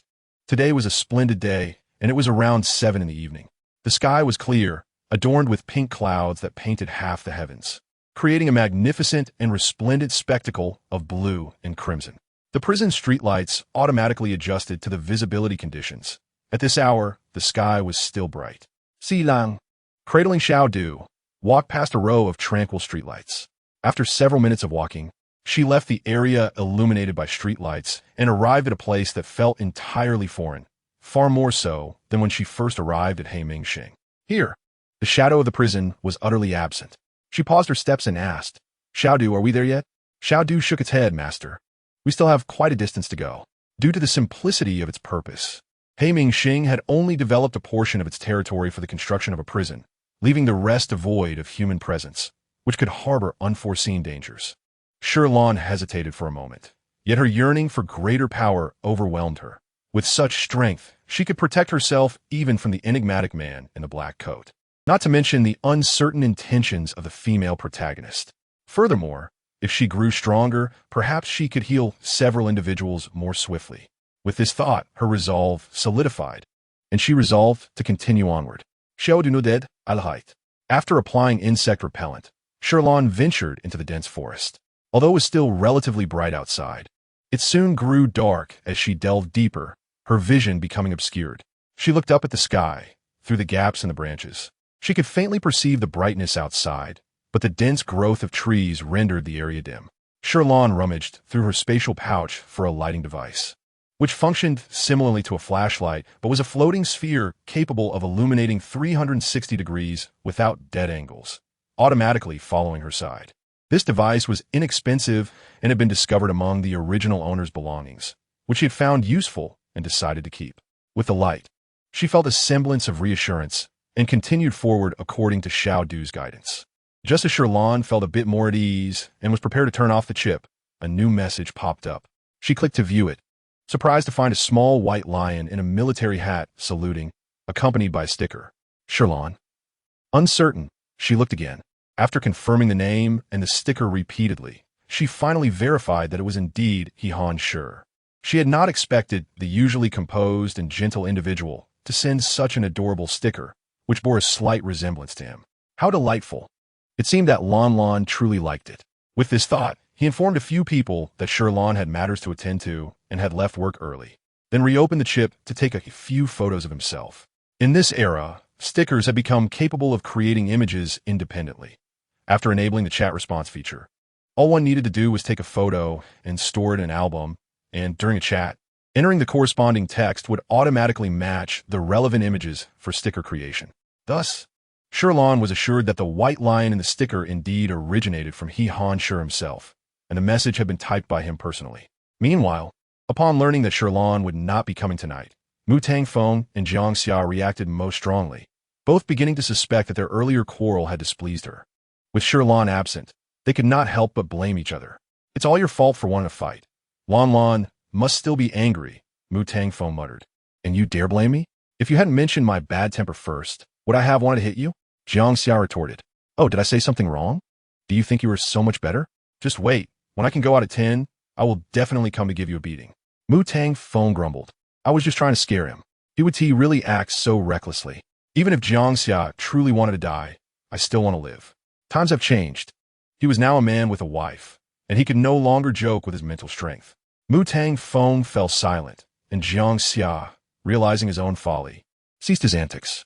He pulled out a somewhat crumpled yarn ball from beneath his icy chair, rolling it forward, casting a glance at the eager number 4, and quickly hopped away, leaving a trail of excited and chaotic paw prints in the snow.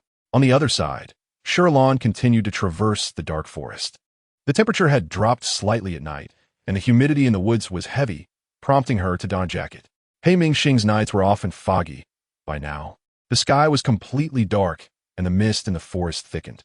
Apart from the light, illuminating within 2 meters of her, the surroundings were enveloped in an endless expanse of darkness, resembling the gaping maw of a colossal beast, instilling a sense of trepidation.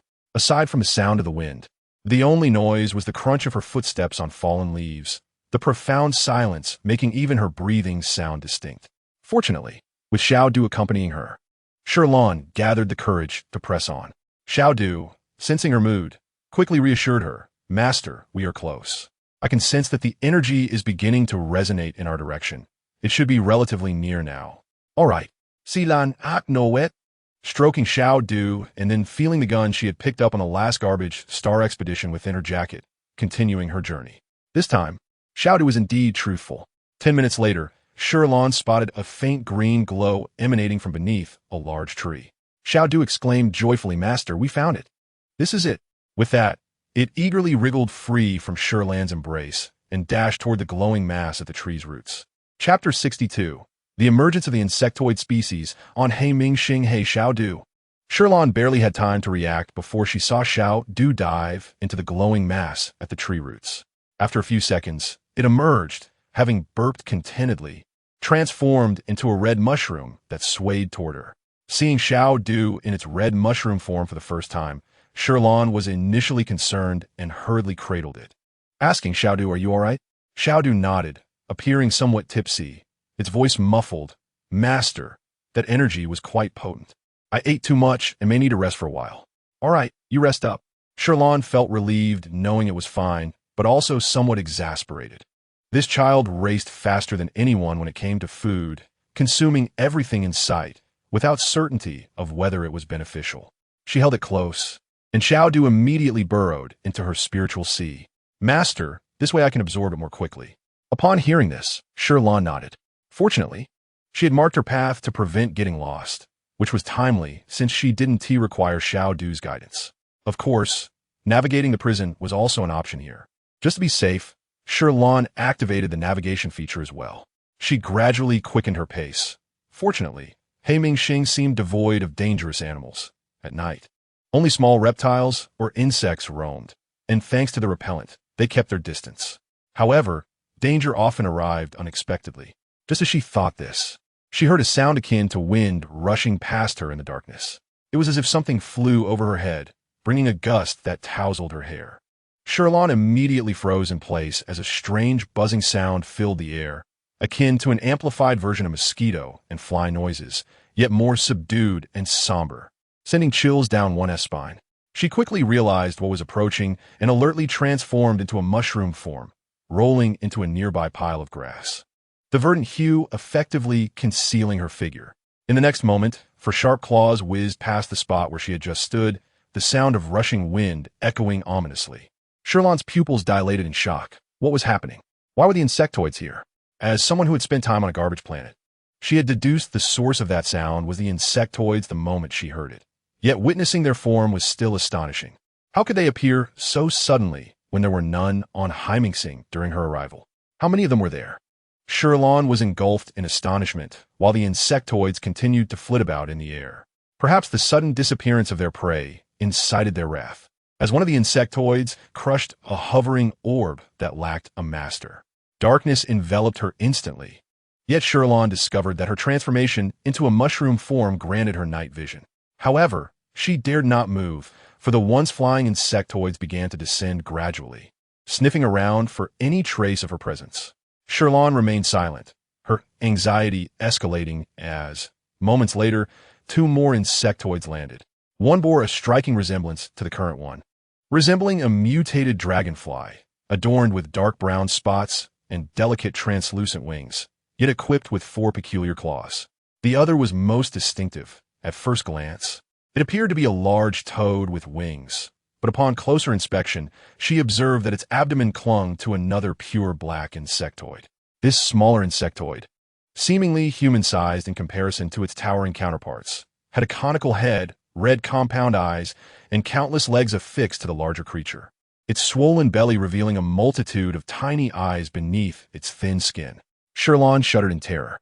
She contemplated activating her chip to send a message. But in the pitch darkness, hiding in the openly lit grass pile, the light from her chip would easily betray her position. Unlike the previous occasion when she had concealed herself among the garbage. Growing increasingly anxious, she noted that the insectoids had not yet departed. They seemed to be conversing quietly, their gazes fixated on the large-bellied insectoid, as if it were the true leader. The larger insectoid appeared agitated, emitting several long calls, causing the others to tremble in fear and remain still. After a moment, it seemed to issue a command, prompting the 2 mutated dragonfly insectoids to begin a search around the vicinity, while the large-bellied insectoid continued to cling to the remaining creature, which bent low, enveloping it with its wide wings for protection. The search by the 2 insectoids drew perilously closer to Shi Lan. They indiscriminately attacked the surrounding trees and grass piles, occasionally consuming bits of foliage. As one brushed against her, she narrowly avoided injury but inadvertently rolled several times on the ground, exposing herself before the insectoids. Initially planning to feign death, she panicked at their approach, recalling how they had devoured the grass they uprooted, fearing she might become their next meal. Thus, she began to flee. If not now, then when? Upon seeing the peculiar object scurrying away, the insectoid's interest peaked, and they immediately gave chase.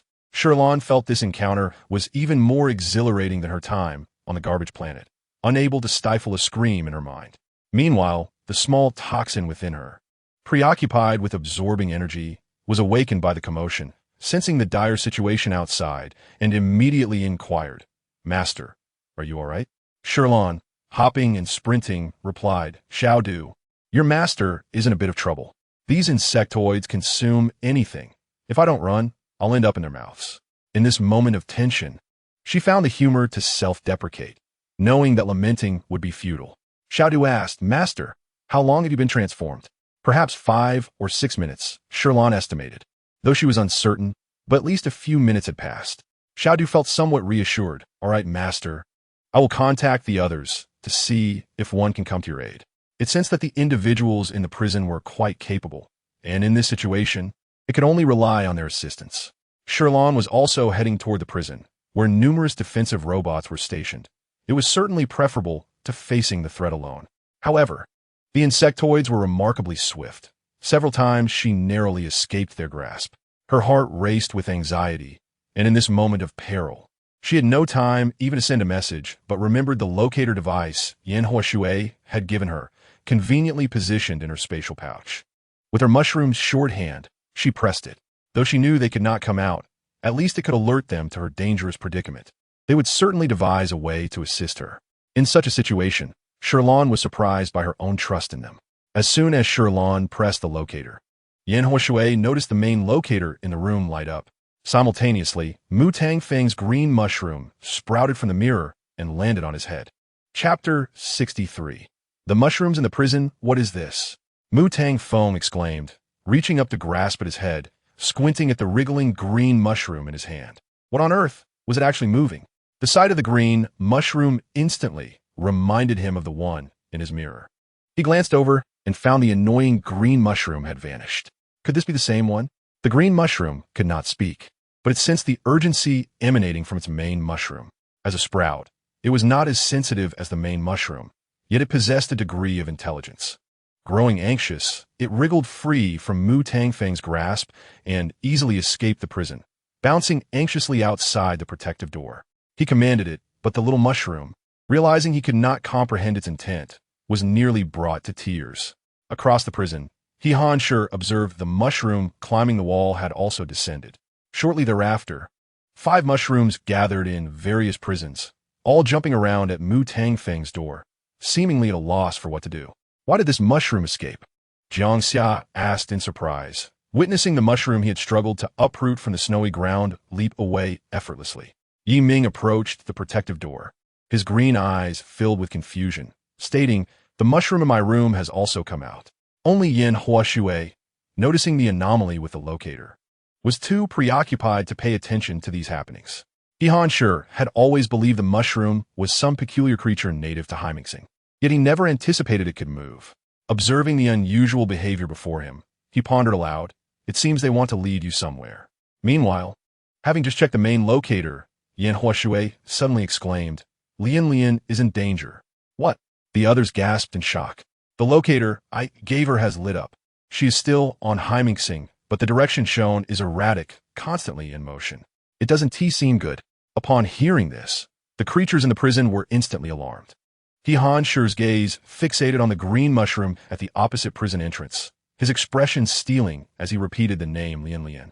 Acutely aware that the 5 mushrooms appeared even more agitated, their leaps becoming more frantic. He narrowed his eyes, glancing at the chip.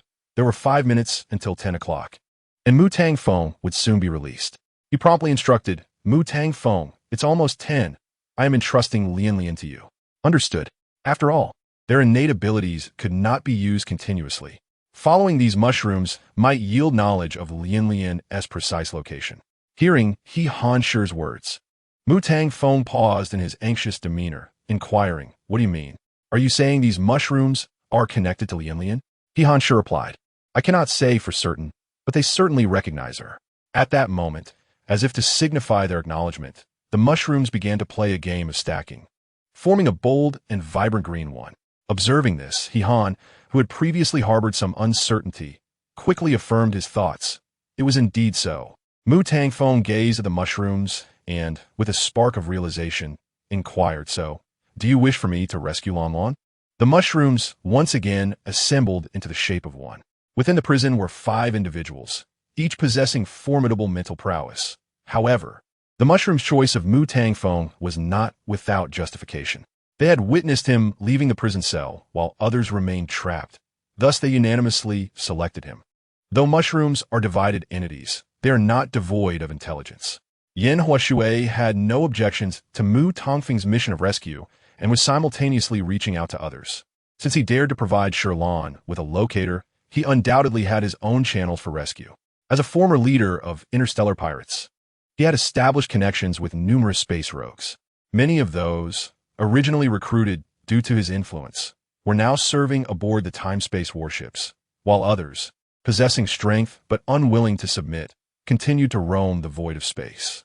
During the days he acquired the locator, he had employed them for 3 months. Previously, they had engaged in piracy for survival and monetary gain, and now the motive remained unchanged. He instructed them to patrol near Heiming Xing, offering a remuneration of 100,000 star coins per day per individual, without restricting their ability to earn additional income in the vicinity. Being an interstellar pirate was no simple endeavor. In favorable conditions, they could capture a substantial prize, while in dire situations, they risked not only financial loss, but also life-threatening encounters. This line of work was perilous yet rife with opportunity. Yan Huashui had already achieved wealth through this venture and later opted for integration, partly due to the reasonable nature of Lao Lao Tu, and partly because he had grown weary of the unstable lifestyle. However, not everyone possesses the dual mental prowess and awakened innate skills. Those he employed were eager to accept this assignment, not only for the financial incentive, but also out of respect for their former leader. At that moment, aboard a spacecraft near Heiming Xing, 2 individuals stared out at the cosmos, while the other 8 gathered together to play cards. One of them, counting the money, remarked, "It has been ages since we've enjoyed such leisure. Isn't it a bit too easy, third brother? Are we truly comfortable just earning Lao Yan's money like this?" As a veteran member, the 4th brother had witnessed Yan Huashui's days as an interstellar pirate, when their crew instilled fear in others. Overshadowed by the ominous title of Yuming, encounters with their vessel led others to surrender their coins willingly, and indeed, prosperity flowed like water. It was no wonder they relished those days. Consequently, they were even less inclined to accept the Empire's offer of integration and the constraints that came with it. Alas, those good days had come to an end. The new captain, Guandu, lacked the strength and ferocity of the former leader. Now, everyone found themselves in a tight financial spot, making the 100,000 a timely boon. The 4th brother sighed, while Guandu did not mind their remarks, simply reflecting on the past with a hint of nostalgia.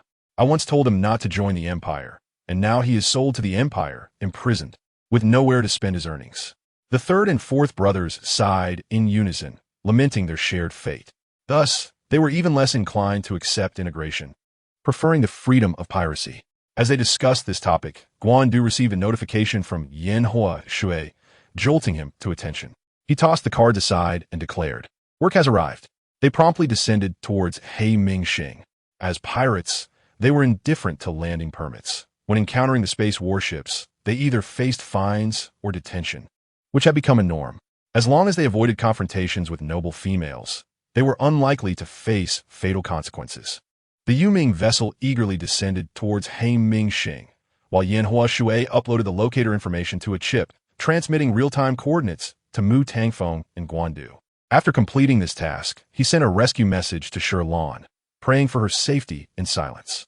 At 10 o'clock, Mu Tangfeng vanished with remarkable speed, snatching a mushroom as he exited the prison. The mushroom and bird departed unimpeded. Meanwhile, the few individuals left in the prison anxiously awaited, feeling the weight of their inability to remain by Shi Lan's side. At that moment, the yearning for spiritual healing intensified. Chapter 64. Was Shi Lan consumed by the insectoids? Preoccupied with her escape and lacking the time to check her chip, Shi Lan was unaware that Mu Tangfeng had managed to exit the prison to rescue her. Nor did she know that Yan Huashui had summoned the interstellar pirates. She only felt her wrist vibrate several times, indicating numerous new messages. The sounds of trees collapsing echoed from behind her, accompanied by the chilling whistling of the wind as the occasional rough, crunching noise punctuated the air. Shi Lan was astonished that the insectoids had the presence of mind to eat amidst the chaos. Perhaps food was too scarce on the garbage planet, prompting them to seize any vegetation they could find. However, the insectoids primarily consumed flesh, likely having developed a taste for it. Occasionally, she could even hear them retching. A cycle of eating and vomiting, a rather leisurely existence, one might say. Naturally, Shi Lan suspected they were treating her like a pet, perhaps feeling that capturing her was too effortless and deliberately adding a touch of challenge. Shi Lan was at a loss for words, yet this was a positive development. Relying on her small size, she maneuvered through narrow crevices, but in her haste, she lost track of her direction. A few times, she caught a whiff of a foul odor behind her, nearly being devoured by the insectoids, causing her original path to become utterly disoriented. A small voice in her mind encouraged her, "Master, hold on a little longer, help is on the way." The mushroom's formidable immunity proved advantageous, despite her frantic running. She felt no fatigue. However, the overpowering scent of the insectoids was quite overwhelming, causing her discomfort. "Xiaodu, since you just consumed that substance, have we grown stronger?" Xiaodu paused briefly before explaining, "Master, I have not yet fully absorbed it. I will know once the absorption is complete." "Oh, all right." Shi Lan felt a moment of disappointment, but quickly regained her focus and continued her escape. She recalled the gun she had intentionally brought in her coat, but the mushroom form rendered it useless. She had previously thought she could evade the insectoids for a while longer, but it seemed the chase had gone on for too long, and the two insectoids began to grow impatient, quickening their pace. Shi Lan narrowly escaped the jaws of death several times, her heart racing. If this continued, she would inevitably meet her end, and transforming into a human form was not an option. The scent of human flesh was far too appealing, sure to excite the insectoids even more. Should she be caught, she would endure unimaginable pain. As she fled, she contemplated her strategies for self-rescue when she noticed a hole in a corner of the ravine, reminiscent of a rabbit's burrow. Her eyes lit up, and she quickly dove inside. The pursuing insectoids were unable to halt in time, crashing headlong into the rocky wall, causing dust to cascade down and obscure the entrance she had just entered. The first fallen insectoid lifted its head just in time for another to collide with it, leaving them both dazed and disoriented.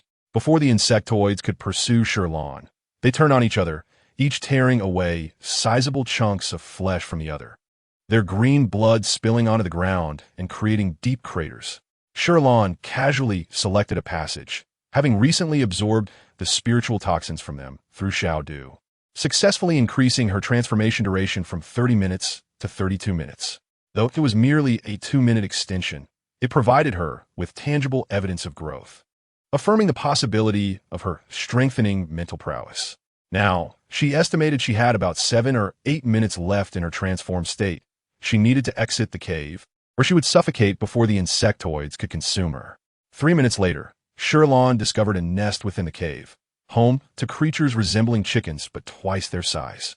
She realized this was not a rabbit's burrow, but rather the lair of the Gugu beasts. Upon noticing a green mushroom intruding into their territory, the Gugu beasts approached with curious pea-sized eyes. 2 of them pecked at Shi Lan's head without hesitation. Startled, she jumped, causing the frightened creatures to flutter their wings and scatter from their respective burrows, vanishing in an instant. Ha ha ha! Shi Lan found herself laughing, the tension in her heart easing significantly. She continued to follow one of the GGSHU towards the exit of the cave. After 2 minutes, she successfully spotted an opening. SHL and hesitated before stepping out as she heard a considerable commotion outside. Cautiously, she concealed herself in the shadows to observe. To her surprise, there were many more people on HIM-ing-X-ing than before. These individuals were engaged in a fierce battle with the insectoid creatures pursuing her, while the other insect, connected to the large-bellied worm, was nowhere in sight. As she peered outside, she caught sight of MTNGF-ing descending from the sky. The exquisite JLNIO spread its broad wings, the red flame shape on its forehead glowing crimson in the night, while its magnificent plumage danced like ribbons, tracing beautiful lines through the air. SHLN had grown quite familiar with MTNGF-ing's beast form after observing it for so long, especially that haughty gaze that seemed to dismiss everything. Suddenly recalling something, She quickly accessed her chip messages and confirmed that they had indeed sent for MTNGF-ing to rescue her. As for the other group, they were reinforcements called by YN Shu. While sending messages to report her safety, SHLN was filled with confusion. Why was MTNGF-ing able to leave the prison? Wasn't it said that the prison was specifically designed to prevent any escape from within? The fact that MTNGF-ing could leave had always been a well-kept secret among the few inside, for if discovered, the prison's defenses would become even more stringent, leaving no room for anyone to slip through. Yet now, for SHLN's sake, they had disregarded this secret. Compared to the danger she faced, they willingly remained in confinement. At this moment, the real-time location indicated that SHLN was in the vicinity. MTNGF-ing scanned the surroundings but saw no one. His gaze fell upon the two insectoids before him, and his heart jolted with a surge of anger and urgency. A small mushroom rolled from beneath his claws, hopping anxiously on the ground. Unfortunately, its diminutive size went unnoticed by MTNGF-ing, who was engrossed in the battle. The little creature could only bounce towards the cave entrance where SHLN was hiding. Shi informed her that this was the mushroom that had called for help. SHLN rewarded it with a gentle pat on its head, while Shi felt a twinge of jealousy and promptly retracted its clone. "Master, if you wish to pet someone, it should be me. I am the one who summoned help," it said. SHLN couldn't help but chuckle. "Aren't you two one and the same?" Shi pouted regardless. "I don't care. I am the favorite." All right, you are correct," SHLN reassured the little creature. Seizing the cover of night, she slipped out of the cave. To avoid detection, she found a secluded spot away from the crowd and transformed into her human form. Meanwhile, MTNGF-ing, blinded by fury, was oblivious to the change in location. His mind was consumed by thoughts of SHLN being devoured by the insectoids. Chapter 65. MTNGF-ing embrace, or the mere thought of such a possibility ignited a fierce desire within MTNGF-ing to annihilate the insectoids, to rip them apart and inspect their insides for any trace of human remains. These two insectoids were capable of flight and possessed combat abilities far superior to ordinary insectoids. As terrestrial beastmen, GUND and the others found themselves in a challenging predicament. Among them, only MTNGF-ing was equipped with a mech, a precious asset that GUND usually cherished and had refrained from deploying unless absolutely necessary. However, with MTNGF-ing's arrival, the tide of battle quickly shifted. As a second-tier psychic powerhouse and fellow flying beastman, MTNGF-ing was more than capable of handling these insectoids, especially as his fury escalated, causing his dark eyes to glimmer with a hint of red. His wings struck with increasing ferocity. GUND and the others, fearing accidental injury, quietly retreated to the sidelines.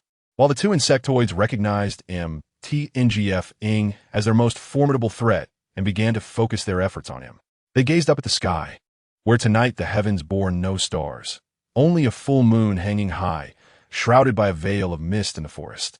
SHLN approached them, curiosity evident in her voice. "Why aren't you helping?" GUND turned to face the female before him, captivated by her beauty. Even in the dim moonlight, her porcelain skin was discernible. Beastmen typically had keen vision, and at this close distance he could clearly see her bright, translucent apricot eyes and rosy lips. He recognized her as the female YN Shu had sent photos of, requesting their protection and assistance. Initially, when the insectoids appeared, they had little hope and were even prepared to face YN Shu's ire. But to their astonishment, this female remained unscathed, perhaps fortunate enough to have gone unnoticed by the insectoids. SHLN did not inquire further. She furrowed her brow slightly as she observed the feathers drifting down from above, instinctively reaching out to catch one. The feather felt soft and smooth to the touch, yet the frayed ends marred its beauty. Although she was not well-versed in the habits of the JLNIO, she knew that MTNGF-ing cherished his feathers. She had witnessed him meticulously grooming them and collecting them to adorn his mirror during her visits to the prison. Yet now, several had fallen to the ground. Worry crept into her heart as she looked up at the sky, but aside from a few swiftly moving shadows, she could discern little else. However, the battle soon clarified itself. One insectoid had its wing torn off and fell to the ground. crashing into a mass of trees like a small mountain. Its head was twisted at an unnatural angle, covered in filthy green blood. With a gaping hole in its abdomen, its demise was tragic.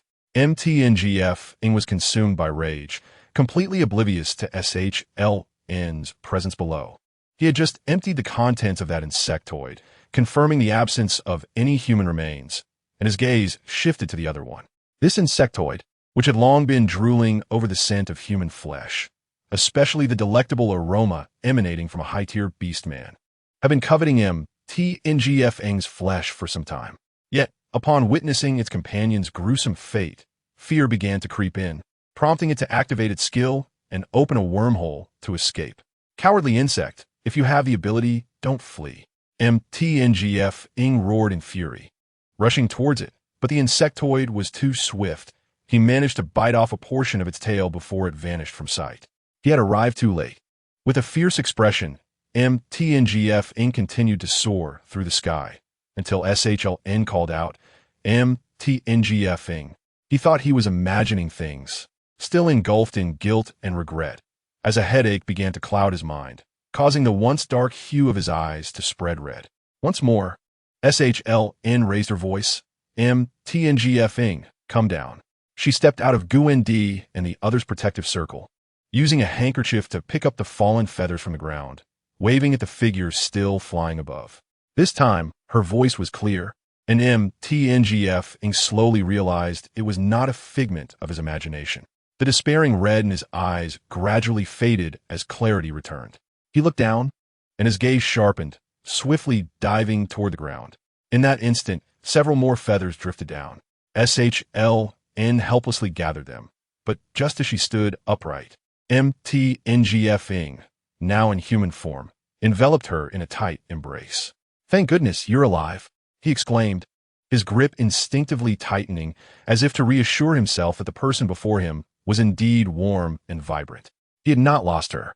The tall youth lowered his head, drawing close, resting his chin on her shoulder, as his orange-yellow hair brushed against SHLN's ear, sending delightful shivers down her spine. Unconsciously, she shrank her head, only for him to lean in closer once more. "Thank goodness, you're truly safe," he repeated, his voice thick with emotion, tinged with a hint of tears of joy. SHLN had initially intended to push him away, but she hesitated, slowly resting her hand on his head, gently patting his soft yet somewhat firm hair. "Yes." Fine. Behind them, GUND and the others exchanged glances, wordlessly turning away as they whistled. "Let us go. Let us go. Don't be a third wheel." They had never witnessed him interacting with any female, and even when a female among the abducted individuals expressed her affection and willingness to serve him, he merely scoffed and impatiently ordered her removal. This was the first time they were tasked with protecting a female. Who could have known? Alas, it was not their concern. The third one feigned maturity as he stroked his chin, shaking his head with a sigh. "TCH, what a show." The fourth one dismissed him after a few seconds, especially since he had been the most inquisitive on their way here, questioning why Yin Laoda had instructed them to seek out a female. The crew of the Yumingheyo completed their mission and departed leisurely, while Shi Lan finally mustered some strength to push him away. Chapter 66. Dream, oh my heavens! Why was there such a large tear in the clothing around Mu Tongfeng's waist? No wonder she had felt something amiss earlier. It felt slick and warm to the touch. Shi Lan immediately withdrew from his embrace, and with her head bowed, the vibrant orange-yellow of her hair framed her face, her ears tinged with a hint of pink. Unconsciously, she tugged at her garments, feeling a rare sense of embarrassment as she explained, "It's from the insect tribe earlier. I wasn't injured, but their blood ruined my clothes." "Oh." Shi Lan felt awkward and at a loss for words, the lingering sensation of warmth still vivid in her hands, leaving her unsure of where to place them. Her eyes flickered, inadvertently glancing at his beggar attire, which was strikingly reminiscent of a sexy, dapper man's outfit. She exhaled in relief, grateful that all the necessary areas were covered. However, she had not anticipated that despite his slender appearance, the muscle definition on his body was so smooth and distinct. Realizing what she was contemplating, Shi Lan's face flushed again. Her hands felt dirty, and her thoughts were impure. Facing such an embarrassing moment for the first time in her life, she wished for a hole to burrow into, hoping to faint and escape any further thought. Upon hearing her thoughts, Xiaodu immediately chimed in. Master, do you wish to faint? That could be easily arranged. I have also been holding it in for quite some time. What? Shi Lan barely managed to utter before her vision darkened, and she collapsed. Shi Lan, Mutangfeng. Initially overwhelmed by a mix of embarrassment and excitement, especially upon sensing Shi Lan's gaze upon him, was eager to showcase himself, yet fearful of her dissatisfaction. His emotions were a blend of joy and anxiety. But then he saw Shi Lan's body go limp. In an instant, he disregarded everything else and caught her tightly in his arms before she fell. Lan, what is wrong? He anxiously shook her gently, but she did not awaken. Even in such a moment, she clutched her feathers tightly. Mu Tangfeng felt a sting in his eyes. Lan loved him so dearly, even protecting her feathers at such a time. His eyes reddened slightly, worried that she might have other injuries. Suppressing the chaotic thoughts in his mind, he carefully placed her on his back and transformed into his beast form, swiftly flying towards the prison. Inside the prison, He Hanshi had just concluded his communication with Baifeng. It was only then that he learned the insect tribe had arrived at Haimengsing, while Baifeng and the others had sensed the fluctuations of the insect tribe's departure. This meant that the insect tribe concealed their presence only when accompanied by the insect mother, and the insects that followed were not ordinary low-level ones. With this realization, He Hanshi's expression grew increasingly grave.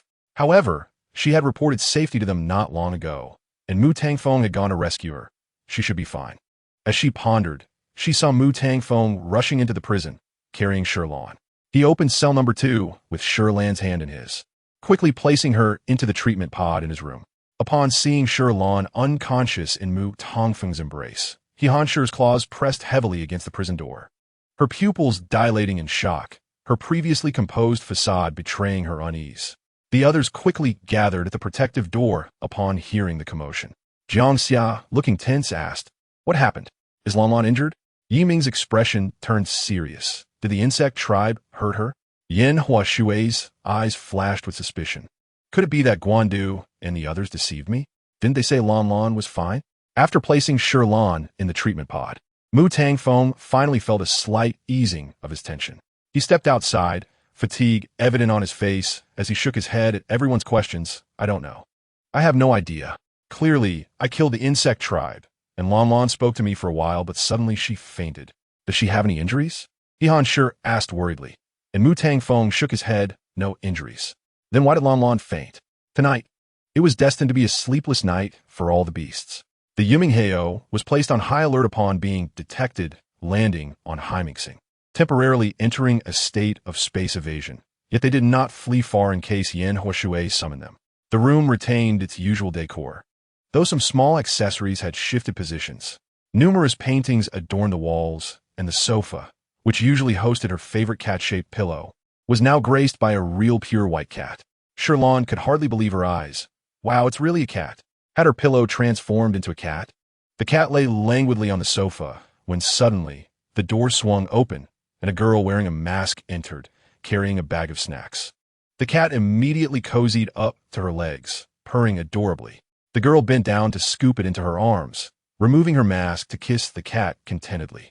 This was the life she had always yearned for. She had even planned to work for another 2 years before retiring. Alas, she had inadvertently found herself in a story. Shi Lan sighed softly when suddenly the girl lifted her head, and Shi Lan's eyes widened in surprise. This face looked just like hers.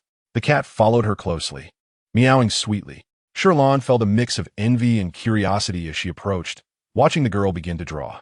She stood behind her, as the girl's artwork gradually revealed a high-tech world, with hovering vehicles and shape-shifting beasts, a world where males outnumbered females. She realized something profound. Had they swapped worlds? The girl continued to draw, penning down a few words, divine manifestation. Shi Lan squatted there for a long time, captivated. The girl drew swiftly, perhaps because these images stem from her own genuine experiences, depicting them vividly. She saw a girl bullied at school, crying silently at night, feeling inferior for lacking spiritual power, praying for a world where she did not need such abilities. The girl's dream was realized, as a deity said, "I will give you a chance to change your fate."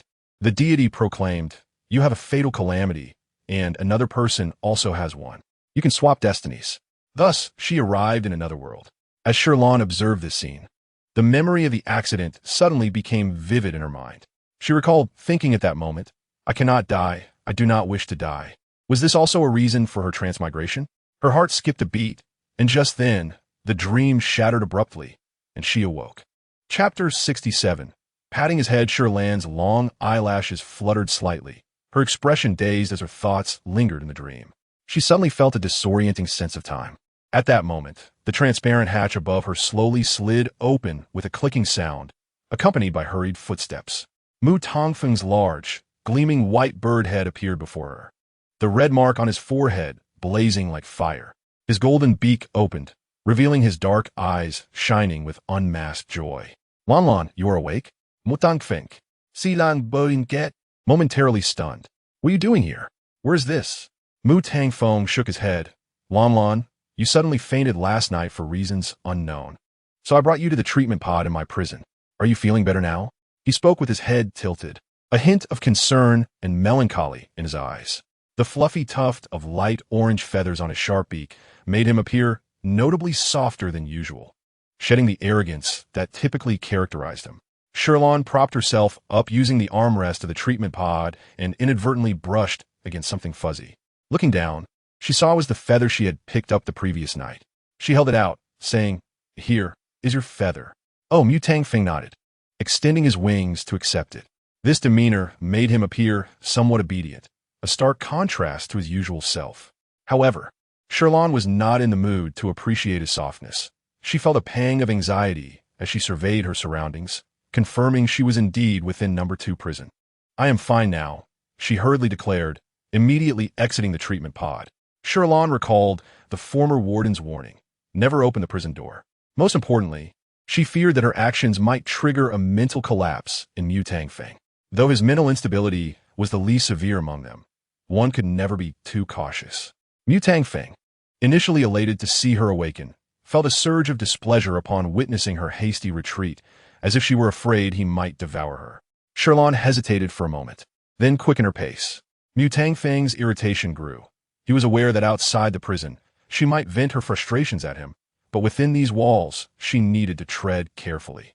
As he watched her leave and securely closed the door behind her, a barrier once again separated them, leaving only the faint trace of her lingering scent in the air, elusive and distant, reflecting her ambivalence towards him, as though pursuing the fragrance they had gifted her was merely a fleeting dream. Feeling both aggrieved and wronged, he approached the protective door and raised his wings. Shi Lan, do you find me unappealing now? You don't even glance my way. Hearing his voice, Shi Lan turned to look at him. The previous night, Mu Tangfeng had fought valiantly against the insectoid creatures, yet they too were formidable foes. Despite his feathers having shielded him well, he had indeed lost quite a few. Particularly, the tips of his wings were uneven, revealing faint pink flesh in certain areas, suggesting he had endured significant damage overnight. For someone like Mu Tangfeng, who valued his appearance greatly, this must have been a considerable blow. Her gaze softened as she spoke gently. Thank you for saving me last night. I did not find you unappealing. I merely fear that sharing the same prison might inadvertently trigger a mental collapse in you. The onset of such a collapse was unpredictable. Although Shi Lan could transform into a mushroom to escape, each episode brought them closer to death. She wished to save them and would not allow them to perish. Furthermore, with the exposure of the toxin last night, perhaps she could seize this opportunity to disclose her own mental struggles. Upon hearing her explanation, Mu Tangfeng felt a slight sense of satisfaction, yet even without her elaborating further, he was somewhat discontented with himself. He fell silent, wrapping himself in a blanket to shield his body, even covering the room's mirror with it, unwilling to gaze upon his unsightly form. Clearly, the loss of feathers had taken a profound toll on him, and it was all for the sake of saving himself. Shi Lan lingered at the door of No. 2 prison for a while before knocking on the food slot, calling for Mu Tangfeng to come closer. He approached with a gloomy demeanor, asking, What is it? You said you were fine. If that's the case, why remain in the prison? He did not want Shi Lan to see him in such an unattractive state. Most beastmen had towering physical forms, but the larger the beast form, the more mental energy it consumed, leading many to choose the most comfortable posture. Shi Lan gestured for him to come closer to the food slot, then extended her hand, gently resting it on his head. Mu Tangfeng stared at her, momentarily stunned. Shi Lan found the texture delightful, and the tuft of feathers atop his head felt even softer. Seizing the rare opportunity to stroke something fuzzy, she could not resist giving it a gentle rub. Then, under his unwavering gaze, she said, "You are not ugly. You still look quite handsome." His eyelids fluttered as he feigned indifference, replying, "Oh, I certainly know that." Deep down, Mu Tangfeng felt an inexplicable sense of longing. However, he could not indulge her too much. The heads of beastmen were not to be casually touched by anyone, especially since they were not yet wed. Allowing her to touch him was already a significant concession on his part. The more he pondered this, the more he remained rooted at the food slot. Even as time passed, Shi Lan, feeling a bit shy, refrained from extending her hand again.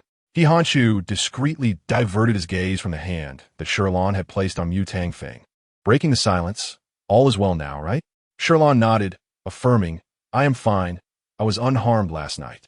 Thank you all for your assistance." "That's good to hear."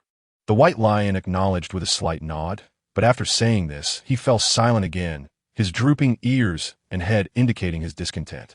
Shi Lan glanced at the clock, realizing it was already past 9, so she decided not to linger any longer, saying, "I will prepare breakfast for you all." With that, she swiftly departed. Inside the prison, the others had not witnessed the moment Shi Lan stroked Mu Tangfeng's head. They only heard her praise him. Yet compared to the praise, He Hanshu found her touch to be more discomforting.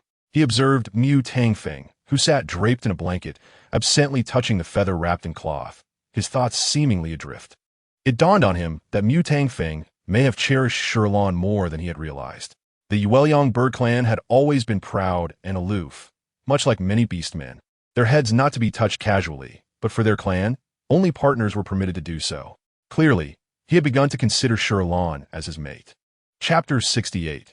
Confessing the mental entity at that time, she genuinely intended to think things through, but she had not anticipated her mental entity would cooperate so seamlessly.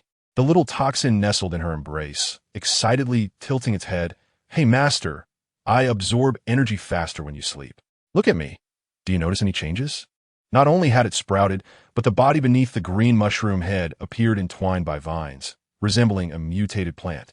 The little toxin shook its green sprouts, of course. "I've absorbed that burst of energy. Master, can you guess what new abilities we have now? Do they truly possess new abilities?" Shi Lan's eyes sparkled as she cradled the little toxin in her arms and planted a hearty kiss on its forehead, exclaiming, "My little toxin is amazing." The little toxin blushed, its green sprouts turning a tender pink. Seeing this first-hand change in its mood, Shi Lan contemplated, "Have I awakened abilities related to the wood element? Master is so clever."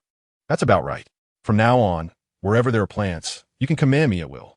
This means I essentially possess 2 innate skills, immunity and plant control." Although these abilities did not carry the lethal force she had envisioned, the power of plant control certainly provided a greater assurance of survival. For instance, in situations like the previous night, she would not need to flee blindly.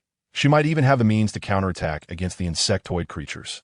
Upon entering the kitchen, she began instructing the robot to prepare the ingredients while continuing to inquire, "What was that burst of power last night? If we had waited a day or 2 longer to address it, that energy might have been directly absorbed by the planet. Oh, it could also be the insectoids. That power would be beneficial to them as well." Understanding this, Shi Lan nodded. No wonder the insectoids had appeared on Heiming Star last night. They were likely drawn by that power. Fortunately, she had arrived first. Otherwise, allowing those creatures to seize such a valuable resource could pose a new threat to human society. Although the process had been somewhat convoluted, the outcome was favorable. Contemplating this, Shi Lan kissed the little toxin once more, affirming its prowess. The little toxin's hard-won green sprouts shyly curled their leaves again, reverting to pink. Shi Lan smiled at this, and finally settled down to prepare breakfast. In the prison, one of the 5 mushrooms had mysteriously vanished, leaving Mu Tangfeng feeling that his room had once again become monotonous and dreary.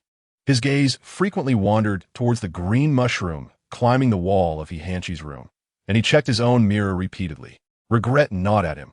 Had he known, he would have taken a mushroom from Jiang Xia's room last night, inadvertently leaving his own behind.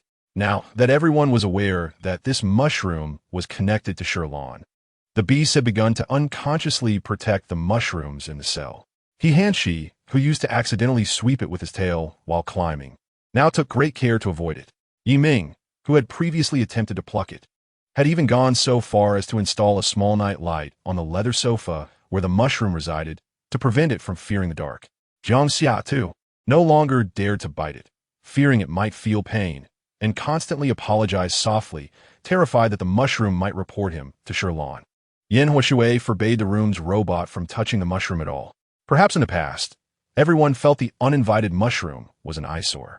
But now their attitudes were cautious and gentle, fearful of causing the mushroom any harm. Only Mu Tangfeng found himself unable to treat the mushroom kindly, as he couldn't even locate it. His mood darkened further, and he began practicing on the robot in his room, feeling increasingly disgruntled. It was only when Shi Lan brought breakfast that he draped a blanket over himself, temporarily sparing the robot from his ire. Everyone harbors secrets. Shi Lan did not press Mu Tangfeng about how he had managed to leave the prison the previous night, knowing only that he had done so for her sake. As she distributed breakfast, she paused before explaining that the mushrooms in their prison were, in fact, manifestations of her spiritual essence. In the investigation, Shi Lan was a psychic, and in the beast's understanding, a so-called waste female meant one could not possess a spiritual essence, thus lacking any comforting abilities. Why did Shi Lan possess such an essence? Was it truly, as Yan Huashui had suggested, that Shi Lan had a complex background, deeply concealed, and was her spiritual essence placed in their prison merely to monitor them? Yet, if that was the case, why was she now confessing? Unless she had some ulterior motive and now felt exposed, deeming it unnecessary to remain. Was she about to leave? At this, the beast's heart sank. Having spent too long in the political arena, they couldn't help but think more complicatedly about matters. Even Jiang Xia felt that something was amiss. Yet little did they know that Shi Lan's thoughts were simple. She merely wished to take this opportunity to showcase her spiritual essence and propose her healing ideas. Before she could articulate this, the typically taciturn Yiming spoke first, assuring her that it was quite adorable. Yiming had never encountered such a peculiar spiritual essence, but as long as it belonged to Shi Lan, he found it unique and endearing. Shi Lan smiled unexpectedly, and she added that they did not mind her spiritual essence appearing in the prison. Jiang Xia nodded in agreement. Though he seemed to live a life of privilege and appeared naive, he was still part of that circle, and his thoughts were inevitably more profound than those of ordinary individuals, especially since, when they had first arrived in prison, previous wardens had foolishly attempted to enter and draw their blood for research, even drugging them. That person, however, had been killed by them. But Shi Lan was different. He did not care whether she had ulterior motives. Yan Huashui slowly interjected that from the moment they accepted her perfume, she should know these were not matters for her to worry about. They were all willing participants. Mu Tangfeng echoed this thought, his mind also mulling over her touch and feeling she could not simply leave. Shi Lan looked bewildered, wondering why everyone was acting so oddly. She had merely started to speak, yet they had interrupted her. Just as she opened her mouth to speak again, her wrist vibrated incessantly. Upon checking, she realized someone was ringing the doorbell. Visitors had arrived at the prison, prompting the warden to go. With no other choice, Shi Lan could only find another opportunity to discuss this matter later.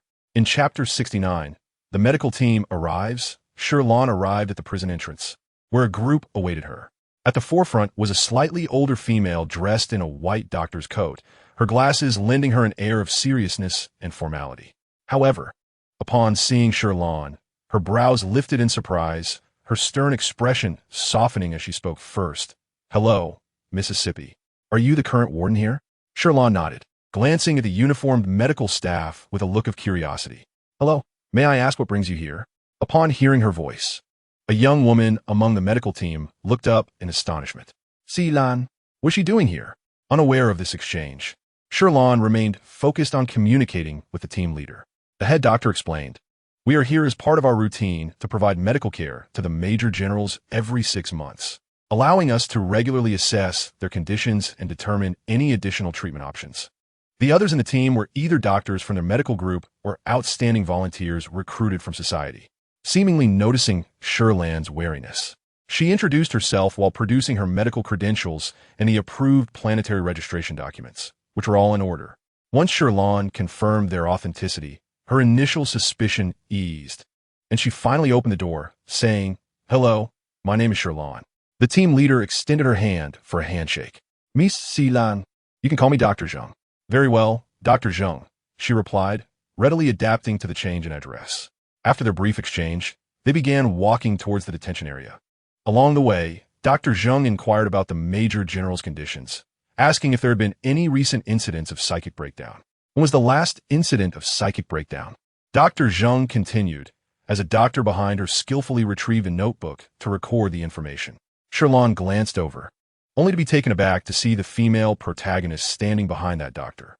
Seeing this, Shi Lan's initial concern that these individuals might inadvertently worsen Shi and the others' conditions dissipated.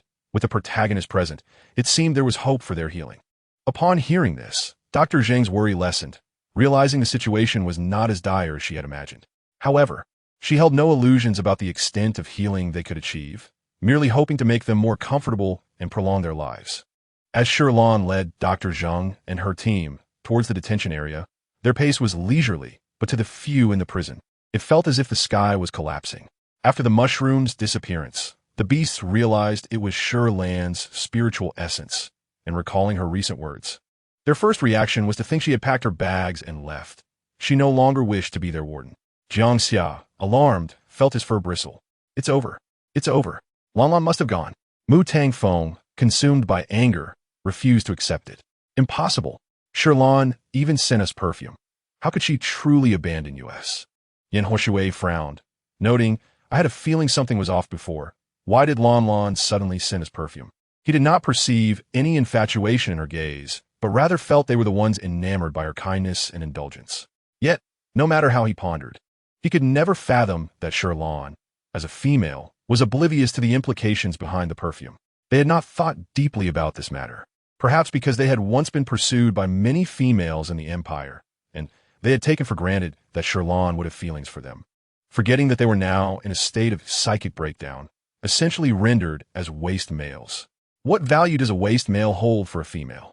Upon hearing these words, the myriad beasts fell into a deep silence, yet they clung to their beautiful fantasies.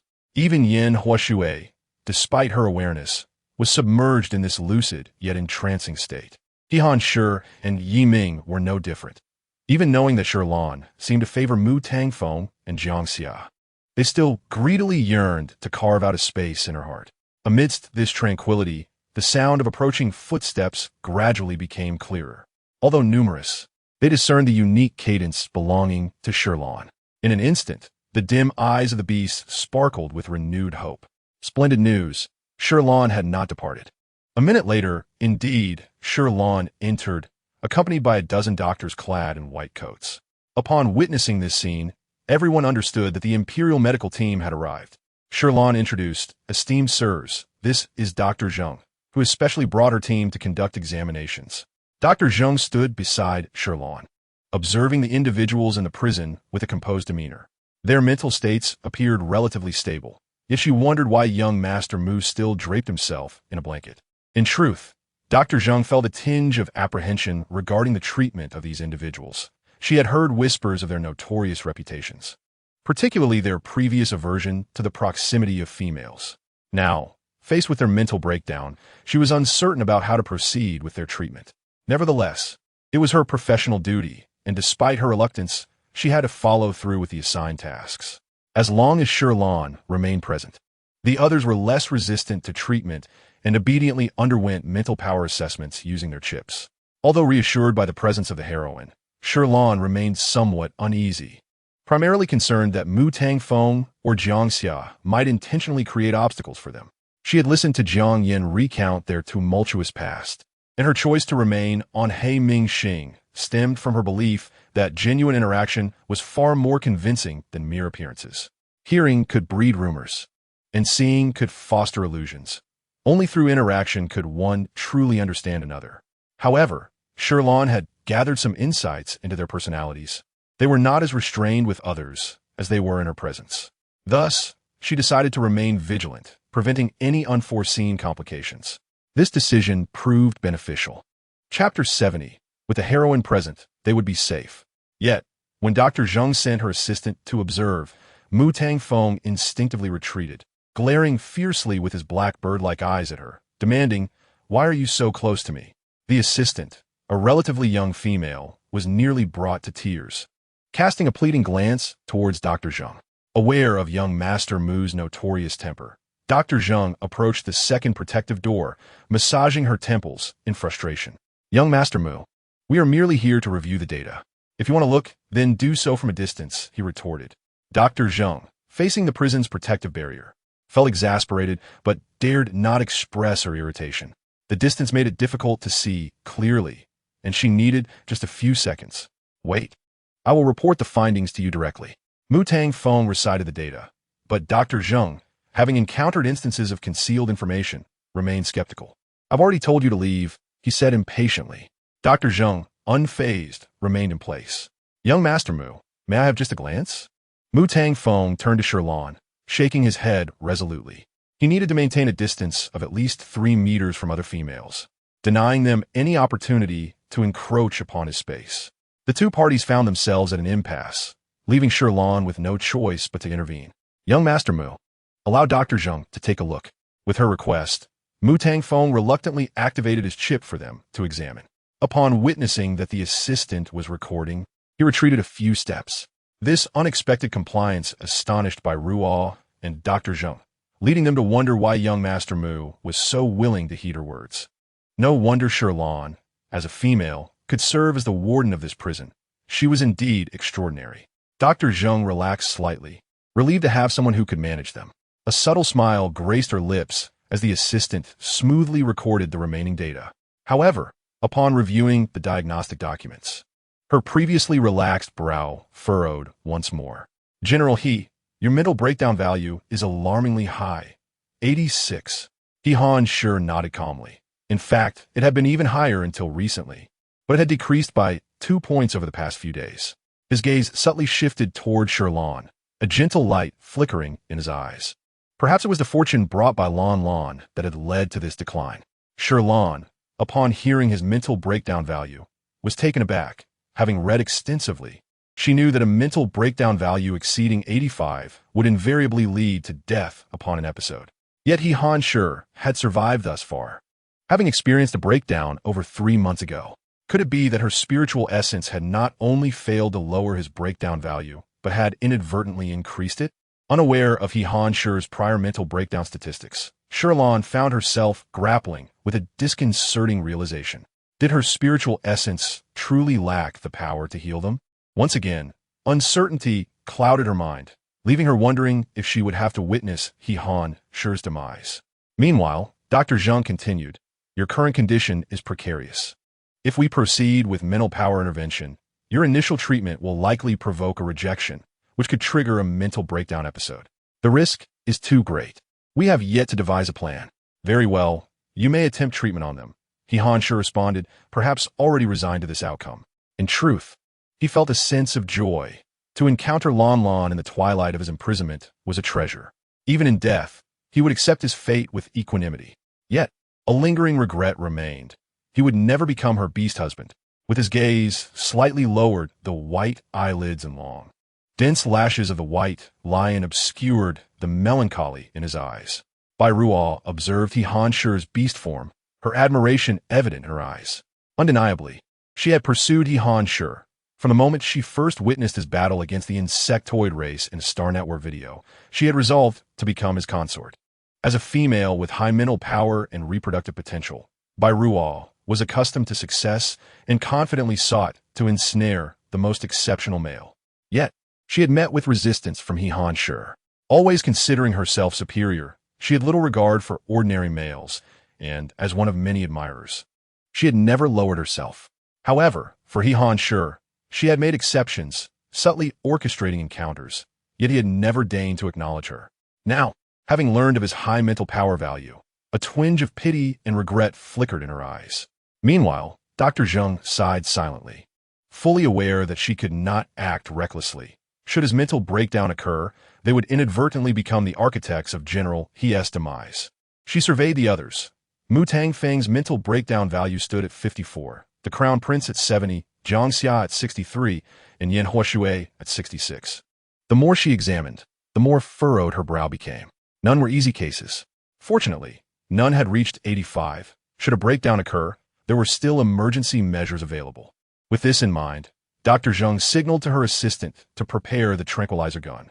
If any of them experienced a breakdown, they would first attempt to sedate them.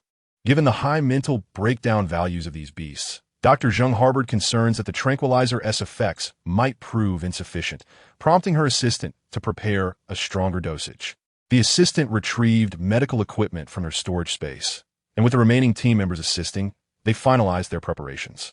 Dr. Zheng then stated, "We have a level 1 mental power female leading this team, with the rest being level 2. We will first attempt preliminary treatment. Please, everyone, try to relax. Generally, cases of low to mid-level mental breakdowns could be managed, and for the high-level ones, they had specifically sought out top-tier professionals. As for the esteemed Dr. Zheng, seeking additional esteemed females within the medical facility proves to be quite a formidable challenge. Currently, only a handful of such individuals are known, with Dr. Zheng being the sole one available to oversee the medical duties, while 2 others are stationed at a military base. The scarcity of exceptional females in the medical institution necessitates a public recruitment effort. After 2 days of rigorous training at the hospital, the selected individuals will be brought to Him-ing. Dr. Zheng assumes responsibility for the most critical case, Ym-ing, while she assigns the others. Bi-Ru will attend to young Master M, and Ynq-ing and Zhozho will care for teacher Yn and young Master G-ing respectively. Dr. Zheng's arrangements are deliberate. Bi-Ru, being a member of the Bi family, maintains close ties with the 4 prominent families of the empire, and, as the future consort of the second prince, young Master M will undoubtedly afford her some degree of respect. Bi-Ru cast a glance at M-Ting-F-ing and nodded in agreement. She had heard of his reputation, but had little prior interaction with him. Her mother had once attempted to arrange a meeting between them, but shortly thereafter, he suffered a mental breakdown and was incarcerated, rendering the matter moot. Meanwhile, Shi Lan, who had been lost in thought, suddenly perked up upon hearing Bi-Ru's name, as if grasping a lifeline. Indeed, with the female protagonist present, they would surely be safe. Chapter 71. He is causing trouble again. Humans are not mere reeds. Who among them can be devoid of emotions? Having spent considerable time with the inmates, Shi Lan had witnessed their timely interventions during her moments of peril. She did not wish to see them meet the same tragic fates as those in the stories. Quietly standing behind the medical team, her gaze held a glimmer of hope as she looked towards the female protagonist. Bi-Ru approached the food delivery hatch of cell number 2, the sole point of contact with him. "Young Master M, please come forward. I will now administer your preliminary treatment." M-Ting-F-ing longed for the restoration of his mental faculties, a sentiment echoed by every inmate. However, he instinctively recoiled from any proximity to other females, his gaze fixated on Shi Lan in the corner. With the female protagonist present, Shi Lan had been attentively observing the situation and, sensing his gaze, offered him an encouraging look. M-Ting-F-ing transformed into his human form and approached. Realizing that in his beast form, the most accessible point for contact would be his head, which he adamantly refused to allow anyone to touch. Bi-Ru's eyes flickered as she appraised him, surprised to find M-Ting-F-ing rather handsome. A shadow of darkness crossed her gaze, and a sweet smile graced her lips as she added, "Please do not reject my mental energy. Try to ignore it. Now extend your hand." The preliminary treatment necessitated minimal physical contact. The reluctance of the inmates to receive treatment stemmed not only from their mental state, but also from a sense of physical cleanliness, making even contact with other females uncomfortable. At that moment, M-Ting-F-ing began to resist even before drawing near, gritting his teeth as he repeatedly chanted Shi Lan's name in his mind, forcing himself to take slow, laborious steps towards the hatch. After considerable hesitation, he finally placed his hand on the delivery hatch. Dr. Zheng and her team had yet to commence their tasks, as she remained particularly concerned about any potential complications on Bi-Ru's end, closely monitoring the situation. A subtle smile crept across her lips. It seemed the Bi family still held some influence. However, the moment Bi-Ru's hand made contact with M-Ting-F-ing's, he could no longer contain himself, forcefully pushing her away as he spat out in disgust. "Get away." Bi-Ru, taken aback, stumbled to the ground, disbelief etched on her face as she gazed at M-Ting-F-ing. a flicker of anger igniting within her. He was the first male to treat her in such a manner. Other females rushed to assist her, while SHLN stepped forward, her expression disapproving as she regarded MTing. He averted his gaze, feeling unjustly cornered. He simply could not bring himself to touch another female. MTing turned away, swiftly washing his hand with water, scrubbing vigorously until his fair, slender fingers bore the marks of his distress. Only then did the nauseating sensation within him begin to subside. He reverted to his beast form, wrapping himself in a blanket, unable to resist glancing at SHLN with a mixture of guilt and frustration. SHLN, recalling his reddened hand, sighed inwardly. Jiang Yn's words rang true. MTing was indeed averse to females, even flinching at the simplest touch of preliminary treatment. Was he truly destined to wait for death? Her heart weighed heavily with concern. After Biru regained her footing, Dr. Zheng, visibly anxious, exclaimed, "Young Master M, what are you doing?" This was the first time Dr. Zheng had encountered such a situation. Typically, males displayed courtesy towards females, recognizing their reliance on them for comfort. In a foul mood, MTing found the presence of so many females in the prison utterly grating. "Can't you see? Stay away from me. I do not require treatment." His voice was harsh. HHNSH, maintaining composure, reminded him, MTing, calm down. Consider why you need treatment. MTing instinctively glanced at SHLN, yet he was unable to overcome his mental barrier. He turned his head away, silently resisting. SHLN stepped forward, concern etched on her face. "Can you try again? After all, she is the female protagonist with healing abilities, not just any female. Perhaps if you sense her healing energy, you may gradually accept it." MTing remained silent for a long while. "Give me a little more time." "All right." SHLN did not press further, but Dr. Zheng felt a headache coming on. The routine inspections on HIMXing were supposed to occur every 6 months, yet they had been repeatedly refused by the inmates. Initially, the medical team had disregarded the refusals and visited HIMXing, but that trip, led by someone other than Dr. Zheng, had not gone well. With no cooperation from anyone, not even Major H. Since that time, the medical team had not returned to HIMXing. Nearly 2 years later, they received a proactive request from the prison, and the entire hospital felt as though the sun had risen in the west. Seizing this rare opportunity, they hurriedly gathered their personnel to visit HIMXing. Upon witnessing everyone's willingness for chip testing, Dr. Zheng felt a sense of relief, believing the process would proceed smoothly. However, to her dismay, before the preliminary treatment could commence, young Master M had already shown signs of non-cooperation. Her expression grew serious as she stepped forward to defend Biru. "Young Master M, regardless of your reasons, there is no justification for treating a female in this manner. Do not forget, it is you who requires our treatment, not the other way around." Upon hearing this, the anger MTing had managed to temper flared up once more. "Fine, I do not need it. Enough, MTing. Stop throwing a tantrum." With the female protagonist present, SHLN feared he might provoke Dr. Zheng and her team, thus jeopardizing this opportunity. Taking a deep breath, she stepped forward apologetically. "I apologize, Dr. Zheng.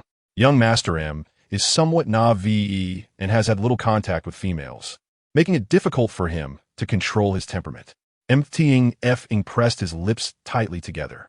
Initially, he felt aggrieved by SHLN's words, but now, witnessing her apologize on his behalf, he felt a conflicting sense of bitterness and discomfort. She was his female. He should be the one protecting her. Why was she covering for him instead? LN, I do not require your apology." His voice lowered in anger as he glared at Biru, saying, "I am sorry." Seeing this, MTing chose to bow his head for his own sake, causing SHLN to feel a pang in her heart as she instinctively took a step back, realizing she could not assist them. Biru's gaze flicked across SHLN's face, then landed on MTing, her lips forming a strange smile devoid of warmth. "Is fine." With MTing having apologized, Dr. Zheng refrained from pursuing the matter further, recognizing that she had been overly harsh. She had long been aware of MTing's volatile temperament, but had failed to exercise restraint. However, her attention shifted to SHLN. who was now looking down, lost in thought. A glimmer of intrigue flickered in her eyes. This female was indeed extraordinary, perhaps someone they could recruit for their medical station. In this moment, it is perhaps wiser to prioritize treatment. Dr. Zheng gazed at Bai Ruo, contemplating whether to consider a different individual. They had brought along more than a dozen people this time, as treating high-level collapse patients required significantly more mental effort. It might necessitate a rotation of doctors, especially when taking into account the potential for mental rejection. Nevertheless, Bai Ruo had excelled in her training, and Dr. Zheng intended to cultivate her as a disciple, hence providing her with ample training opportunities. As if sensing Dr. Zheng's thoughts, Bai Ruo approached the serving window once more. Mu Xiaoye, if everything is ready, shall we proceed? Her light brown eyes sparkled with gentleness, yet deep within burned the flames of challenge. A subtle smile graced her lips. She relished conquering such formidable males. Mu Tangfeng glanced at Shi Lan, who deliberately averted her gaze. A heavy feeling settled in his heart. He dared not continue his antics and reverted to his human form. Walking over. Chapter 72. The Collapse of Mu Tongfeng's Mental State. Mu Xiaoye, extend your hand. Bai Ruo stood outside the prison door, observing Mu Tongfeng's prolonged stillness, and gently urged him with a warm smile.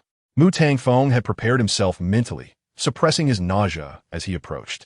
He extended his hand, his gaze not resting on Bai Ruo's face, but fixated on Shi Lan, who unfortunately remained oblivious to him. Disappointment weighed down his eyelids. Bai Ruo placed her hand on his once more, and a wave of nausea surged within him. He found himself yearning for the warmth of Shi Lan's fingers. Yet the mere touch from any other female felt like scalding water against his skin, sending sharp pains through his entire body. He bit his lip tightly, swallowing the bitter taste in his throat as Bai Ruo cautiously released her strands of mental energy. The distinction between basic treatment and deep treatment lay in the latter's ability to achieve true unity of body and mind through the spiritual bond established between beastmen couples. In contrast, the strands from basic treatment could only absorb the surface-level mental toxins. Dr. Zheng understood that it was impossible to cure them during this session. Her aim was merely to absorb some of the mental toxins to mitigate the collapse value and prolong their lives. She observed Bai Ruo's treatment progress closely. The moment the mental energy strands were released, Dr. Zheng sensed something, and Shi Lan also felt a subtle shift in the air. Unconsciously, her gaze drifted over, colliding with Mu Tongfeng's. He appeared to be in distress, sweating profusely, his complexion pale, and even the lip he had bitten began to ooze a hint of crimson. Mu Darren, are you all right? Shi Lan asked, momentarily taken aback. Upon hearing her words, others turned to look, startled. Mu Tangfeng attempted to smile at her. Yet the effort left his body feeling stiff, and his vision gradually turned a shade of red, with Shi Lan's figure becoming obscured by a crimson haze. Panic surged within him for a fleeting moment as he blinked vigorously, but in an instant, his thoughts descended into chaos. This was not good. His mental collapse had begun. Bai Ruo withdrew her hand. Experienced, Dr. Zheng immediately recognized that Mu Tongfeng's condition was alarming. Bai Ruo, startled, quickly retracted her hand. In the moment the serving window automatically closed, a heavy thud echoed from within. Inside the prison, Mu Tongfeng's body twisted uncontrollably, transforming into his beast form and revealing the wings that had yet to fully recover from the last incident. He began to fly within the confines of the prison.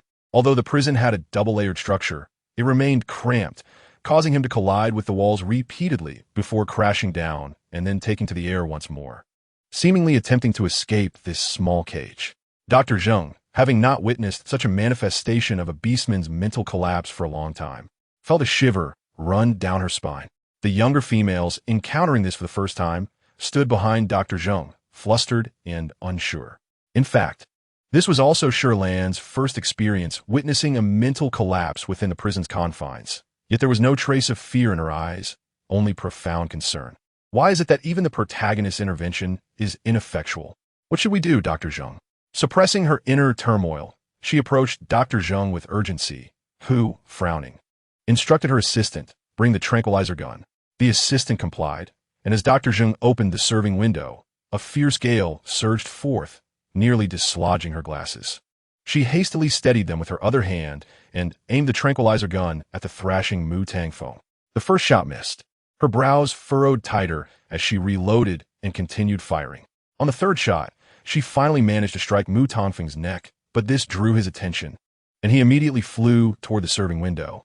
Dr. Zheng's reflexes kicked in as she swiftly closed the window, but Mu Tongfeng's head collided heavily against it. The protective barrier trembled as if on the verge of collapsing. The other females gasped, pressing closer to Dr. Zheng with unease. "Leader, should we step outside until he calms down?" They felt an overwhelming sense of insecurity within the confines. Dr. Zheng furrowed her brow, assessing the tranquilizer's effectiveness. This tranquilizer was specially designed to activate within seconds. However, after a brief moment, Mu Tangfeng remained vigorous, wreaking havoc inside the prison, leaving destruction in his wake. With his once pristine white feathers now stained with crimson. Clearly, one shot was insufficient. Dr. Zheng reopened the serving window, timing her next shot carefully and firing twice. Yet, a mere few seconds later, while Mu Tongfeng's movements had slowed slightly, he was still conscious. This was the first time Dr. Zheng encountered such a challenging situation. She wanted to persist, but Hanshi firmly intervened. Enough. Continuing with the tranquilizer could jeopardize his life. Mu Tongfeng's mental collapse is relatively mild. Let him endure it on his own this time. Hearing this, Dr. Zheng halted her actions, realizing she had lost her composure. Taking a deep breath, she looked at the frightened females clustering around her. "In that case, let's wait outside." She then turned to Shi Lan. "Miss Shi Lan, would you like to join us outside?" Unlike the others, Shi Lan, as a female, felt no fear. She simply stood quietly outside the number 2 prison door. In her mind, the little toxin yearned to venture out, but she was concerned that it might exacerbate their mental collapse, so she restrained it. She remained troubled by Hanshi's deteriorating mental state. Observing this, Dr. Zheng said nothing further and led the others outside. The main gate of the holding area automatically closed behind them, and the little toxin urged anxiously, "Master, I can truly do it. Let me go. Is it truly possible?" Shi Lan began to waver, relying solely on her conjectures from the book's plot, with no one in reality to confirm whether high-level mental collapse beastmen could be cured. Moreover, with Hanshi's mental condition worsening, she feared that her intervention might cause more harm than good. "I can." Upon hearing this, Shi Lan finally relented, allowing the little toxin to pass through the prison and into Mu Tongfeng's body. Witnessing this, Hanshi's pupils constricted. It turned out that Shi Lan had not been dishonest. The green mushroom was indeed her spiritual entity. He recalled the diminished value of his mental energy and wondered if it was related to Shi Lan's spiritual entity. Yet, calming a beastman in the throes of mental collapse was no easy feat. Could Shi Lan's spiritual entity achieve this? However, 1 minute later, an astonishing scene unfolded before Hanshi's eyes. The green mushroom transformed into a red one and emerged from Mu Tongfeng's body, showering him with a stream of green luminescence that gradually restored the crimson of his eyes to black. His expression shifted as he suddenly recalled his own experience during his mental collapse. At that time, he too had glimpsed these green lights. After coming into contact with a green light, the now normal Mu Tangfeng finally succumbed to exhaustion and fainted, while the little toxin retreated to Shi Lan's side. "Is it over?" she asked, looking down at it. The little toxin nodded. "Master, rest assured, we will succeed." Shi Lan, filled with uncertainty, cautiously stored away the small poison. She turned her gaze towards the prison, where Mu Tangfeng lay unconscious on the ground, his blood still flowing profusely. The walls of the room were splattered with blood, indicating his severe injuries. Instinctively, she searched for the robotic assistant in the room, only to discover that Unit 2 had been dismantled into scattered parts. If this continued, even if his mental state did not lead to his demise, he might bleed to death. Regardless, a healing pod was imperative. With urgency in mind, Shi Lan placed her hand on the door, unlocked it with her fingerprint, and entered the prison. Chapter 73. I can offer you treatment, LNLN. Rest assured, everything will be fine. HNSH understood that someone had to act in this situation. Otherwise, allowing Mu Tangfeng to bleed continuously could exacerbate his injuries. However, upon seeing Shi Lan, he instinctively felt a twinge of concern. Shi Lan offered him a reassuring look. The others had heard the sound of the prison door opening, and, sensing Mu Tangfeng's sudden silence, seemed to guess what was happening. At that moment, they all tacitly refrained from speaking, worried that their voices might awaken Mu Tangfeng and inadvertently harm Shi Lan. Inside the prison, Shi Lan slowly approached Mu Tangfeng. Although fear gripped her heart, retreat was not an option. When Mu Tangfeng had faced danger to save her, how could she abandon him in his time of need? She noticed the increasingly tattered feathers of the JLNIO and felt a surge of compassion. Unable to resist, she crouched down, gently stroked his head, and removed the anesthetic needle, then struggled to lift him. Despite the JLNIO's graceful form when soaring through the sky, he was surprisingly heavy. Shi Lan's petite frame struggled under his weight. With a sigh of relief, she summoned more strength, draping his wings over her shoulders and bending to hoist him up.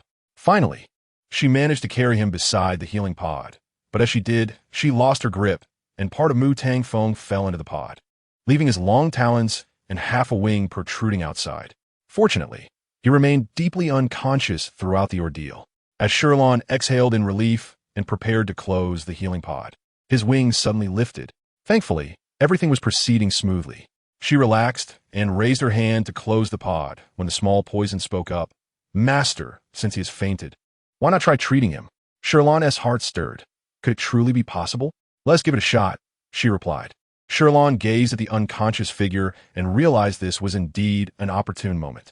Nodding, she asked, "What should I do?" Despite having no formal training in the healing arts, she recalled the memories of the original owner and felt slightly uncertain. It's quite simple. Just attempt to sense your mental energy, then guide a thread of your mental power into his body. The mental toxins manifest as small green dots. Use your mental threads to absorb them. The small poison explained in detail, though Shi Lan only partially understood. To verify the efficacy of her treatment, she placed her wrist against Mu Tangfeng's and used her chip to test his mental collapse value, 53. This was better than she had anticipated. In fact, the small poison had even assisted in lowering it by 1. After confirming the initial value, she attempted the method suggested by the small poison, placing her hand on the back of Mu Tangfeng's hand and began to carefully sense. Soon, she felt a thread of mental energy flowing from her hand into his body. The process was challenging, as his limbs were obstructed by numerous green toxins. Shi Lan gradually enveloped the toxins with her mental threads. To her surprise, despite the common belief that females would feel mentally fatigued after treatment, she felt invigorated. The fatigue from carrying him dissipated entirely. Shi Lan became aware of the unique nature of her mental entity. It appeared that the mental toxins were, in fact, revitalizing for her. She thoughtfully lowered her hand and retested with her chip, discovering that in a short span of time, the value had decreased by 1, now standing at 52. It truly worked. Her eyes lit up with renewed hope. How wonderful it was. She could assist them in their healing, and her mental energy would not exacerbate their collapse values. Eagerly, she shared this exciting news with the small poison, who proudly praised her, of course. "My master is the most formidable. You can do it." Feeling affirmed in a way she had never experienced before, Shi Lan smiled joyfully as she secured the healing pod for Mu Tangfeng. Regardless of the circumstances, she now had the opportunity to alter their fated narrative. Shi Lan leaned against the healing pod, smiling foolishly for a moment, but upon raising her gaze to the battered room and the scattered robotic parts, a headache began to form. It seemed she would need to summon a housekeeping robot to assist with the cleanup. She stood up and exited the prison, and only when Sage saw her emerge unscathed did he finally relax. "Is everything all right?" "Yes, all is well," Shi Lan replied, her previous frown replaced with a cheerful smile. Sage seemed puzzled, but nonetheless smiled in response. Just then, Shi Lan suddenly asked, "If I said I could also treat you, would you be willing?" Previously, they had assumed her mental energy was too low for treatment and had called in a medical team to avoid burdening her. If LNLN was capable, they would never allow another female to approach them. Ien ushu es gas shifted tukt fully. This implied that LNLN's mental energy must have reached a certain level. To treat them at this level, one would need to possess a rank. In fact, a higher rank was required to succeed in such treatment. High-level mental collapse cases had no chance of recovery, but reaching a balance of 50 was feasible, as long as the individual's mental energy did not reject female treatment. Maintaining a level of 50 would sustain life and control the mental collapse from occurring. However, this would mean they could not engage in prolonged battles with the insect race. For Yin Shu, this was inconsequential, but would likely be difficult for Sage to endure. Nevertheless, Even achieving a balance of 50 would not allow them to leave the prison unless they could restore their values below 50, which was evidently impossible. The more Yan Hushu contemplated, the heavier his heart became. It seemed their search for a medical team was entirely futile. He fell silent, while Shi Lan, unaware of his thoughts, simply responded with an mm. She had no idea what level she was at and was hesitant to test it, fearing her chip's privacy might not suffice and worried about the potential results. In any case, she decided to proceed with treatment first. So, are you all willing? Chapter 74. Shi Lan has grown disdainful of them, what? Shi Lan questioned, rubbing her ears in disbelief, suspecting she had misheard. What do they mean by wife master? When had she been unaware of this? Must I be so explicit?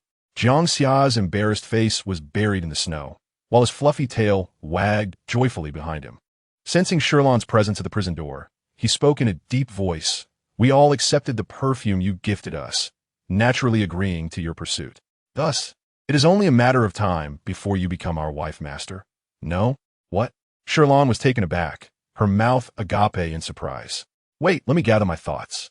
She rubbed her forehead, pondering how she could recognize every word Jiang Xia spoke, yet struggled to comprehend their meaning when combined. Are you referring to the box of perfume I gave you last time? Noticing a hint of unease in Shi Lan's tone, the other beasts perked up their ears, attentively listening. Jiang Xia curiously poked his head out and replied, Yes, the one you gifted us. Is that the name of the perfume? Upon hearing this, the other beasts felt even more puzzled. How could L not even know the name of the perfume? Began to feel uncertain, hesitating for a moment before nodding. Shi Lan promptly searched the star network, emerging after some time with a flushed face, nervously stammering, No, that's not what I meant. What? Is Lan having second thoughts?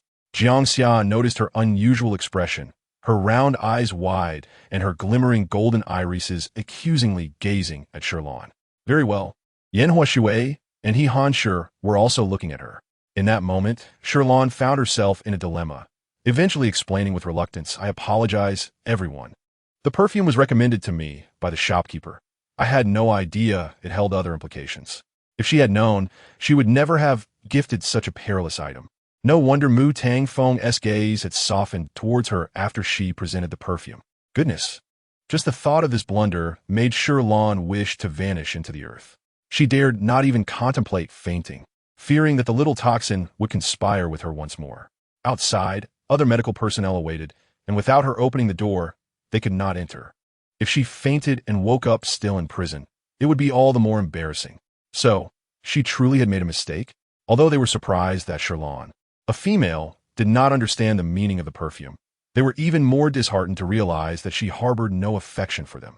Yan Huashui chuckled self-deprecatingly. He may have considered this possibility, but subconsciously clung to the answer he desired. Had he known, he would have refrained from mentioning it, perhaps even deceiving himself into believing that Lan liked him. In a fit of embarrassment and anger, he buried himself once more in the snow, his tail drooping despondently behind him, a quiet tear slipping from his eye. His wife gone. His Lan did not like him. The more he thought, the sadder Jiang Xia became. Shi Lan lowered her head, embarrassed and unable to meet anyone's gaze. Seizing the moment while the others were still processing the shocking truth to quickly change the subject, I'll go attend to those medical personnel. With that, she hurried away. Once Shi Lan departed, the prison fell into an eerie silence, punctuated only by Jiang Xia's faint sobs as he clutched the snow. Yan Huashui grumbled, Cry, cry, cry. What good does crying do? Lan doesn't like us. Can we not pursue her? Hearing this, Jiang Xia's mind cleared a bit, but he added, however, we are trapped in this prison, unable to go out and protect her, and our mental strength is crumbling. Who will want males like us?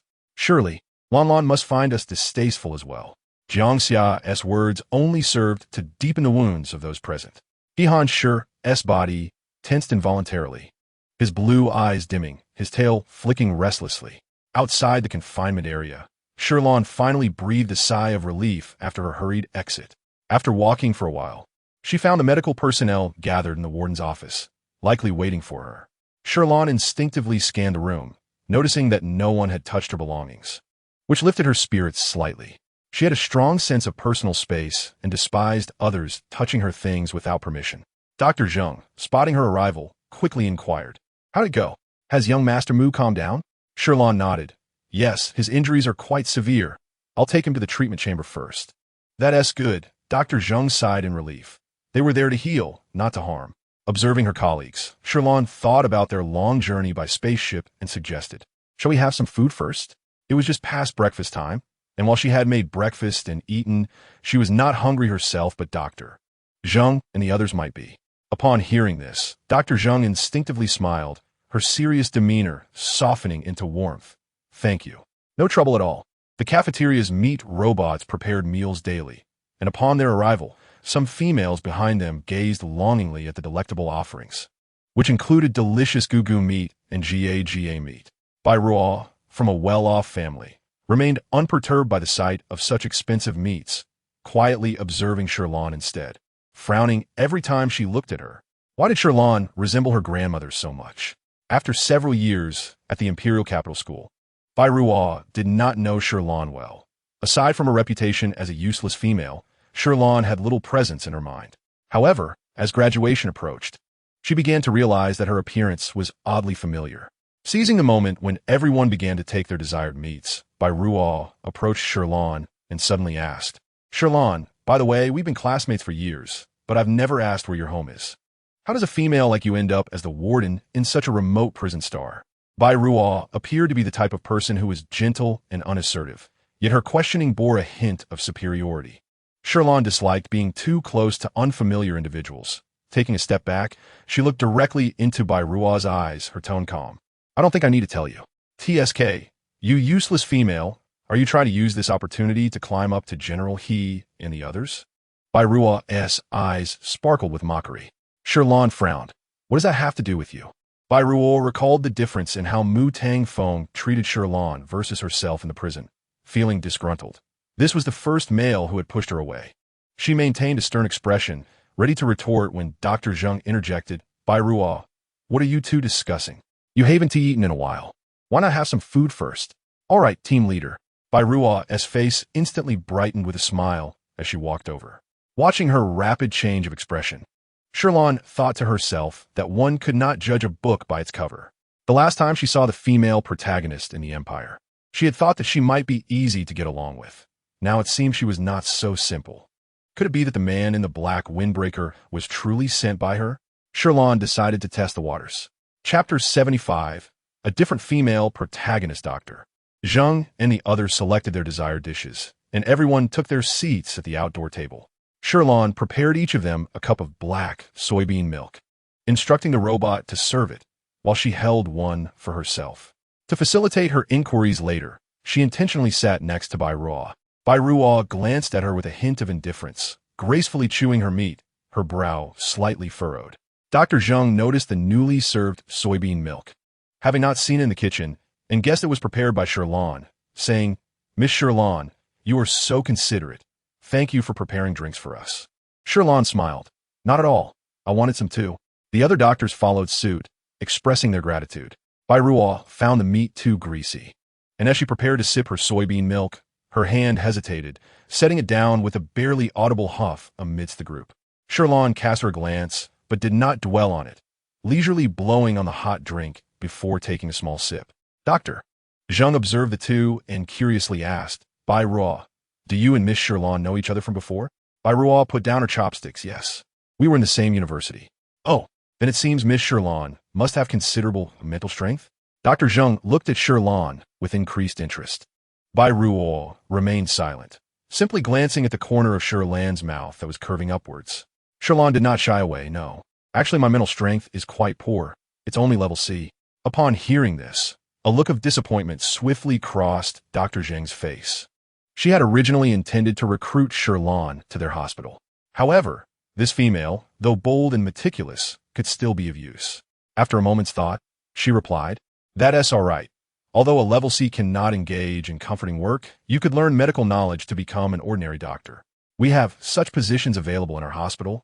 I wonder if Miss Shi Lan would be interested? It's certainly better than being here in prison." In this world, doctors were primarily divided into two types: comforting doctors and ordinary doctors. Comforting doctors engaged in primary treatment for males and only required knowledge of mental strength soothing. Ordinary physicians and modern doctors are quite similar. However, In this world, such practitioners are of limited utility. 80% of medical treatment is supplanted by treatment pods, with traditional practices like injections or other exceptional circumstances being the only instances where human physicians are employed. Naturally, some doctors excel in both fields, but this mission primarily revolves around mental healing, which is why Dr. Zheng has brought a team of soothing physicians. Upon hearing this, Bai Ruo tightened her grip on her chopsticks, unexpectedly contemplating the fortunate circumstances surrounding Shi Lan, a seemingly ineffectual female. Her participation in this volunteer healing mission on Heiming Xing partially serves to prepare herself for entry into the Imperial Central Hospital. It was one thing for Dr. Zheng to omit her own qualifications, but she even inquired about Shi Lan, making Bai Ruo feel increasingly nauseated at the thought of the unsavory conversation. Meanwhile, Shi Lan remained remarkably composed, shaking her head and stating that she believed she was destined to be unconnected to their esteemed hospital. She had applied there once, only to be rejected. Having seen Dr. Zheng's credentials, Shi Lan knew she hailed from the Imperial Central Hospital, reputed to be the most formidable institution in the entire star system. When she first arrived in this world, she had yet to grasp the nature of her transmigration and initially perceive the original character's poverty, merely wishing to earn money quickly. Unaware of the hospital's prestige, her application was swiftly dismissed within mere minutes. After all, the competition was fierce, and they would naturally prioritize females with superior mental prowess. Upon hearing this, Dr. Zheng's smile faltered momentarily, leading to an awkward chuckle. Is that so? Bai Ruo, scrutinizing her expression, queried, what troubles you? If a male persistently pursues you and deliberately follows you, how should I reject him? Shi Lan fabricated a response. Shi Lan, are you foolish? Why would you even pose such a question? With your lack of mental strength, having a male pursue you is already a blessing. Are you out of your mind to contemplate rejection? Bai Ruo's light brown eyes widened in disbelief, regarding her as if she were a simpleton. How can one be concerned about rejecting a suitor? As a noble female, one should simply enjoy the attention without the burden of offering promises. If you let this opportunity slip, where would you find a male to protect you in the future? It was one thing to be ineffectual, but to ask such a foolish question was beyond reason. Look at this. How would one go about declining? He appears fierce. What if I refuse him and he retaliates? Originally, she had intended to pursue a relationship with Donald, who had been consistently by her side and possessed considerable mental strength. But his lack of focus was disheartening. Her expression darkened, and she coldly replied, forget what I just said. Any male who cannot firmly express his affection for you is not worth your time. Huh. Donald has always been vain and competitive. Next time, bring me to him directly. I will scold him to his face. I refuse to believe he would still have the audacity to approach you after being berated by a female. Huh. Shi Lan was momentarily taken aback, bewildered by how different the female lead was from her prior expectations. Hadn't she been mocking her moments ago? Did you hear that? Bai Ruo noticed the dazed expression on Shi Lan's face and frowned. Shi Lan, not only are you an ineffectual female, but has your brain also become useless? Shi Lan absentmindedly nodded. Oh, I heard. Aside from the female lead, who else would be bothered by the original character's actions? Furthermore, was the original character's demise truly connected to the female lead? Donald was merely a follower of the female lead. Was he under her influence? In a moment of reflection, Shi Lan found herself grappling with numerous enigmas. The unseen adversaries were far more unsettling than those in plain sight. Although she was uncertain why the female lead posed such inquiries, she felt no obligation to fabricate a lie about the original character's home. Yao Xing, contrary to its name, was a barren planet where the original character had saved every coin to purchase a ticket to the imperial capital for her education. Recalling her dreams, she felt a surge of memories flood her mind. A small figure bent over diligently drawing, a serene smile gracing their lips as they offered their artwork in exchange for a few star coins. A wave of nostalgia washed over her, almost bringing tears to her eyes, as she glimpsed a younger version of herself struggling to grow in different circumstances. Bai Ruo mused that her grandmother could never have visited Yao Xing, feeling a sense of relief. Yet as she lifted her gaze, she noticed Shi Lan's reddened eyes, causing her smile to wane. She awkwardly retrieved a piece of paper from her pocket. You are truly useless. Are you already homesick? Chapter 76. The ideological gap between two eras. A white blur danced before Shi Lan's eyes as she looked up at the tissue in front of her. gazing at the female lead with increasing surprise. Bai Ruo, irritated, tossed the tissue to her without uttering another word. Shi Lan accepted the tissue, softly expressing her gratitude. However, she found the female lead's behavior exceedingly peculiar. After their meal, Dr. Zheng and her team proceeded to the prison, intending to continue their treatments for the remaining individuals. Upon arriving at the prison, they were confronted with the grim reality of Cell 2, where blood splattered across the walls and protective doors, leaving everyone feeling unsettled. The sight of orcs suffering from mental collapse was truly harrowing. Dr. Zheng felt conflicted about whether to proceed, as treating orcs with high-level mental collapse posed an elevated risk, making them more prone to violent outbursts. She glanced at the Crown Prince, whose collapse level was at 70, deeming it too perilous to continue. Perhaps she should select another candidate to test. If the situation remained unchanged, they would have to abort the treatment altogether. With this in mind, she turned her attention to Jiang Xia, whose collapse level was the lowest among the remaining individuals at 63, suggesting a lower risk. She approached him with a gentle demeanor. "Young Master Jiang, shall I attempt to treat you now?" Jiang Xia had recently discovered that Shi Lan did not harbor feelings for him, leaving him in a foul mood. He cast a resentful glance at Shi Lan, who was hiding in the back, and responded to Dr. Zheng with irritation, his round, fluffy cheeks trembling with anger. "No." He then retreated beneath his icy chair, completely disregarding the others. Dr. Zheng exchanged glances with the rest of the group, while Shi Lan felt somewhat guilty and averted her gaze, inadvertently locking eyes with the eerie green eyes of Yi Ming in Cell 3. Quickly lowering her head in fear of further scrutiny, Yi Ming retreated deeper into the shadows, and as Dr. Zheng sought a new target, she noticed that no one was paying her any attention. "Given your current treatment situation, it seems you might provoke another mental collapse shortly." Bai Ruo felt subtly insulted, her previously indifferent gaze now tinged with anger. A male in the throes of mental collapse dared to maintain such arrogance. Indeed, the fox orcs were insufferable. While martial he was preferable. Reflecting on Ihan, Bai Ruo felt a pang of regret. She had always aimed to marry a capable and powerful orc.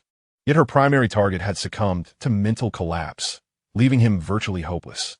On the other hand, Mu Tangfeng seemed to hold more promise, as he could still transform into his human form. However, she had not anticipated that even a mere touch would trigger a mental collapse in him. A male with such a lack of resilience was utterly useless. As she pondered, she cast a pitying glance toward Shi Lan, concluding that this ineffectual female was well suited for these inept males. Very well, she conceded. With a sigh, Dr. Zheng chose not to press further. She too recognized the group's aversion to the proximity of females, making treatment seem entirely futile. Dr. Zheng swiftly contacted the spaceship awaiting them near Heiming-Shing. Due to long-standing restrictions on the number of visitors to Heiming-Shing, only the treatment team disembarked from the ship. The crew was surprised to receive Dr. Zheng's communication, but promptly headed toward Heiming-Shing. As Dr. Zheng led her team out of the prison, Bai Ruo lingered behind, suddenly addressing Shi Lan. "Although you are an ineffectual female, there is no need for you to resign yourself to such a fate. If you require assistance, I can arrange for you to work as an ordinary doctor on another planet. Anything would be preferable to being in a place like Heiming-Shing, where they can find males with mental collapses." Shi Lan focused on her last remark, which struck her as oddly jarring, prompting her to retort, "Thank you for your kindness. But Bai Ruo, you must understand that they, too, kill the insectoids to protect the populace, which leads to their mental collapse. You are one of the people they protect." Bai Ruo frowned, responding, "So what? As a powerful male beast man, isn't it his duty to protect the females?" She saw nothing wrong with this notion. It was a belief she had always adhered to. Females were meant to be cherished and safeguarded by males. This was their sacred mission. Her statement was not uttered softly, and Shi Lan glanced at the others, realizing that no one seemed to find any fault with her words. It dawned on her that this was a profound ideological chasm between two worlds. In this realm, a noble female was worthy of males sacrificing their lives for her, and protecting the female had become their most glorious symbol. However, after a moment of silence, she said, "I believe no one is unafraid of death. You should know that those who suffer such a mental collapse rarely escape with their lives, yet they still resolutely stand at the forefront. I think this kind of courage should not be mocked." Her voice, once gentle and soothing, now carried a weight of solemnity. transforming the image of a seemingly inconsequential female into one that commanded respect from the strong. These two brief sentences resonated deeply within the hearts of all the females present. Bai Ruo pursed her lips, unable to utter another word of rebuttal, while the others, for reasons unknown, lowered their heads. After bidding farewell to Dr. Zhang, Shi Lan still felt a lingering discomfort. Had He Han Shu and the other sacrifices become something to which everyone felt entitled? She did not wish to criticize the ideologies of her time, nor did she aspire to be the first to transform the thoughts of this world. Yet perhaps, unbeknownst to her, she had come to regard He Han Shu and the others as her kin and friends, and she could not bear to hear others criticize them. She felt a pang of sympathy. Shi Lan stood at the entrance of the prison for a considerable time before taking a deep breath and heading to the back garden. She had prepared an abundance of flowers. This time, in addition to the one for Yin Huashui's bath, she included an extra bloom for each person. It was all right. She would heal them, allowing them to shine once more like these radiant blossoms, no longer perceived as useless males in the eyes of others. Upon receiving the flower, He Han Shu's once dim azure gaze was infused with vitality. He did not understand Shi Lan's intentions, but he realized that, at this moment, he liked her a little more than before. Yi Ming, upon seeing the flower, finally emerged from the shadows. He cautiously pulled it into his embrace with his claws. Shi Lan smiled at him, unperturbed by his beastly form.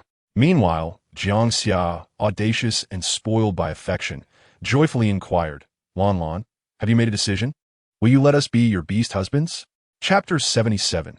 Commencement of healing. Hearing this, Shi Lan immediately recalled the embarrassment she had felt not long ago, dominated by that perfume. She suddenly regretted her impulsive gesture of giving flowers, which had led to such profound misunderstandings.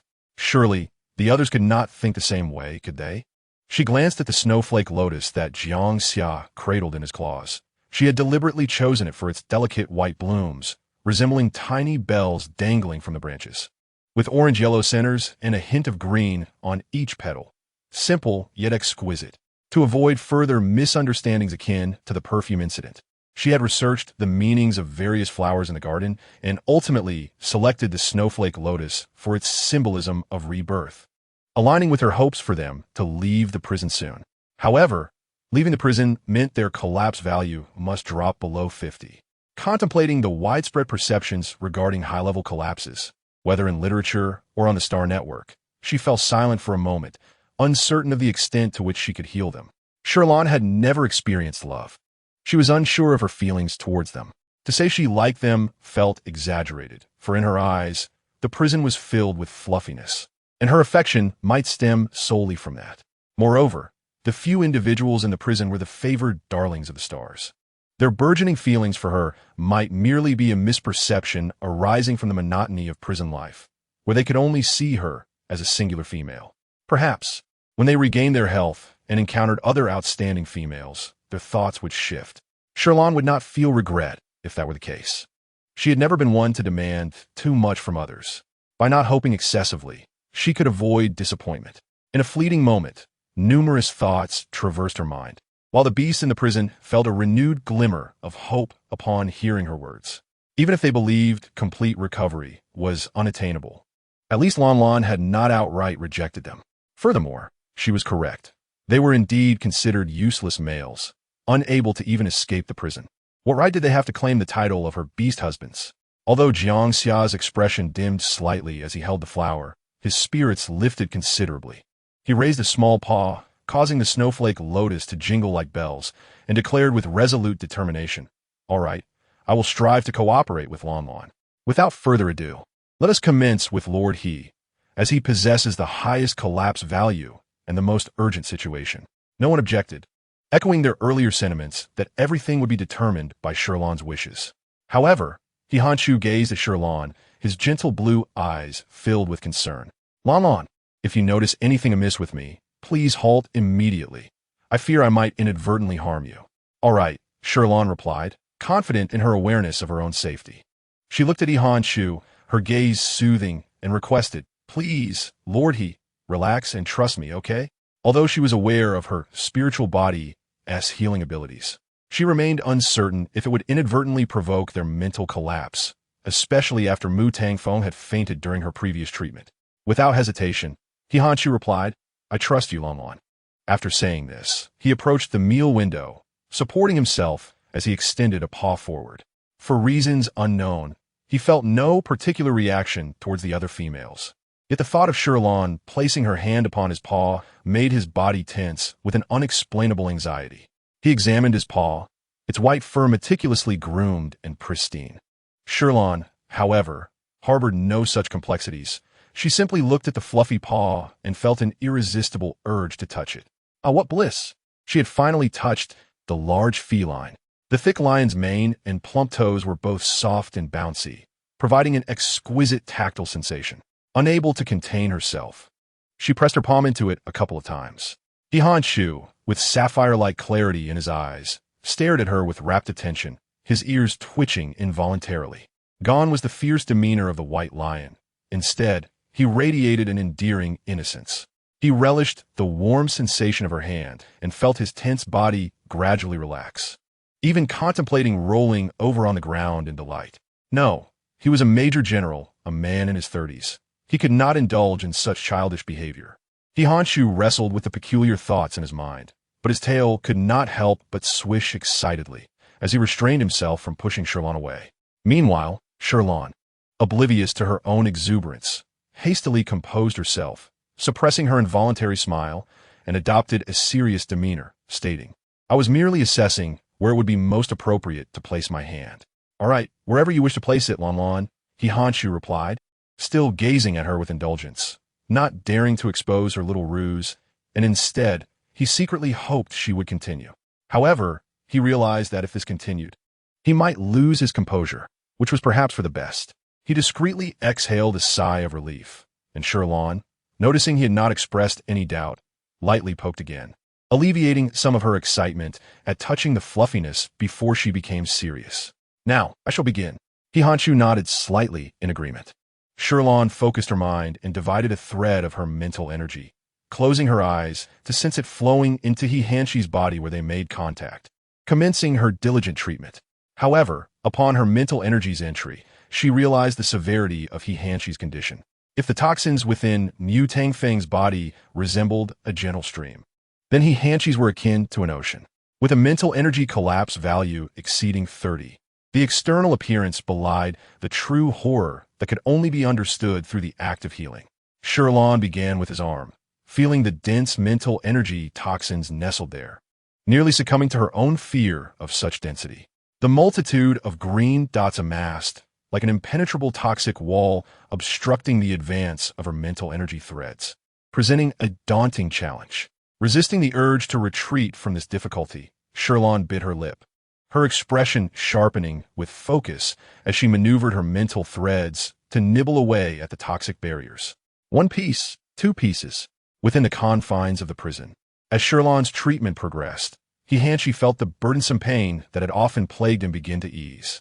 His gaze remained fixed on Shi Lan, tracing the delicate arch of her brows to the soft, rosy petals of her lips, his eyes betraying a joy and affection that she could not perceive. Yet, when he noticed her eyelids fluttering, he quickly lowered his gaze to conceal the unabashed warmth swelling within him. He was still unwell and did not wish to add to her worries. But in the next moment, he saw Shi Lan collapse onto the ground. Panic surged within Hihanshu as he leaned closer to the protective wall. Lian, what has happened? Are you all right? Hearing his voice, the others who had been silent in order not to disturb Shi Lan's treatment could no longer contain their concern. What is wrong with Lian? The collapse value of female healers, particularly those with severe conditions, often demanded more mental energy, making them more susceptible to fatigue. They fear that Shi Lan had inadvertently overextended herself. Excessive use of mental energy necessitated at least a week's rest for complete recovery and could also inflict lasting harm on one's body. Anxiety gripped everyone, and Hihanshu felt a wave of guilt for having been so engrossed in watching Shi Lan that he forgot to remind her. He had not expected the impact to be felt so soon, with treatment sessions typically lasting at least half an hour. Shi Lan, aware of their concerns, looked at Hihanshu, propped herself up with her hands on the ground, and exhaled slowly, waving her hand dismissively. It's nothing, just a bit too much. The others, perplexed as to why she seemed fine moments ago and then suddenly appeared overwhelmed, collectively sighed in relief. Shi, still uneasy, pressed further. Are you truly all right? Struggling to rise against the protective door, Shi Lan shook her head once more. Yes, I'm genuinely fine. She had not anticipated that merely absorbing from Shi's arm would leave her feeling so full, akin to having indulged in a grand feast. Not only was she invigorated, but her stomach felt so tight that she could hardly move. The saying goes, overeating leads to drowsiness, yet she was quite the opposite. Leaning against the door to recuperate for a few minutes, she finally said, Lord could you check if the mental energy collapse value has decreased? Shi scrutinized her complexion, confirming that her face remained rosy and seemingly unharmed, before hesitantly activating the chip for a diagnostic. At that moment, he was torn within himself. With his collapse value so elevated and his Shi Lan's treatment time so brief, he doubted any visible improvement, fearing it would undermine her confidence. Yet he could not bring himself to deceive her. As he wrestled with the decision of whether to fabricate a lie, the diagnostic results began to materialize. He stared at the numbers, momentarily taken aback, and thought it might be a malfunction, prompting him to retest. This time, he closely observed the fluctuating values. And once assured that the chip was functioning properly, he gazed at Shi Lan with a complex mix of astonishment. 83. He whispered the number, and disbelief flickered in the eyes of the others who heard it. How is this possible? In just a matter of minutes, a high-level collapse value in a beastman has decreased by 3 points? Even the most formidable females in history have never displayed such ability. Could it be that Lian's mental energy level surpassed that of the known highest-ranking females? In that instant, a tempest of emotions surged among the beasts. While Shi Lan remained oblivious to the extraordinary nature of her treatment, which was beyond comprehension, she recognized that Shi's previous collapse value was 86, now reduced to 83, and felt that 3 points was somewhat meager. Compared to Mu Tangfeng's solitary point, her efforts felt exponentially more arduous. Nevertheless, she found solace in the efficacy of her actions. With a relaxed smile, Shi Lan decided it was time to digest before leaving the prison. Once she departed, the atmosphere within the prison became animated. Yan Huashui, perplexed, asked, Shi, is this figure you mentioned genuine? You are not merely comforting Lian, are you? Shi, having repeated the experiment multiple times, refuted, no, it is indeed real. My mental energy collapse value has genuinely decreased. Yiming expressed his joy for Shi, stating, it is good that it has lessened. Congratulations on living a little longer. Jiang Xia enthusiastically approached the protective door, exclaiming, so, does this mean we can truly heal and leave the prison? Upon hearing this, the group fell silent.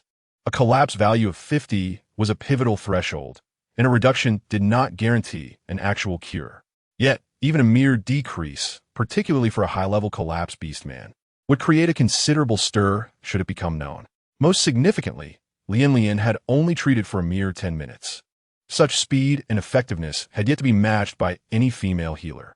Shi's expression turned serious. Regardless of the circumstances, this matter concerning Lian must remain confidential. Until we possess the means to protect her, we cannot divulge a word to outsiders. Of course, the beasts responded, fully aware of the gravity of protecting Lian. They understood that should this information surface, it would greatly impact her.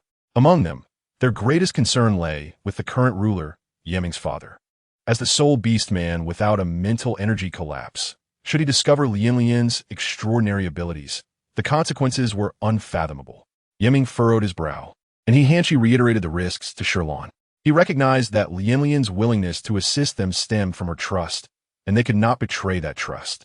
Shi Lan understood that her spiritual entity was distinct, and her healing capabilities were indeed extraordinary, yet she had not anticipated the dangers being greater than she imagined, potentially drawing the attention of the imperial ruler. Nevertheless, apart from a few in the prison, she had always exercised caution, revealing nothing in front of outsiders. After consuming a digestion tablet, she looked at the concerned messages from Shi on her chip, feeling warmth in her heart. It appeared her decision was indeed sound. They were deserving of her efforts. She inquired, why the sudden transfer of funds? Shi explained, this is a standard protocol for compensation between females and males during treatment. The fees vary based on the level of treatment. Here, 1 is the basic treatment fee, while an additional 3 is for the reduction in collapse value. Being no native, Shi Lan was unfamiliar with this. She promptly searched the star network and confirmed the truth of his words. The basic compensation for varying collapse levels differed, starting at 1,000 for low levels, 3,000 for medium levels, and 1 for high levels, increasing with each point reduced during treatment. Reflecting on the collapse values of her companions, she glimpsed a bright avenue toward wealth. Thus, if the value fell to 50, just from he Hanshi alone, Shi Lan could potentially earn over 300,000. Her eyes sparkled with delight. The prison was not only filled with her beloved furry companions, but also resembled a moving treasury. Where could one find such a lucrative and leisurely job that also offered side income? She gazed down at the transfer amount displayed on her chip and, without hesitation, accepted it. This was rightfully hers. Chapter 79. The instinct of affection for the master Shi Lan strolled leisurely within the confines of the prison, her hand resting on her still distended abdomen, pondering. Xiao Du, is this normal? I feel quite full after treating them. Xiao Du's pine fort, leaping onto her shoulder before gradually sliding in her palm, nodding its tiny head. Master, it is indeed normal. In the initial stages of treatment, the threshold is relatively low, but as the treatment progresses, your capacity for endurance will strengthen. Shi Lan gently tapped the pink-tinged leaves atop Xiao Du's head, which affectionately brushed against her fingertips. Xiao Du, why are you still so red? The leaves on Xiao Du quivered slightly. Master, I turn red each time I absorb energy, and only return to normal once the absorption is complete. Moreover, I am one with you. If you absorb too much mental energy toxin, I will also turn red. Understanding dawned upon Shi Lan. She nodded in realization, admiring Xiao Du's charming new appearance, resembling a delightful pink mushroom with vines, akin to a soft, fragrant strawberry. Unable to resist, she buried her face into it, inhaling the scent of fresh grass, which was soothing and refreshing. Though Xiao Du displayed no obvious changes, its vines and leaves unconsciously leaned closer to Shi Lan. The spirit entity's affection for its master was instinctual.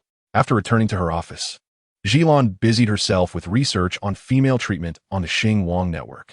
The original owner had been labeled a femme, and as a non-native, her knowledge in this area was indeed lacking. Furthermore, she believed it prudent to bolster her understanding of the gender dynamics in this world to avoid past blunders, such as the incident with the perfume. However, the information found online was rather fragmented, with varied interpretations from different sources, lacking the coherence found in books.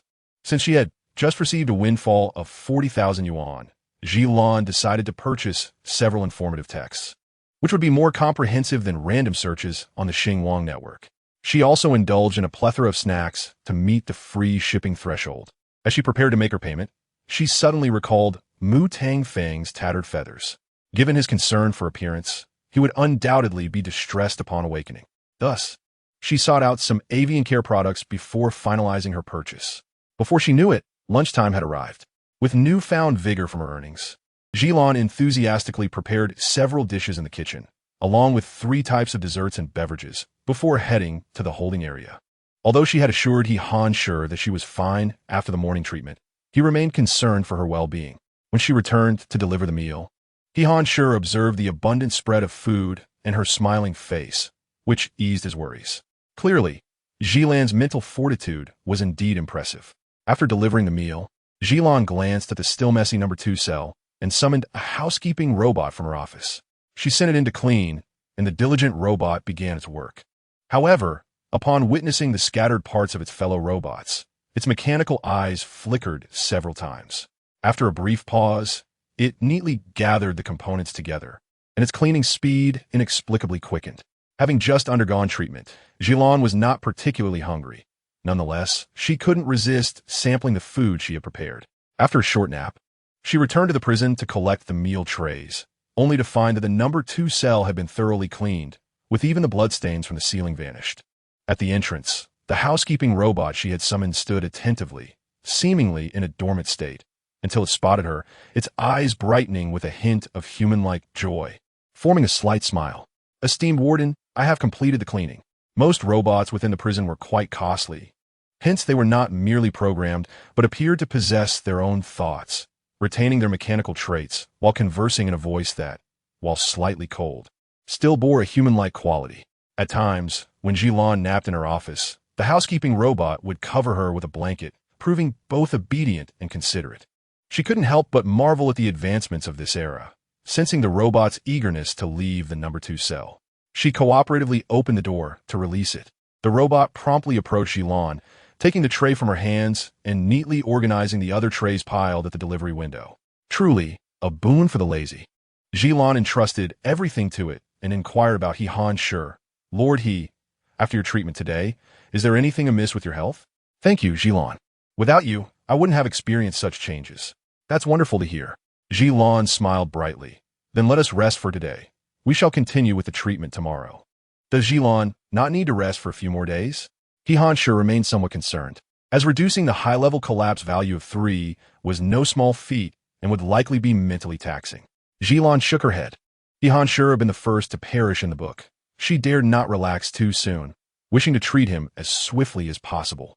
Were it not for Xiao Du's assurance that her capacity for mental energy treatment still required time to absorb, she would have planned to continue that day. Noticing He Han Sure's apprehension, Shi Lan reassured him, "It's all right. I feel great." All right. He Han Sure recognized that Shi Lan was not one to push herself unnecessarily. Confirming her honesty, he chose not to press further. As for the others, Shi Lan, concerned about their potential discontent, soothingly said, "Lords Yi, Jiang, and Yin, you need not worry. I will first reduce Lord He's treatment value to 50, and then proceed with each of you according to your collapse values." All according to Shi Lan's arrangements. The other 3 naturally had no objections. After all, mental collapse was not resolved in a day or two, and having endured for 2 years, they were now filled with hope and thus felt no urgency. Seeing such a harmonious scene, Shi Lan nodded approvingly. She departed the prison with a housekeeping robot, while He Han Sure fulfilled his promise to contact the Imperial Central Hospital. You need not send anyone over anymore. Upon hearing this, the director of the Imperial Central Hospital felt a surge of alarm. What happened to Major He? Did Dr. Zheng and the others do something wrong? He Han Sure shook his head. No, it is just that we are not yet prepared to allow female treatment. The director felt somewhat relieved. Although the mental states of those in prison were dire, their backgrounds were formidable, and it was crucial not to provoke them. However, Major He, if you continue to forego treatment, your collapse values will keep rising. Should the day come when mental collapse occurs, it could severely impact your lives. This had indeed been a concern for He Han Sure previously, but now with Shi Lan's presence, they need not dwell on it too much. Moreover, even without Shi Lan, given Mu Tang Feng's condition, they could not bear the thought of any other female touching him. His tone was resolute. It is fine. Let be for now.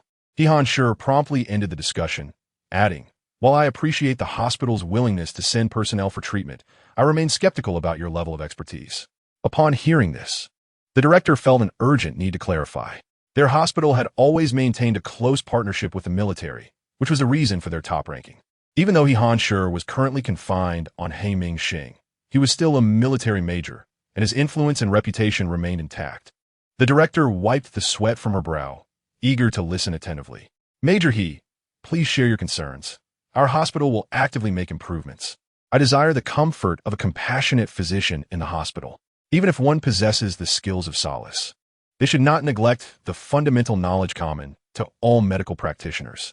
What if a lack of this knowledge inadvertently leads to a fatality? In such an event, who would bear the responsibility? He Han Sure informed the dean about Dr. Zheng's use of the anesthetic gun, presenting the facts in a calm manner without embellishment. His intent was not to lodge a complaint, but rather to express concern that such an incident might recur. Had he not intervened today, it is possible that Mu Tang Feng would have faced grave danger. The dean's heart raced in fear. How could Dr. Zheng have caused such a significant mishap? If it weren't for the unavailability of 2 more experienced and senior physicians, she might have considered giving Dr. Zheng more opportunities for growth, especially with her own upcoming promotion in mind. Taking a deep breath, she replied solemnly, "Very well. He Major General, I understand. I shall ensure stringent oversight of our physicians' learning." After concluding the call, she felt relieved that no actual harm had occurred. The beastmen surrounding the mother of the young Master Mu were formidable, and considering he was the sole heir of the Mu family, any incident would surely jeopardize her hospital's future. The dean, feeling a sense of unease, temporarily shelved thoughts of Dr. Zheng's promotion. Perhaps today, Shi Lan had provided Mu Tang Feng with an extended treatment session, for he awakened far sooner than anticipated. Just as Shi Lan was finishing her shift, he regained consciousness. Reflecting on the moments leading to his mental breakdown, he instinctively glanced at the back of his hand, only to see his wings due to his current beast form. His eyes widened in dismay as he fixated on the considerable bald patch on his wings. Unable to contain his self-loathing. What an unsightly creature I have become. Suddenly struck by a thought, he hastily pulled aside the cloth covering the mirror, only to be confronted by the once majestic visage of his beast form, now rendered grotesque, with sparse feathers and a significant portion of his wings devoid of plumage. He could not help but shield his eyes and let out a cry of despair. Ah, how did I become so ugly? Where are my feathers? Han Shi, initially inclined to check on him, found himself momentarily speechless as Mu Tang Feng's first action upon awakening was to examine his reflection. Proud of his beauty, Mu Tang Feng, upon witnessing his disfigurement, promptly transformed into human form, washed his hands, and wrapped himself in a blanket before desperately searching for the remaining fur care ointment. He had previously instructed Chun Xiong to procure several bottles, but with his frequent use, up to 10 times a day, he was left with only one. After applying the ointment generously, he covered the mirror again, feeling like a bird in mourning. He felt utterly unattractive and despondent, pondering how a creature as unappealing as he could ever win the affection of a mate. He retrieved the projection recording device from his storage space, realizing that his plans would have to be postponed yet again. Given his current state, he feared that Shi Lan would indeed find him repulsive. Feeling defeated, he concealed himself thoroughly, avoiding even the few others in the prison. Jiang Xia, noticing the unusual quietude of Mu Tang Feng, inquired with genuine concern, Mu Tang Feng, are you all right? But Mu Tang Feng was far from well. Regretting his unnecessary question, Jiang Xia turned his attention back to a ball of yarn gifted by Shi Lan. Unable to bear the sight of others reveling in joy, particularly as Jiang Xia seemed to amuse the future matriarch more than he did, Mu Tang Feng found every sound to be an annoyance. Now that he had become unattractive, he believed Shi Lan would surely favor the shorter beastmen instead. How could he ever capture her heart? As frustration mounted within him, just as he was about to lash out at Jiang Xia, Han Shi, having allowed Mu Tang Feng ample time to process his emotions, spoke up, Mu Tang Feng, you should check your mental breakdown level now. The scathing remarks he had been about to utter momentarily lodged in his throat. For the sake of his idol, he was willing to restrain himself. However, his spirits remained low, as the thought of having been touched by another repulsive female made him feel not only ugly, but also unclean. Even though it had merely been a necessary touch during treatment, he could not help but wash his hands again, applying fragrant fur care ointment before reverting to his beast form to conduct another assessment. Soon, the results were in, 52. Upon seeing this number, Mu Tang Feng's sorrowful emotions faltered momentarily, and he incredulously repeated the test. The outcome remained unchanged. Could it be that the female had indeed succeeded in treating him? Despite his astonishment, his voice lacked vigor as he spoke. No, it was Shi Lan. Han Shi shook his head in denial, explaining that due to Mu Tang Feng's mental breakdown, his thoughts had been entirely disoriented, rendering him oblivious to the treatment he had received from the minor toxin. Mu Tang Feng raised his voice slightly. What? Shi Lan has mental powers? How would she treat me? Han Shi elucidated. You should recall that Shi Lan's spiritual entity resembles a green mushroom. Today, your mental breakdown was alleviated by her spiritual form. However, he pondered aloud why Mu Tang Feng's mental breakdown level had decreased by 2 points. He had previously speculated that the reductions of 1 point experienced by him and Yi Ming were related to Shi Lan's spiritual entity, recalling the sight of those green dots during his own breakdown. Earlier that afternoon, he had inquired with Yi Ming, who confirmed a similar observation. Yet, he had always assumed the reduction was merely 1 point. Why then had Mu Tang Feng's dropped by 2? Was it due to his already low mental breakdown level? Mu Tang Feng was indifferent to the specifics of the reduction. His mind was solely occupied with thoughts of Shi Lan's healing. His future mate was truly exceptional. Even before their union, she had willingly provided him with treatment despite his high-level mental breakdown. With a sudden uplift in spirits, he squatted in the prison and began to chuckle foolishly. Across from him, Han Shi had yet to decipher the treatment patterns of Shi Lan's spiritual entity, but he understood that it was undoubtedly connected to her. It was evident that she had quietly sent her spiritual form to assist him well before this moment. Without her intervention, given the severity of his mental breakdown, he might have perished upon his first episode. This realization made Shi Lan feel like his guardian angel. How could this be?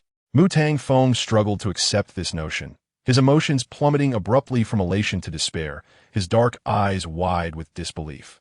While He Hanshi also grappled with why Shi Lan, as a female, was unaware of these abilities, it indirectly suggested that she had never pursued any other males. This was indeed good news. Mu Tang Feng, whether you believe it or not, this is the truth. Mu Tang Feng's demeanor soured further.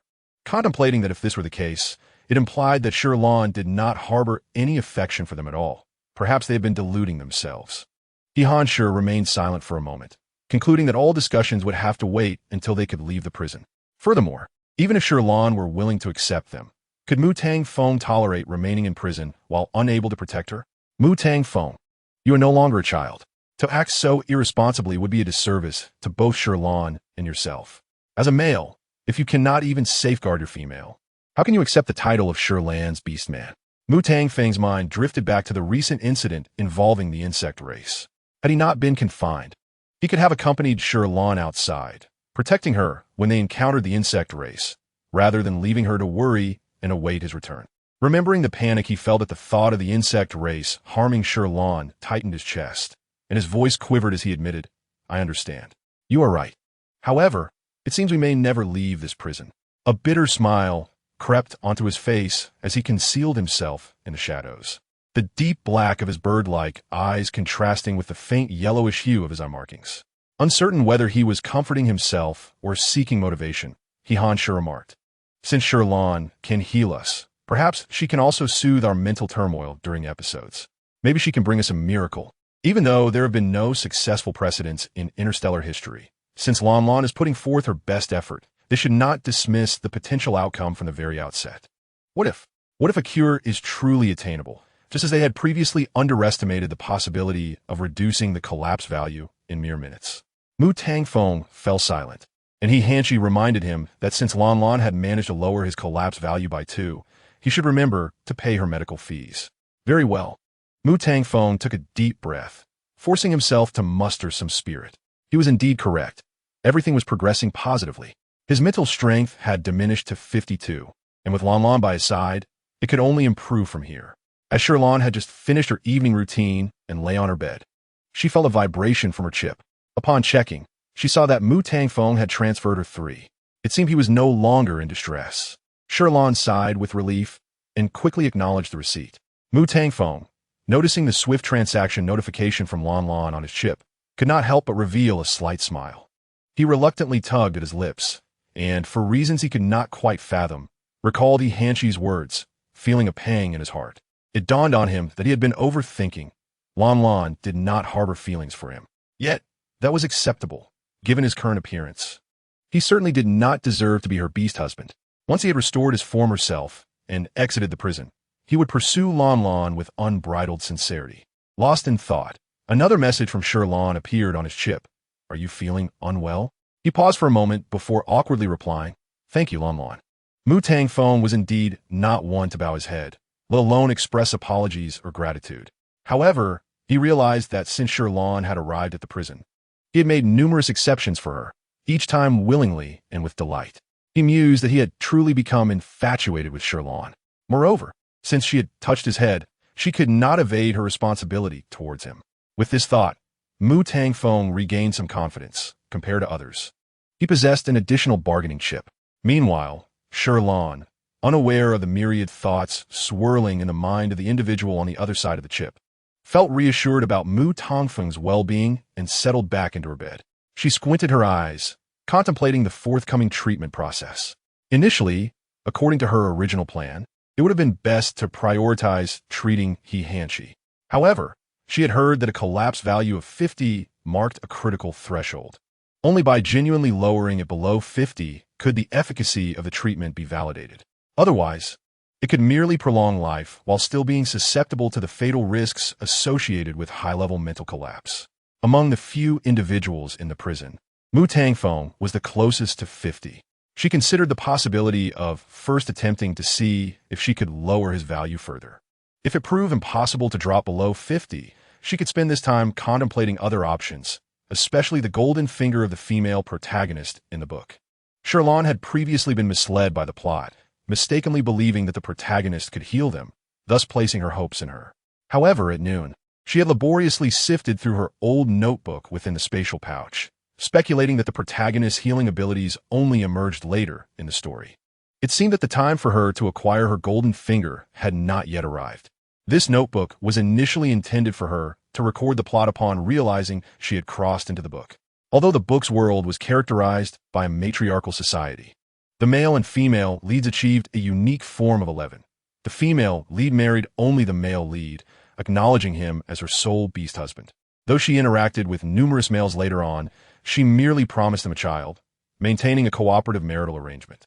In such a world, even if the female lead engaged with many males, her public favoritism towards the male lead and her designation of him as her only husband remained a source of envy and admiration among the males.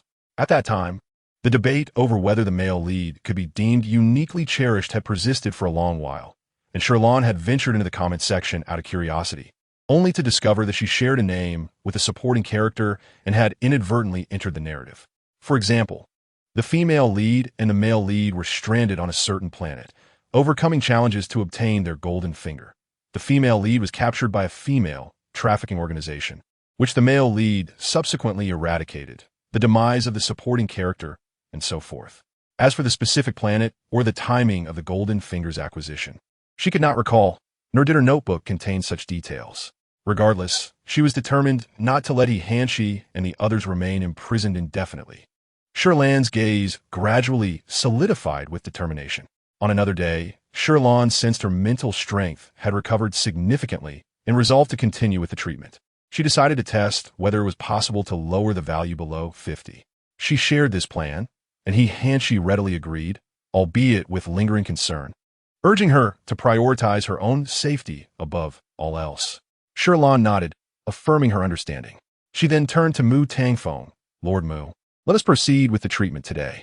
Your current collapse value is 52, the closest to 50, and I wish to see how far we can progress. Naturally, Mu Tangfeng had no objections.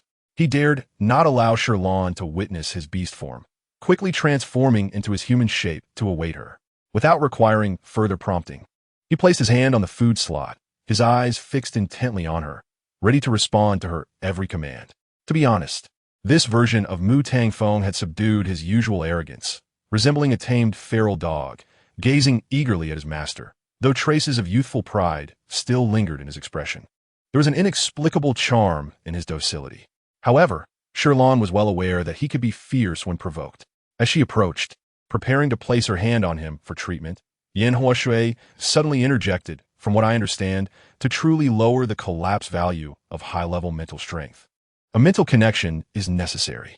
The term mental connection was something Shi Lan had encountered previously in posts. It served as a spiritual mark requiring a high degree of mutual trust, typically reserved for partners. She hesitated momentarily, and Yan Huashui continued. The risks associated with a mental connection are substantial. Historically, some females have perished during treatment due to this very connection. In mild cases, they may require rest for 1 or 2 months. In severe cases, it could lead to shock or death. While I believe in you, I cannot bear the risk associated with this treatment. I do not wish to harm you. Shi Lan had been somewhat apprehensive, but upon seeing Mu Tangfeng's worried expression, her resolve solidified. Let's give it a try. I will be cautious. After all, my mental entity is different, and perhaps it doesn't need to be so complicated. No. Mu Tangfeng reacted even more strongly than she had anticipated. His expression grew unusually serious, his elegantly defined features revealing a hint of sharpness, his crimson lips pressed tightly together. This danger is far too great. Do you wish to remain in this prison forever? Shi Lan gazed directly at him. Mu Tangfeng remained obstinate, asserting, if the cost of healing me is to harm you, I would rather forego treatment. As he spoke, he retreated slightly, seemingly fearful of her touching him. Shi Lan felt a twinge of helplessness, but recognized that Mu Tangfeng's intentions were noble. However, the known possibility of healing lay within her grasp, and she did not want to let this opportunity slip away. She looked at him earnestly. Rest assured, I cherish my life as well. I would never gamble with it. If anything feels amiss, I will stop immediately. The others began to voice their concerns as well. Yiming stated, Lan, Mu Tangfeng's collapse value is already quite low. According to what you said yesterday, treatment can indeed be based on the collapse value. Jiang Xia nodded in agreement. Yes, Lan Lan, the risks are still too great. They all worried for her safety, fully aware that a mental connection could genuinely endanger her life, which was their greatest fear. Reflecting on He Hanshi's words, they undeniably held merit. Very well, I shall continue treating Lord He. If his collapse value can be reduced to 50, we can reconsider. Shi Lan took a step back, acknowledging that she had indeed acted too hastily. He Hanshi, upon hearing her words, contemplated her approximate healing speed, estimating that it might take another 2 weeks. He nodded in agreement. In truth, there exists a method for the spiritual connection that does not harm the female.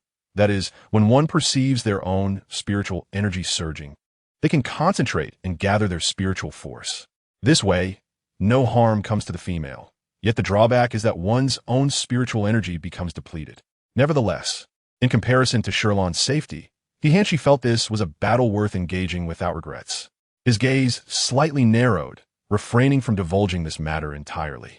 Regardless of his circumstances, he would stand by Lan Lan and was prepared to sacrifice his life if necessary. In this world, the term spiritual connection is relatively obscure, as it applies specifically to high-level spiritual breakdowns, differing somewhat from the spiritual bonds formed through deep comfort. The spiritual connection is essentially an act of unilateral marking by the female on the male, akin to taming the male's spiritual energy to suppress breakdowns for healing. In contrast, deep comfort involves a mutual integration and adaptation of spiritual energies between the male and female, achieving a state of harmony that amplifies the healing effect without any associated danger. However, both processes necessitate a foundation of trust between the parties involved. Shi Lan, however, had only a superficial understanding of these concepts, and, in the prison, it seemed that only Yin Huashui was aware of an alternative self-damaging method to resolve the spiritual connection. For the time being, Shi Lan abandoned the idea of establishing a spiritual connection with Mu Tangfeng and approached He Hanshi to conduct treatment following the same procedure as yesterday.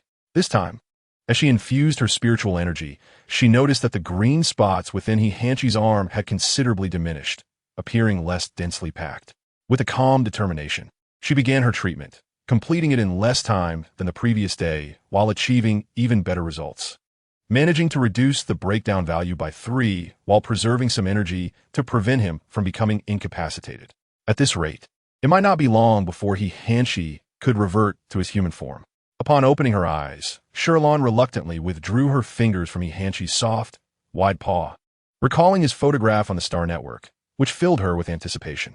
Despite having witnessed her healing speed yesterday, He Hanshi still expressed surprise upon viewing the breakdown value on the chip.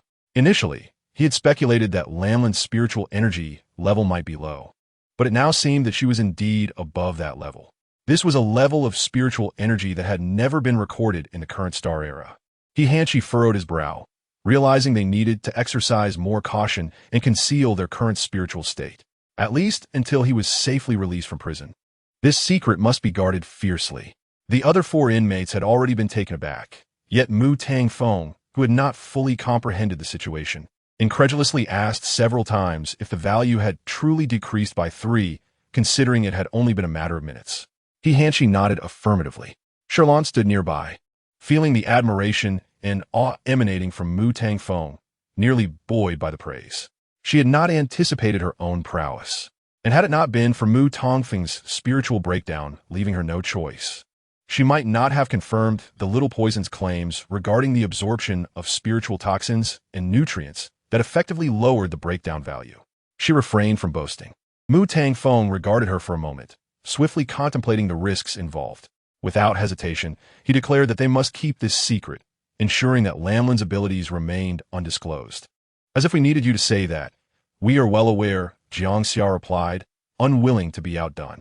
The others nodded in agreement.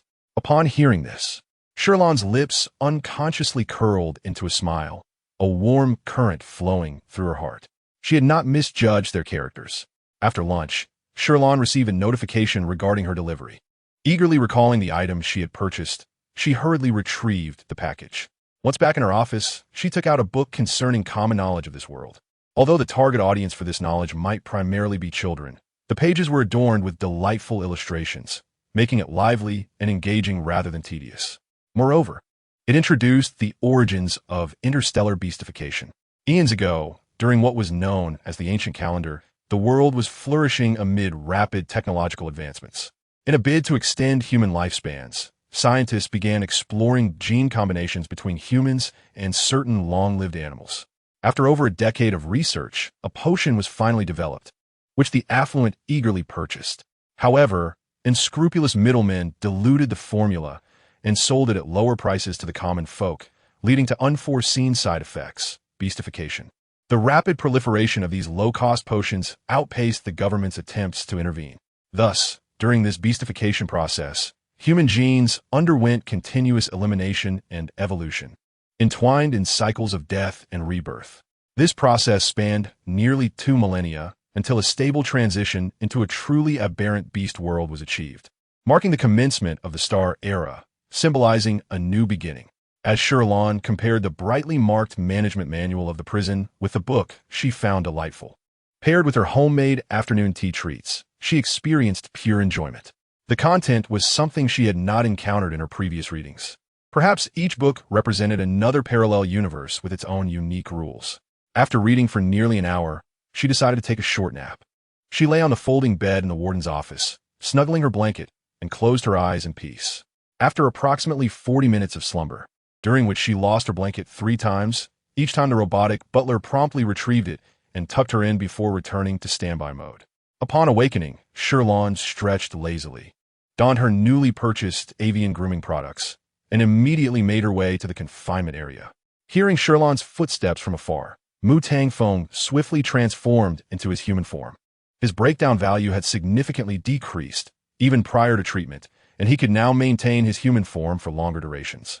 He could not allow Lan Lan to see him in his beast form. Discussions among the inmates had suggested that everyone experienced a drop in their breakdown values before treatment, speculating that this was due to the spiritual entity Lan Lan had previously placed in the prison. They had initially overthought the situation. Lan Lan's intention in keeping the spiritual entity there was not to monitor them, but to assist in their healing. However, that privilege was no longer available to them. Mu Tangfeng gazed at the emptiness reflected in the mirror, feeling that the prison had become even more desolate. Thankfully, with Lan Lan's presence, they had newfound hope for escape. His pitch-black eyes gleamed slightly as he unconsciously directed his gaze toward the door from which the sound emanated. Not only he, but the others also instinctively set aside their tasks, awaiting her arrival. Shi Lan entered, heading straight for cell number 2, and placed the items she carried in the food delivery slot. Mu Tangfeng, come take a look. I bought you some things.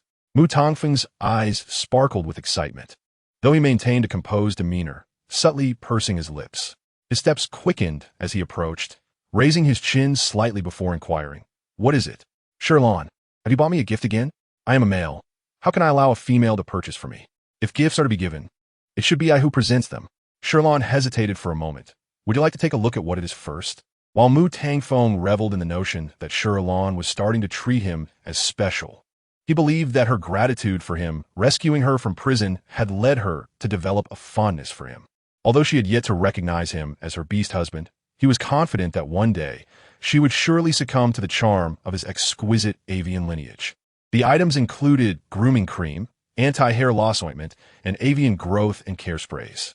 His momentary pride quickly faded as he instinctively recalled his ragged beast form, one even he found unappealing. This meant that despite his efforts to conceal his beast form, Shi Lan had already seen it and had bought him these products. His lips tightened, and a hint of grievance clouded his eyes as he lowered his gaze, speaking with a mix of shame and indignation. "Shi Lan, do you think my beast form is so hideous that you cannot bear to look at it? A species as exquisite as the JLNIO requires no such grooming substances. It is inherently blessed and can flourish to perfection on its own." If CHN Xiang were present, he would undoubtedly report the fact that he had been compelled to purchase numerous bottles of fur care cream.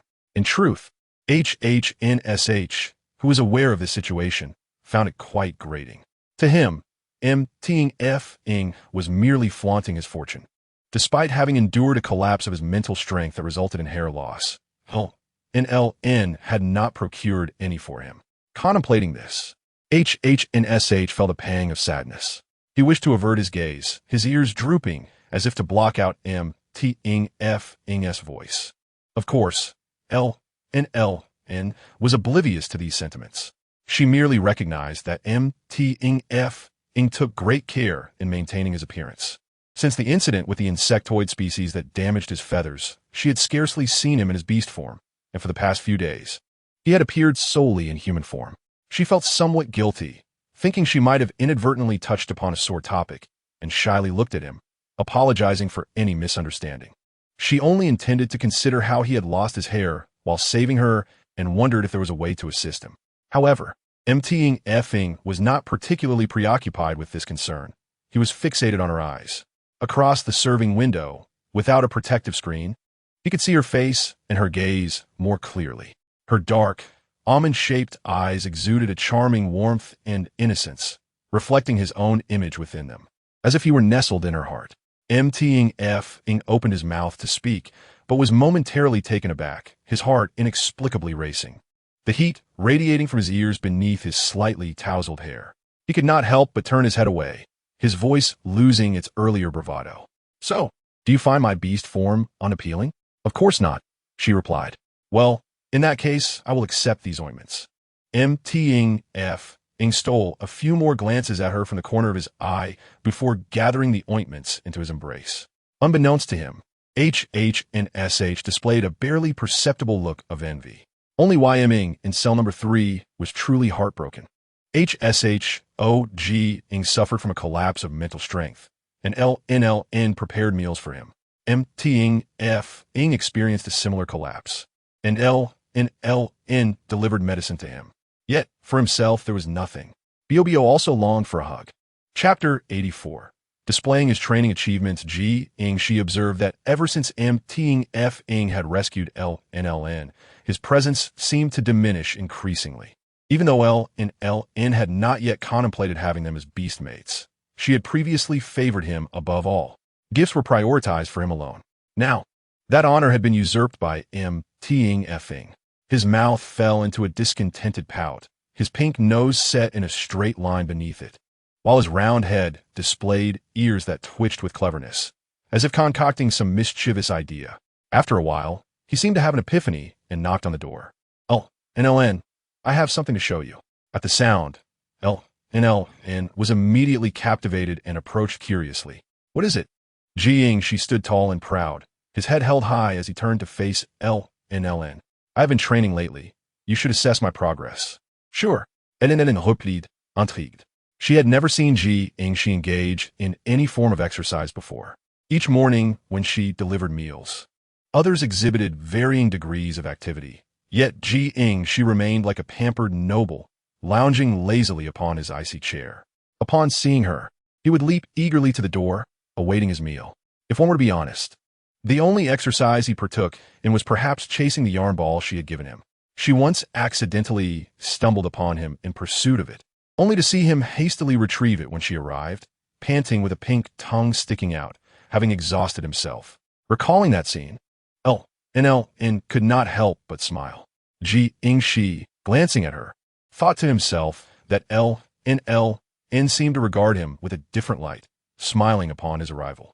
He proudly raised his head and declared, "Now, L.N.L.N., watch closely."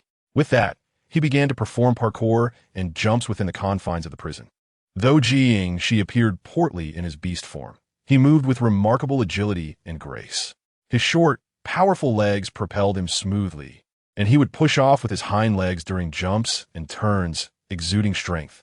As he sprinted, his long, thick fur was swept into sharp lines by the wind, creating a slender silhouette in the air, and upon landing, his fur fluffed up like a feather duster, lending a lightness to his movements.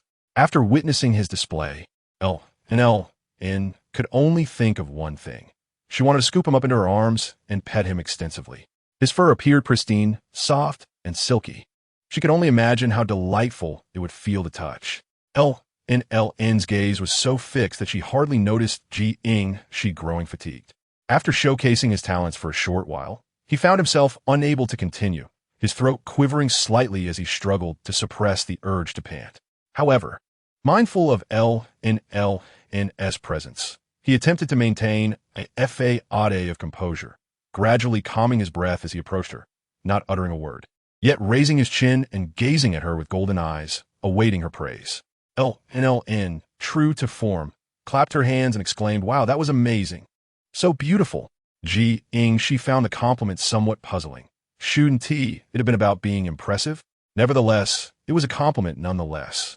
And unlike Ting, who was so discerning, he could not help but smile, revealing a few pearly teeth. Ns at melted. Her face nearly pressed against the protective door. So adorable, so adorable. She repeated in her mind, her gaze expectantly fixed on Shi. Is there more? She finally managed to steady his breath after a while, and, upon hearing L's question, his heart skipped a beat. Was she asking for more? He hesitated, his paws shifting in the snow, yet he couldn't bear to disappoint her, so he nodded, deciding to push himself further. Though it would not be easy. Thus, he climbed onto his icy chair once more and leapt down from it. Attempting to appear dignified, though only the disheveled sounds of his breathing and the quickening of his heart betrayed his struggle. However, he maintained control, and N was none the wiser. She simply nodded repeatedly, exclaiming how wonderful it was. She felt a mix of elation and concern, wondering if LN would ask him to continue. Had he known this would happen, he would have trained more regularly. Fortunately, LN seemed satisfied and did not request further demonstrations. She understood that aside from Shi, who else in this prison would willingly perform acrobatics for her? She adored him immensely. However, lingering any longer would risk her losing control and playfully teasing the rabbit-like creature, so she resolved to leave. What do you mean by assessing your training results? Have you even trained? Since their last quarrel had upset LN, they had learned to discreetly avoid her. Ting had held his tongue for quite some time, but finally spoke up after LN departed. With her absence, she no longer restrained his ragged breaths. He collapsed into a pile of snow, lazily stretching out his limbs, his tail swaying as he stuck out half of his tongue to cool off, letting out a deep, rumbling chuckle. So what? As long as LN is pleased. Moreover, who could compete with someone so shameless? Had T previously asked Xiang to purchase those fur care creams, only to have them devoured by dogs? Thankfully, there were no dog beast men in the prison. Otherwise, they would likely jump out to express their disdain. Ting suddenly understood. Ah, I see. You're envious that LN delivered to me, but not to you, right? Huh, what can I say? LN herself mentioned that she was concerned about the fur I lost while rescuing her. She pouted, baring his teeth in annoyance. Curse that JLNIO. If not for his confinement, he wouldn't have had the chance to shine when the insectoids arrived. The other three could only listen, feeling as if they had been struck by an arrow. It was undeniable that they secretly envied him as well. Why did Ing possess such good fortune, being gifted with the skill of invisibility, having a low collapse threshold, and being able to rescue LN? The more they thought about it, the deeper their jealousy grew. The myriad beasts found themselves lost in their own thoughts, while Yiming's envious gaze was withdrawn from across the room. Just as he stood, intending to freshen up, he received a communication from Dr. AI. He paused momentarily, instructing Jiang Xia to immobilize the prison robot before answering.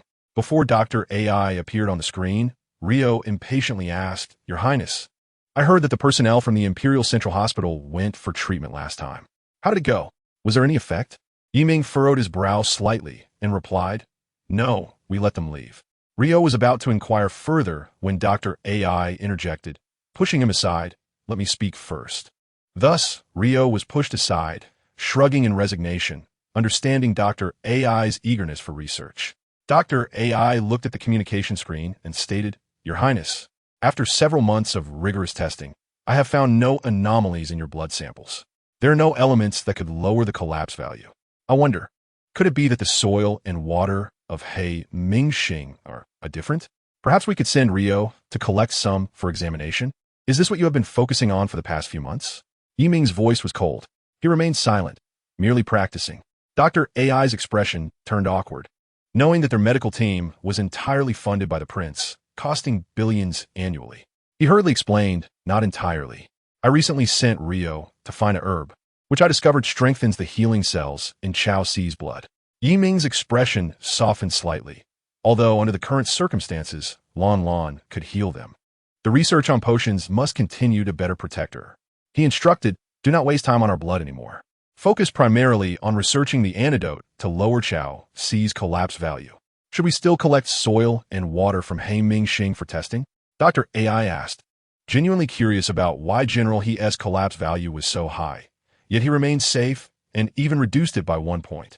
Could it be that He Mingxing harbored some undiscovered miraculous substances? That is unnecessary. Concentrate all your efforts on Chao Si, Yiming replied. Oh, very well. Recognizing Dr.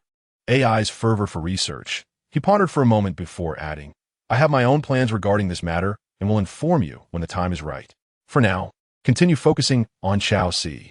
Dr. AI's eyes brightened, understood. Once the conversation ended, Rio, still anxious, leaned forward, Your Highness. Why don't you allow the females from the Imperial Central Hospital to treat you? It is worth trying. This matter is settled. I have my own plans. Very well.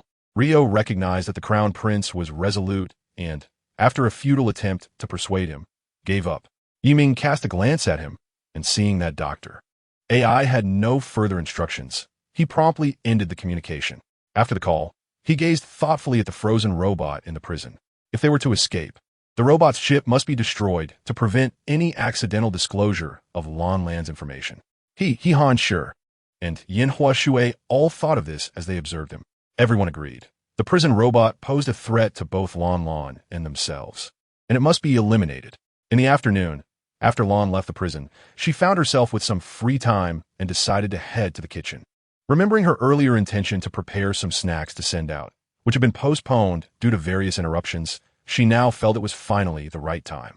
Standing in the kitchen, she pondered what treats would be best to make. Browsing the Star Network for current recipes, she noted that the interstellar populace's cuisine remained rather rudimentary, predominantly featuring meat dishes, with pastries and desserts being exceedingly rare. Indeed, creating some snacks would be ideal. She decided to make some long-lasting peach crisps and ice skin mung bean cakes, along with some dried flower tea to send along. She recalled that when she first met Grandpa Lu, he had been drinking tea, which he would likely appreciate. With that in mind, Lan resolved to visit the garden. Fortunately, the garden was abundant with a variety of flowers. She enlisted 2 robots to help her gather roses, chrysanthemums, and lilies. Once she felt she had enough, she made her way back to the kitchen with the robots. The subsequent washing and drying were handled by the kitchen robots, allowing her merely to initiate the process, after which they could package everything according to her samples. After preparing the flower tea, she began to gather the ingredients for the ice skin mooncakes and peach crisps, adjusting the parameters according to the recipe. Lan had never made these treats before. She had only watched some cooking videos, and initially, her measurements were incorrect, resulting in products that were either too sweet, poorly flavored, or overly hard. After several attempts, she finally settled on the correct parameters. This did not take much time, so she found black beans, yellow beans, and red beans, mixing them with sugar and having different robots grind them into powder. She then vacuum sealed them into 3 types of soy milk, perfect for the colder climate of the border star. As Liwei Duo and by phone could enjoy some warm soy milk. After tasting a cup herself and confirming the sweetness was satisfactory, she felt reassured. She prepared a large quantity of soy milk, considering the number of people who had come to rescue her from the garbage star. It was only fair to share with everyone. Satisfied, she drank a few sips, scheduled the logistics robot, and inquired about everyone's addresses. Unlike delivery robots, logistics robots arrived swiftly. She arranged for it to arrive within 2 hours, and it indeed arrived on He Mingxing right on time. After handing over several heavy packages to the logistics robot, she paid over 2,000 in shipping fees. It seemed that He Mingxing was quite remote, as the shipping cost was nearly half the price of her spaceship ticket from the capital star to He Mingxing. Thankfully, she still had some funds. That night, since there were leftover peach crisps and ice skin mung bean cakes from the afternoon, she distributed them as dessert after dinner and also prepared a cup of rose-roasted milk.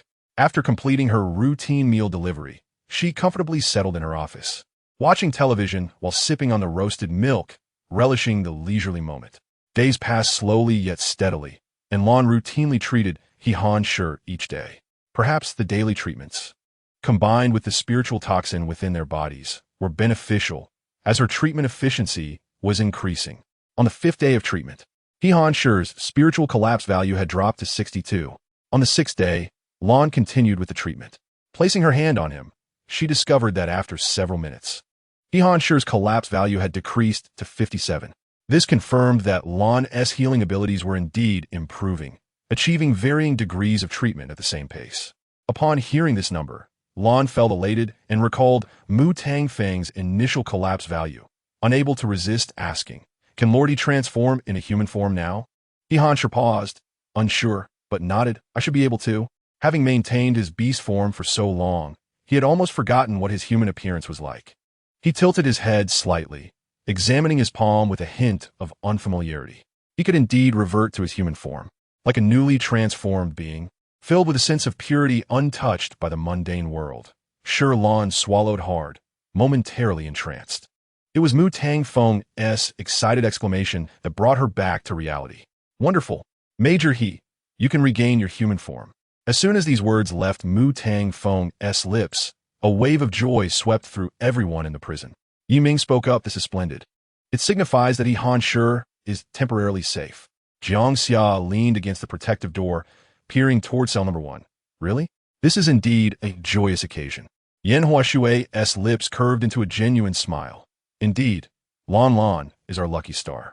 "Yes, Lan is our lucky star," Yan Huashui echoed, prompting Jiang Xia to join in, and others nodded in agreement. Shi Lan felt a blush creeping up her cheeks from his sudden praise. Meanwhile, He-Han Shi, after reluctantly adjusting to his human body, managed a faint smile, his ice-blue eyes softened with warmth. Lan is indeed our lucky star." Shi Lan found herself somewhat overwhelmed by He-Han Shi's striking visage. Perhaps it was his fair skin and gentle gaze that resembled a divine statue crafted from ice and snow, exuding an aura of untouchable sanctity. She felt that conversing with him would somehow tarnish his purity.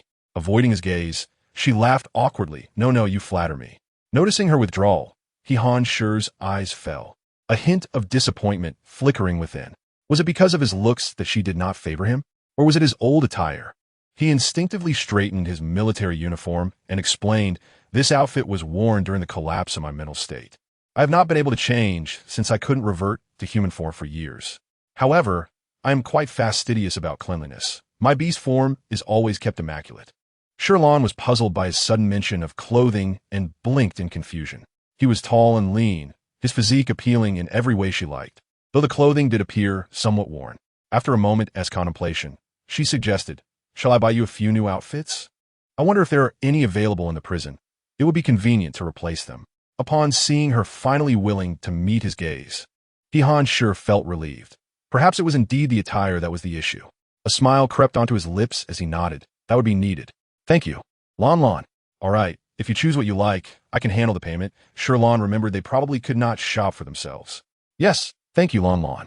He-Han Shi was always accommodating, his gaze lingering on her face like a gentle pool of warm water, not overly assertive, yet inviting closeness and trust.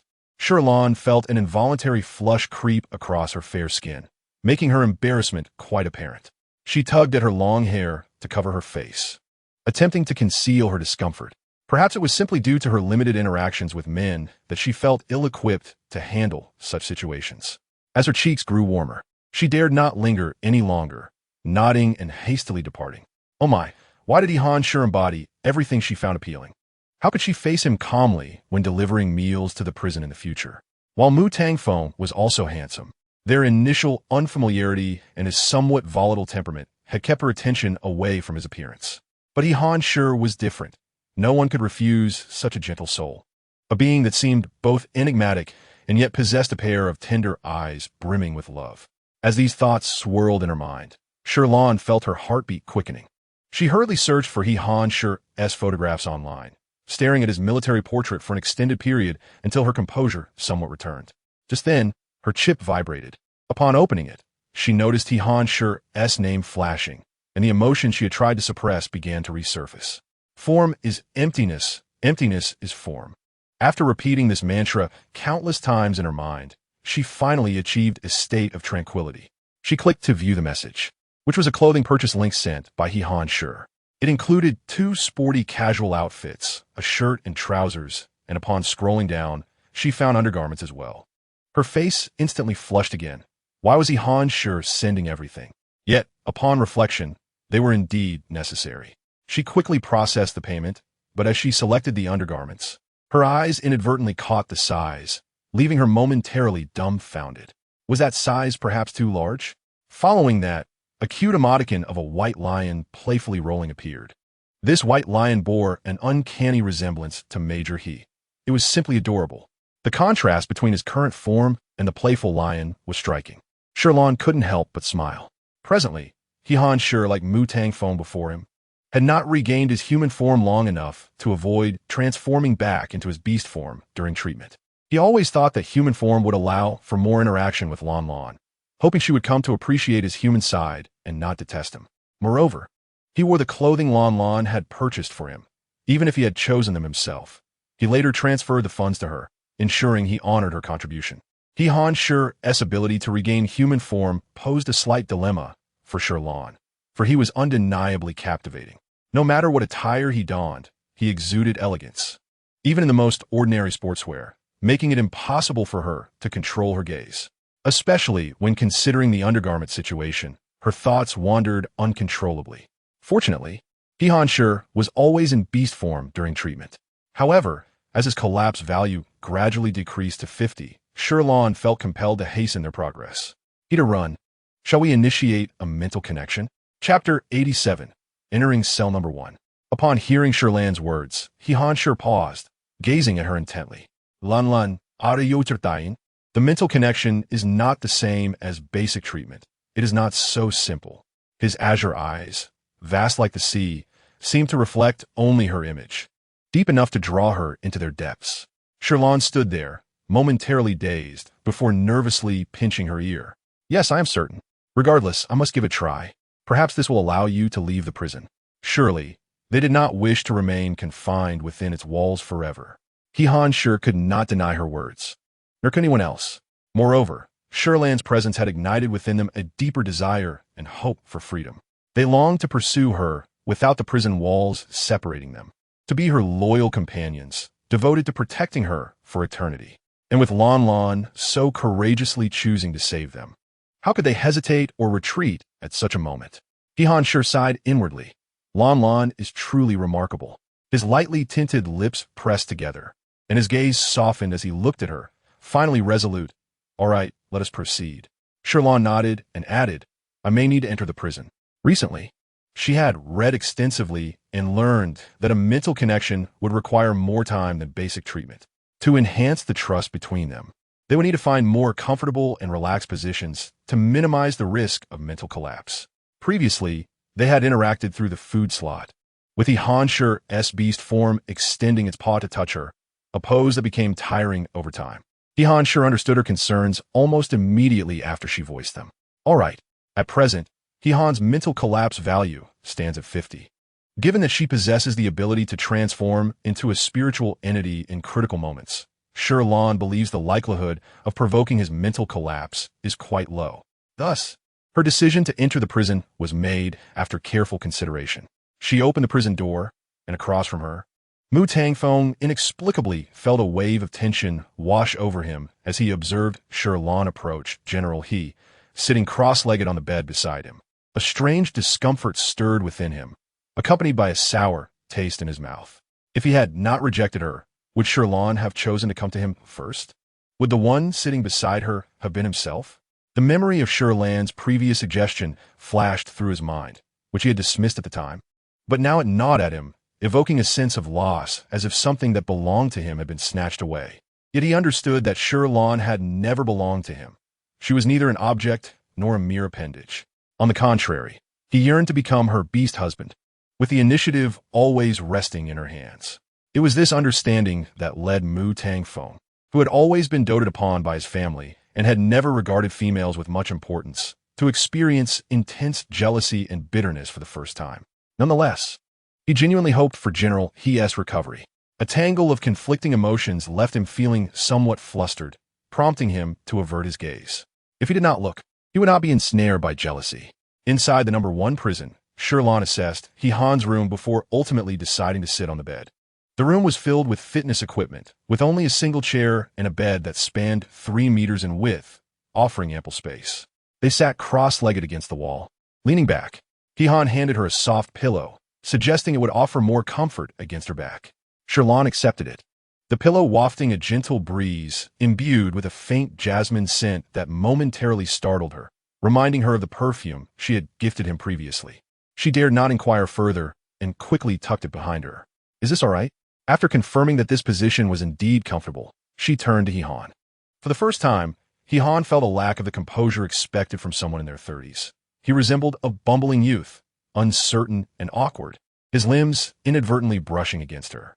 He shifted through several positions, prompting Shi Lan, unable to bear it any longer, to take hold of his leg. "Follow my lead." He-Han immediately quieted, yielding to her guidance. "Your left leg goes on top, and the right leg below. Just mirror my position." Once Shi Lan adjusted his legs, she shifted slightly to the side, having underestimated his height. If they sat closer, his legs would easily brush against her thighs. Even though she wore casual long pants, which were quite modest, the thin fabric was still warmed by his intense body heat, particularly in the sensitive area of her thighs. He-Han also sensed the contact with a soft area, casting a furtive glance and quickly averting his gaze, instinctively moving his foot away, fearful that Shi Lan might perceive him as inappropriate and take offense. "Don't move." Shi Lan, having finally found a suitable position, was thrown off balance by his fidgeting. She maintained a stern expression, her fair and delicate face exuding seriousness and mild annoyance as she shot him an admonishing glance and corrected his posture once more. "I apologize." He-Han's thick lashes fluttered, his gaze filled with regret, his soft silver hair brushing against his ears, resembling a once mighty beast now tamed, instantly compliant. Seeing this, Shi Lan found it hard to remain angry. Instead, she was momentarily captivated by his appearance, her heart racing uncomfortably as she awkwardly touched her nose and leaned down to correct his position again. Fortunately, having established the general range earlier, this adjustment was straightforward. "Is this position acceptable?" she inquired again, to which He-Han nodded affirmatively. "Good, shall we begin?" Shi Lan directed him to place his hand on one leg, locking eyes with him in an encouraging manner. "Now, you must relax. Trust me completely. Believe that I can heal you and that I will not harm you." "Can you do that?" "Yes," He-Han replied without hesitation, a faint smile gracing his lips. Moreover, given his previous mental collapse value, death would not require her intervention. Shi Lan nodded, placing her hand on his. Truth be told, it would be impossible for her not to feel nervous. After all, the mental connection was widely regarded as a perilous endeavor, not to be taken lightly. Yet, as a healer, akin to a physician in this world, she must possess more confidence than her patient, soothing their emotions to foster trust. If a doctor lacked faith in their own skills, how could they expect patients to entrust their well-being to them? She took a deep breath, closed her eyes, and centered herself. Chapter 88. The mental connection requires delving into deeper realms, specifically into the mental sea where one's spiritual energy is stored. Had it been her modern self, Shi Lan would have been oblivious to the whereabouts of the mental sea. However, in this world, she had developed her own spiritual entity, allowing her to trace the pathways of He-Han's meridians to locate his mental sea. The mental sea is an intimate space. Should someone wish to render another a mere shell of their former self, they could wreak havoc within this domain. It represents an individual's most significant vulnerability. Thus, without absolute trust, it is challenging to navigate. Shi Lan had initially anticipated this process would be fraught with obstacles, but to her surprise, as her strands of spiritual energy neared He-Han's brain, a blue thread of spiritual energy emerged to guide her, successfully leading her into his mental sea. She paused momentarily, astonished by He-Han's level of trust in her. However, mindful of the ongoing treatment, she refrained from allowing her focus to wander. Yet, upon observing the state of his mental sea, her eyes brimmed with astonishment. Following her recent treatment, the toxins surrounding He-Han's body had dissipated. Yet his mental collapse value remained stubbornly at 50. Initially, Shi Lan had struggled to comprehend the origin of the residual collapse value, but upon closer inspection, she realized that a mental connection was essential. The remaining toxins lay densely packed within the mental sea, where countless green dots intertwined to form webs. At the center of the most concentrated web, a pure white lion appeared lethargically ensnared within a toxic cocoon, unable to even twitch its tail. Within these green webs, azure threads of spiritual energy meandered, occasionally approaching her spiritual energy strands with trepidation before hastily retreating. However, in comparison to the green toxins, the space for these spiritual energy strands to survive was severely limited. Contact with the green toxins would result in their immediate consumption. Shi Lan furrowed her brow, realizing that the true challenge lay ahead. She shook her head in resignation, gazing at the little white lion trapped within, and began her slow breakthrough from the periphery.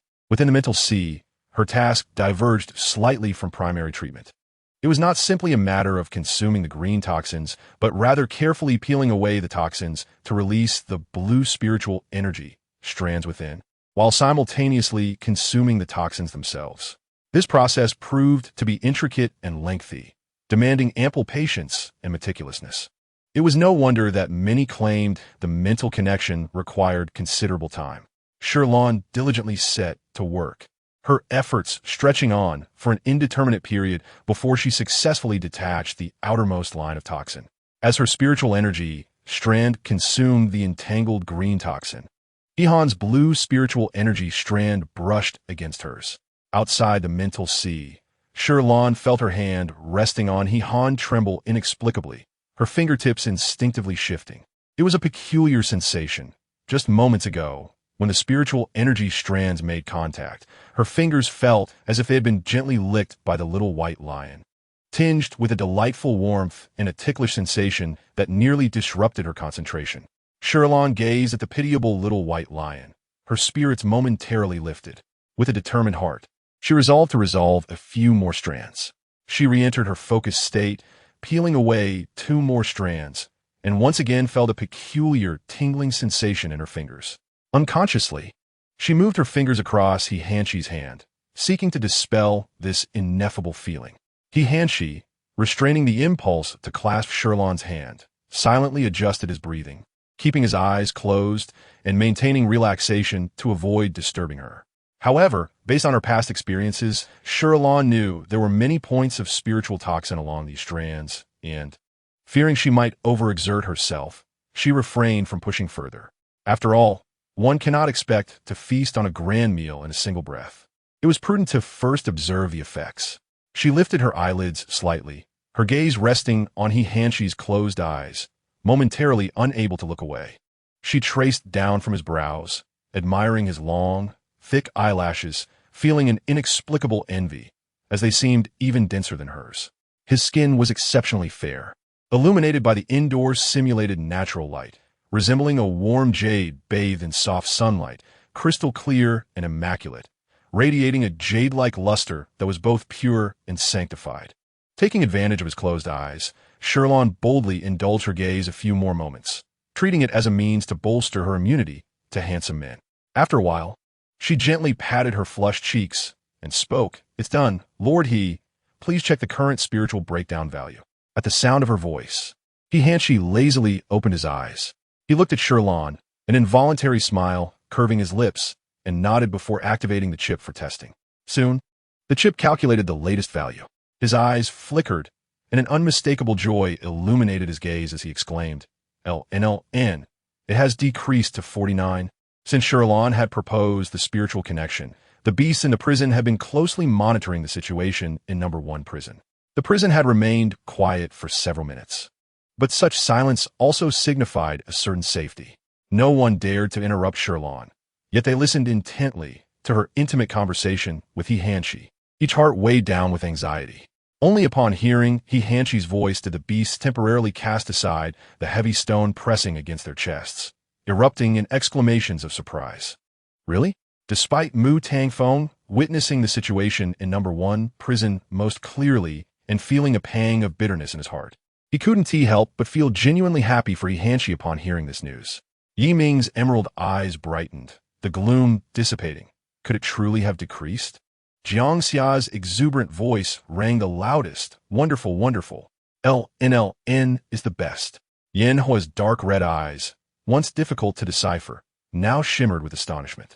So, high-level breakdowns could indeed be healed? No, perhaps only LNLN could accomplish this at present, although it was merely a slight decrease.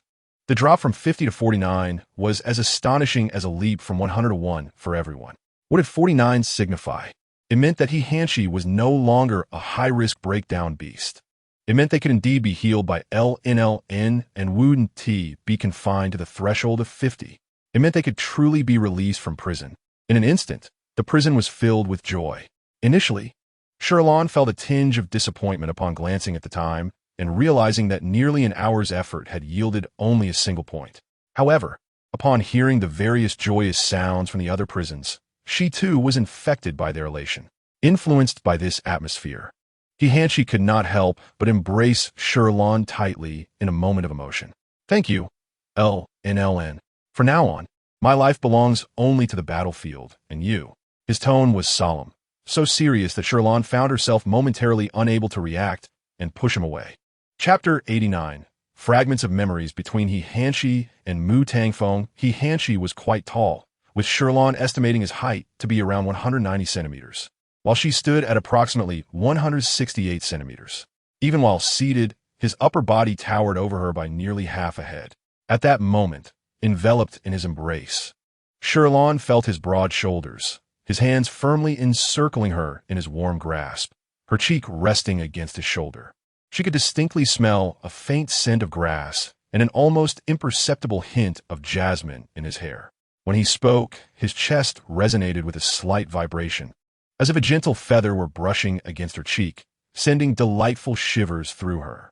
Intentionally adopting a relaxed tone to shift the topic, Shi Lan sensed his discomfort and, in response, He released her, his lowered brows and eyes filled with regret. I apologize, LNLN, I overstepped. He gazed at her earnestly, understanding her predicament, and refrained from further protest, silently committing his promise to memory. It's all right, I understand your feelings, Shi Lan replied with a smile, choosing not to dwell on it. Let today's treatment conclude here. I shall take my leave. She descended from the bed, rubbing her slightly numb legs, then added, although Lord your treatment value has decreased to a moderate risk, sufficient for release. As the warden, I cannot release you without authorization. Shi Lan lacked the authority to do so and was unwilling to bear the responsibility. I understand. He nodded, not preoccupied with the prospect of release at that moment, but rather concernedly observing her legs. Are you all right? Do you feel uncomfortable? Would you like me to massage them? No. Shi Lan hurriedly waved her hands, feeling unworthy of asking He for help, and she merely felt a slight numbness that was not significantly bothersome. She exited number 1 prison, where Mu Tangfeng stood at the entrance of number 2 prison, watching her depart. He exchanged glances, their eyes inadvertently colliding. Mu Tangfeng suppressed the bitterness within his heart and congratulated him once more. Congratulations, Major He. Thank you. He replied with a slight smile and a nod. In truth, their interactions had been limited prior to entering the prison, as He mostly operated on the border planet or traveled to various planets to rescue from the insect tide. Their most significant encounter had been during the battle against the mutated insect tide on the capital star. The insect queen had secretly relocated the mutated insects to the capital star for ambush, and by the time they were discovered, they had already erupted in large numbers in the remote areas of the capital star. As a new species, the mutated insects were formidable due to their unclear weaknesses, rendering the battle quite brutal. Fortunately, the evacuation of civilians was swift, resulting in minimal casualties. The first time He laid eyes on Mu Tangfeng was one evening when he was at a temporary base discussing new tactics with his troops. Dressed in an extravagant red suit adorned with vibrant feathers, Mu Tangfeng strode in confidently, immediately demanding, Major He, please give me an autograph. At that time, He's impression of him was not favorable. Carrying the stereotype of a privileged young man, he thought Mu Tangfeng was arrogant and unruly, choosing to ignore him.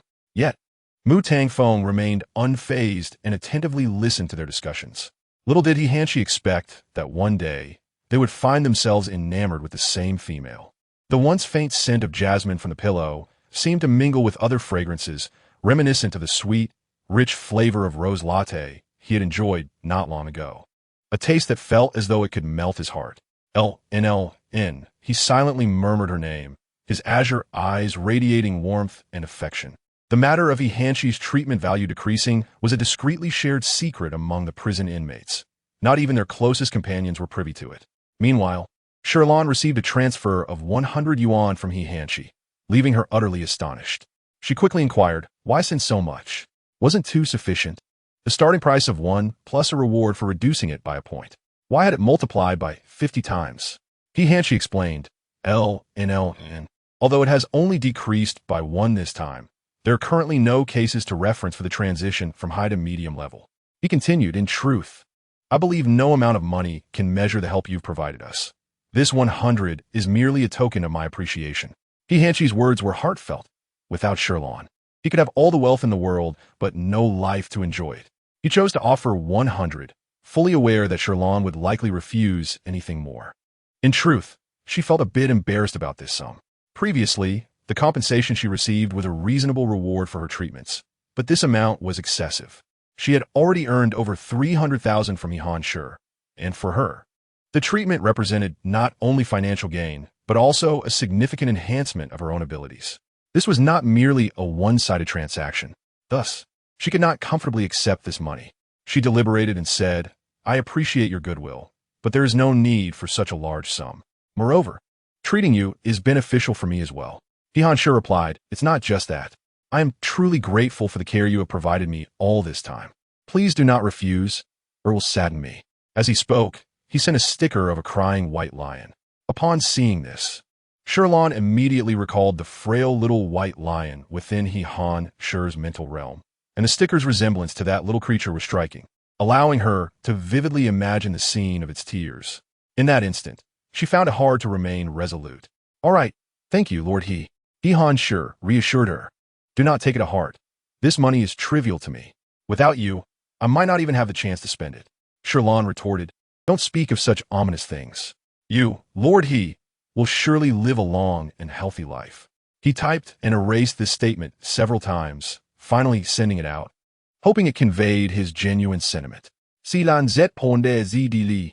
Initially, she would have hesitated, but after knowing each other for over half a year, they had grown closer, resembling friends, and it felt unnecessary to be overly formal. All right, I shall call you Hanshi from now on. Upon hearing this, Hanshi felt a mixture of disappointment and comfort, but at least the address was no longer as distant and unfamiliar. He considered it a positive change. Chapter 90. Treating Yiming that night, Shi Lan lay in bed, once again poring over her books. During her treatment of Hanshi earlier that day, she noticed how the threads of mental energy within him were being devoured by toxins. She sought to understand whether, in the absence of new insect influences, the mid-level collapse value would continue to rise. The first book she consulted yielded no results, and after skimming through several others and comparing them with online sources, she discovered a consensus. After distancing oneself from the insect species, the mid to low-level collapse values would remain unchanged without treatment. However, no one seemed to have addressed whether a high-level collapse value decreasing to a mid-level would differ. Perhaps there were simply too few cases of this treatment to provide feasible references. The distinction with high-level collapse orcs was that their collapse values would increase even when away from the insect species, suggesting that the information available might not apply to Hanshi's situation. Shi Lan estimated that for Hanshi to fully recover, it would be necessary to eliminate the toxins entirely, which at the current pace of treatment might take over a month. Nevertheless, Hanshi's condition was no longer critical, and she contemplated whether to try treating Yiming first. Firstly, to verify whether the conclusions from the Star Network were applicable to Hanshi, and secondly, Yiming's collapse value was also quite high, posing significant risks. Thus, in an ideal scenario, Shi Lan believed it would be wiser to lower everyone's collapse values to a mid-risk level before proceeding with complete treatments one by one. After all, the collapse values of high-level orcs would continuously increase. With this thought in mind, Shi Lan resolved to share her idea with the others in the prison the following day, and everyone agreed without objection.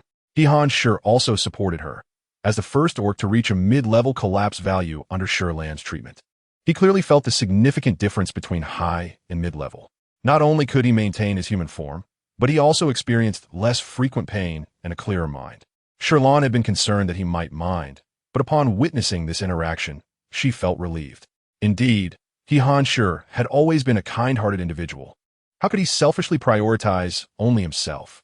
She smiled and approached prison number 3. "Lord Yi, what do you think?" she inquired once more into the pitch-black prison. "Good," came a slightly hoarse, yet clear voice after a brief hesitation. Suddenly, the dark prison was illuminated. Yi Ming had turned on the lights. This scene astonished not only Shi Lan, but also Jiang Xia, who found it hard to believe. The last time he had seen prison number 3, it was likely when he first arrived. After so long, he had nearly forgotten. Now, he realized that the interior resembled a study, with bookshelves lining 3 walls. And a spiral staircase leading to the second floor was also filled with books. The central area on the first floor held a sofa, and a large bed was placed in a corner near the bookshelf. His eyes widened in disbelief. "Your Highness, do you read in the dark every day?" Yi Ming glanced at him without response, stating, "Our Black Panther clan can see in the dark. It does not affect us." He then turned his gaze back to Shi Lan and, after a pause, slowly walked towards the protective door. The Black Panther, despite its large size, moved gracefully and silently. Its sleek, dark fur reflecting a glossy sheen and refracting brilliant colors. This coat was exceptionally well kept. Under the bright lights, Shi Lan did not feel fear. Instead, she was intrigued, observing him closely. She had rarely seen such a jet black panther. Even the ones at the zoo bore typical color patterns.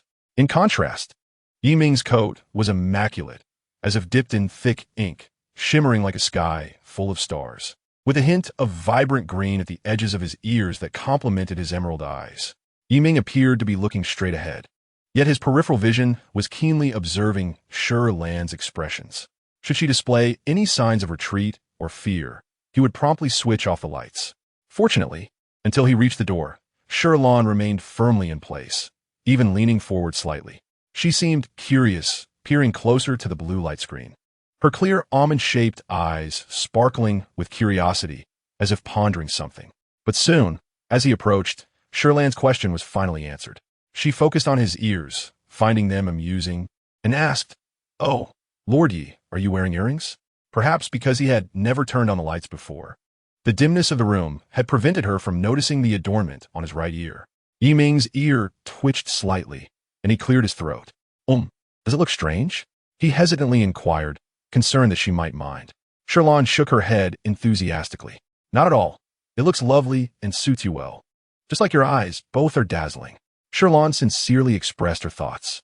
The earring on Yi Ming's ear was simple, a pure green gemstone the size of a red bean, translucent and radiant, reminiscent of his eyes.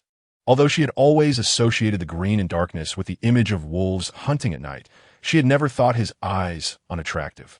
Yi Ming carefully interpreted the sincerity in her gaze, realizing she genuinely liked it. Encouraged, a smile began to blossom in his eyes. "Actually, I never had the habit of wearing earrings at first. However, during my time in the Capital Star, whenever I led the guards on patrol, a throng of females would chase after me, clamoring to bear my children. I disliked being surrounded by so many people and detested such a noisy environment, so I deliberately created some misunderstandings. In reality, the rumors circulating on the Star Network were partly instigated by me. Otherwise, they would never have spread." After observing him for a moment, Shi Lan asked, "So, Lord Yi, are you ready? Shall we begin?" Yi Ming nodded, elegantly supporting himself against the protective door, extending one of his dark claws. As he raised his paw, Shi Lan was surprised to observe that the pads beneath were a delicate shade of pink. Her eyes widened slightly. She had not anticipated that, aside from his eyes, the only other color distinguishing Yi Ming was found on his paws. Perhaps it was the soft pink hue that piqued her curiosity, for during the treatment, she could not resist gently pressing his paw against her palm. Feeling the plush warmth against her hand, she found herself blushing with excitement. How delightfully comforting. It was an entirely different sensation compared to the white lion's paws, which were thick and felt like sinking one's hand into a fluffy cloud. In contrast, Yi Ming's paws resembled bouncy jelly, dry yet soft, with a slight firmness at the edges. Her inquisitive gaze flickered downward, and she finally confirmed that Yi Ming's paw pads were indeed pink.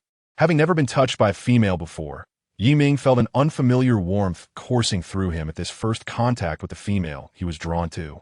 His body instinctively heated up, and his ears twitched restlessly as if tickled by feathers, struggling to remain calm. Yet he did not dare rush Shi Lan. Instead, he felt a peculiar comfort in the moment. Was it true that a female's touch was so gentle? He mused internally, while Shi Lan remained oblivious to his thoughts. After all, their relationship had not been particularly intimate, and she did not wish to be too forward. She simply indulged in a fleeting moment of tactile delight, confirming the pink of his paw pads before proceeding with the formal treatment. In Chapter 91, Does Lan Lan Fear Me? Yiming, like He Han, harbored considerable green toxins within him, though they were less concentrated and more dispersed, perhaps due to their mental connection established the day prior. Shi Lan felt her own mental strength had notably increased, allowing her to absorb all the toxins from one of Yiming's arms without any hindrance, leaving her with ample energy. After several minutes, she opened her eyes and exhaled deeply, a warm sensation enveloping her body, contrary to her expectations of discomfort. She turned to Yiming and inquired, "Lord Yi, could you check your collapse value now?" As Shi Lan withdrew her hand, a hint of melancholy surfaced in Yiming's heart. A fleeting regret flickered in his eyes as his dark claws instinctively curled and stretched, seemingly yearning for the warmth that had just vanished. Initially, Shi Lan had pondered how much the chip data would decrease this time, but she found herself captivated by Yiming's paws. The way they extended and retracted, the hint of pink pads, was as irresistibly alluring to her as catnip to a feline. The stark contrast was astonishing. Never had she imagined that a fearsome black panther would possess such tender pink paws, akin to a burly man donning pink undergarments. She gazed intently for a while, her clear apricot eyes tinged with warmth, while Yiming, albeit slowly, recalled Shi Lan's request to check his data. He looked at her, noting her unabashed gaze, and thought she was urging him on. Hastily, he lowered his paw and pressed the chip. No matter the color of his pads, whether black or pink, whether his fur was dark or light, she could indulge for as long as she desired. The mere thought brought a smile to her lips. When Yiming spoke, his voice laced with surprise, he announced that the value had decreased by 5, leaving it at 65. "Oh, that's wonderful," she responded, filled with renewed hope for the future.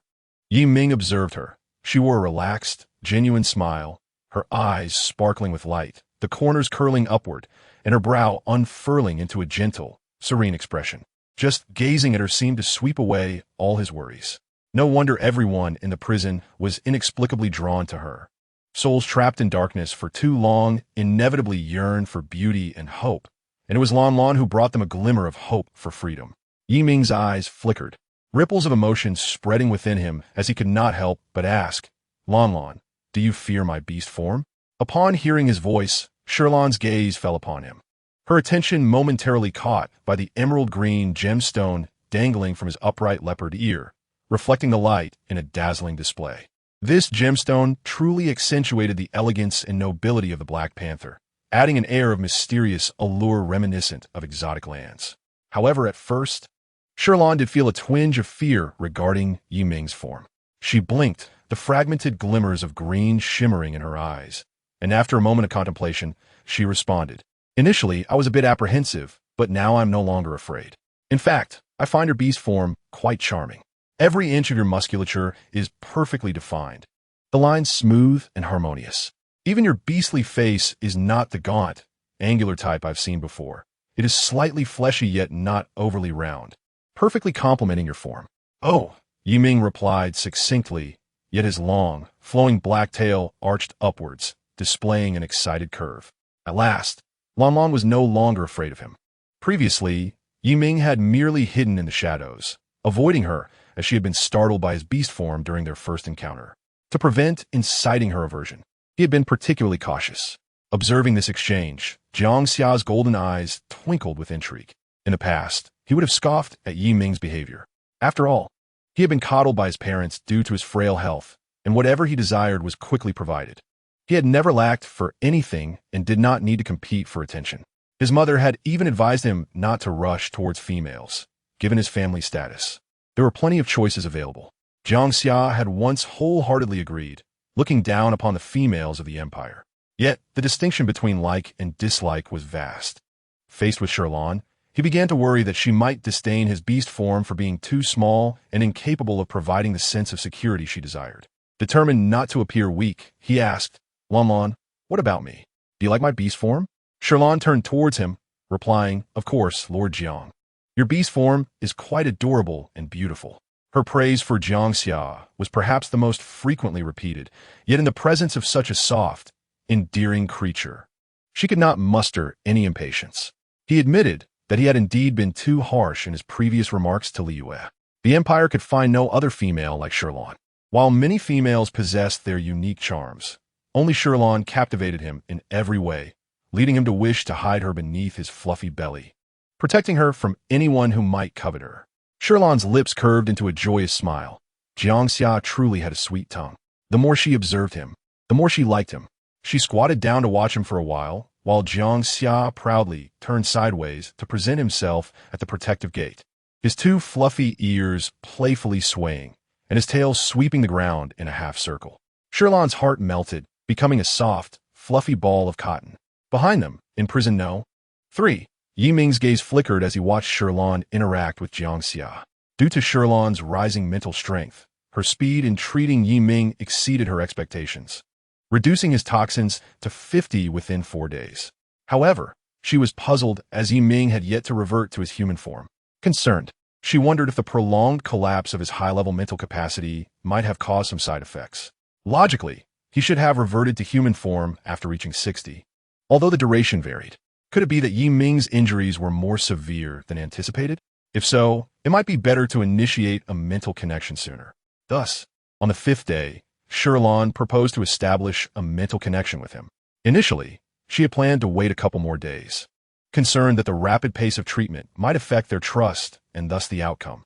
But considering Yi Ming's current state, she believed it best to mitigate risks without delay. Upon hearing her suggestion, Yi Ming did not refuse and nodded in agreement. "All right," Shi Lan, uncharacteristically uncertain, asked him once more, "Are you ready?" Yi Ming G. Star calendar year 99, July 30th. Clear. My mood shifts from sunny to overcast. One must not treat the female with the same demeanor as one would a subordinate. Females delight in gentle words. It is unwise to remain taciturn in their presence. Perhaps a touch more initiative might be in order. At the very least, Lan Lan has praised herself, indicating she does not harbor disdain for him. Very well, today's mood should still be sunny. Hihan, Mu Tang Feng, and Yin Huashui Limit. Another day devoid of presence. Lan Lan did not commend our beast forms. How disheartening. Chapter 92. Stealthy little actions. Yi Ming succinctly stated, "I can do it, rest assured, Lan Lan." At this, Shi Lan finally opened the door and swiftly closed it behind her, concerned that Yi Ming had not yet transformed into human form. She feared he might inadvertently lose control and escape, leading to unforeseen consequences. Yi Ming, however, paid little mind to such worries. Instead, he surveyed his prison-like quarters, cluttered with books, before opting for the large sofa nearby. His bed was a hard wooden slab, while the soft sofa was clearly more suited for females. Shi Lan found the sofa quite agreeable as well. She passed by Yi Ming and took a seat first. Yi Ming watched her from a distance, feeling his heartbeat quicken in an awkward yet exhilarating manner. Unlike when he faced hundreds of thousands of citizens during public appearances, in the presence of the female he favored, he felt like a newborn creature, stumbling over his own feet. Unlike his interactions with Hihan, being in close proximity to Yi Ming made Shi Lan somewhat anxious. A light sheen of perspiration formed in her palms, but upon witnessing Yi Ming's clumsy gait, she could not suppress her laughter. The tension that had enveloped her dissipated like air escaping from a deflated balloon. Yi Ming observed her laughter and realized his own awkwardness in walking. Attempting to maintain composure, he adjusted his posture, only to falter again. Never mind, let it be, he thought, as he observed the smiling face of Shi Lan. Ultimately, he surrendered to the moment, approaching her with a syncopated gait and lightly leaping onto the sofa. Initially apprehensive about embarrassing himself further in front of his beloved, he was relieved to land gracefully. He exhaled subtly, turning toward Shi Lan while curling up on the sofa, 3 paws resting against his abdomen, extending one paw for her to tend to, its length and muscularity evident.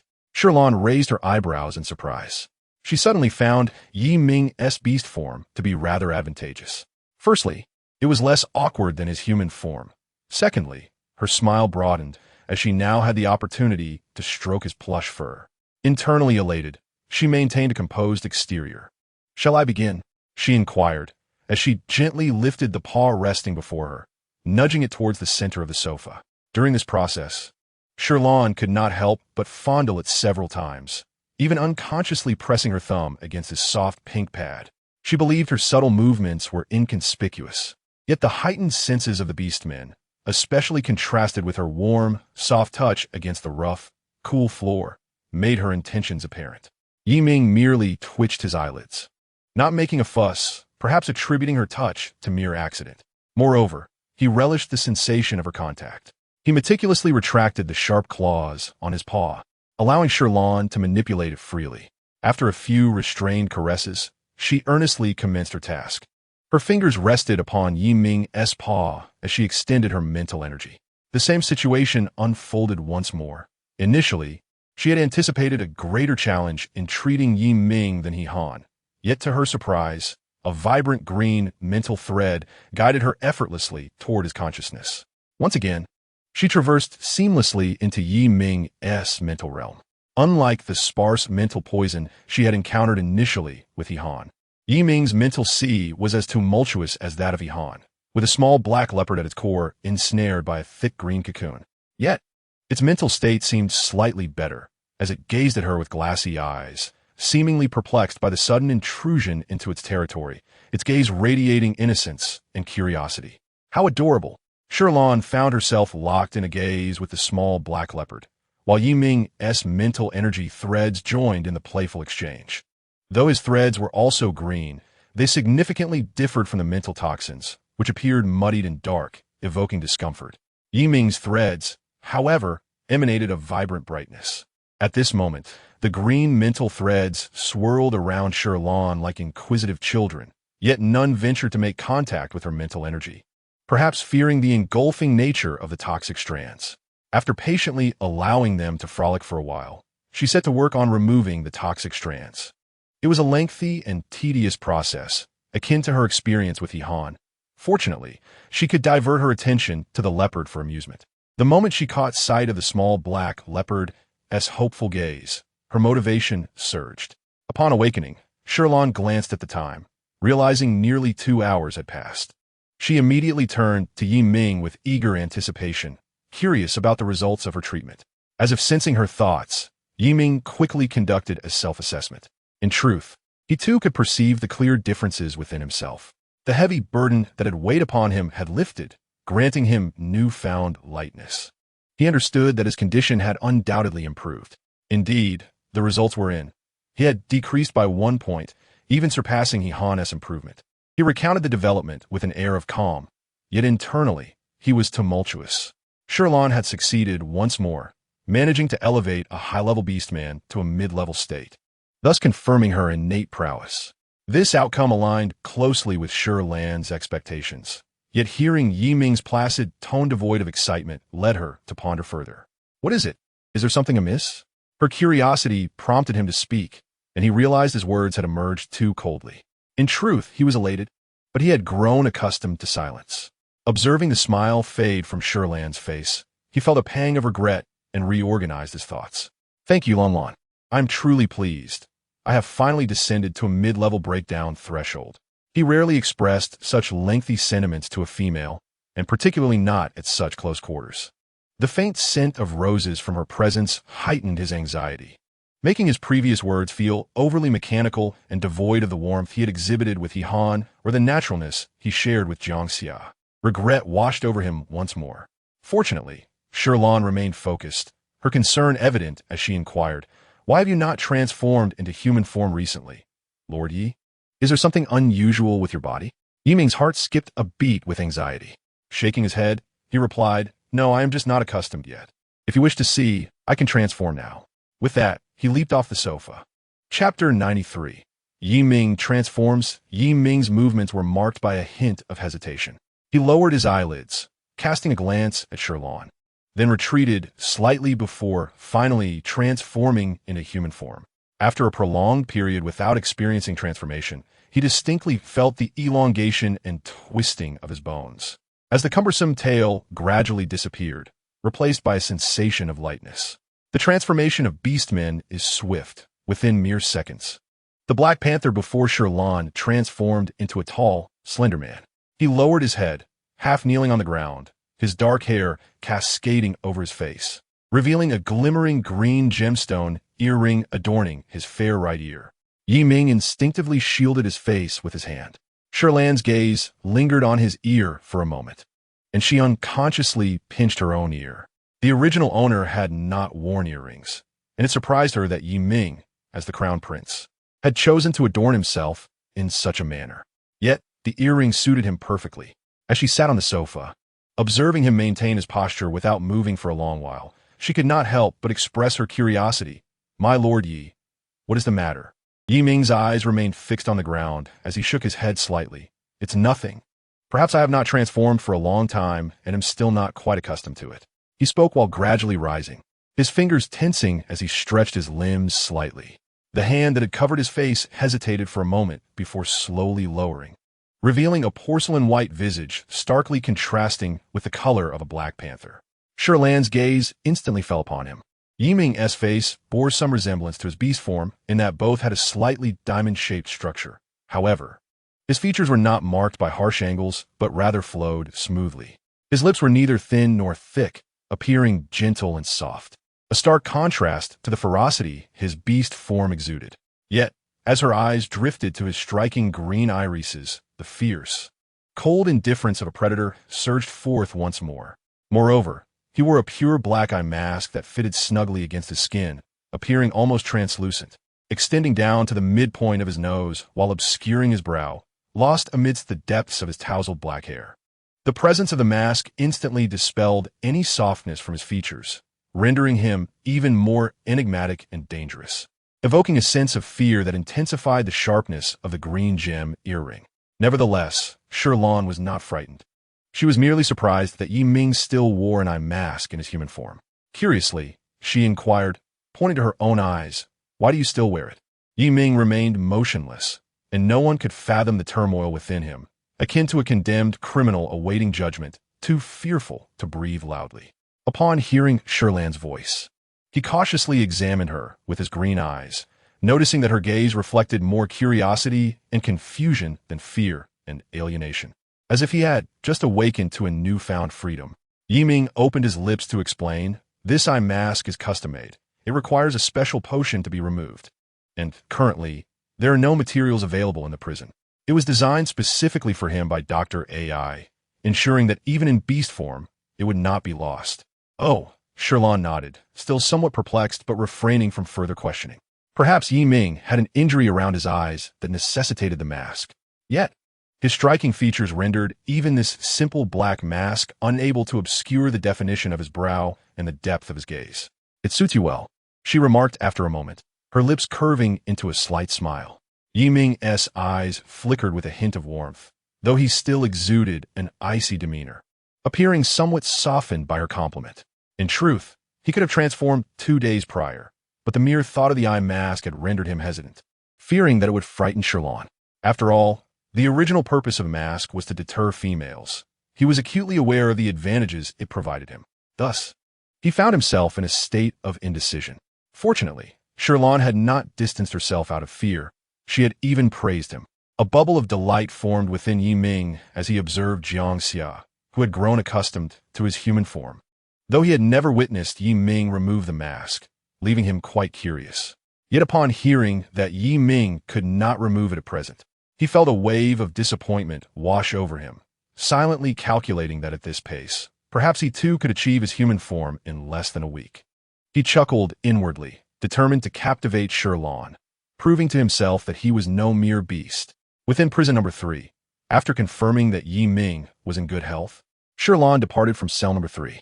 Glancing at his somewhat worn combat outfit, she remarked, "If you wish to purchase other clothing, feel free to let me know." "All right," Yi Ming replied, aware that Shi Lan had previously helped He Hanchi acquire clothing. Thus he was not taken aback by her suggestion. He felt pleased that Shi Lan treated him no differently than she did He Hanchi. A faint smile crept upon his lips, a delicate dimple appearing momentarily before he composed himself. Shi Lan observed him closely, taken aback by the stark contrast in his demeanor. He was full of surprises, especially regarding his height. However, it made sense. The potent genes of beastmen necessitated strength to combat the insect race, pushing everything towards a powerful trajectory. As she watched him scaling the wall for exercise, his loose athletic shirt rode up, revealing a lean and muscular waist, captivating her attention in an instant. Heavens! He was such a tall man, possessing an enviable physique, and now he had a charming waistline as well. Mu Tangfeng, watching her with a resentful gaze, remained silent for a long while, causing Shi Lan to question herself. Finally, he broke the silence, his tone dripping with irritation. Clearly, I am also in human form. Why do you never offer to help me buy clothes? Huh? Shi Lan realized his implication and glanced towards his wardrobe, explaining with a hint of exasperation. But you already have plenty of clothes in your room, don't you? Unlike He, Mu Tangfeng had arrived at the prison already in human form and possessed an ample wardrobe. Initially, He and the others had storage space, but it had been confiscated prior to their imprisonment due to the potential presence of dangerous items. Thus, Yan Huashe had been quite adamant about sending them to prison for rehabilitation, while in truth they had all been abandoned, with even their families forbidden from visiting, under the pretext that family visits could destabilize their emotions and trigger mental breakdowns. Mu Tangfeng clenched his teeth in displeasure. How can that be the same? At the very least, Shi Lan, you have never even asked me. His bitterness deepened as he continued to protest. It's not fair. How can you treat me differently just because I have clothes? We are all imprisoned here. Even if I have many clothes, they're all outdated. Chapter 94. Yan Hua Shui's Thoughts. In the past, Mu Tangfeng would purchase new clothes every month, but during his 2 years in prison, the joy had dwindled to the point where he could only dismantle robots. The clothes he possessed were of styles from 2 years prior, although many remained unopened. They felt outdated to him. He found them unappealing. Upon hearing this, Shi Lan found herself at a loss for words, as Mu Tangfeng's reasoning held some validity. After a moment of silence, her tone softened, laced with a soothing intent. I apologize for my oversight. Whatever clothing you desire, just send me a message, and I will purchase it for you, all right? This is you volunteering. Mind you, I didn't ask you to buy anything, Mu Tangfeng huffed lightly. Shi Lan understood his stubborn nature and opted not to argue over such trivial matters, nodding in agreement. Yes, I am voluntarily offering to buy clothes for you. My Lord Mu. Now, that's more like it, he muttered softly, already envisioning the new coat he had seen on Xing Wang 2 days prior. It would look splendid on him. Shi Lan exhaled in relief, realizing she needed to be more mindful in the future.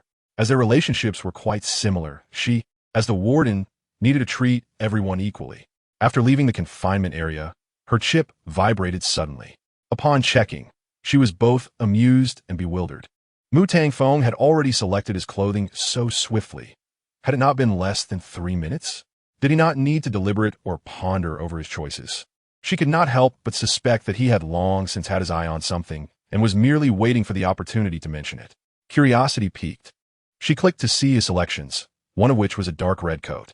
The coat appeared unremarkable at first glance, yet its pockets were lined with a circle of red fluff, and the cuff buttons gleamed with bright red gemstones.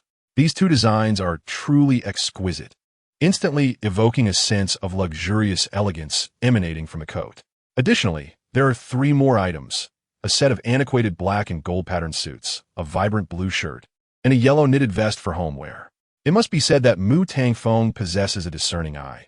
He seems to have a fondness for vivid colors, as each ensemble boasts a unique palette.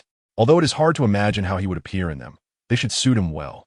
Upon glancing at the prices, which were rather steep, totaling nearly 5-star coins, Shi Lan paid without hesitation.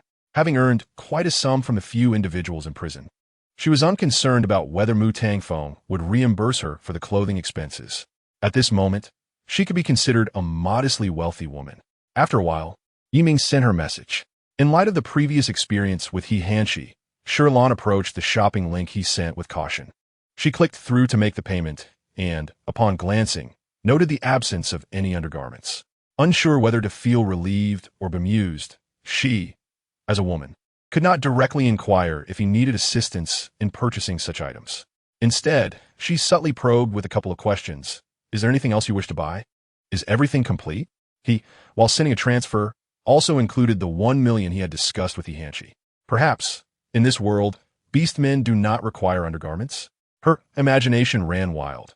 especially since Mu Tangfeng had not insisted on such purchases. However, in reality, Mu Tangfeng already had them in his wardrobe, and Yi Ming felt uncomfortable sending such things to a female. Recalling the colorful fabric Shi Lan had previously bought, he had already repurposed the excess material for his own needs. As Shi Lan noticed the money Yi Ming had sent, matching the amount from He Hanshi, she surmised they must have come to an agreement. Knowing refusal was not an option, she accepted the funds without further comment. Shortly after, Mu Tangfeng willingly transferred the money for the clothing. Though he often jested, his actions were beyond reproach. Each time she appeared at the prison entrance, he would approach her, his eyes narrowing in a smile, calling her name with a deep, husky voice. It was the first time Shi Lan realized her name could sound so alluring. Whenever he uttered it, her ears would tingle with a delightful sensation. She instinctively rubbed her ears. Today was no different. Shi Lan discussed treatment matters with him. Yanhua Shui nodded, his sleek, lustrous red fox fur accentuating his enchanting figure as he approached the serving window, his 9 tails swaying gracefully behind him. "All right, I will follow Shi Lan's arrangements," he said softly, his low voice tinged with a hint of flirtation, his crimson fox eyes sparkling as they gazed upon her, filled with mesmerizing warmth. It must be noted that the term foxy indeed has its roots in truth, for they possess a captivating charm. Shi Lan often found herself wavering between entrancement and sobriety when faced with his gaze. However, nothing could rival the magnificent spectacle of his 9 fluffy tails dancing elegantly. The thought of wrapping those tails around her neck and indulging in their plush embrace was enticing beyond measure. Yanhua Shui's eyes sparkled as his tails swayed once more. Shi Lan's gaze revealed a clear fascination. He smirked playfully, realizing that she was indeed enchanted by his tails. Recently, he had been contemplating that at the current pace, opportunities for them to be alone together would be scarce. The allure of the outside world was greater, and with more unwelcome males around, Shi Lan, being as beautiful and exceptional as she was, might attract the attention of a vixen willing to offer herself. He felt compelled to seize the moment, to gain her affection within the prison, ensuring he would hold a place in her heart even after his release. This treatment session was aptly timed. Yanhua Shui's smile grew clearer, slowly fading into a semblance of curiosity as he inquired, "Shi Lan, shall we begin now?" His tails continued to sway gracefully. Under the simulated natural light of the room, every detail of his tails sparkled, akin to golden red flecks of light. Shi Lan struggled to articulate the beauty before her. Yet, for someone who adored fluffiness, ignoring it was impossible. Nevertheless, her eyes remained fixed upon his tails. Yanhua Shui thought it best to maintain a low profile, as it was time for treatment, so he gently lowered his tails, ceasing their enticing motion to avoid distracting her. Shi Lan stole several glances before finally saying, "Let's begin. Please extend your paw." Yanhua Shui obediently offered his plush paw. Shi Lan's heart raced with excitement. It was acceptable to touch the fox's paw to satisfy her curiosity, even if she could not touch his tails. With that thought in mind, she quickly reached out her hand. Chapter 95. The eyes he concealed previously, Shi Lan had not closely examined Yanhua Shui's beast form. Now, she noticed that his fur was not entirely red. His tail and body were a pure crimson, but the only distinction lay in his paws. The fur near the tail end of his paws was white, resembling the pristine footprints of a cat in the snow, as if adorned with thick, white cotton gloves, creating a delightful contrast between the alluring beauty one might expect and the innocence of a pure-hearted girl. Shi Lan discreetly glanced at him, noting that all 4 of his paws were similarly adorned. However, such a 9-tailed fox was even more ethereal, as if descended from the clouds, exuding an air of noble sanctity that felt utterly out of place within the prison. Shi Lan's hand lingered atop his paw for quite some time. Perhaps noticing her momentary daze, Yanhua Shui suddenly pressed his paw against her hand. The nails at the tip of his fox paw were particularly sharp, but he carefully retracted them, only allowing the soft pads to make contact. It felt as if a soft cloud of cotton had brushed against her hand, and Shi Lan could not help but instinctively grasp his paw, reminiscent of playing with a friend's cat, to prevent it from escaping. She playfully squeezed, marveling at the softness and the silky sensation of his fur between her fingers, even brushing against the sharp claws, teasingly provoking them with her fingers. Yanhua Shui perceived Shi Lan's playful gestures and regarded her with a meaningful glance. Unexpectedly, This female exhibited a remarkable audacity, daring to tease even the sharpest weapons of a beastman. If his claws were at full strength, they could easily rend an insect in two. Ah, such a blissfully ignorant girl. With a smile gracing his lips, he had no intention of frightening her. After all, she was to be his future mate. Indulging her whims was only natural. Shi Lan relished in holding his paw for a while, yet her mind was filled with confusion. In the past, when she held a cat's paw, it would struggle to break free, but the paw before her remained relaxed, giving the impression that it was entirely at her mercy. She glanced down, finally realizing that she was clutching Yan Huashui's paw, not a mere cat's. Flustered, she quickly released her grip, embarrassed by her earlier actions, which had been akin to playful mischief. She smiled apologetically, saying, "I'm sorry, I was lost in thought." "Not all, Shi Lan, please continue," he replied, the corners of his red lips turning upward, his eyes curving alluringly, leaving the meaning of his words ambiguous. It was uncertain whether he was inviting her to continue her playful exploration or to proceed with the treatment. Regardless, she seemed to discern multiple interpretations. Perhaps she was overthinking, as her desire to touch the fluffy fur was not entirely innocent. Shi Lan's face suddenly flushed. Had the fox merely been an ordinary creature, she would have felt no such embarrassment. However, the truth was that this fox was indeed a person, and her earlier actions could be deemed flirtatious. Taking a deep breath, she endeavored to cast aside these convoluted thoughts, redirecting her focus to the treatment. "All right," she said, looking at the paw, where the claws were neatly tucked away within the soft flesh, the same claws she had previously poked at and even teased. She felt no trepidation about the possibility of those claws emerging to cause harm. How can one be so oblivious to their own self? Shi Lan silently reflected, gently patting her warm cheeks before placing her hands back. She intentionally disregarded the comforting sensation of the fox paw's soft fur weaving between her fingertips, immersing herself in her mental energy, gradually forgetting the awkward moments, focusing solely on her work. Noticing her closed eyes, Yan Huashui's crimson gaze flickered with a hint of depth, fixated on her intently. His eyes traced from her elegantly arched brows down to her long, thick lashes that veiled her eyes, then to her delicate, refined nose, finally resting on her lips, slightly parted to reveal her pearly white teeth. He swallowed hard, a flicker of dark fire igniting in his gaze, concealed within the shadows of his red irises, yet the determination within him surged forth like subtle, powerful undercurrents. His wife. A slow smile crept across Yan Huashui's lips. As Shi Lan felt her mental strength significantly increase, she resolved to challenge herself further, extending her treatment by an additional 10 minutes instead of the usual fixed duration. After 20 minutes, she opened her eyes, conducting a self-assessment. Her body felt normal, only slightly satiated, yet not uncomfortably so. She had not yet reached her limits. However, excess can be detrimental. One cannot rush through hot tofu. With the two most dangerous individuals dealt with, her mindset had become considerably steadier. She glanced at Yan Huashui, who had already conducted his self-assessment and promptly shared the results. "Congratulations, Lan, you've reached 60, a reduction of 6 points this time." He beamed at her, his autumn-like eyes soft and gentle. Little did she know that not long ago, those very eyes harbored a ravenous beast, temporarily caged. Jiang Yan's assessment of him was not unfounded. He held grudges. He was indeed a madman.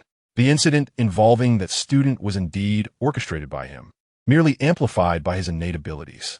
It was unfortunate that the student had foolishly sought to harm him. In a fleeting moment, Shi Lan found herself entranced by his smile. Yet her resilience proved strong enough, provided he did not reveal his true nature. She was pleasantly surprised by the outcome, celebrating alongside him. "Congratulations, Run. At this rate, we may achieve mental energy connection in just 2 to 3 days. Is that so?" Yan Huashui smiled enigmatically, adding, "Thank you, Lan. You truly are remarkable." He generously praised her, while Shi Lan shyly tucked a strand of hair behind her ear, her lips curving into a smile. Her intuition had proven correct. Each mental energy connection enhanced her strength. According to Xiao Du's description, her mushroom transformation could now last for 40 minutes. And her control over plants had evolved from managing a single vine to 2 simultaneously. Perhaps, in the future, she could command all the plants on the planet to obey her will.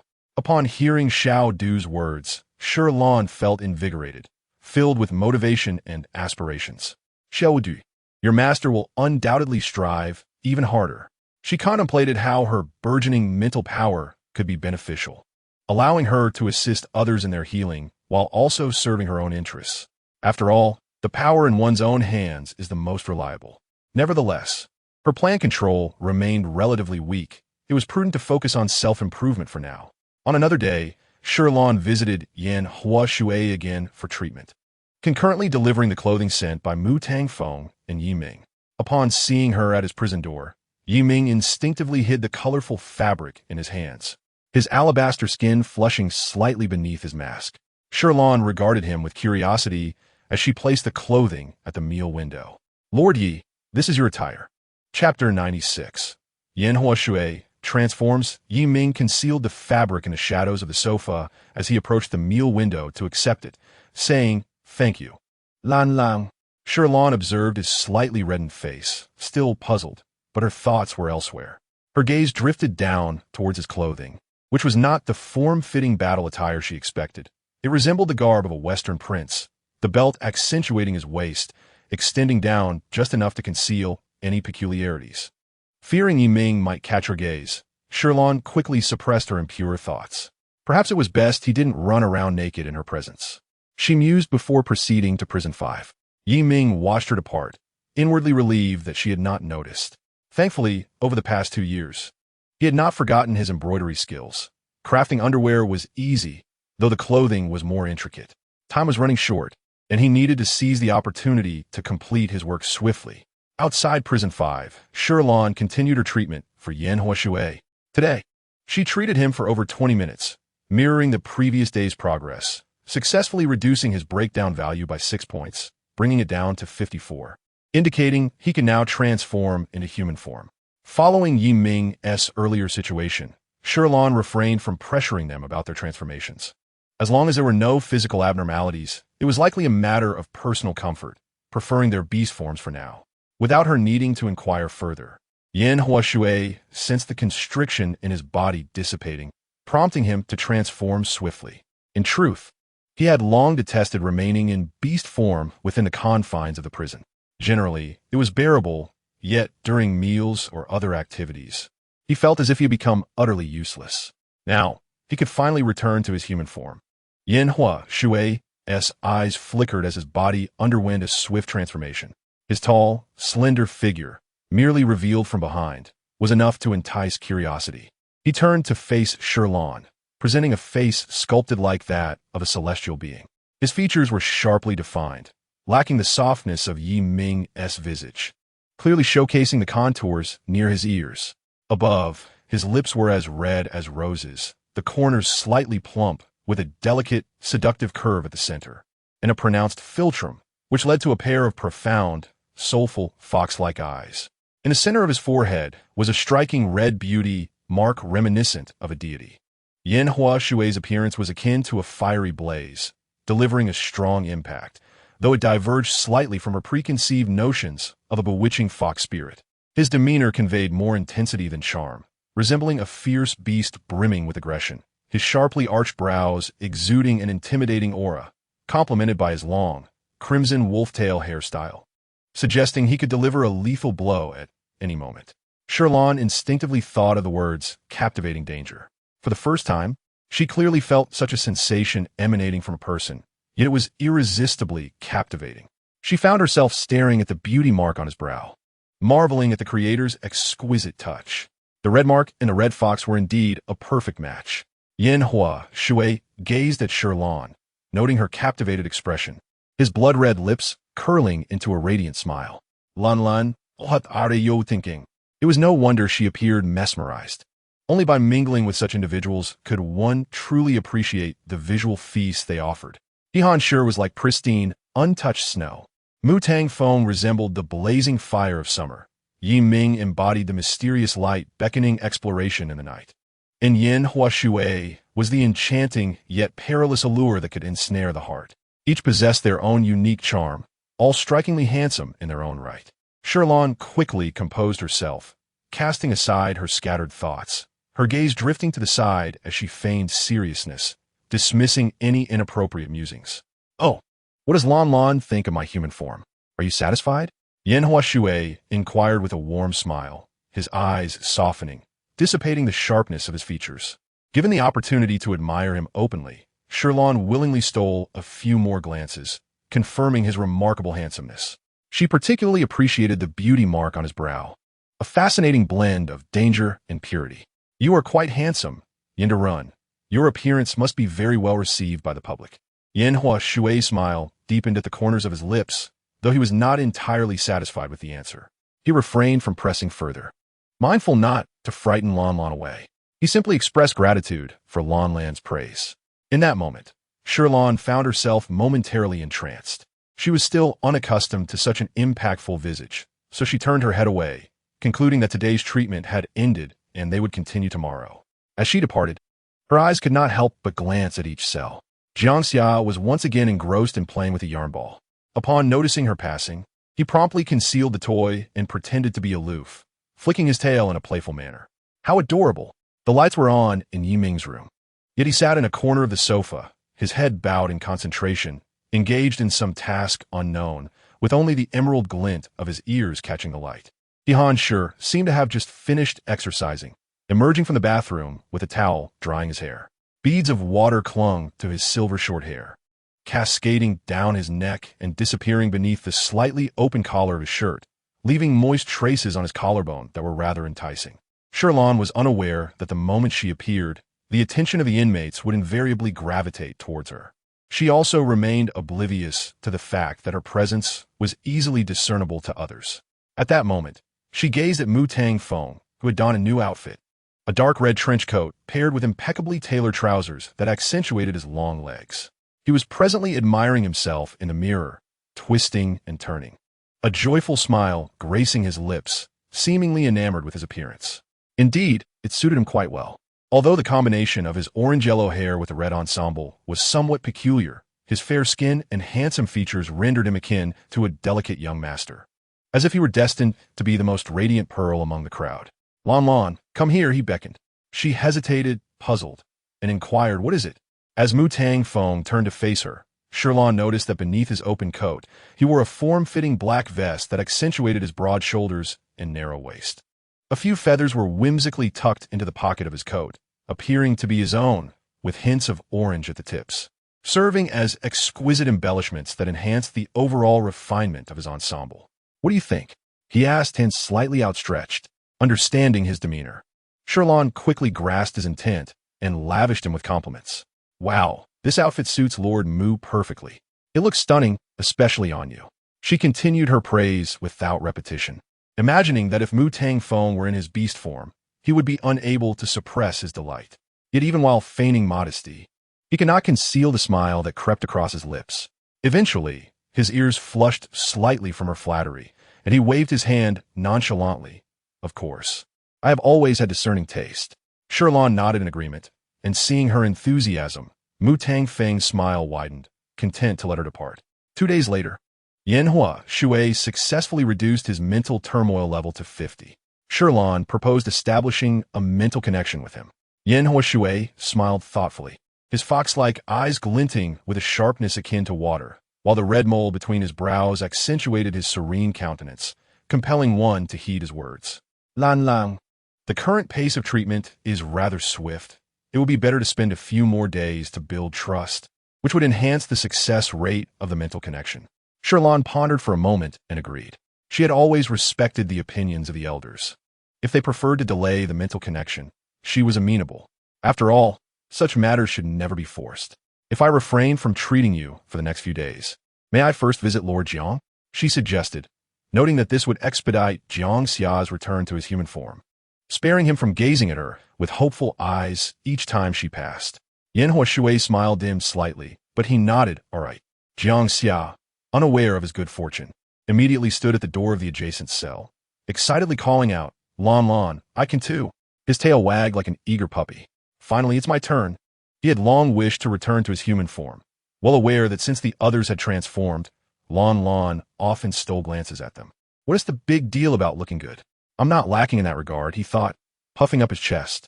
Yanhua Shui sighed, rubbing his forehead. He found himself in competition for the affection of such a simpleton. Yet, it seemed that Shi Lan had a particular fondness for Jiangxia. His fox-like eyes narrowed slightly. Even he, a noble nine-tailed fox, could not fall behind. Lan, you should treat Jiangxia first. After his treatment, come to me, and we can attempt some trust-building exercises. Trust-building exercises? Shi Lan had assumed it would merely involve delivering meals as before, allowing Jiangxia to prepare psychologically for the treatment.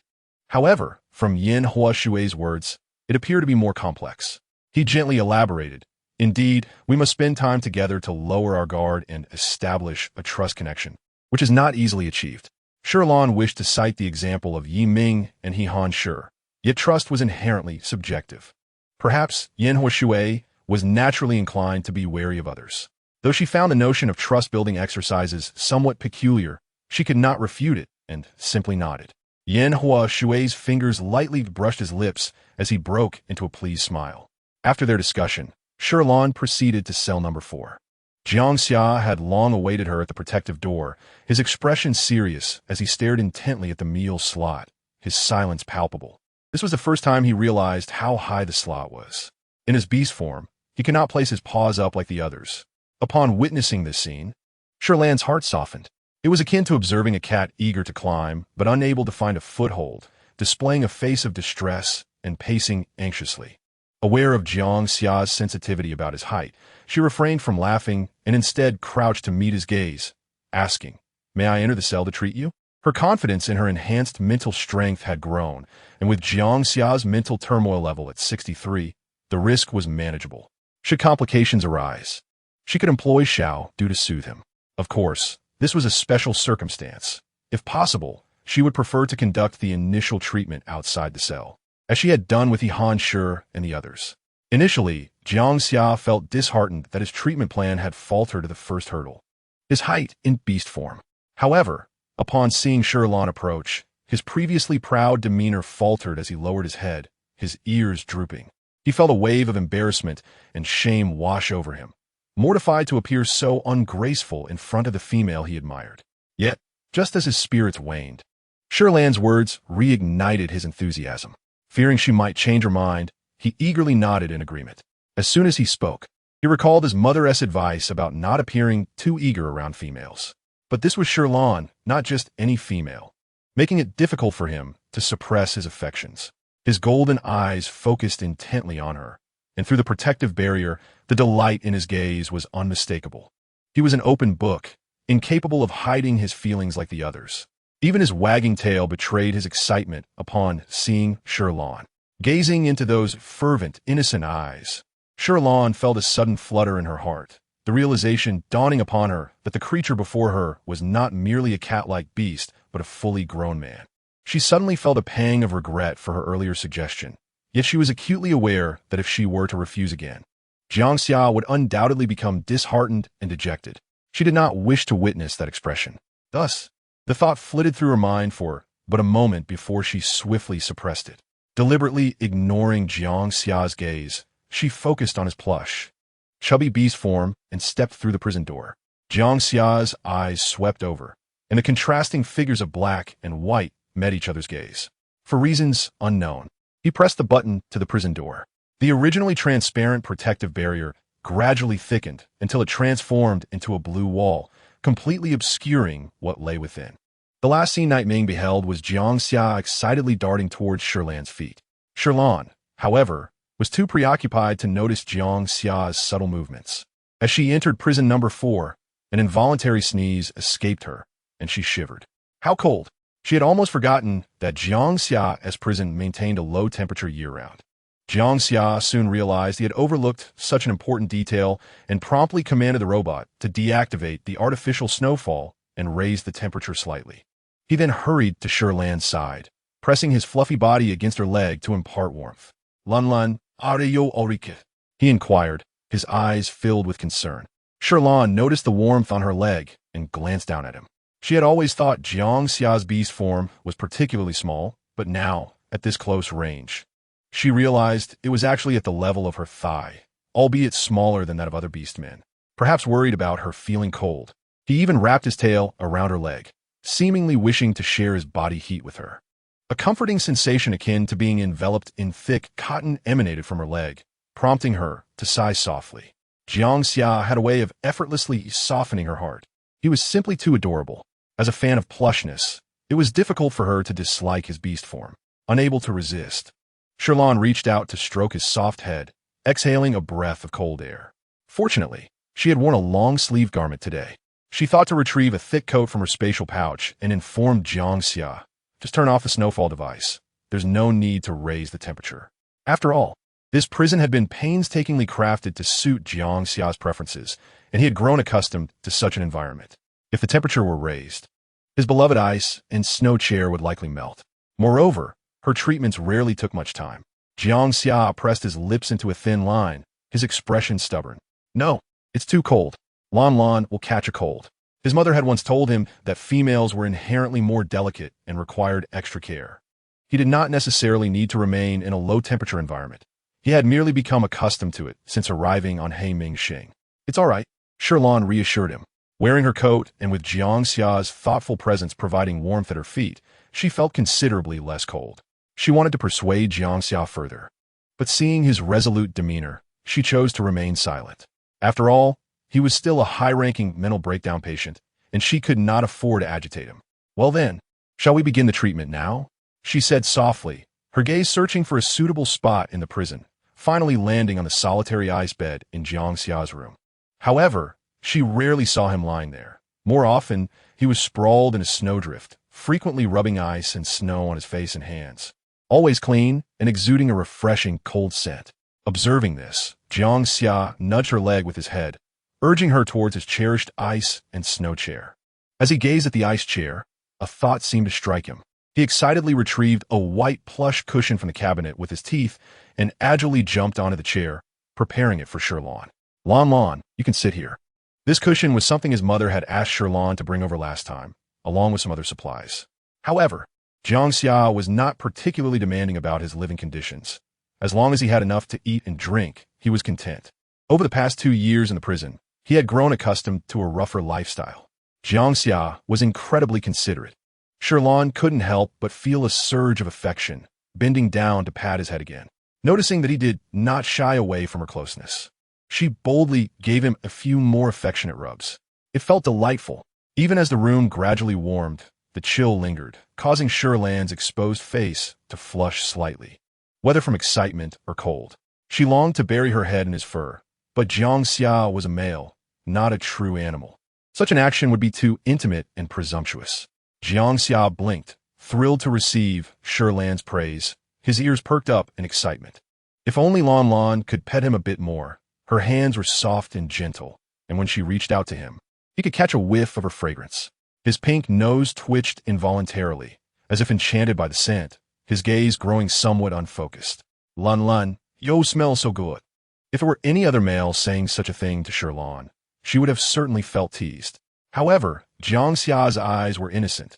When she looked down, she found his golden pupils wide with curiosity and innocence, his pink nose twitching slightly, as if still guessing. Unable to resist, Shi Lan smiled and explained, "It's the scent of my shampoo, rose-scented. If you like it, I can bring you a bottle next time." "Okay." Jiang Xia nodded eagerly, excited at the prospect of smelling like Lan himself. He then moved closer, standing beside her legs, blinking his eyes. "So, Lan, shall we start now?" All right," Shi Lan replied, maintaining her position and allowing him to extend a paw. Jiang Xia obediently stretched out his right paw, while the other 3 legs remained steadfastly on the ground. Shi Lan instinctively squeezed it, causing Jiang Xia's previously relaxed ears to perk up instantly. Staring at her with a dazed expression, Lan, she cleared her throat. "Be good and stay quiet. I will begin the treatment shortly." "Oh." Jiang Xia obediently closed his mouth, though his tail, resting on the snow, continued to twitch restlessly, his eyes fixed on Shi Lan's hand holding his paw. Realizing with a start that Lan was holding his hand, his pupils dilated with excitement.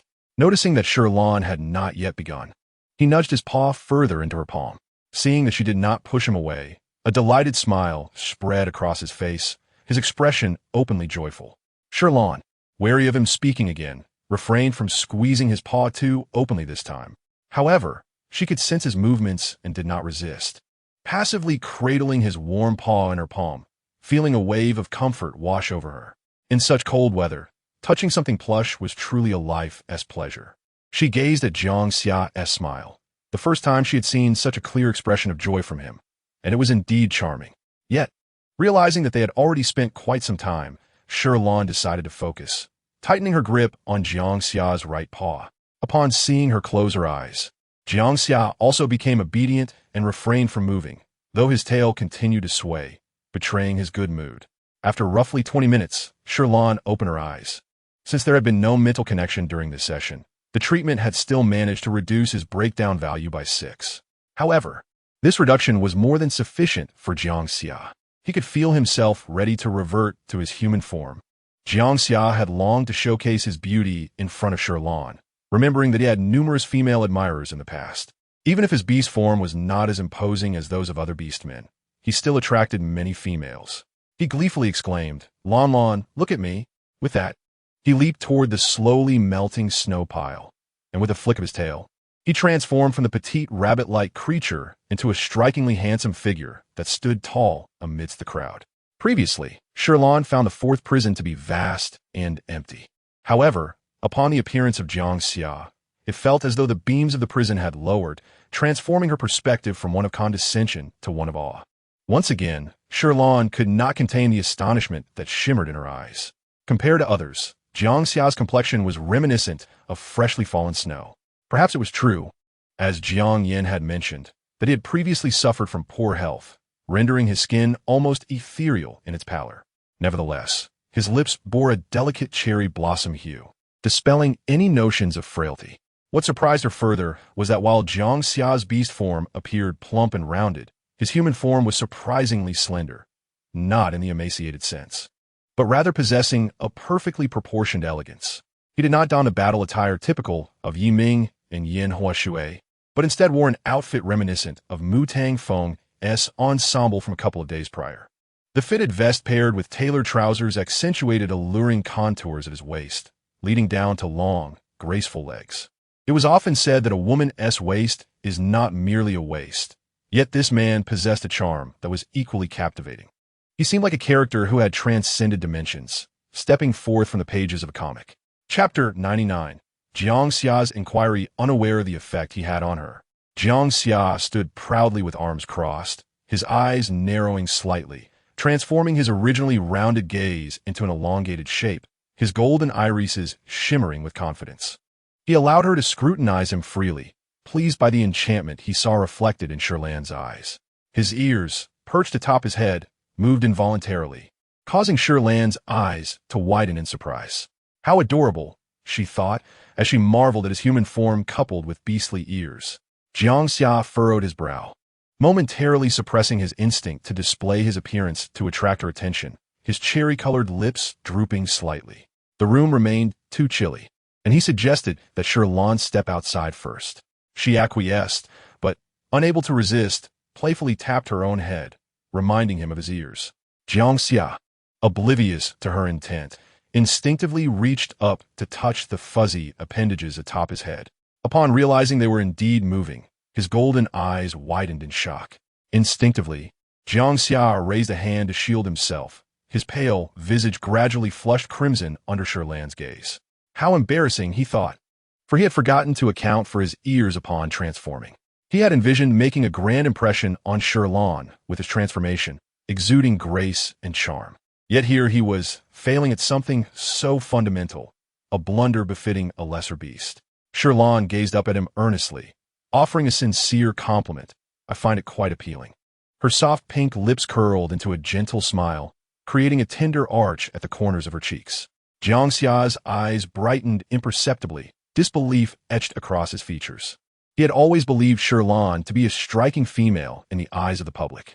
However, beyond her beauty, it was her eyes that captured his admiration. They bore a resemblance to his beast form, rounded with pure, obsidian irises that caught the light, reminiscent of the most crystalline black opal, shimmering like rippling water. In her memories of the prison, Shi Lan recalled only once losing her temper with him, a moment provoked by an argument with Mu Tang Feng. Despite his previous antics and temperamental outbursts, she had always shown impatience, just as she did now. Jiang Xia mused that Shi Lan was truly wonderful. He took a deep breath, discreetly retracting his ears, concerned that she might catch a chill, urging her to step outside first. He transformed the protective door back to transparency, and through the prison barrier, he couldn't help but ask, Shi Lan, may I now pursue you as my mate? Shi Lan regarded the long-haired youth before her. Jiang Xia and Mu Tangfeng were among the younger inhabitants of the prison, both exuding a youthful audacity that was both bold and fervent. However, Mu Tangfeng was more reserved, while Jiang Xia was direct about his desires. In truth, Shi Lan had experienced moments of internal conflict as she observed the others regaining their human forms. Even she, despite her usual aloofness, sensed their unique regard for her. Yet, she was inherently insecure and lacked confidence in matters of the heart. A flicker of hesitation crossed her eyes, and after a prolonged moment under Jiang Xia's expectant gaze, she smiled softly. Did I not say we would discuss this after you all leave the prison? You have only just regained your human form, and you're already thinking so far ahead? Perhaps she sought to give them both a chance. She did not outright refuse him. As she had stated, they would talk after their release from prison. Once they ventured into the world and encountered many other admirable females, if he remained steadfast in his feelings, she would consider emerging from her self-imposed solitude. Upon hearing this, Jiang Xia felt a pang of disappointment, yet was relieved that she had not outright rejected him. Others shared his sentiment, yet they were still confined within the prison walls, bound by numerous constraints. At least, in his current state, he could not offer a definitive answer. Had she been a more carefree individual, she might have boldly accepted his pursuit, for it did not guarantee a lasting union. However, her nature was quite the opposite. She was easily moved by subtle warmth, which had previously prevented her from forming close friendships, preferring solitude for fear of being discarded once more. His lips parted into a grin, revealing two sharp canines beneath his cherry blossom-colored lips, a youthful exuberance radiating from him. Shi Lan lingered for a moment, drawn in by his infectious smile. However, this delightful atmosphere was soon disrupted by Yan Huashui, who called out, Shi Lan, come here. Taken aback, Shi Lan recalled Yan Huashui's mention of a trust-building exercise. With a resigned shake of her head, she shed her coat and approached the entrance of the fifth prison. Yan Huashui's crimson gaze fixed upon her, commanding, Shi Lan, step inside. Step inside? Yes, the trust-building exercise is rather inconvenient from behind a door, he explained gently. But as Shi Lan hesitated, his mood darkened. A shadow of doubt crossed his mind. Why would Shi Lan willingly venture to Jiang Xia, unafraid of a potential mental breakdown, yet hesitate to enter his space? Was the allure of a mere boy truly more compelling than his own charm as a member of the prestigious Jiuwei Fox clan? His long lashes lowered, and a shadow crept into his eyes. He blinked, maintaining a composed smile. What a well-behaved girl. Shi Lan opened the door to the fifth prison, finding it warmer than the fourth due to the presence of a hot spring. Upon entering, she felt her long sleeves were excessive, so she instinctively rolled them up.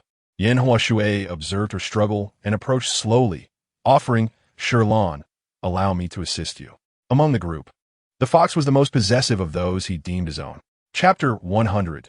Trust-building exercise. Shi Lan had already adjusted the sleeve on her right side, but the left kept slipping down. Yan Huashui carefully pulled it back down, meticulously folding the sleeve to match the length of the right. It seemed he possessed a touch of obsessive-compulsive disorder. Each fold was pressed flat, ensuring uniformity in width. As he reached out to adjust her sleeve, his fingertips brushed against Shi Lan's arm, sending a slight tickle through her, causing her to instinctively shrink away. With an apologetic glint in his eyes, he reassured her. Almost done. After speaking, he continued to work with caution, avoiding further contact. Shi Lan recognized his actions were unintentional and chose not to dwell on it. However, she found his touch pleasant, or rather, the temperature of his hands comforting. The fifth prison was indeed warm, but his hands carried a slight chill, perfect for relief from the heat. Soon, he withdrew his hands. Shi Lan attempted to move her sleeves, finding they remained secure. Wow, you're quite skilled, she exclaimed, gazing at him in astonishment. Yan Huashui smiled, replying, this is merely a small feat. I have even greater talents. Shi Lan blinked, her round eyes sparkling with curiosity. Yet she chose to remain silent. She shifted the topic, asking if LNN was afraid as they were about to conduct a trust test. Shi Lan was perplexed as to why fear was even a consideration. She looked at him quizzically, wondering if it was truly frightening. He gently tapped his crimson lips with his finger, pondering for a moment, and replied that if LNL entrusted him, it would not be terrifying. His fair skin and rosy lips contrasted with his fingers, which resembled delicate jade, slender and exquisite. Shi Lan couldn't help but steal a few more glances, mentally acknowledging that Hu Shu was indeed captivating. However, among the inmates, none were unattractive. If she were to choose, she wouldn't know whom to pick. She mused, asking if she would get hurt. Hu Shu chuckled softly, his deep voice laced with a hint of hoarseness, murmuring, L-N-L-N. How could I let you be harmed? Upon hearing this, Shi Lan felt reassured. She had a fair amount of courage, remaining calm even in the face of the insect race. As long as she wouldn't be injured. All right, let us begin. What shall I do next? It was her first encounter with such a concept as a trust enhancement test, though she had only one friend before and had never needed this. She observed him, and Hu Shu seemed to see an innocent girl, unaware of the world's dangers, bravely venturing into the wolf's den, unperturbed by the potential for greater terrors than mere injury. Nevertheless, he should be pleased. LNL entrusted him greatly. His smile widened, and he gently instructed her to follow his arrangements. He stepped into the hot spring before her, clad in his old, somewhat tight-fitting blue and white combat uniform, which, like Yimeng's, covered him well. The hot spring was quite deep, reaching his waist, with flowing water enveloped in wispy white mist, scattered petals floating atop, obscuring the part below the surface. Shi Lan dared not scrutinize too closely, merely gazing at his figure blurred by the steam, filled with questions about what he intended to do. Within the white mist of the hot spring, his smile curved mischievously. LNLN, do you trust me? Turn your back and fall into the water. I will catch you. Shi Lan's eyes widened in surprise. Was it really that thrilling? She swallowed hard but refrained from voicing her concerns. The depth of the hot spring was somewhat intimidating. I can't swim, she nervously explained. Hu Shu's voice dropped lower, both coaxing and reassuring. Do not fear. As long as Ellen believes in me, I will certainly catch you. This is the trust test. Really? Shi Lan hesitated once more. Hu Shu's tone became firmer, of course. After much internal conflict, she finally acquiesced. She had seen similar types of videos before, especially in dance training, where dancers needed mutual trust and understanding to safely relinquish their backs to one another. This indeed fosters trust. However, she had not anticipated that Hu Shu would choose to perform this test in water, which felt far more thrilling than falling on solid ground. Still wavering at the edge of the hot spring, Hu Shu sighed softly, noticing her trepidation, and chose not to pressure her further. Just as he was about to suggest an alternative, Shi Lan quickly tied up her loose hair, mustered her courage, and closed her eyes as she fell backward. A glimmer of amusement flashed in Hu Shu's eyes as he skillfully caught her, ensuring she did not touch the water at all. Shi Lan's feet remained against the opposite edge, her body suspended above the surface, her heart racing fiercely. It was somewhat unbelievable. She had truly surrendered herself completely for the first time. Perhaps, just as Hu Shu had said, had she hesitated even slightly, she might have found herself tumbling awkwardly into the water. Yet she did not. She chose to trust him, even more than she had initially expected. He was careful with his movements, mindful not to harm her or splash water onto her clothing. Noticing her dazed expression, he playfully waved his hand before her. Droplets of warm water cascading on her face, one landing on her eyelashes, while the other slid down her cheeks and disappeared into her neckline. Hu Shu's gaze darkened slightly as he swallowed hard and averted his eyes. At that moment, he emerged from the water, striding confidently, unbothered by the prospect of Shi Lan seeing anything. His upper garments remained dry, but his trousers clung tightly to his form, accentuating his lean and muscular physique.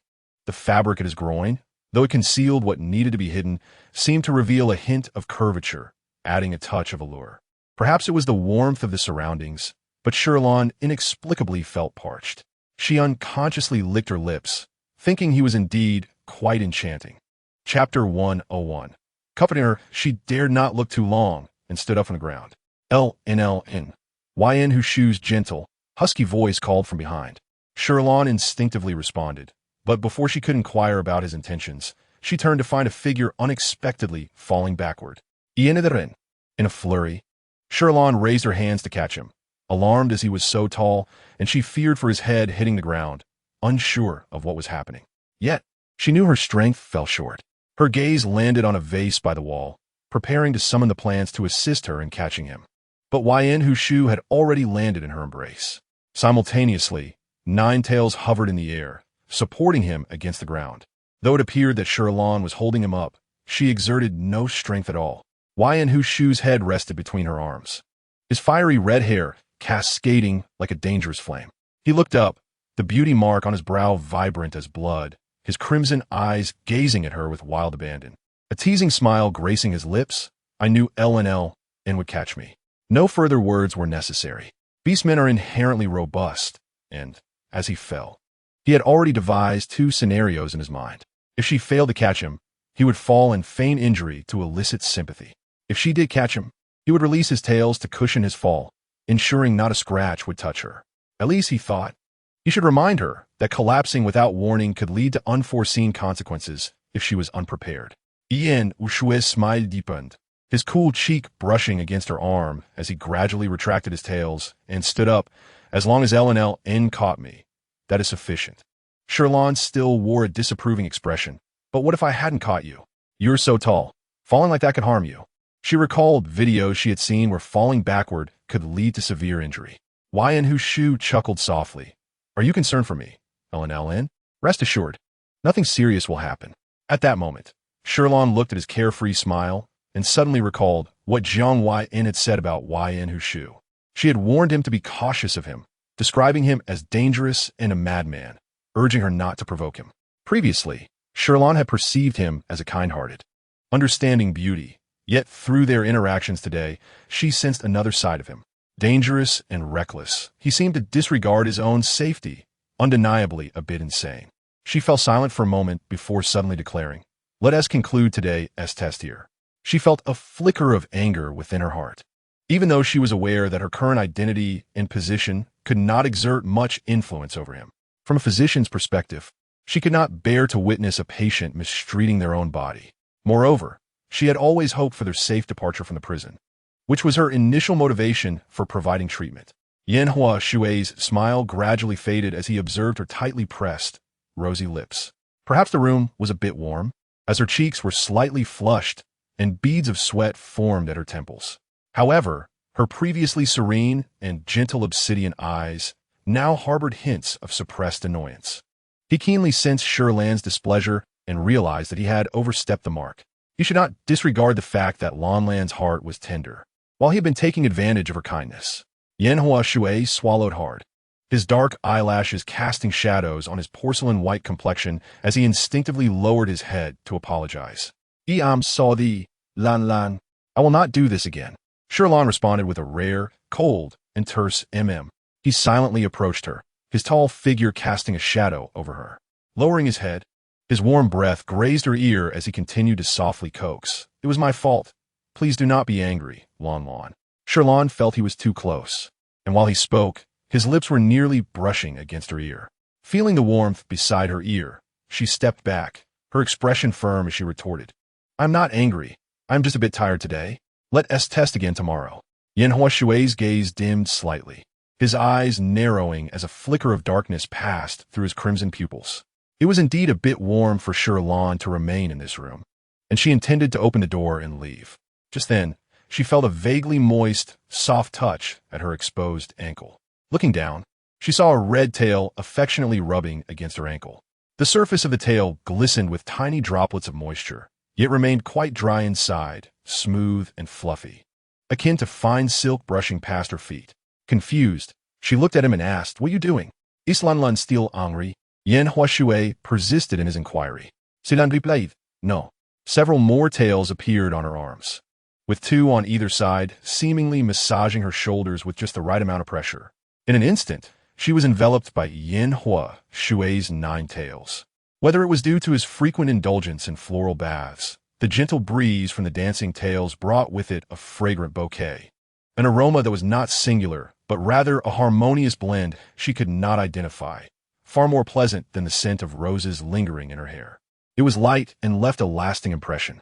Experiencing this kind of tender treatment for the first time, Shi Lan was taken aback.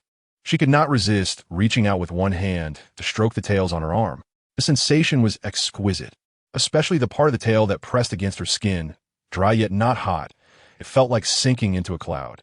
Unable to control herself, she grasped and caressed it a few more times. Yanhua Shui shivered slightly, a charming blush unexpectedly coloring his eyes as one of his tails inadvertently tightened around Shi Lan's wrist. She looked at him, and he asked again, Lan, are you still angry? This time, his voice was even deeper, reminiscent of a violin's muted tones, low and husky, though unclear. It seemed to traverse from her ears to the crown of her head, invoking a tingling sensation that made her skin prickle with delight. Any residual anger she had felt earlier dissipated effortlessly under the soothing caress of his tails. She maintained a stern expression, insisting that she was no longer upset. However, she added, you cannot engage in such dangerous behavior so recklessly next time. I may not have much authority, but just refrain from doing it in front of me. Understood, he replied. Yanhua Shui carefully scrutinized her expression, recognizing that this time, Shi Lan was genuinely no longer upset. He breathed a sigh of relief, glancing at his 9 tails, a smile dancing in his eyes. At least they proved to be somewhat useful. Chapter 102. The sudden action of Yiming. Shi Lan noticed him staring at his tail, lost in thought. Seizing the opportunity, she indulged in a few more touches. After all, it was his own offering.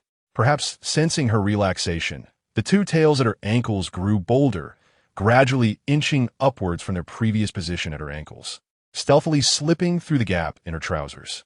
Shi Lan was startled and quickly stepped back, shaking off the tails, her face flushed. Yanhua Shui's expression darkened dangerously as he glared at the 2 tails, warning them fools. This is a precious opportunity to be close to Lan. In reality, Yanhua Shui could not fully control his tails. Sometimes they seemed to possess their own consciousness, influenced by their master's emotions, leading them to act recklessly. Although Shi Lan was disappointed that the tails had retreated, she felt a sense of relief. Those mischievous tails dared to venture where they should not. Another moment longer, and they would have reached her upper thighs. Thinking this, she instinctively shot a glare at Yanhua Shui. He looked somewhat innocent, pursing his lips. This was not his directive. Even if he held feelings for Lan, he would not dare to offend her recklessly in uncertain circumstances. Such actions would only backfire. He was not that foolish. Yet, the blame for his tail's mischief fell squarely on his shoulders. He softly apologized again. Shi Lan glanced at the increasingly vivid cinnabar mole on his forehead, observing how his once sharply defined features now appeared softened by a delicate blush at the corners of his eyes, rivaling the beauty of blooming flowers. Any remaining irritation, she had vanished. Perhaps every individual harbors a hidden penchant for beauty.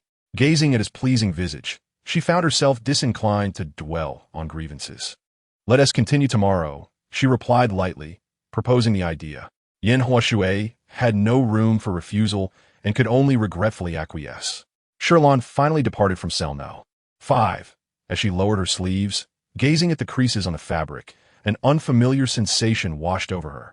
Recalling the feeling of Yanhua Shui's fingertips gliding over her arm. Realizing what she was thinking, she hastily shook her head.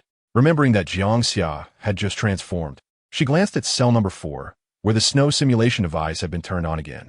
It seemed that the time he could maintain his human form was still limited, as Jiangxia had reverted to his beast form. Perhaps today, in his joy of transforming, he lay on his back, his fluffy belly exposed, blissfully playing with the snow, occasionally scooping some with his paws to place on his abdomen. The accumulating snow on his belly grew thicker, and as he added another handful, the pile toppled over, causing the cold snow to slide off his thick fur, amusing him as he playfully kicked his paws in delight. Witnessing the scene, Shi Lan felt as if all her worries had been swept away. She unconsciously lingered, watching him play. Jiangxia, sensing Shi Lan's gaze, instinctively covered his belly with his tail and turned his body, his round golden eyes filled with a hint of bashfulness as he looked at her. Lan. His tail was pinned beneath him, and he felt a touch of guilt, thinking that with his thick fur, he should not have revealed anything inappropriate. In the past, Jiangxia had always been careful not to lie on his back, but today he was simply too happy. He built snow while counting the days until he could leave the prison, his heart filled with anticipation about when he could become Lan's beast husband. So much so that it took him a while to notice Shi Lan outside the prison. Shi Lan nodded, regretting that she could not witness the previous amusing scene, and could not help but say, "I will not disturb you. Please continue playing." Jiang Xia's tail shot out from under his belly, shaking off the snowflakes as he pondered the meaning of Lan Lan's words. It seemed, however, that he had not revealed anything untoward. Jiang Xia secretly sighed in relief, regaining his excitement as he sprang back to his feet, shaking off the snow from his ears before bouncing towards the protective gate. "Shi Lan, are you feeling all right? I hope you haven't gotten too cold," he inquired with concern, to which Shi Lan shook her head, warmed by his words. How could one not adore such an endearing and thoughtful rabbit cat? "I'm fine. I'm not so weak as to catch a cold from a little chill," she reassured him. "That's good," Jiang Xia replied with a beaming smile. Shi Lan pondered. "Do you have clothes to wear? Would you like me to help you buy some?" Indeed, his mother had sent him clothing among other items, carefully packed with his frequently used belongings to ensure his comfort during his time in prison, primarily consisting of seasonal new garments. However, she was unaware that her precious son had learned to take care of himself, and many of the items remained untouched as they were not in his current form. He blinked his round eyes and confidently lied no. The clothes his mother bought were irrelevant to him, especially since Shi Lan had already purchased for others. He wanted to partake as well. "All right, choose what you like and send it to me. I will place the order for you," she replied with a nod. Jiang Xia laughed happily. "Okay, thank you, Shi Lan." She smiled in response before departing from the entrance of prison number 4. Yi Ming's emerald eyes darkened slightly as he scanned prison numbers 4 and 5, suddenly calling out to Shi Lan, "Shi Lan, wait a moment." It was rare for him to take the initiative to approach her, prompting her curiosity as she walked over. "What is it?" He glanced across to see Jiang Xia staring fixedly at him, feeling somewhat embarrassed as he knelt down and rolled around playfully. Shi Lan's eyes widened instantly. Yi Ming's tail pressed nervously against his abdomen, and he realized that such antics might be inappropriate. They were not yet married, and exposing his belly while rolling around could adversely affect Shi Lan's perception of him, potentially leading her to dislike him. Yi Ming immediately halted, his ears drooping in dejection as he averted his gaze from any sign of displeasure on Shi Lan's face, yearning to retreat back into the shadows. He lowered his head until Shi Lan, belatedly realizing, began to applaud, praising, "Your rolls are splendid, Lord Yi, so fluid and graceful." Having previously witnessed cats rolling on the internet, who could have imagined that one day she would witness a leopard perform the same? Although cat rolls were typically amusing, Yi Ming exuded an innate nobility. Even though his movements were somewhat restrained, the fluidity of each roll was evident, seamlessly connecting each motion. Despite his large physique, he moved with an unexpected lightness and grace. However, she had never anticipated that Yi Ming would perform for her, leaving her astonished for a considerable time. Yi Ming's ears twitched slightly, a glimmer igniting in his eyes.